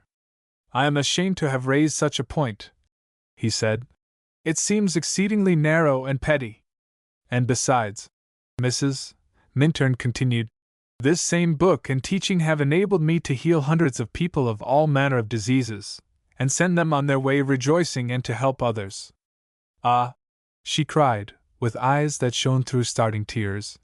How can anyone speak slightingly of that dear woman who has been instrumental in giving such a boon to suffering humanity, or criticize any act which, in her God-given wisdom, she is led to do? But I am sure I have talked enough for now, although I am at your service at any time if other questions arise to perplex. She concluded, as she arose, and the little company, after a few moments spent in social converse, separated for the night. A few days later Miss Reynolds sought Katherine. The girl was in a music room, where she had been practicing for nearly an hour, and arose as her friend entered, an expectant look on her face, for she seemed to feel at once that there was something unusual in the atmosphere. The woman was evidently in a strangely serious mood. There was an expression of exultation in her eyes, which told of some deep, new experience that had aroused profound reverence and wonder, and a drooping of her sweet lips that bespoke a spirit bowed beneath a sense of humility, and she carried a letter in her hand. Read that, dear, she said in a repressed tone, as she passed it to her pupil. Katherine removed the missive from its envelope and read. Miss Adele Reynolds. Dear Madam, my father, as possibly you may have heard ere this, passed away 1 week ago today. You will perhaps be surprised to learn that I have long known there existed an error at the time of the settlement of Mr. Reynolds, your father's, affairs nearly 11 years ago, and although I sought several times to do so, I was powerless to have the matter rectified. Now, however, my sister and I, being the only heirs to our father's property, have agreed that justice must be done, and have deposited in the First National Bank of this city the amount, with accrued interest, that is your rightful due, and it is subject to your order. Trusting that you will kindly throw the veil of charity over what has been a great wrong, I am very respectfully yours, John F. Howard. As she finished reading this letter, Katherine looked into the eyes of her teacher and smiled. Kathy, I can hardly believe it, said Miss Reynolds in a voice choked with tears. The measure that ye meet shall be measured to you again, you know. Softly returned her companion. And love begets love. You, long since, threw the mantle of love over your brother, and truth has uncovered and destroyed the error, in other words, the greed, that seemed to rob you of what was justly yours. It makes me very humble, faltered her teacher. I have tried to love because, to be loyal to truth, I must do nothing else. Yes, and so love has fulfilled the law, and, as our textbook says, mercy cancels the debt only when justice approves. Footnote: Science and Health. Page 22. And Katherine and Miss Reynolds' face glowed with happiness. Now the way is open for me to do what I had decided I must do by the end of this year: go work in his vineyard. I did not clearly see how I could do it, but I have tried to know that God is the source of all supply, and I left it there. Chapter 24. The End of School Days. Time seemed to fly after Mrs. Minturn's visit. Winter melted into spring, spring budded and blossomed into summer, and June, with its examinations, commencement exercises and formalities, was once more close upon the students at Hilton. Mr. and Mrs. Minturn came on from New York to be present at Katherine's graduation, after which the family, Jenny included, were going directly to their summer home at Manchester. Professor Seabrook had again been fortunate enough to secure the Hunt cottage for the season, for the owners were going abroad for a year and were only too glad to rent it to such desirable tenants. Sadie was going with her guardian and his family to Newport for the summer, but had promised Katherine a fortnight's visit during the latter half of July. The two girls had grown closer and closer to each other, and they now found themselves very loath to separate, to dismantle their pretty room and pack their trunks, for their final flitting from Hilton, their well-beloved alma mater. Their prospective departure was also generally regretted by both teachers and pupils, who were to remain, for each had won a stronghold in all hearts. There had been a great change in Sadie, but it had only served to make her more attractive, and she had kept her word to do her best work during her last year, for she now stood second in her class, and thus had won the respect of her principal as well as of her teachers, while her happy temperament, and the almost prodigal expenditure of her ample income to give pleasure to others had made her many firm friends among the students. Katherine, as we know, had broken every barrier down before her junior year expired, and during the present one not a cloud had gathered to mar her relations with her associates, while, having lived her religion, Christian Science had grown to be respected by the whole school, especially after it became known what had produced the wonderful change in Dorothy, who did not seem like the same girl, and was now able to get about quite nimbly with the aid of crutches. The last all-important day arrived, and the retiring seniors did themselves proud in their grand final parade before the public, receiving their floral tributes and diplomas with pretty, consequential airs and smiles of supreme content, singing their last songs, but wiping away a furtive tear or two which the suggestive melodies evoked. Then their reign at Hilton was over. After the class was dismissed, as Katherine was gathering up her flowers to take them to her room, she glanced at the cards attached to the various offerings. One bore, "With dear love from Father and Mother." Another was from Sadie, and a third from Dorothy. She stood in thoughtful silence for a moment after reading these names, a look of perplexity on her young face, a little shadow dimming her pretty brown eyes. "I wonder," she began, then, suddenly cutting herself short, she threw back her small head with an unaccustomed air, and with a bright red spot on either cheek, went straight to her room. "Bless your heart, honey! Whatever has given you such a magnificent color?" Sadie exclaimed, as Katherine opened the door, to find her roommate trying to dispose of the wealth of flowers that had poured in upon her from all sources. "Have I more than usual?" she inquired, putting one hand over a hot cheek, which began to take on an even deeper hue. "Indeed you have, and it's mighty becoming to you. You are perfectly stunning, and I'd like a picture of you as you look now." And the girl's appreciative glance swept over the graceful figure and its trailing white dress, the brilliant flowers encircled with one fair arm, and the beautiful face all aglow with its unaccustomed color. "Well," she went on, with a satisfied sigh, "it is all over, Ami mia, and I'm sure we made a downright splendid show, to say nothing about the honor we heaped upon ourselves, with our essays, poems, class history, singing, etc. I was proud of it all. Now for the grand finale tonight, and that, I suppose, will end our school life. Hi-oh! Aren't you just a little bit sorry, Kathleen Mavourneen?" "Yes, of course. One cannot help feeling the breaking away. Sadie, was Dr. Stanley in the audience this afternoon?" Miss Minot shot a quick, comprehensive look from under her long lashes at her companion, who had turned a little from her, and was now apparently gazing out of a window. "Oich! I see," she ejaculated, reflectively, after an instant of hesitation. "What do you see?" demanded Katherine, in surprise, and facing her suddenly. Why, this beautiful Katherine, Mermot is refractory, it won't stand up in the vase, It has a crooked stem, lops over dejectedly, and needs doctoring," Sadie observed demurely, as she held the flower up to view. But with a sly smile. "I reckon a little skillful surgery will straighten it out." "Yes, Dr. Stanley was there, up in the north corner, almost behind that great post." "How strange you didn't see him." "I didn't try to find anybody. I didn't care to know where anybody sat, at least until after I had read my essay, and then, you know, it was almost over," explained Katherine, turning away again, but not before her friend had noticed that the color was now all gone from her face. She nodded her head wisely once or twice. "He didn't send any flowers," she mentally observed. "Those jacks are mine. The mixed bouquet is from the Minturns, and I saw Dory give the usher those daybreak pinks. Well, it is queer. I wonder what it means. There," she remarked aloud. "I've done the best I can with my avalanche of sweetness. Now give me yours, honey, and I will put them in this jardiniere. But what will you save out to wear with your reception gown tonight?" she asked, as she took the flowers from Katherine. "I don't know, Sadie. I believe I won't make any change. I'll go just as I am," was the dejected reply as the girl sank wearily into a chair. "Go just as you are. Not make any change?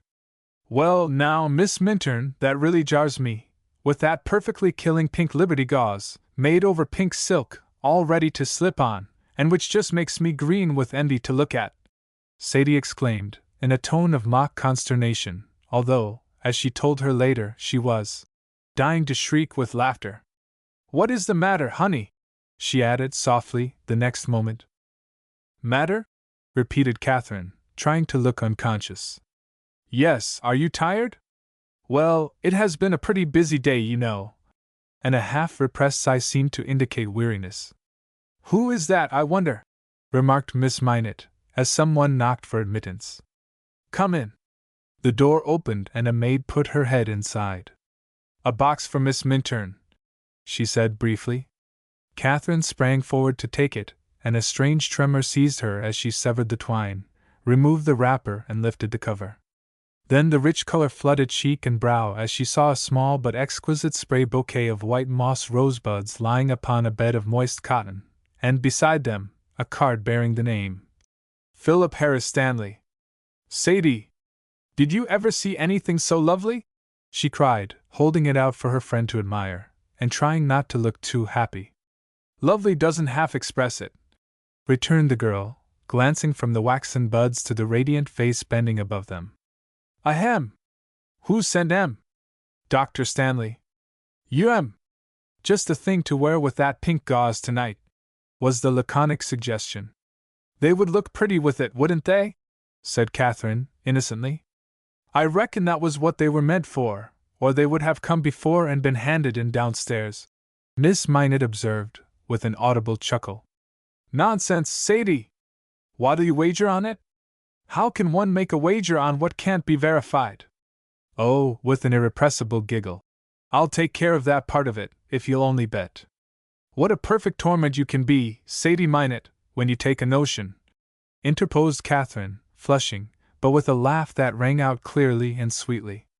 "But I must go and find Mamma. She will be wondering what has become of me." And she turned abruptly away to get out of range of a pair of saucy, twinkling eyes. She carefully sprinkled her buds, then covered them to keep them fresh, after which she went out to seek her parents, humming a bar of their farewell song on the way. As the sound of her footsteps died away in the distance, Sadie sank upon a chair and gave vent to a ringing peal of mirthful laughter. "Moss rosebuds!" she panted. "They will look pretty with her dress. Oh, innocence! Thy name is Katherine." A few hours later the main building of the seminary was ablaze with light, and resounding with music, happy voices and laughter, together with the tripping of many feet in the merry dance. Bright and attractive maidens, in lovely evening dresses of many hues, flitting hither and thither with their attendants in more conventional attire, parents and guardians, gathered in social groups, or from advantageous positions, watching with smiling content the brilliant scene, lavish and beautiful floral decorations lending a perfumed atmosphere and artistic effect to the whole. All made a charming and spirited picture which Professor Seabrook dearly loved to gaze upon, and to which he always looked eagerly forward at the close of every school year, albeit his enjoyment was somewhat tempered with sadness in view of the final farewells that must be said to his senior class on the morrow. Tonight, as he mingled with his guests, everywhere showing himself the thoughtful host and courteous gentleman, his glance fell, several times, upon a graceful, rose-draped figure wearing a spray of white moss rosebuds on her corsage. He also observed, as she moved in rhythmic sway to the inspiring music, that she was supported by the strong arm of his distingué-looking brother-in-law, who seemed, he thought, to be paying more homage than usual to the Terpsichorean muse, and one particular lady. "Well, what do you think of it, Will?" whispered his wife, who happened to be near him once as the couple went circling by. "What do I think of what, Emily?" he queried evasively.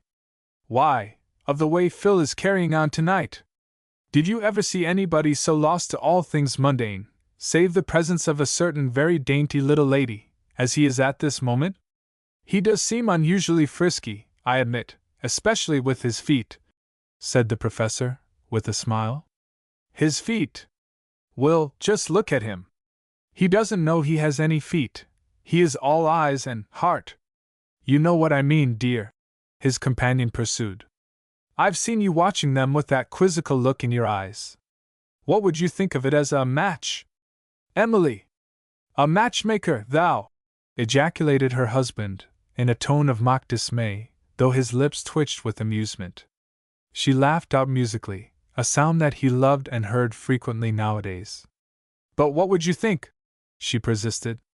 "I would think, sweetheart, that, with one exception I could name, he had won a crown jewel and the sweetest wife in the world," replied the professor, as he looked fondly down into the blue eyes uplifted to his. Once Sadie, leaning on the arm of a dashing cadet in uniform, swept slowly by Katherine and her companion. "How about that wager, honey?" she languidly inquired, her roguish eyes fastened upon the conspicuous rosebuds. But Katherine's only reply was a defiant toss of her brown head, as she smiled serenely back at her and whirled blissfully on.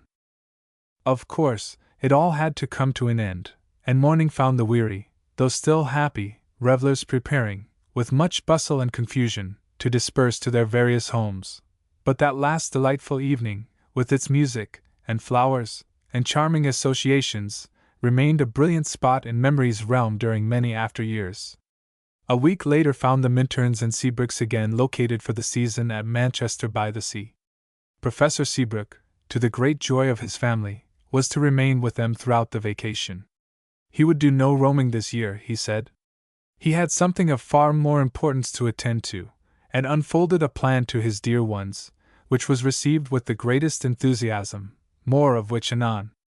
It proved to be a summer long to be remembered by all, especially by Jenny, for various reasons, one of which was, she had never before seen the ocean, and it was a wonderful revelation to her, filling her with ever-increasing admiration and awe. "One gets something of an idea of what eternity means," she said, with a long-drawn breath of rapture, when, one day, Katherine accompanied her to a high point which commanded a limitless expanse of sea that seemed to softly melt away into the sky and so become lost to human vision. She could not content herself indoors much of the time, and almost won for herself again the sobriquet of Wild Jenny, for she would often disappear directly after breakfast, going off on long tramps to return hours later, laden with a promiscuous assortment of shells, stones, starfish, and other curiosities with which she lavishly adorned her own room and various other portions of the house. "Oh, it's only a spell," she retorted one day, when Katherine laughingly commented upon her conchological, geological, ichthyological research. "It has got to have its run, like some other beliefs that aren't so good, then I'll get over it, I suppose, settle down and behave like people who are already seasoned. If I could only be as successful in a genealogical way, there'd be nothing left to wish for," she concluded with a wistful sigh. "Are you still brooding over that, Jenny?" gravely inquired Katherine. "Not exactly brooding, dearie. I guess it's just a kind of hankering, though mortal mind does set up a howl, now and then, in spite of me, and says, 'Don't you wish you knew?'" Katherine laughed softly at the characteristic phraseology, but bent a very tender look upon the girl. "Well, you do know that you are God's child?"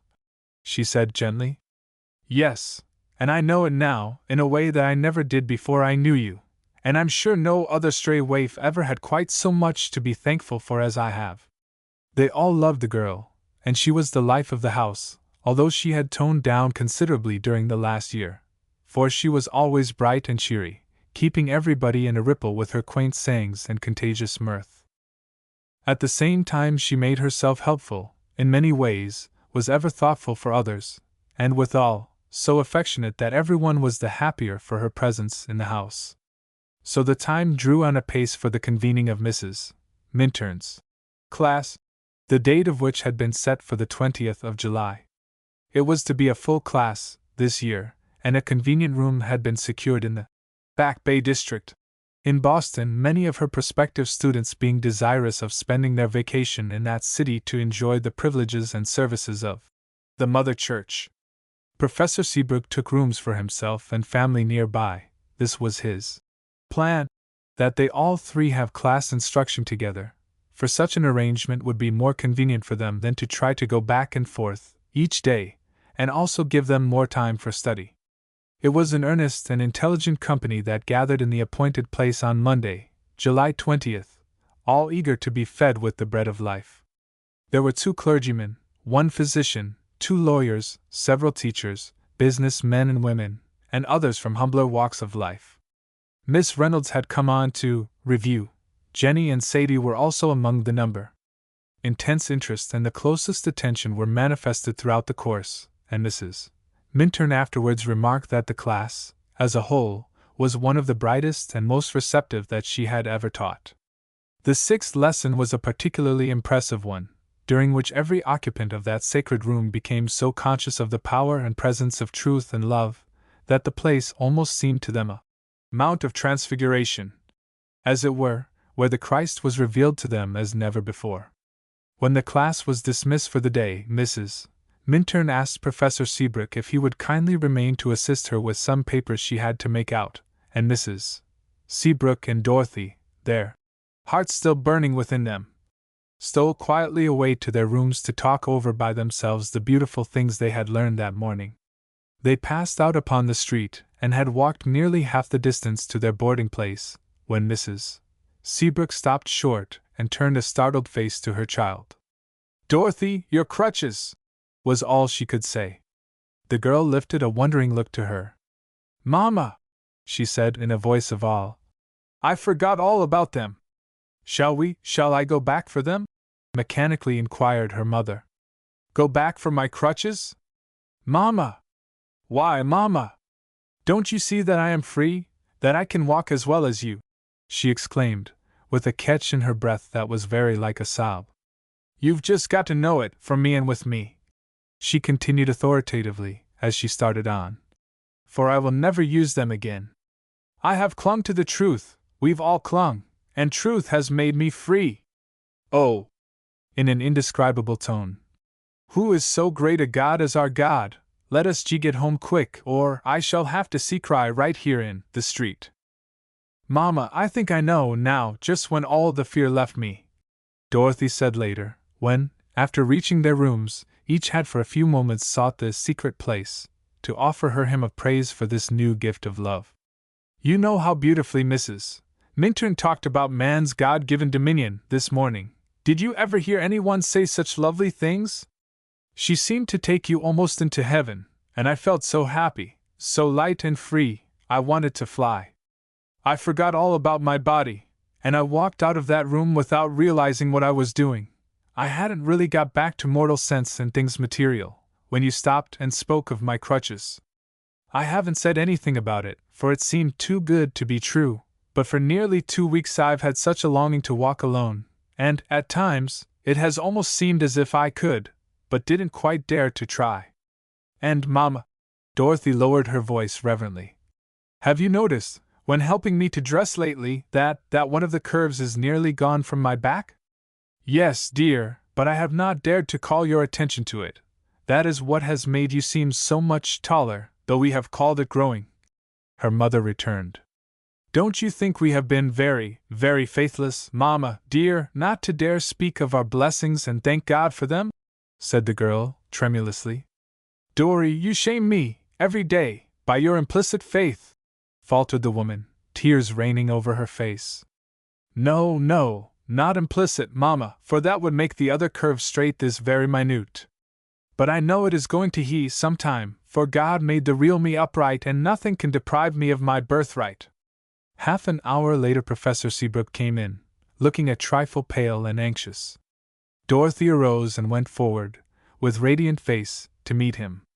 He could not speak, but opened his arms to her and held her close for a minute, his trembling lips pressed against the fair head lying on his breast. Presently she gently released herself, remarking, "Papa, do you know, when you came in, you looked as if you expected to find what we have all wished for so long." "I did and I didn't," he replied, with a faint smile. "When I had finished what Mrs.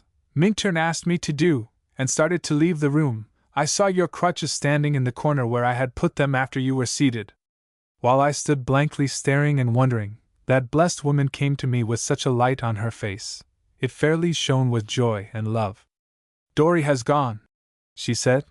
'I saw her walk out with her mother.' Involuntarily I put out my hand to take the crutches. 'No, leave them,' she said, 'she will never need them again, and you do not wish any reminders of error about you. So I came away praying, Lord, I believe, help thou my unbelief.'"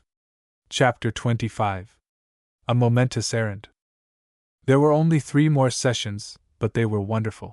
Sittings together.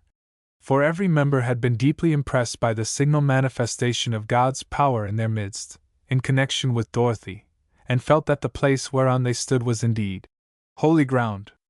Then the class was dismissed with solemn, but loving, injunctions to go forth to cheer the faint, uplift the fallen, and heal the sick. But before letting them go, Mrs. Minturn cordially invited the students to spend the following Thursday at her home in Manchester, to enjoy a reunion and an outing before finally separating to go to their different fields of labor. As their last meeting occurred on Tuesday, there intervened but one day in which to prepare for the prospective festivities on Thursday. But willing hearts and hands, for Mr. Minturn was now at home, and Professor Seabrook and Dr. Stanley proffered their services, made light work of the various things to be done.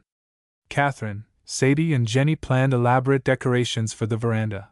Accordingly, the coachman and hostler were dispatched to the woods for pine boughs, evergreens, etc., then to a florist's, for potted ferns and plants, with an order for cut flowers to be sent on Thursday morning, and it was not long before the house began to put on quite a festive appearance.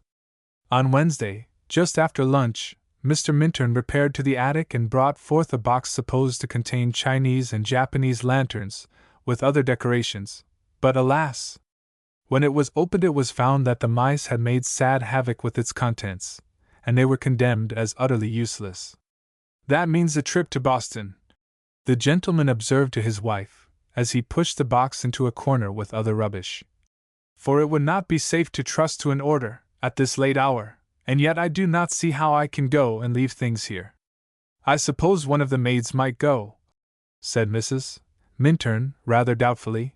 "But really, they are having such a busy day, with sweeping and cleaning, and there is so much still to be done, I hardly have the heart to ask them."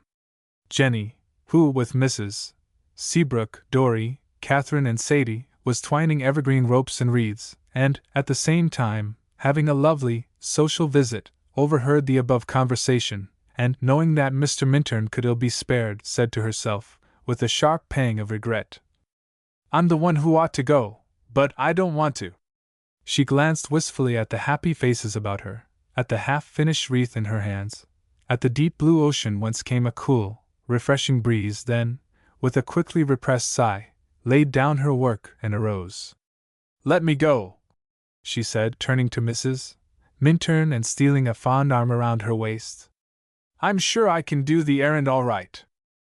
"Dear, they will make quite a package, for there will have to be a good many," objected her friend, but with a quick smile of appreciation for her thoughtfulness.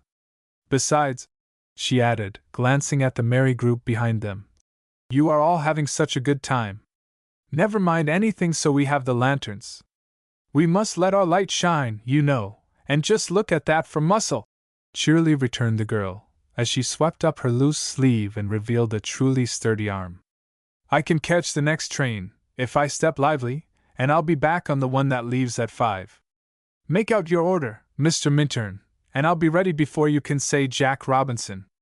She bounded into the house and was halfway upstairs before Mr. Minturn could get out his notebook and pencil, and in less than 10 minutes was down again equipped for her trip.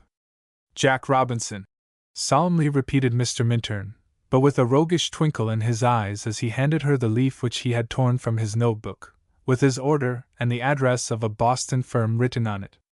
Now be off, you sprite, or you will lose your train, and you shall have your reward later, he concluded, as the trap, which he had ordered up from the stable, dashed to the door.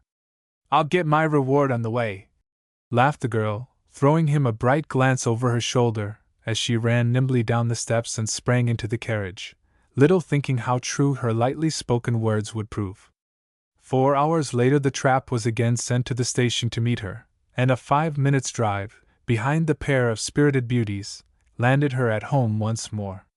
Much had been accomplished during Jenny's absence, and the broad veranda was like a sylvan bower, the last nail having just been driven, the last wreath and festoon put in place, while the Seabrooks were on the point of going home to dinner as the carriage stopped before the door. She looked pale and appeared to see no one, but leaping to the ground, sprang up the steps, touched Katherine on the arm, saying briefly, "Come!" then fled inside the house. Everyone wondered at her strange behavior, and Katherine immediately followed her to her room. The moment she appeared, Jenny caught her in her arms and swung to the door. "Katherine! Katherine!" she cried breathlessly. I'm found! I'm not a stray waif. I'm not lost any longer. I'm. She could say no more, her breath was spent, her emotion mastered her, and bowing her head on her companion's shoulder, she burst into passionate weeping that shook her from head to foot. Katherine held her in a close, loving embrace for a moment, then gently forced her into a rocker and knelt beside her, still keeping her arms around her, while she worked mentally for dominion and harmony. But the floodgates were open wide. The pent-up yearnings of years were let loose, and it was some time before the storm began to abate. Once or twice she attempted to say something, then lapsed into fresh weeping, her self-control strangely shattered, for Jenny had seldom been known to shed tears in the presence of others, even under great pressure. "Hush!" at length commanded Katherine, with gentle authority. "Be still and know who has you in his care. That's part of it, to think that I didn't know, and now it has come when I never really had faith to believe it would. I don't deserve it," sobbed the girl, with another helpless outburst. While Katherine is patiently waiting and working for the return of a more tranquil frame of mind, let us take a backward glance and follow Jenny on her eventful trip to Boston. Upon her arrival in town, she went directly to the store to which she had been directed and where her order was immediately filled. Then, finding that she had more than an hour on her hands before her train would go, she left her package to be called for and slipped into a large department store, to look at some pictures that had been recently and extensively advertised in the papers. But before reaching the room where they were on exhibition, she was attracted another way, by seeing a crowd of people standing before an alcove that had been curtained off, and where a so-called transformation scene was being enacted before admiring and wondering observers.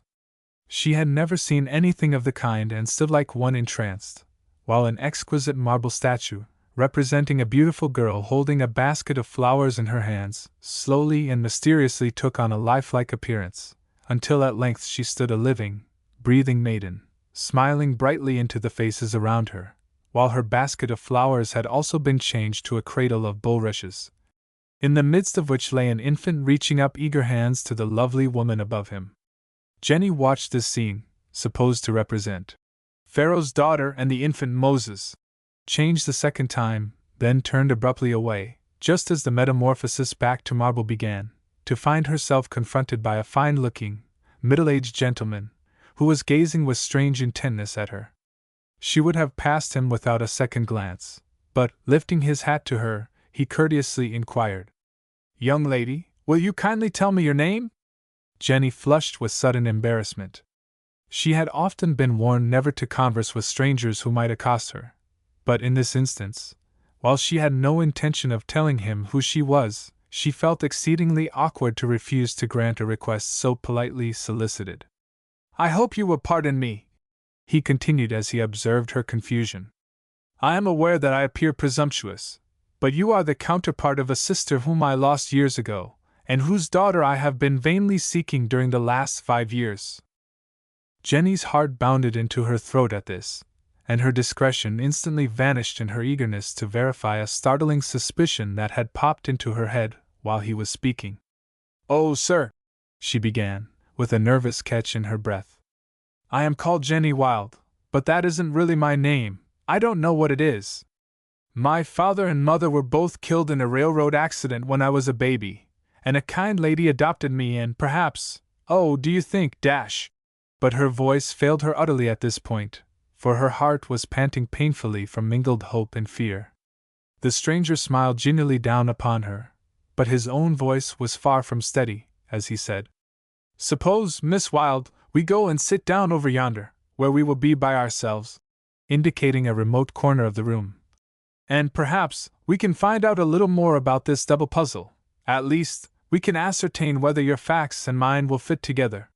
He led the way and placed a chair for her in a position to shield her from observation as they talked, and then, sitting down beside her, asked her to please tell him as much of her history as she was willing he should know. But, as we are aware, that was very little, indeed, and took only a few minutes to relate. "Well, my child," the man observed, when she concluded, "there is not much in what you have told me that throws any light upon what I am anxious to learn. Your face and form alone seem to indicate kinship, and that may be but a singular coincidence. All the same, you shall hear my story. Years ago I had a sister whom I loved very dearly. She was much older than I and took the place of my mother when I lost her. I lived with this sister, after her marriage, until I was 18 years of age, and grew to love the little daughter who came to her when I was a boy of 10, with a tenderness which I have no words to express. At the age of 18, an East India merchant, who dealt in spices, coffee, tea, etc., and who, having no children of his own, had made a kind of protégé of me, proposed that I come to him and learn his business. His partner in the East had recently died. He was about to go abroad to take his place and suggested that this would give me a fine start in life. It was too good an opportunity to be slighted, and I eagerly accepted it. Years passed. My sister and her husband both died. Their daughter married and settled in a thriving town, not far from San Francisco, California. Then, after a time, word came that there was another little girl in the daughter's home, and she wrote begging me to come back to her, if only for a visit, for I was now her only living relative and her lonely heart was hungry for me. I immediately made plans to do so, but my partner, who formerly had been my employer, was suddenly taken away and I was obliged to give up the trip. Nearly a year later my niece wrote very hurriedly, telling me that her husband had obtained a fine position in Chicago, that they had sold their home and were on the point of leaving for that city, but she would send me their address when they were settled. That was the last I ever heard from her, although I wrote numberless letters of inquiry to their former place of residence and also to Chicago. Complications in business made it impossible for me to come to the United States to institute a personal search, until about 5 years ago, and I have spent these years looking for the dear girl who so strangely disappeared after leaving her California home. I have been in nearly every large city in the land, and in each have advertised extensively, but all to no purpose. A month ago I came to Boston for the second time, and have liked the place so well I am loath to leave it. While looking at the transformation scene over yonder, I was attracted by your remarkable resemblance to my sister, as she was at your age, and could not refrain from speaking to you, hoping that I might hear a familiar name. Miss Wilde, can you tell me just when this accident, which deprived you of your parents, occurred?" Jenny gave him the date of the month and the year, and her companion's face changed as he heard it. "That was the same month and the year that my niece left California to go to Chicago," he said. I wonder, by the way, Miss Wilde," with a sudden start, "was there nothing about you when that woman found you, by which you could have been identified?" "Oh, yes. I never thought," panted Jenny, as her trembling hands flew to her throat. In a trice she had unclasped the string of amber beads which she always wore inside her clothing, and laid them in his hand. The man grew very white as he saw them, turned the curious clasp over and read the initials engraven there. He did not speak for a full minute. He was evidently deeply moved, and Jenny sat watching him with bated breath and tensely clasped hands. "My dear," he finally said, "this is the open sesame to everything. This and your remarkable resemblance to my sister, together with the date you have given me, prove to me beyond the shadow of a doubt that you are the daughter of my niece." "OH!" breathed Jenny, with tremulous eagerness. "The initials A to M, A, J, on the clasp, stand for Alfred Arnold to Mildred Arnold Jennison." The gentleman continued. "I am Alfred Arnold. When my niece wrote me of the birth of her little daughter, and that she had named her Mildred for her mother, and Arnold for me, I bought this string of amber in Calcutta, had the initials engraved on the clasp, and sent it to the tiny stranger. Then I am you are," began Jenny, falteringly. "You are my grandniece.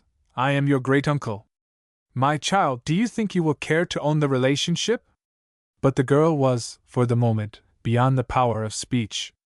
To have the harassing mystery of her life solved at last, to learn something definite regarding her family, even though no one remained to claim her save this distant relative, yet to find in him a cultured gentleman, and reaching out to her with tender yearning, as the only link with his past, was more than she could bear with composure. To have tried to speak just then would have precipitated a burst of tears, and she wouldn't cry in public. So she could only throw out an impulsive, trembling hand to him and smile faintly into the grave, kind face beside her. He folded it within his own and patted it soothingly with a fatherly air. Little girl," he said huskily, but tenderly. "I can hardly believe it.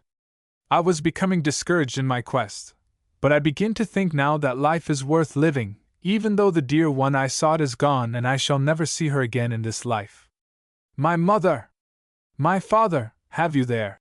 But Jenny was obliged to stop again because of the refractory lump in her throat. "Yes, I have numerous photographs of them all," Mr. Arnold replied, and instinctively comprehending her thought. "I even have one of baby Mildred," he added, with a smile, "taken when she was 6 months old. Your mother's maiden name was Pauline West, and I have some beautiful letters from her that you will love to read some day." "Do I look like her at all?" queried Jenny, who was beginning to forget herself and grow more composed as she drank in these interesting facts. "No, she resembled her father, and was light, with blue eyes, though you have a way of speaking that reminds me of her. But you are almost the image of my sister, her mother, who was dark, with black eyes and hair that curled, just as yours does, about her forehead." Mr. Arnold replied, and added, "Your father I never saw, but I have some pictures of a very nice-looking gentleman whose autograph, Charles E. Jennison, is written on the back. And my name is Mildred Arnold Jennison," said Jenny, and drawing a long breath at the unfamiliar sounds. "Yes, I am sure of it. With your resemblance to Annie, my sister, the dates you have given me, and this string of beads, I could ask for no stronger proofs," returned the gentleman as he gave back the amber necklace. "It is a very pretty name, I think," said the girl, a happy little laugh breaking from her. "And I'm glad there is a Jenny in it, for I've been called that so long I would hardly know how to answer to any other. But oh! What time is it?" she cried, starting to her feet. "I had forgotten all about my train." Mr. Arnold showed her his watch, whereupon she breathed more freely. "There is plenty of time," she added more composedly. "But I think I must go now, for I have a package to get from another store. I hope, though, this hasn't been a transformation scene that will turn back to marble or blankness," she concluded, with a nervous laugh as she glanced towards the curtained alcove where they had met. "Do not fear, it is all living truth, and we are going to make it seem more real every day," cheerily responded Mr. Arnold. "I will see you to your train, and we will thus have a little more time together. Then, very soon, I would like to come to you and meet the friends who have been so kind to you." Jenny asked if he could make it convenient to come to Manchester on Friday, explaining why she could not make the appointment for the next day, and it was so arranged. He accompanied her to the station and put her aboard her train, making himself very entertaining on the way by recounting interesting incidents connected with his life and travels in the East. "You're sure you're a bona fide uncle and no vanishing genie?" she half jestingly, half wistfully remarked as the warning, "All aboard!" sounded, and she gave him her hand at parting. "I'm sure of the relationship, and I think I am of too substantial proportions to become invisible to mortal eyes at a moment's warning. Whether I shall be obliged to vanish in any other way will depend upon yourself later on," Mr. Arnold smilingly replied, as he courteously lifted his hat and bowed himself away. But during the ride home it seemed too wonderful to be true. She had dreamed of a similar revelation so many times, only to awake in the morning and find herself playing Jenny Wild, the same stray waif still hopelessly bemoaning the mystery that enshrouded her origin, that she could hardly believe she was not dreaming now. "Mildred Arnold Jennison! Mildred Arnold Jennison!" she repeated over and over. "I don't know her. I can hardly believe she really exists. It seems more like one of the many vagaries of wild Jenny who was ever fond of imagining herself some poor little princess in disguise." And thus, by the time she reached home, she had worked herself to the highest pitch of nervous excitement, which culminated in Katherine's arms, and which she was patiently trying to overcome when we left them to take our backward glance. Chapter 26. Conclusion. By the time Jenny had given Katherine a brief outline of what had occurred during the afternoon, the dinner bell sounded and warned them that they must put aside romance and startling revelations for the present, and come down to the more practical and prosaic affairs of life.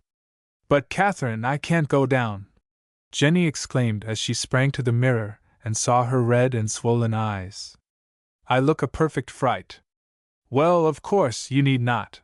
I will send you up something nice, and you can rest and try to compose yourself, for you will want to tell us all more of this wonderful story by and by," Katherine considerately returned as she arose from her kneeling posture to obey the summons from below.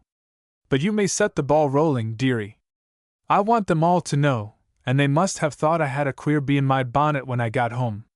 Very well, I will formally announce the advent of our new guest, Miss Mildred Arnold Jennison, if you wish, and I know that everyone will heartily rejoice with you," was the smiling reply.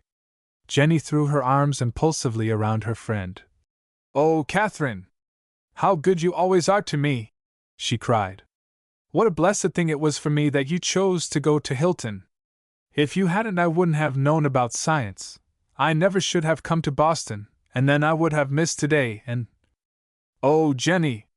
Jenny! God governs all. He has more ways than one of leading his children, and when they are ready for the truth it is always revealed to them," chidingly interposed her friend, but dropping a fond kiss upon the flushed cheek nearest her.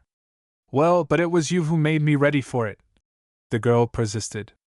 "You were so dear yourself you made me want to be dear, too, and so my heart opened to receive the truth. And, Katherine," impressively, "every day since I got your letter, just after Auntie went away, I have said over to myself what you wrote me, and tried to believe it. It was this: your identity is not lost, you are God's child, and that child can never be deprived of her birthright, or any other good necessary to her happiness and well-being, only I put it in the first person.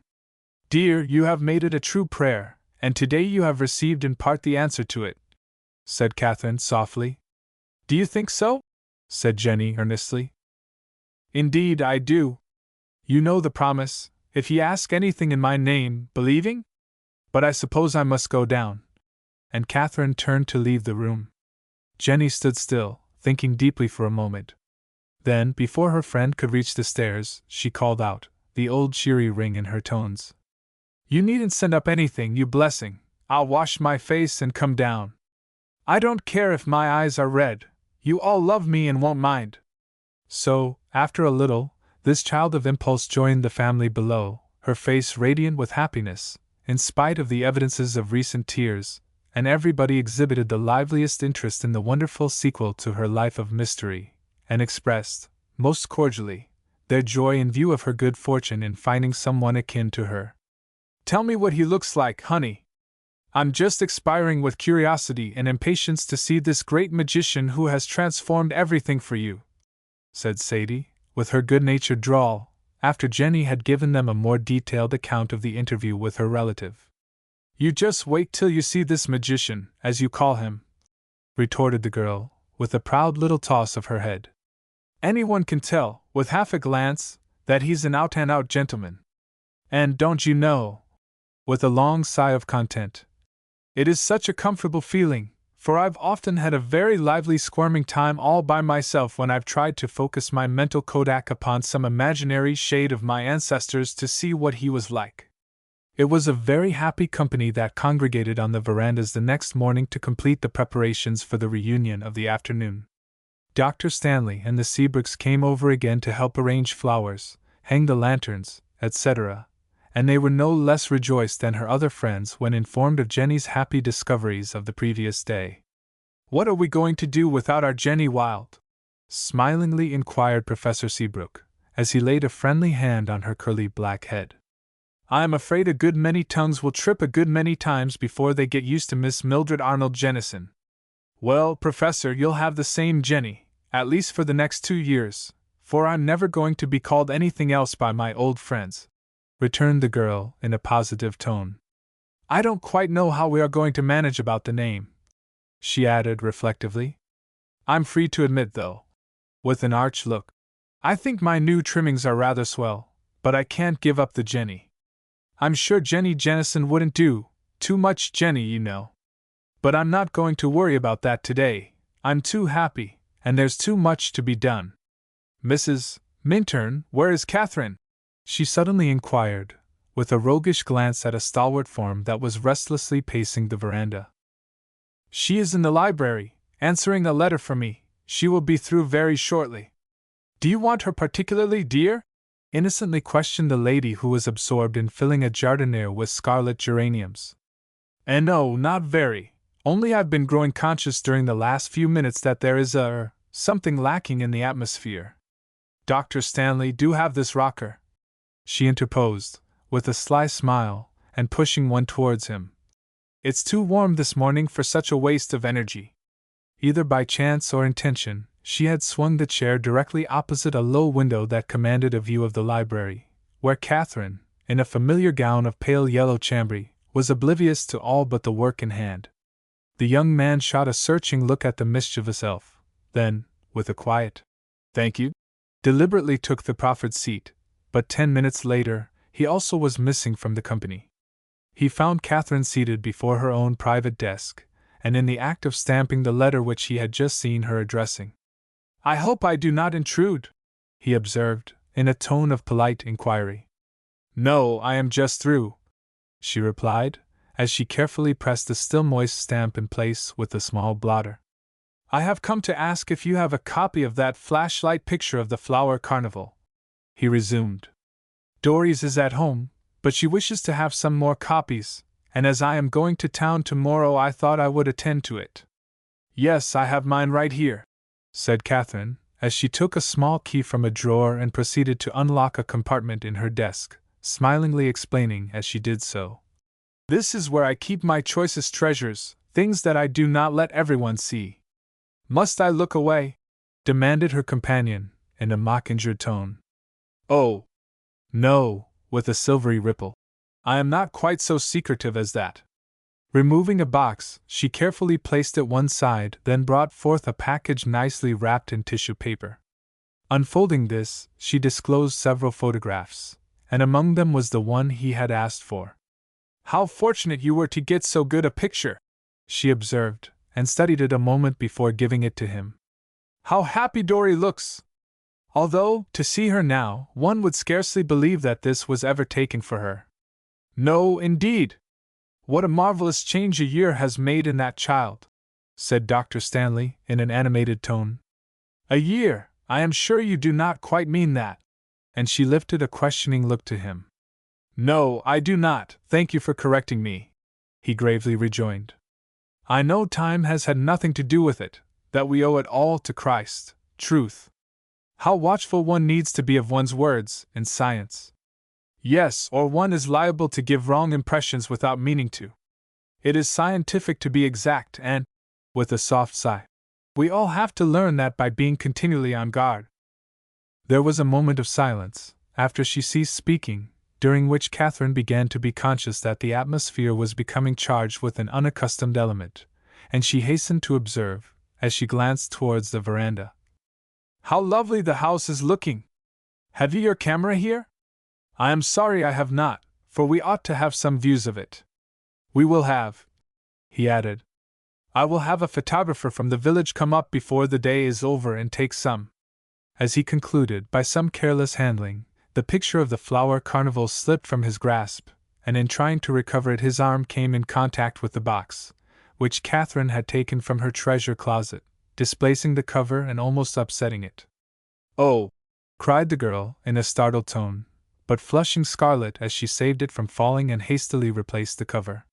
She was not quick enough, however, to prevent her companion seeing, with a sudden heart bound of joy, that the box contained a spray of dried and faded moss rosebuds. He turned a radiant face to her, and her eyes drooped in confusion before the look in his, while the color burned brighter in her cheeks. "Miss Minturn, Katherine! Did you prize them enough to keep them here?" And he touched the door of her treasure closet. "They are a souvenir of a delightful evening, my last at Hilton," she faltered.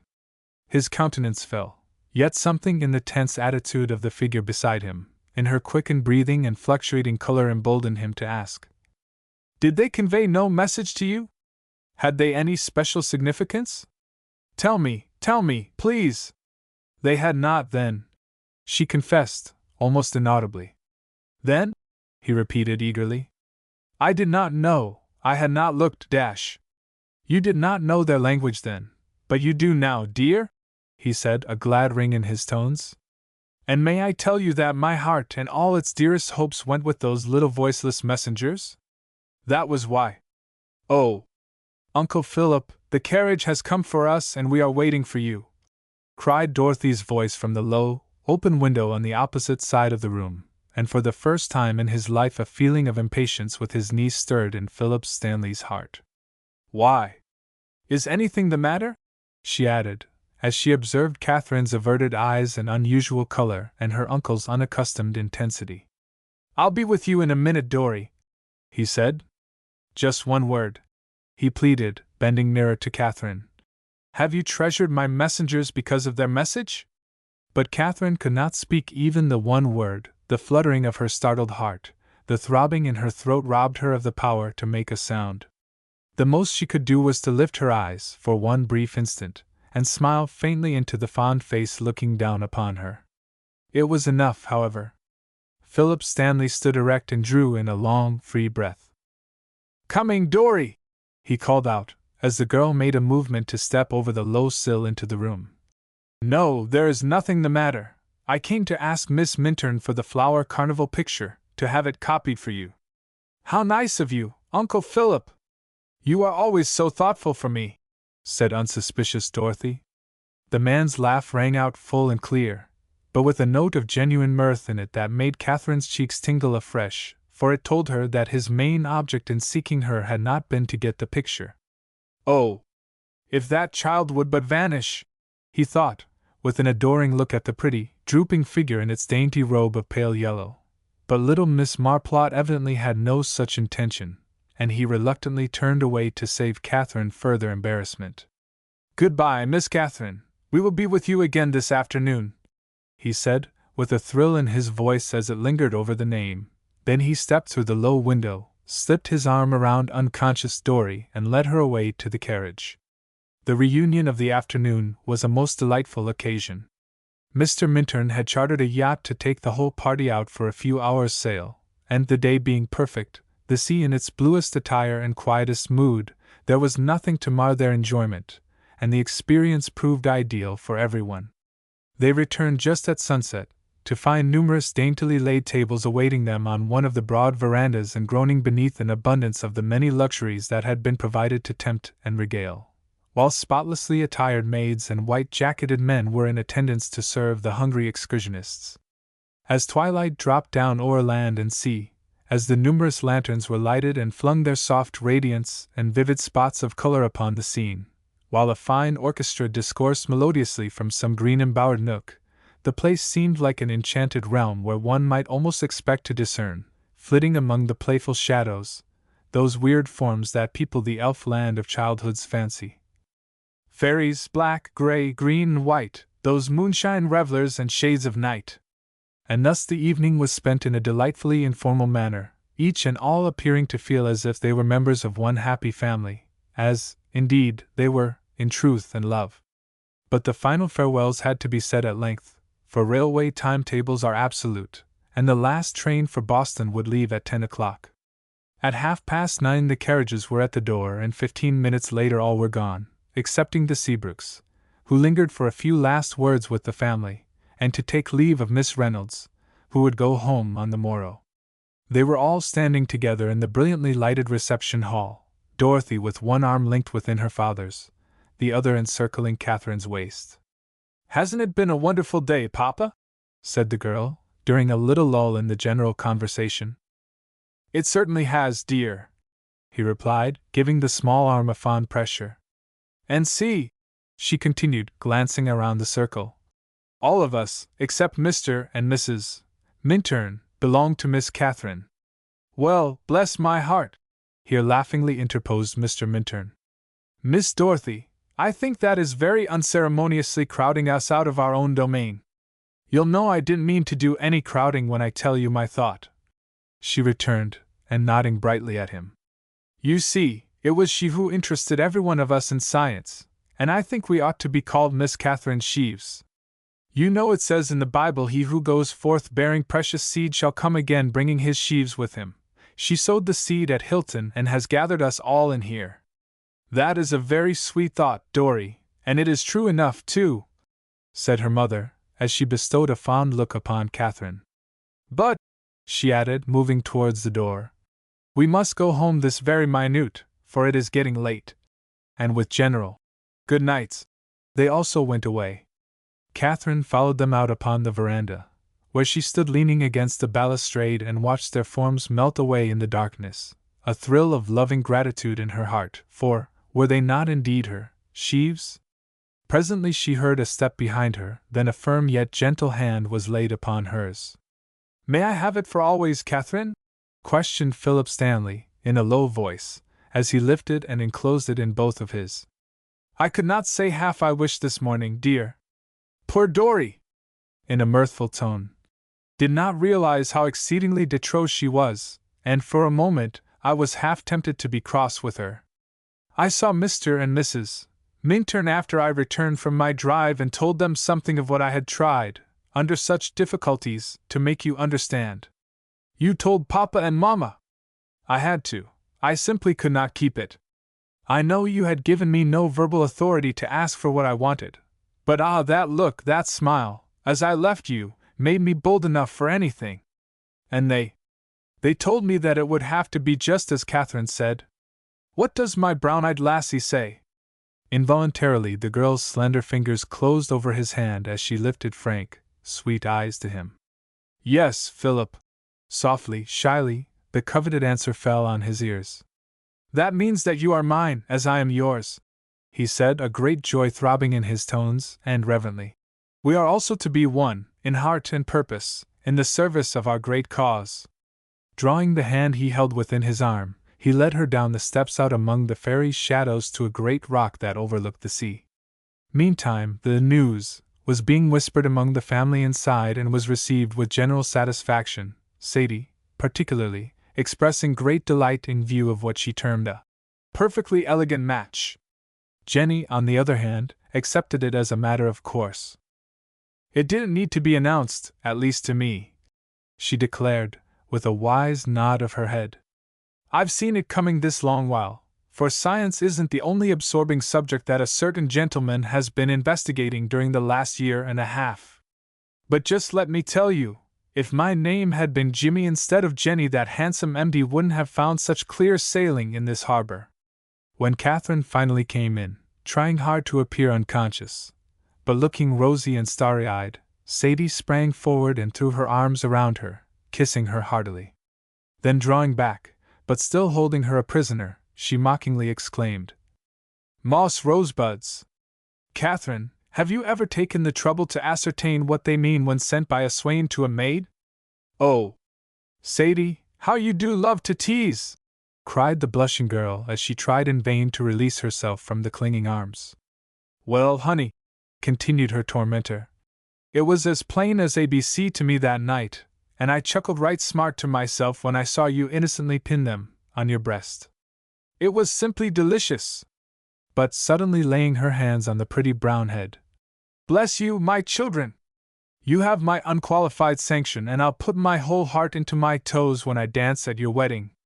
With a light laugh, the gay girl bounded to the piano and vigorously began playing Mendelssohn's Wedding March. But Katherine had vanished.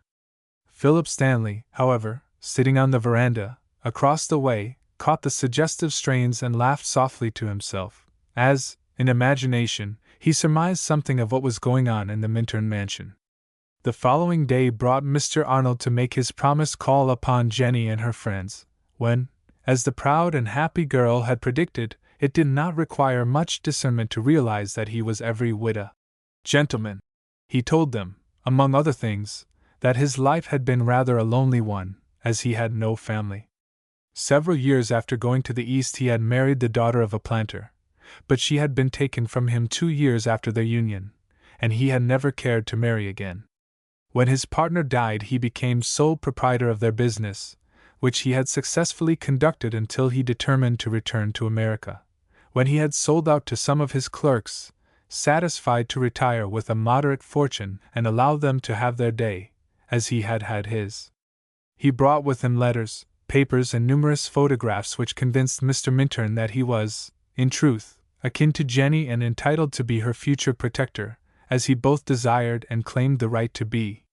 He expressed his grateful appreciation of what the Minturns, particularly Katherine, had done for his niece, but insisted upon refunding all that they had thus far expended upon her education. "It is but just and right," he persisted, when Katherine demurred, saying it had been a love offering, and she did not wish it back. "I am abundantly able to do it, and also to give her every advantage in the future. I do feel, however, that nothing can ever repay you for the great kindness you have shown her." He afterwards had a private conversation with Jenny, during which he proposed to legally adopt her, if she had no objection to taking his name, and would be content to make her home with an old gentleman like himself. "Content!" she exclaimed, drawing an ecstatic breath. "Well, for a girl who has always felt that she didn't really belong anywhere, that is a prospect that would just about turn my head if I hadn't found a new chart and compass to steer by. As for the old gentleman, if you don't mind," with a roguish glance but flushing slightly, "I'd like to tell you I think he is just dear." "I wonder what I'll have to pay for that," said Mr. Arnold, laughing, but with a suspicious moisture in his eyes.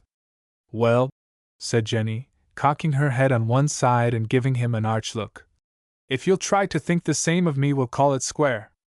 "That won't be such a difficult task," he replied, gently touching a curling lock on her forehead that was so like his sister's. "As for the name," Jenny resumed, more seriously, "you say my middle one was given me for you.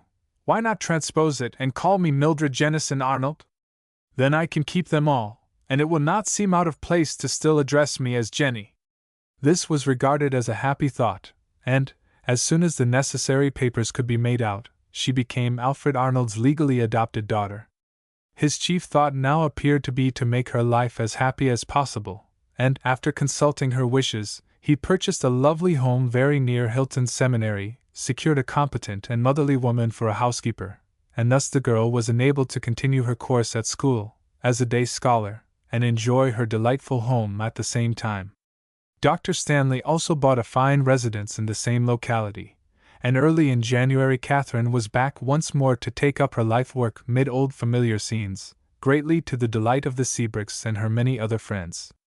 Her husband still retained his office in the city, but with a new sign now hanging in his window: Philip Harris Stanley, M.D., Christian Scientist, and already he was becoming widely known as a successful practitioner.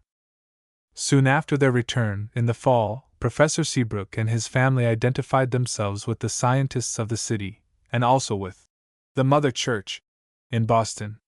Some of the pupils dropped out of Hilton because of this step, but others came to fill their places, and a year later both wings of the building had been extended and a most flourishing condition of affairs prevailed. Miss Reynolds had resigned her position at Hilton at the beginning of the year, and remained at home with her mother, and where she also had taken up her work for Truth. Sadie Minot, having attained her majority and come into possession of her fortune, decided that she would be happier to locate near her old friends, with whom she was in such close religious sympathy, and she accordingly found a pleasant home in the city and resumed the study of French, German, and music.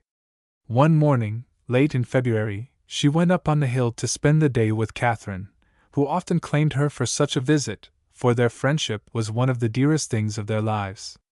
Today, however, Sadie appeared to have some weighty subject on her mind, for she was unusually thoughtful, and Katherine was beginning to wonder if anything was troubling her, when she drew forth a letter and, passing it to her, said, "Read that, honey, and tell me what you think of it." With a dim suspicion of what was coming, Katherine drew forth the missive from its envelope and read, "Dear Sadie, when the prodigal faced about to go back to his home, his father went forth to meet him. I have faced about, I have returned to my father and our Father. The one has welcomed and forgiven, and truth is teaching me what true forgiveness of sin is, the destruction of sin in the human consciousness. Now I turn to you to seek pardon, nay, I suppose I should know that I am already pardoned, since you also are learning to recognize man only as his Father's image and likeness. At the same time, some acknowledgement is due for wrong that I have done you. Truth compels me to confess that my motive in seeking you, 2 years ago, was not good, and I am now ashamed of my later persecution. It was unworthy of any man. And now, justice to myself prompts me to say that, underneath, there was a real fondness for you, and I find, now that I am clothed and in my right mind, that it had acquired even a stronger hold upon me than I then realized. I write this because I am soon to go abroad for an indefinite period, have been appointed confidential secretary to, who goes, in March, as United States Minister to England. All I am, together with the brighter prospects before me, I owe to Philip Stanley, who, next to her who has given to this sin-burdened world the message of love that has saved me, commands my deepest gratitude and respect. Send me one word, Sadie, forgiven, and I shall leave my country with a lighter heart than I have known for years. Ned." Katherine lifted moist eyes to her friend after reading and refolding the letter. "Philip says the change in him is wonderful. He saw him, you know, when he was at home for Christmas," she observed. "Shall you send him the word he asks for, Sadie?" Miss Minot did not reply for a moment, and her flushed face drooped lower over the embroidery in her hands. At last she said slowly, "Honey, I have sent him a word, but it was come." "Sadie!" "Yes, and," a shy smile playing around the corners of the girl's mouth, "a telegram received last night reads, 'Coming Thursday, sail March 30th. Can you get ready?'" "You fairly take my breath away!" exclaimed Katherine, amazed. "And you are going to England with him?" "I reckon he'd hardly expect anything else, after I had said come, would he?" queried Sadie, sweeping her friend a shy look from under her lashes. "It seems to me you are not quite so averse to a European trip as you were a year and a half ago," Mrs. Stanley observed, in a significant tone. Sadie laughed out merrily. "Well, the old southern drawl manifesting itself. At that time, honey, the attraction to stay was the same that it now is to go." "I am glad, Sadie, I really am," said Katherine, after a thoughtful pause. "Philip and I have often wondered how things would eventually arrange themselves for you two. I must say, though, the way you've managed it is unique in the annals of history." And she burst into a hearty laugh. "Think so? Well, you see, I didn't have any preserved moss rosebuds to send him," retorted Miss Minot, with a chuckle. "Sadie, will you never let up on those rosebuds?" cried Katherine, still laughing. "However, as I said before, I am glad. You are practically alone in the world and will be happier to have a home of your own, and I think I would feel very sorry to have Mr. Willard go to a far country all by himself. Now I am going to have you come right to me until you go," she went on with animation. "You shall be married here. I will matronize you, and we will have all the old school friends on hand to give you a rousing send-off." "How perfectly lovely of you, Katherine!" It will surely be a great comfort to me, give me such a homey feeling, you know, and I. But Sadie's tremulous lips and an unmanageable lump in her throat would not permit her to go on. I shall love to do it, dear. It will give me a fine opportunity to entertain our classmates and other friends, Katherine hastened to say. But how perfectly funny! She cried gaily. To be planning for your wedding, and you two lovers haven't yet come to a definite understanding? Oh, yes, we have, honey. Ned knows, as well as I, that everything was settled by that one word come, nothing but details remain to be arranged. But oh, Katherine, how I shall miss you! She concluded, yearningly, for, as we know, during their 2 years' friendship there had been scarcely a cloud to obscure the harmony between them. Yes, we shall miss each other, Katherine assented, with a soft sigh. But turning luminous eyes upon her. We both have the same shepherd, love, we shall both dwell together in the secret place and be ever working for the same blessed cause. Nothing can really separate us, dear, so long as we faithfully keep step in moving towards the light. The end.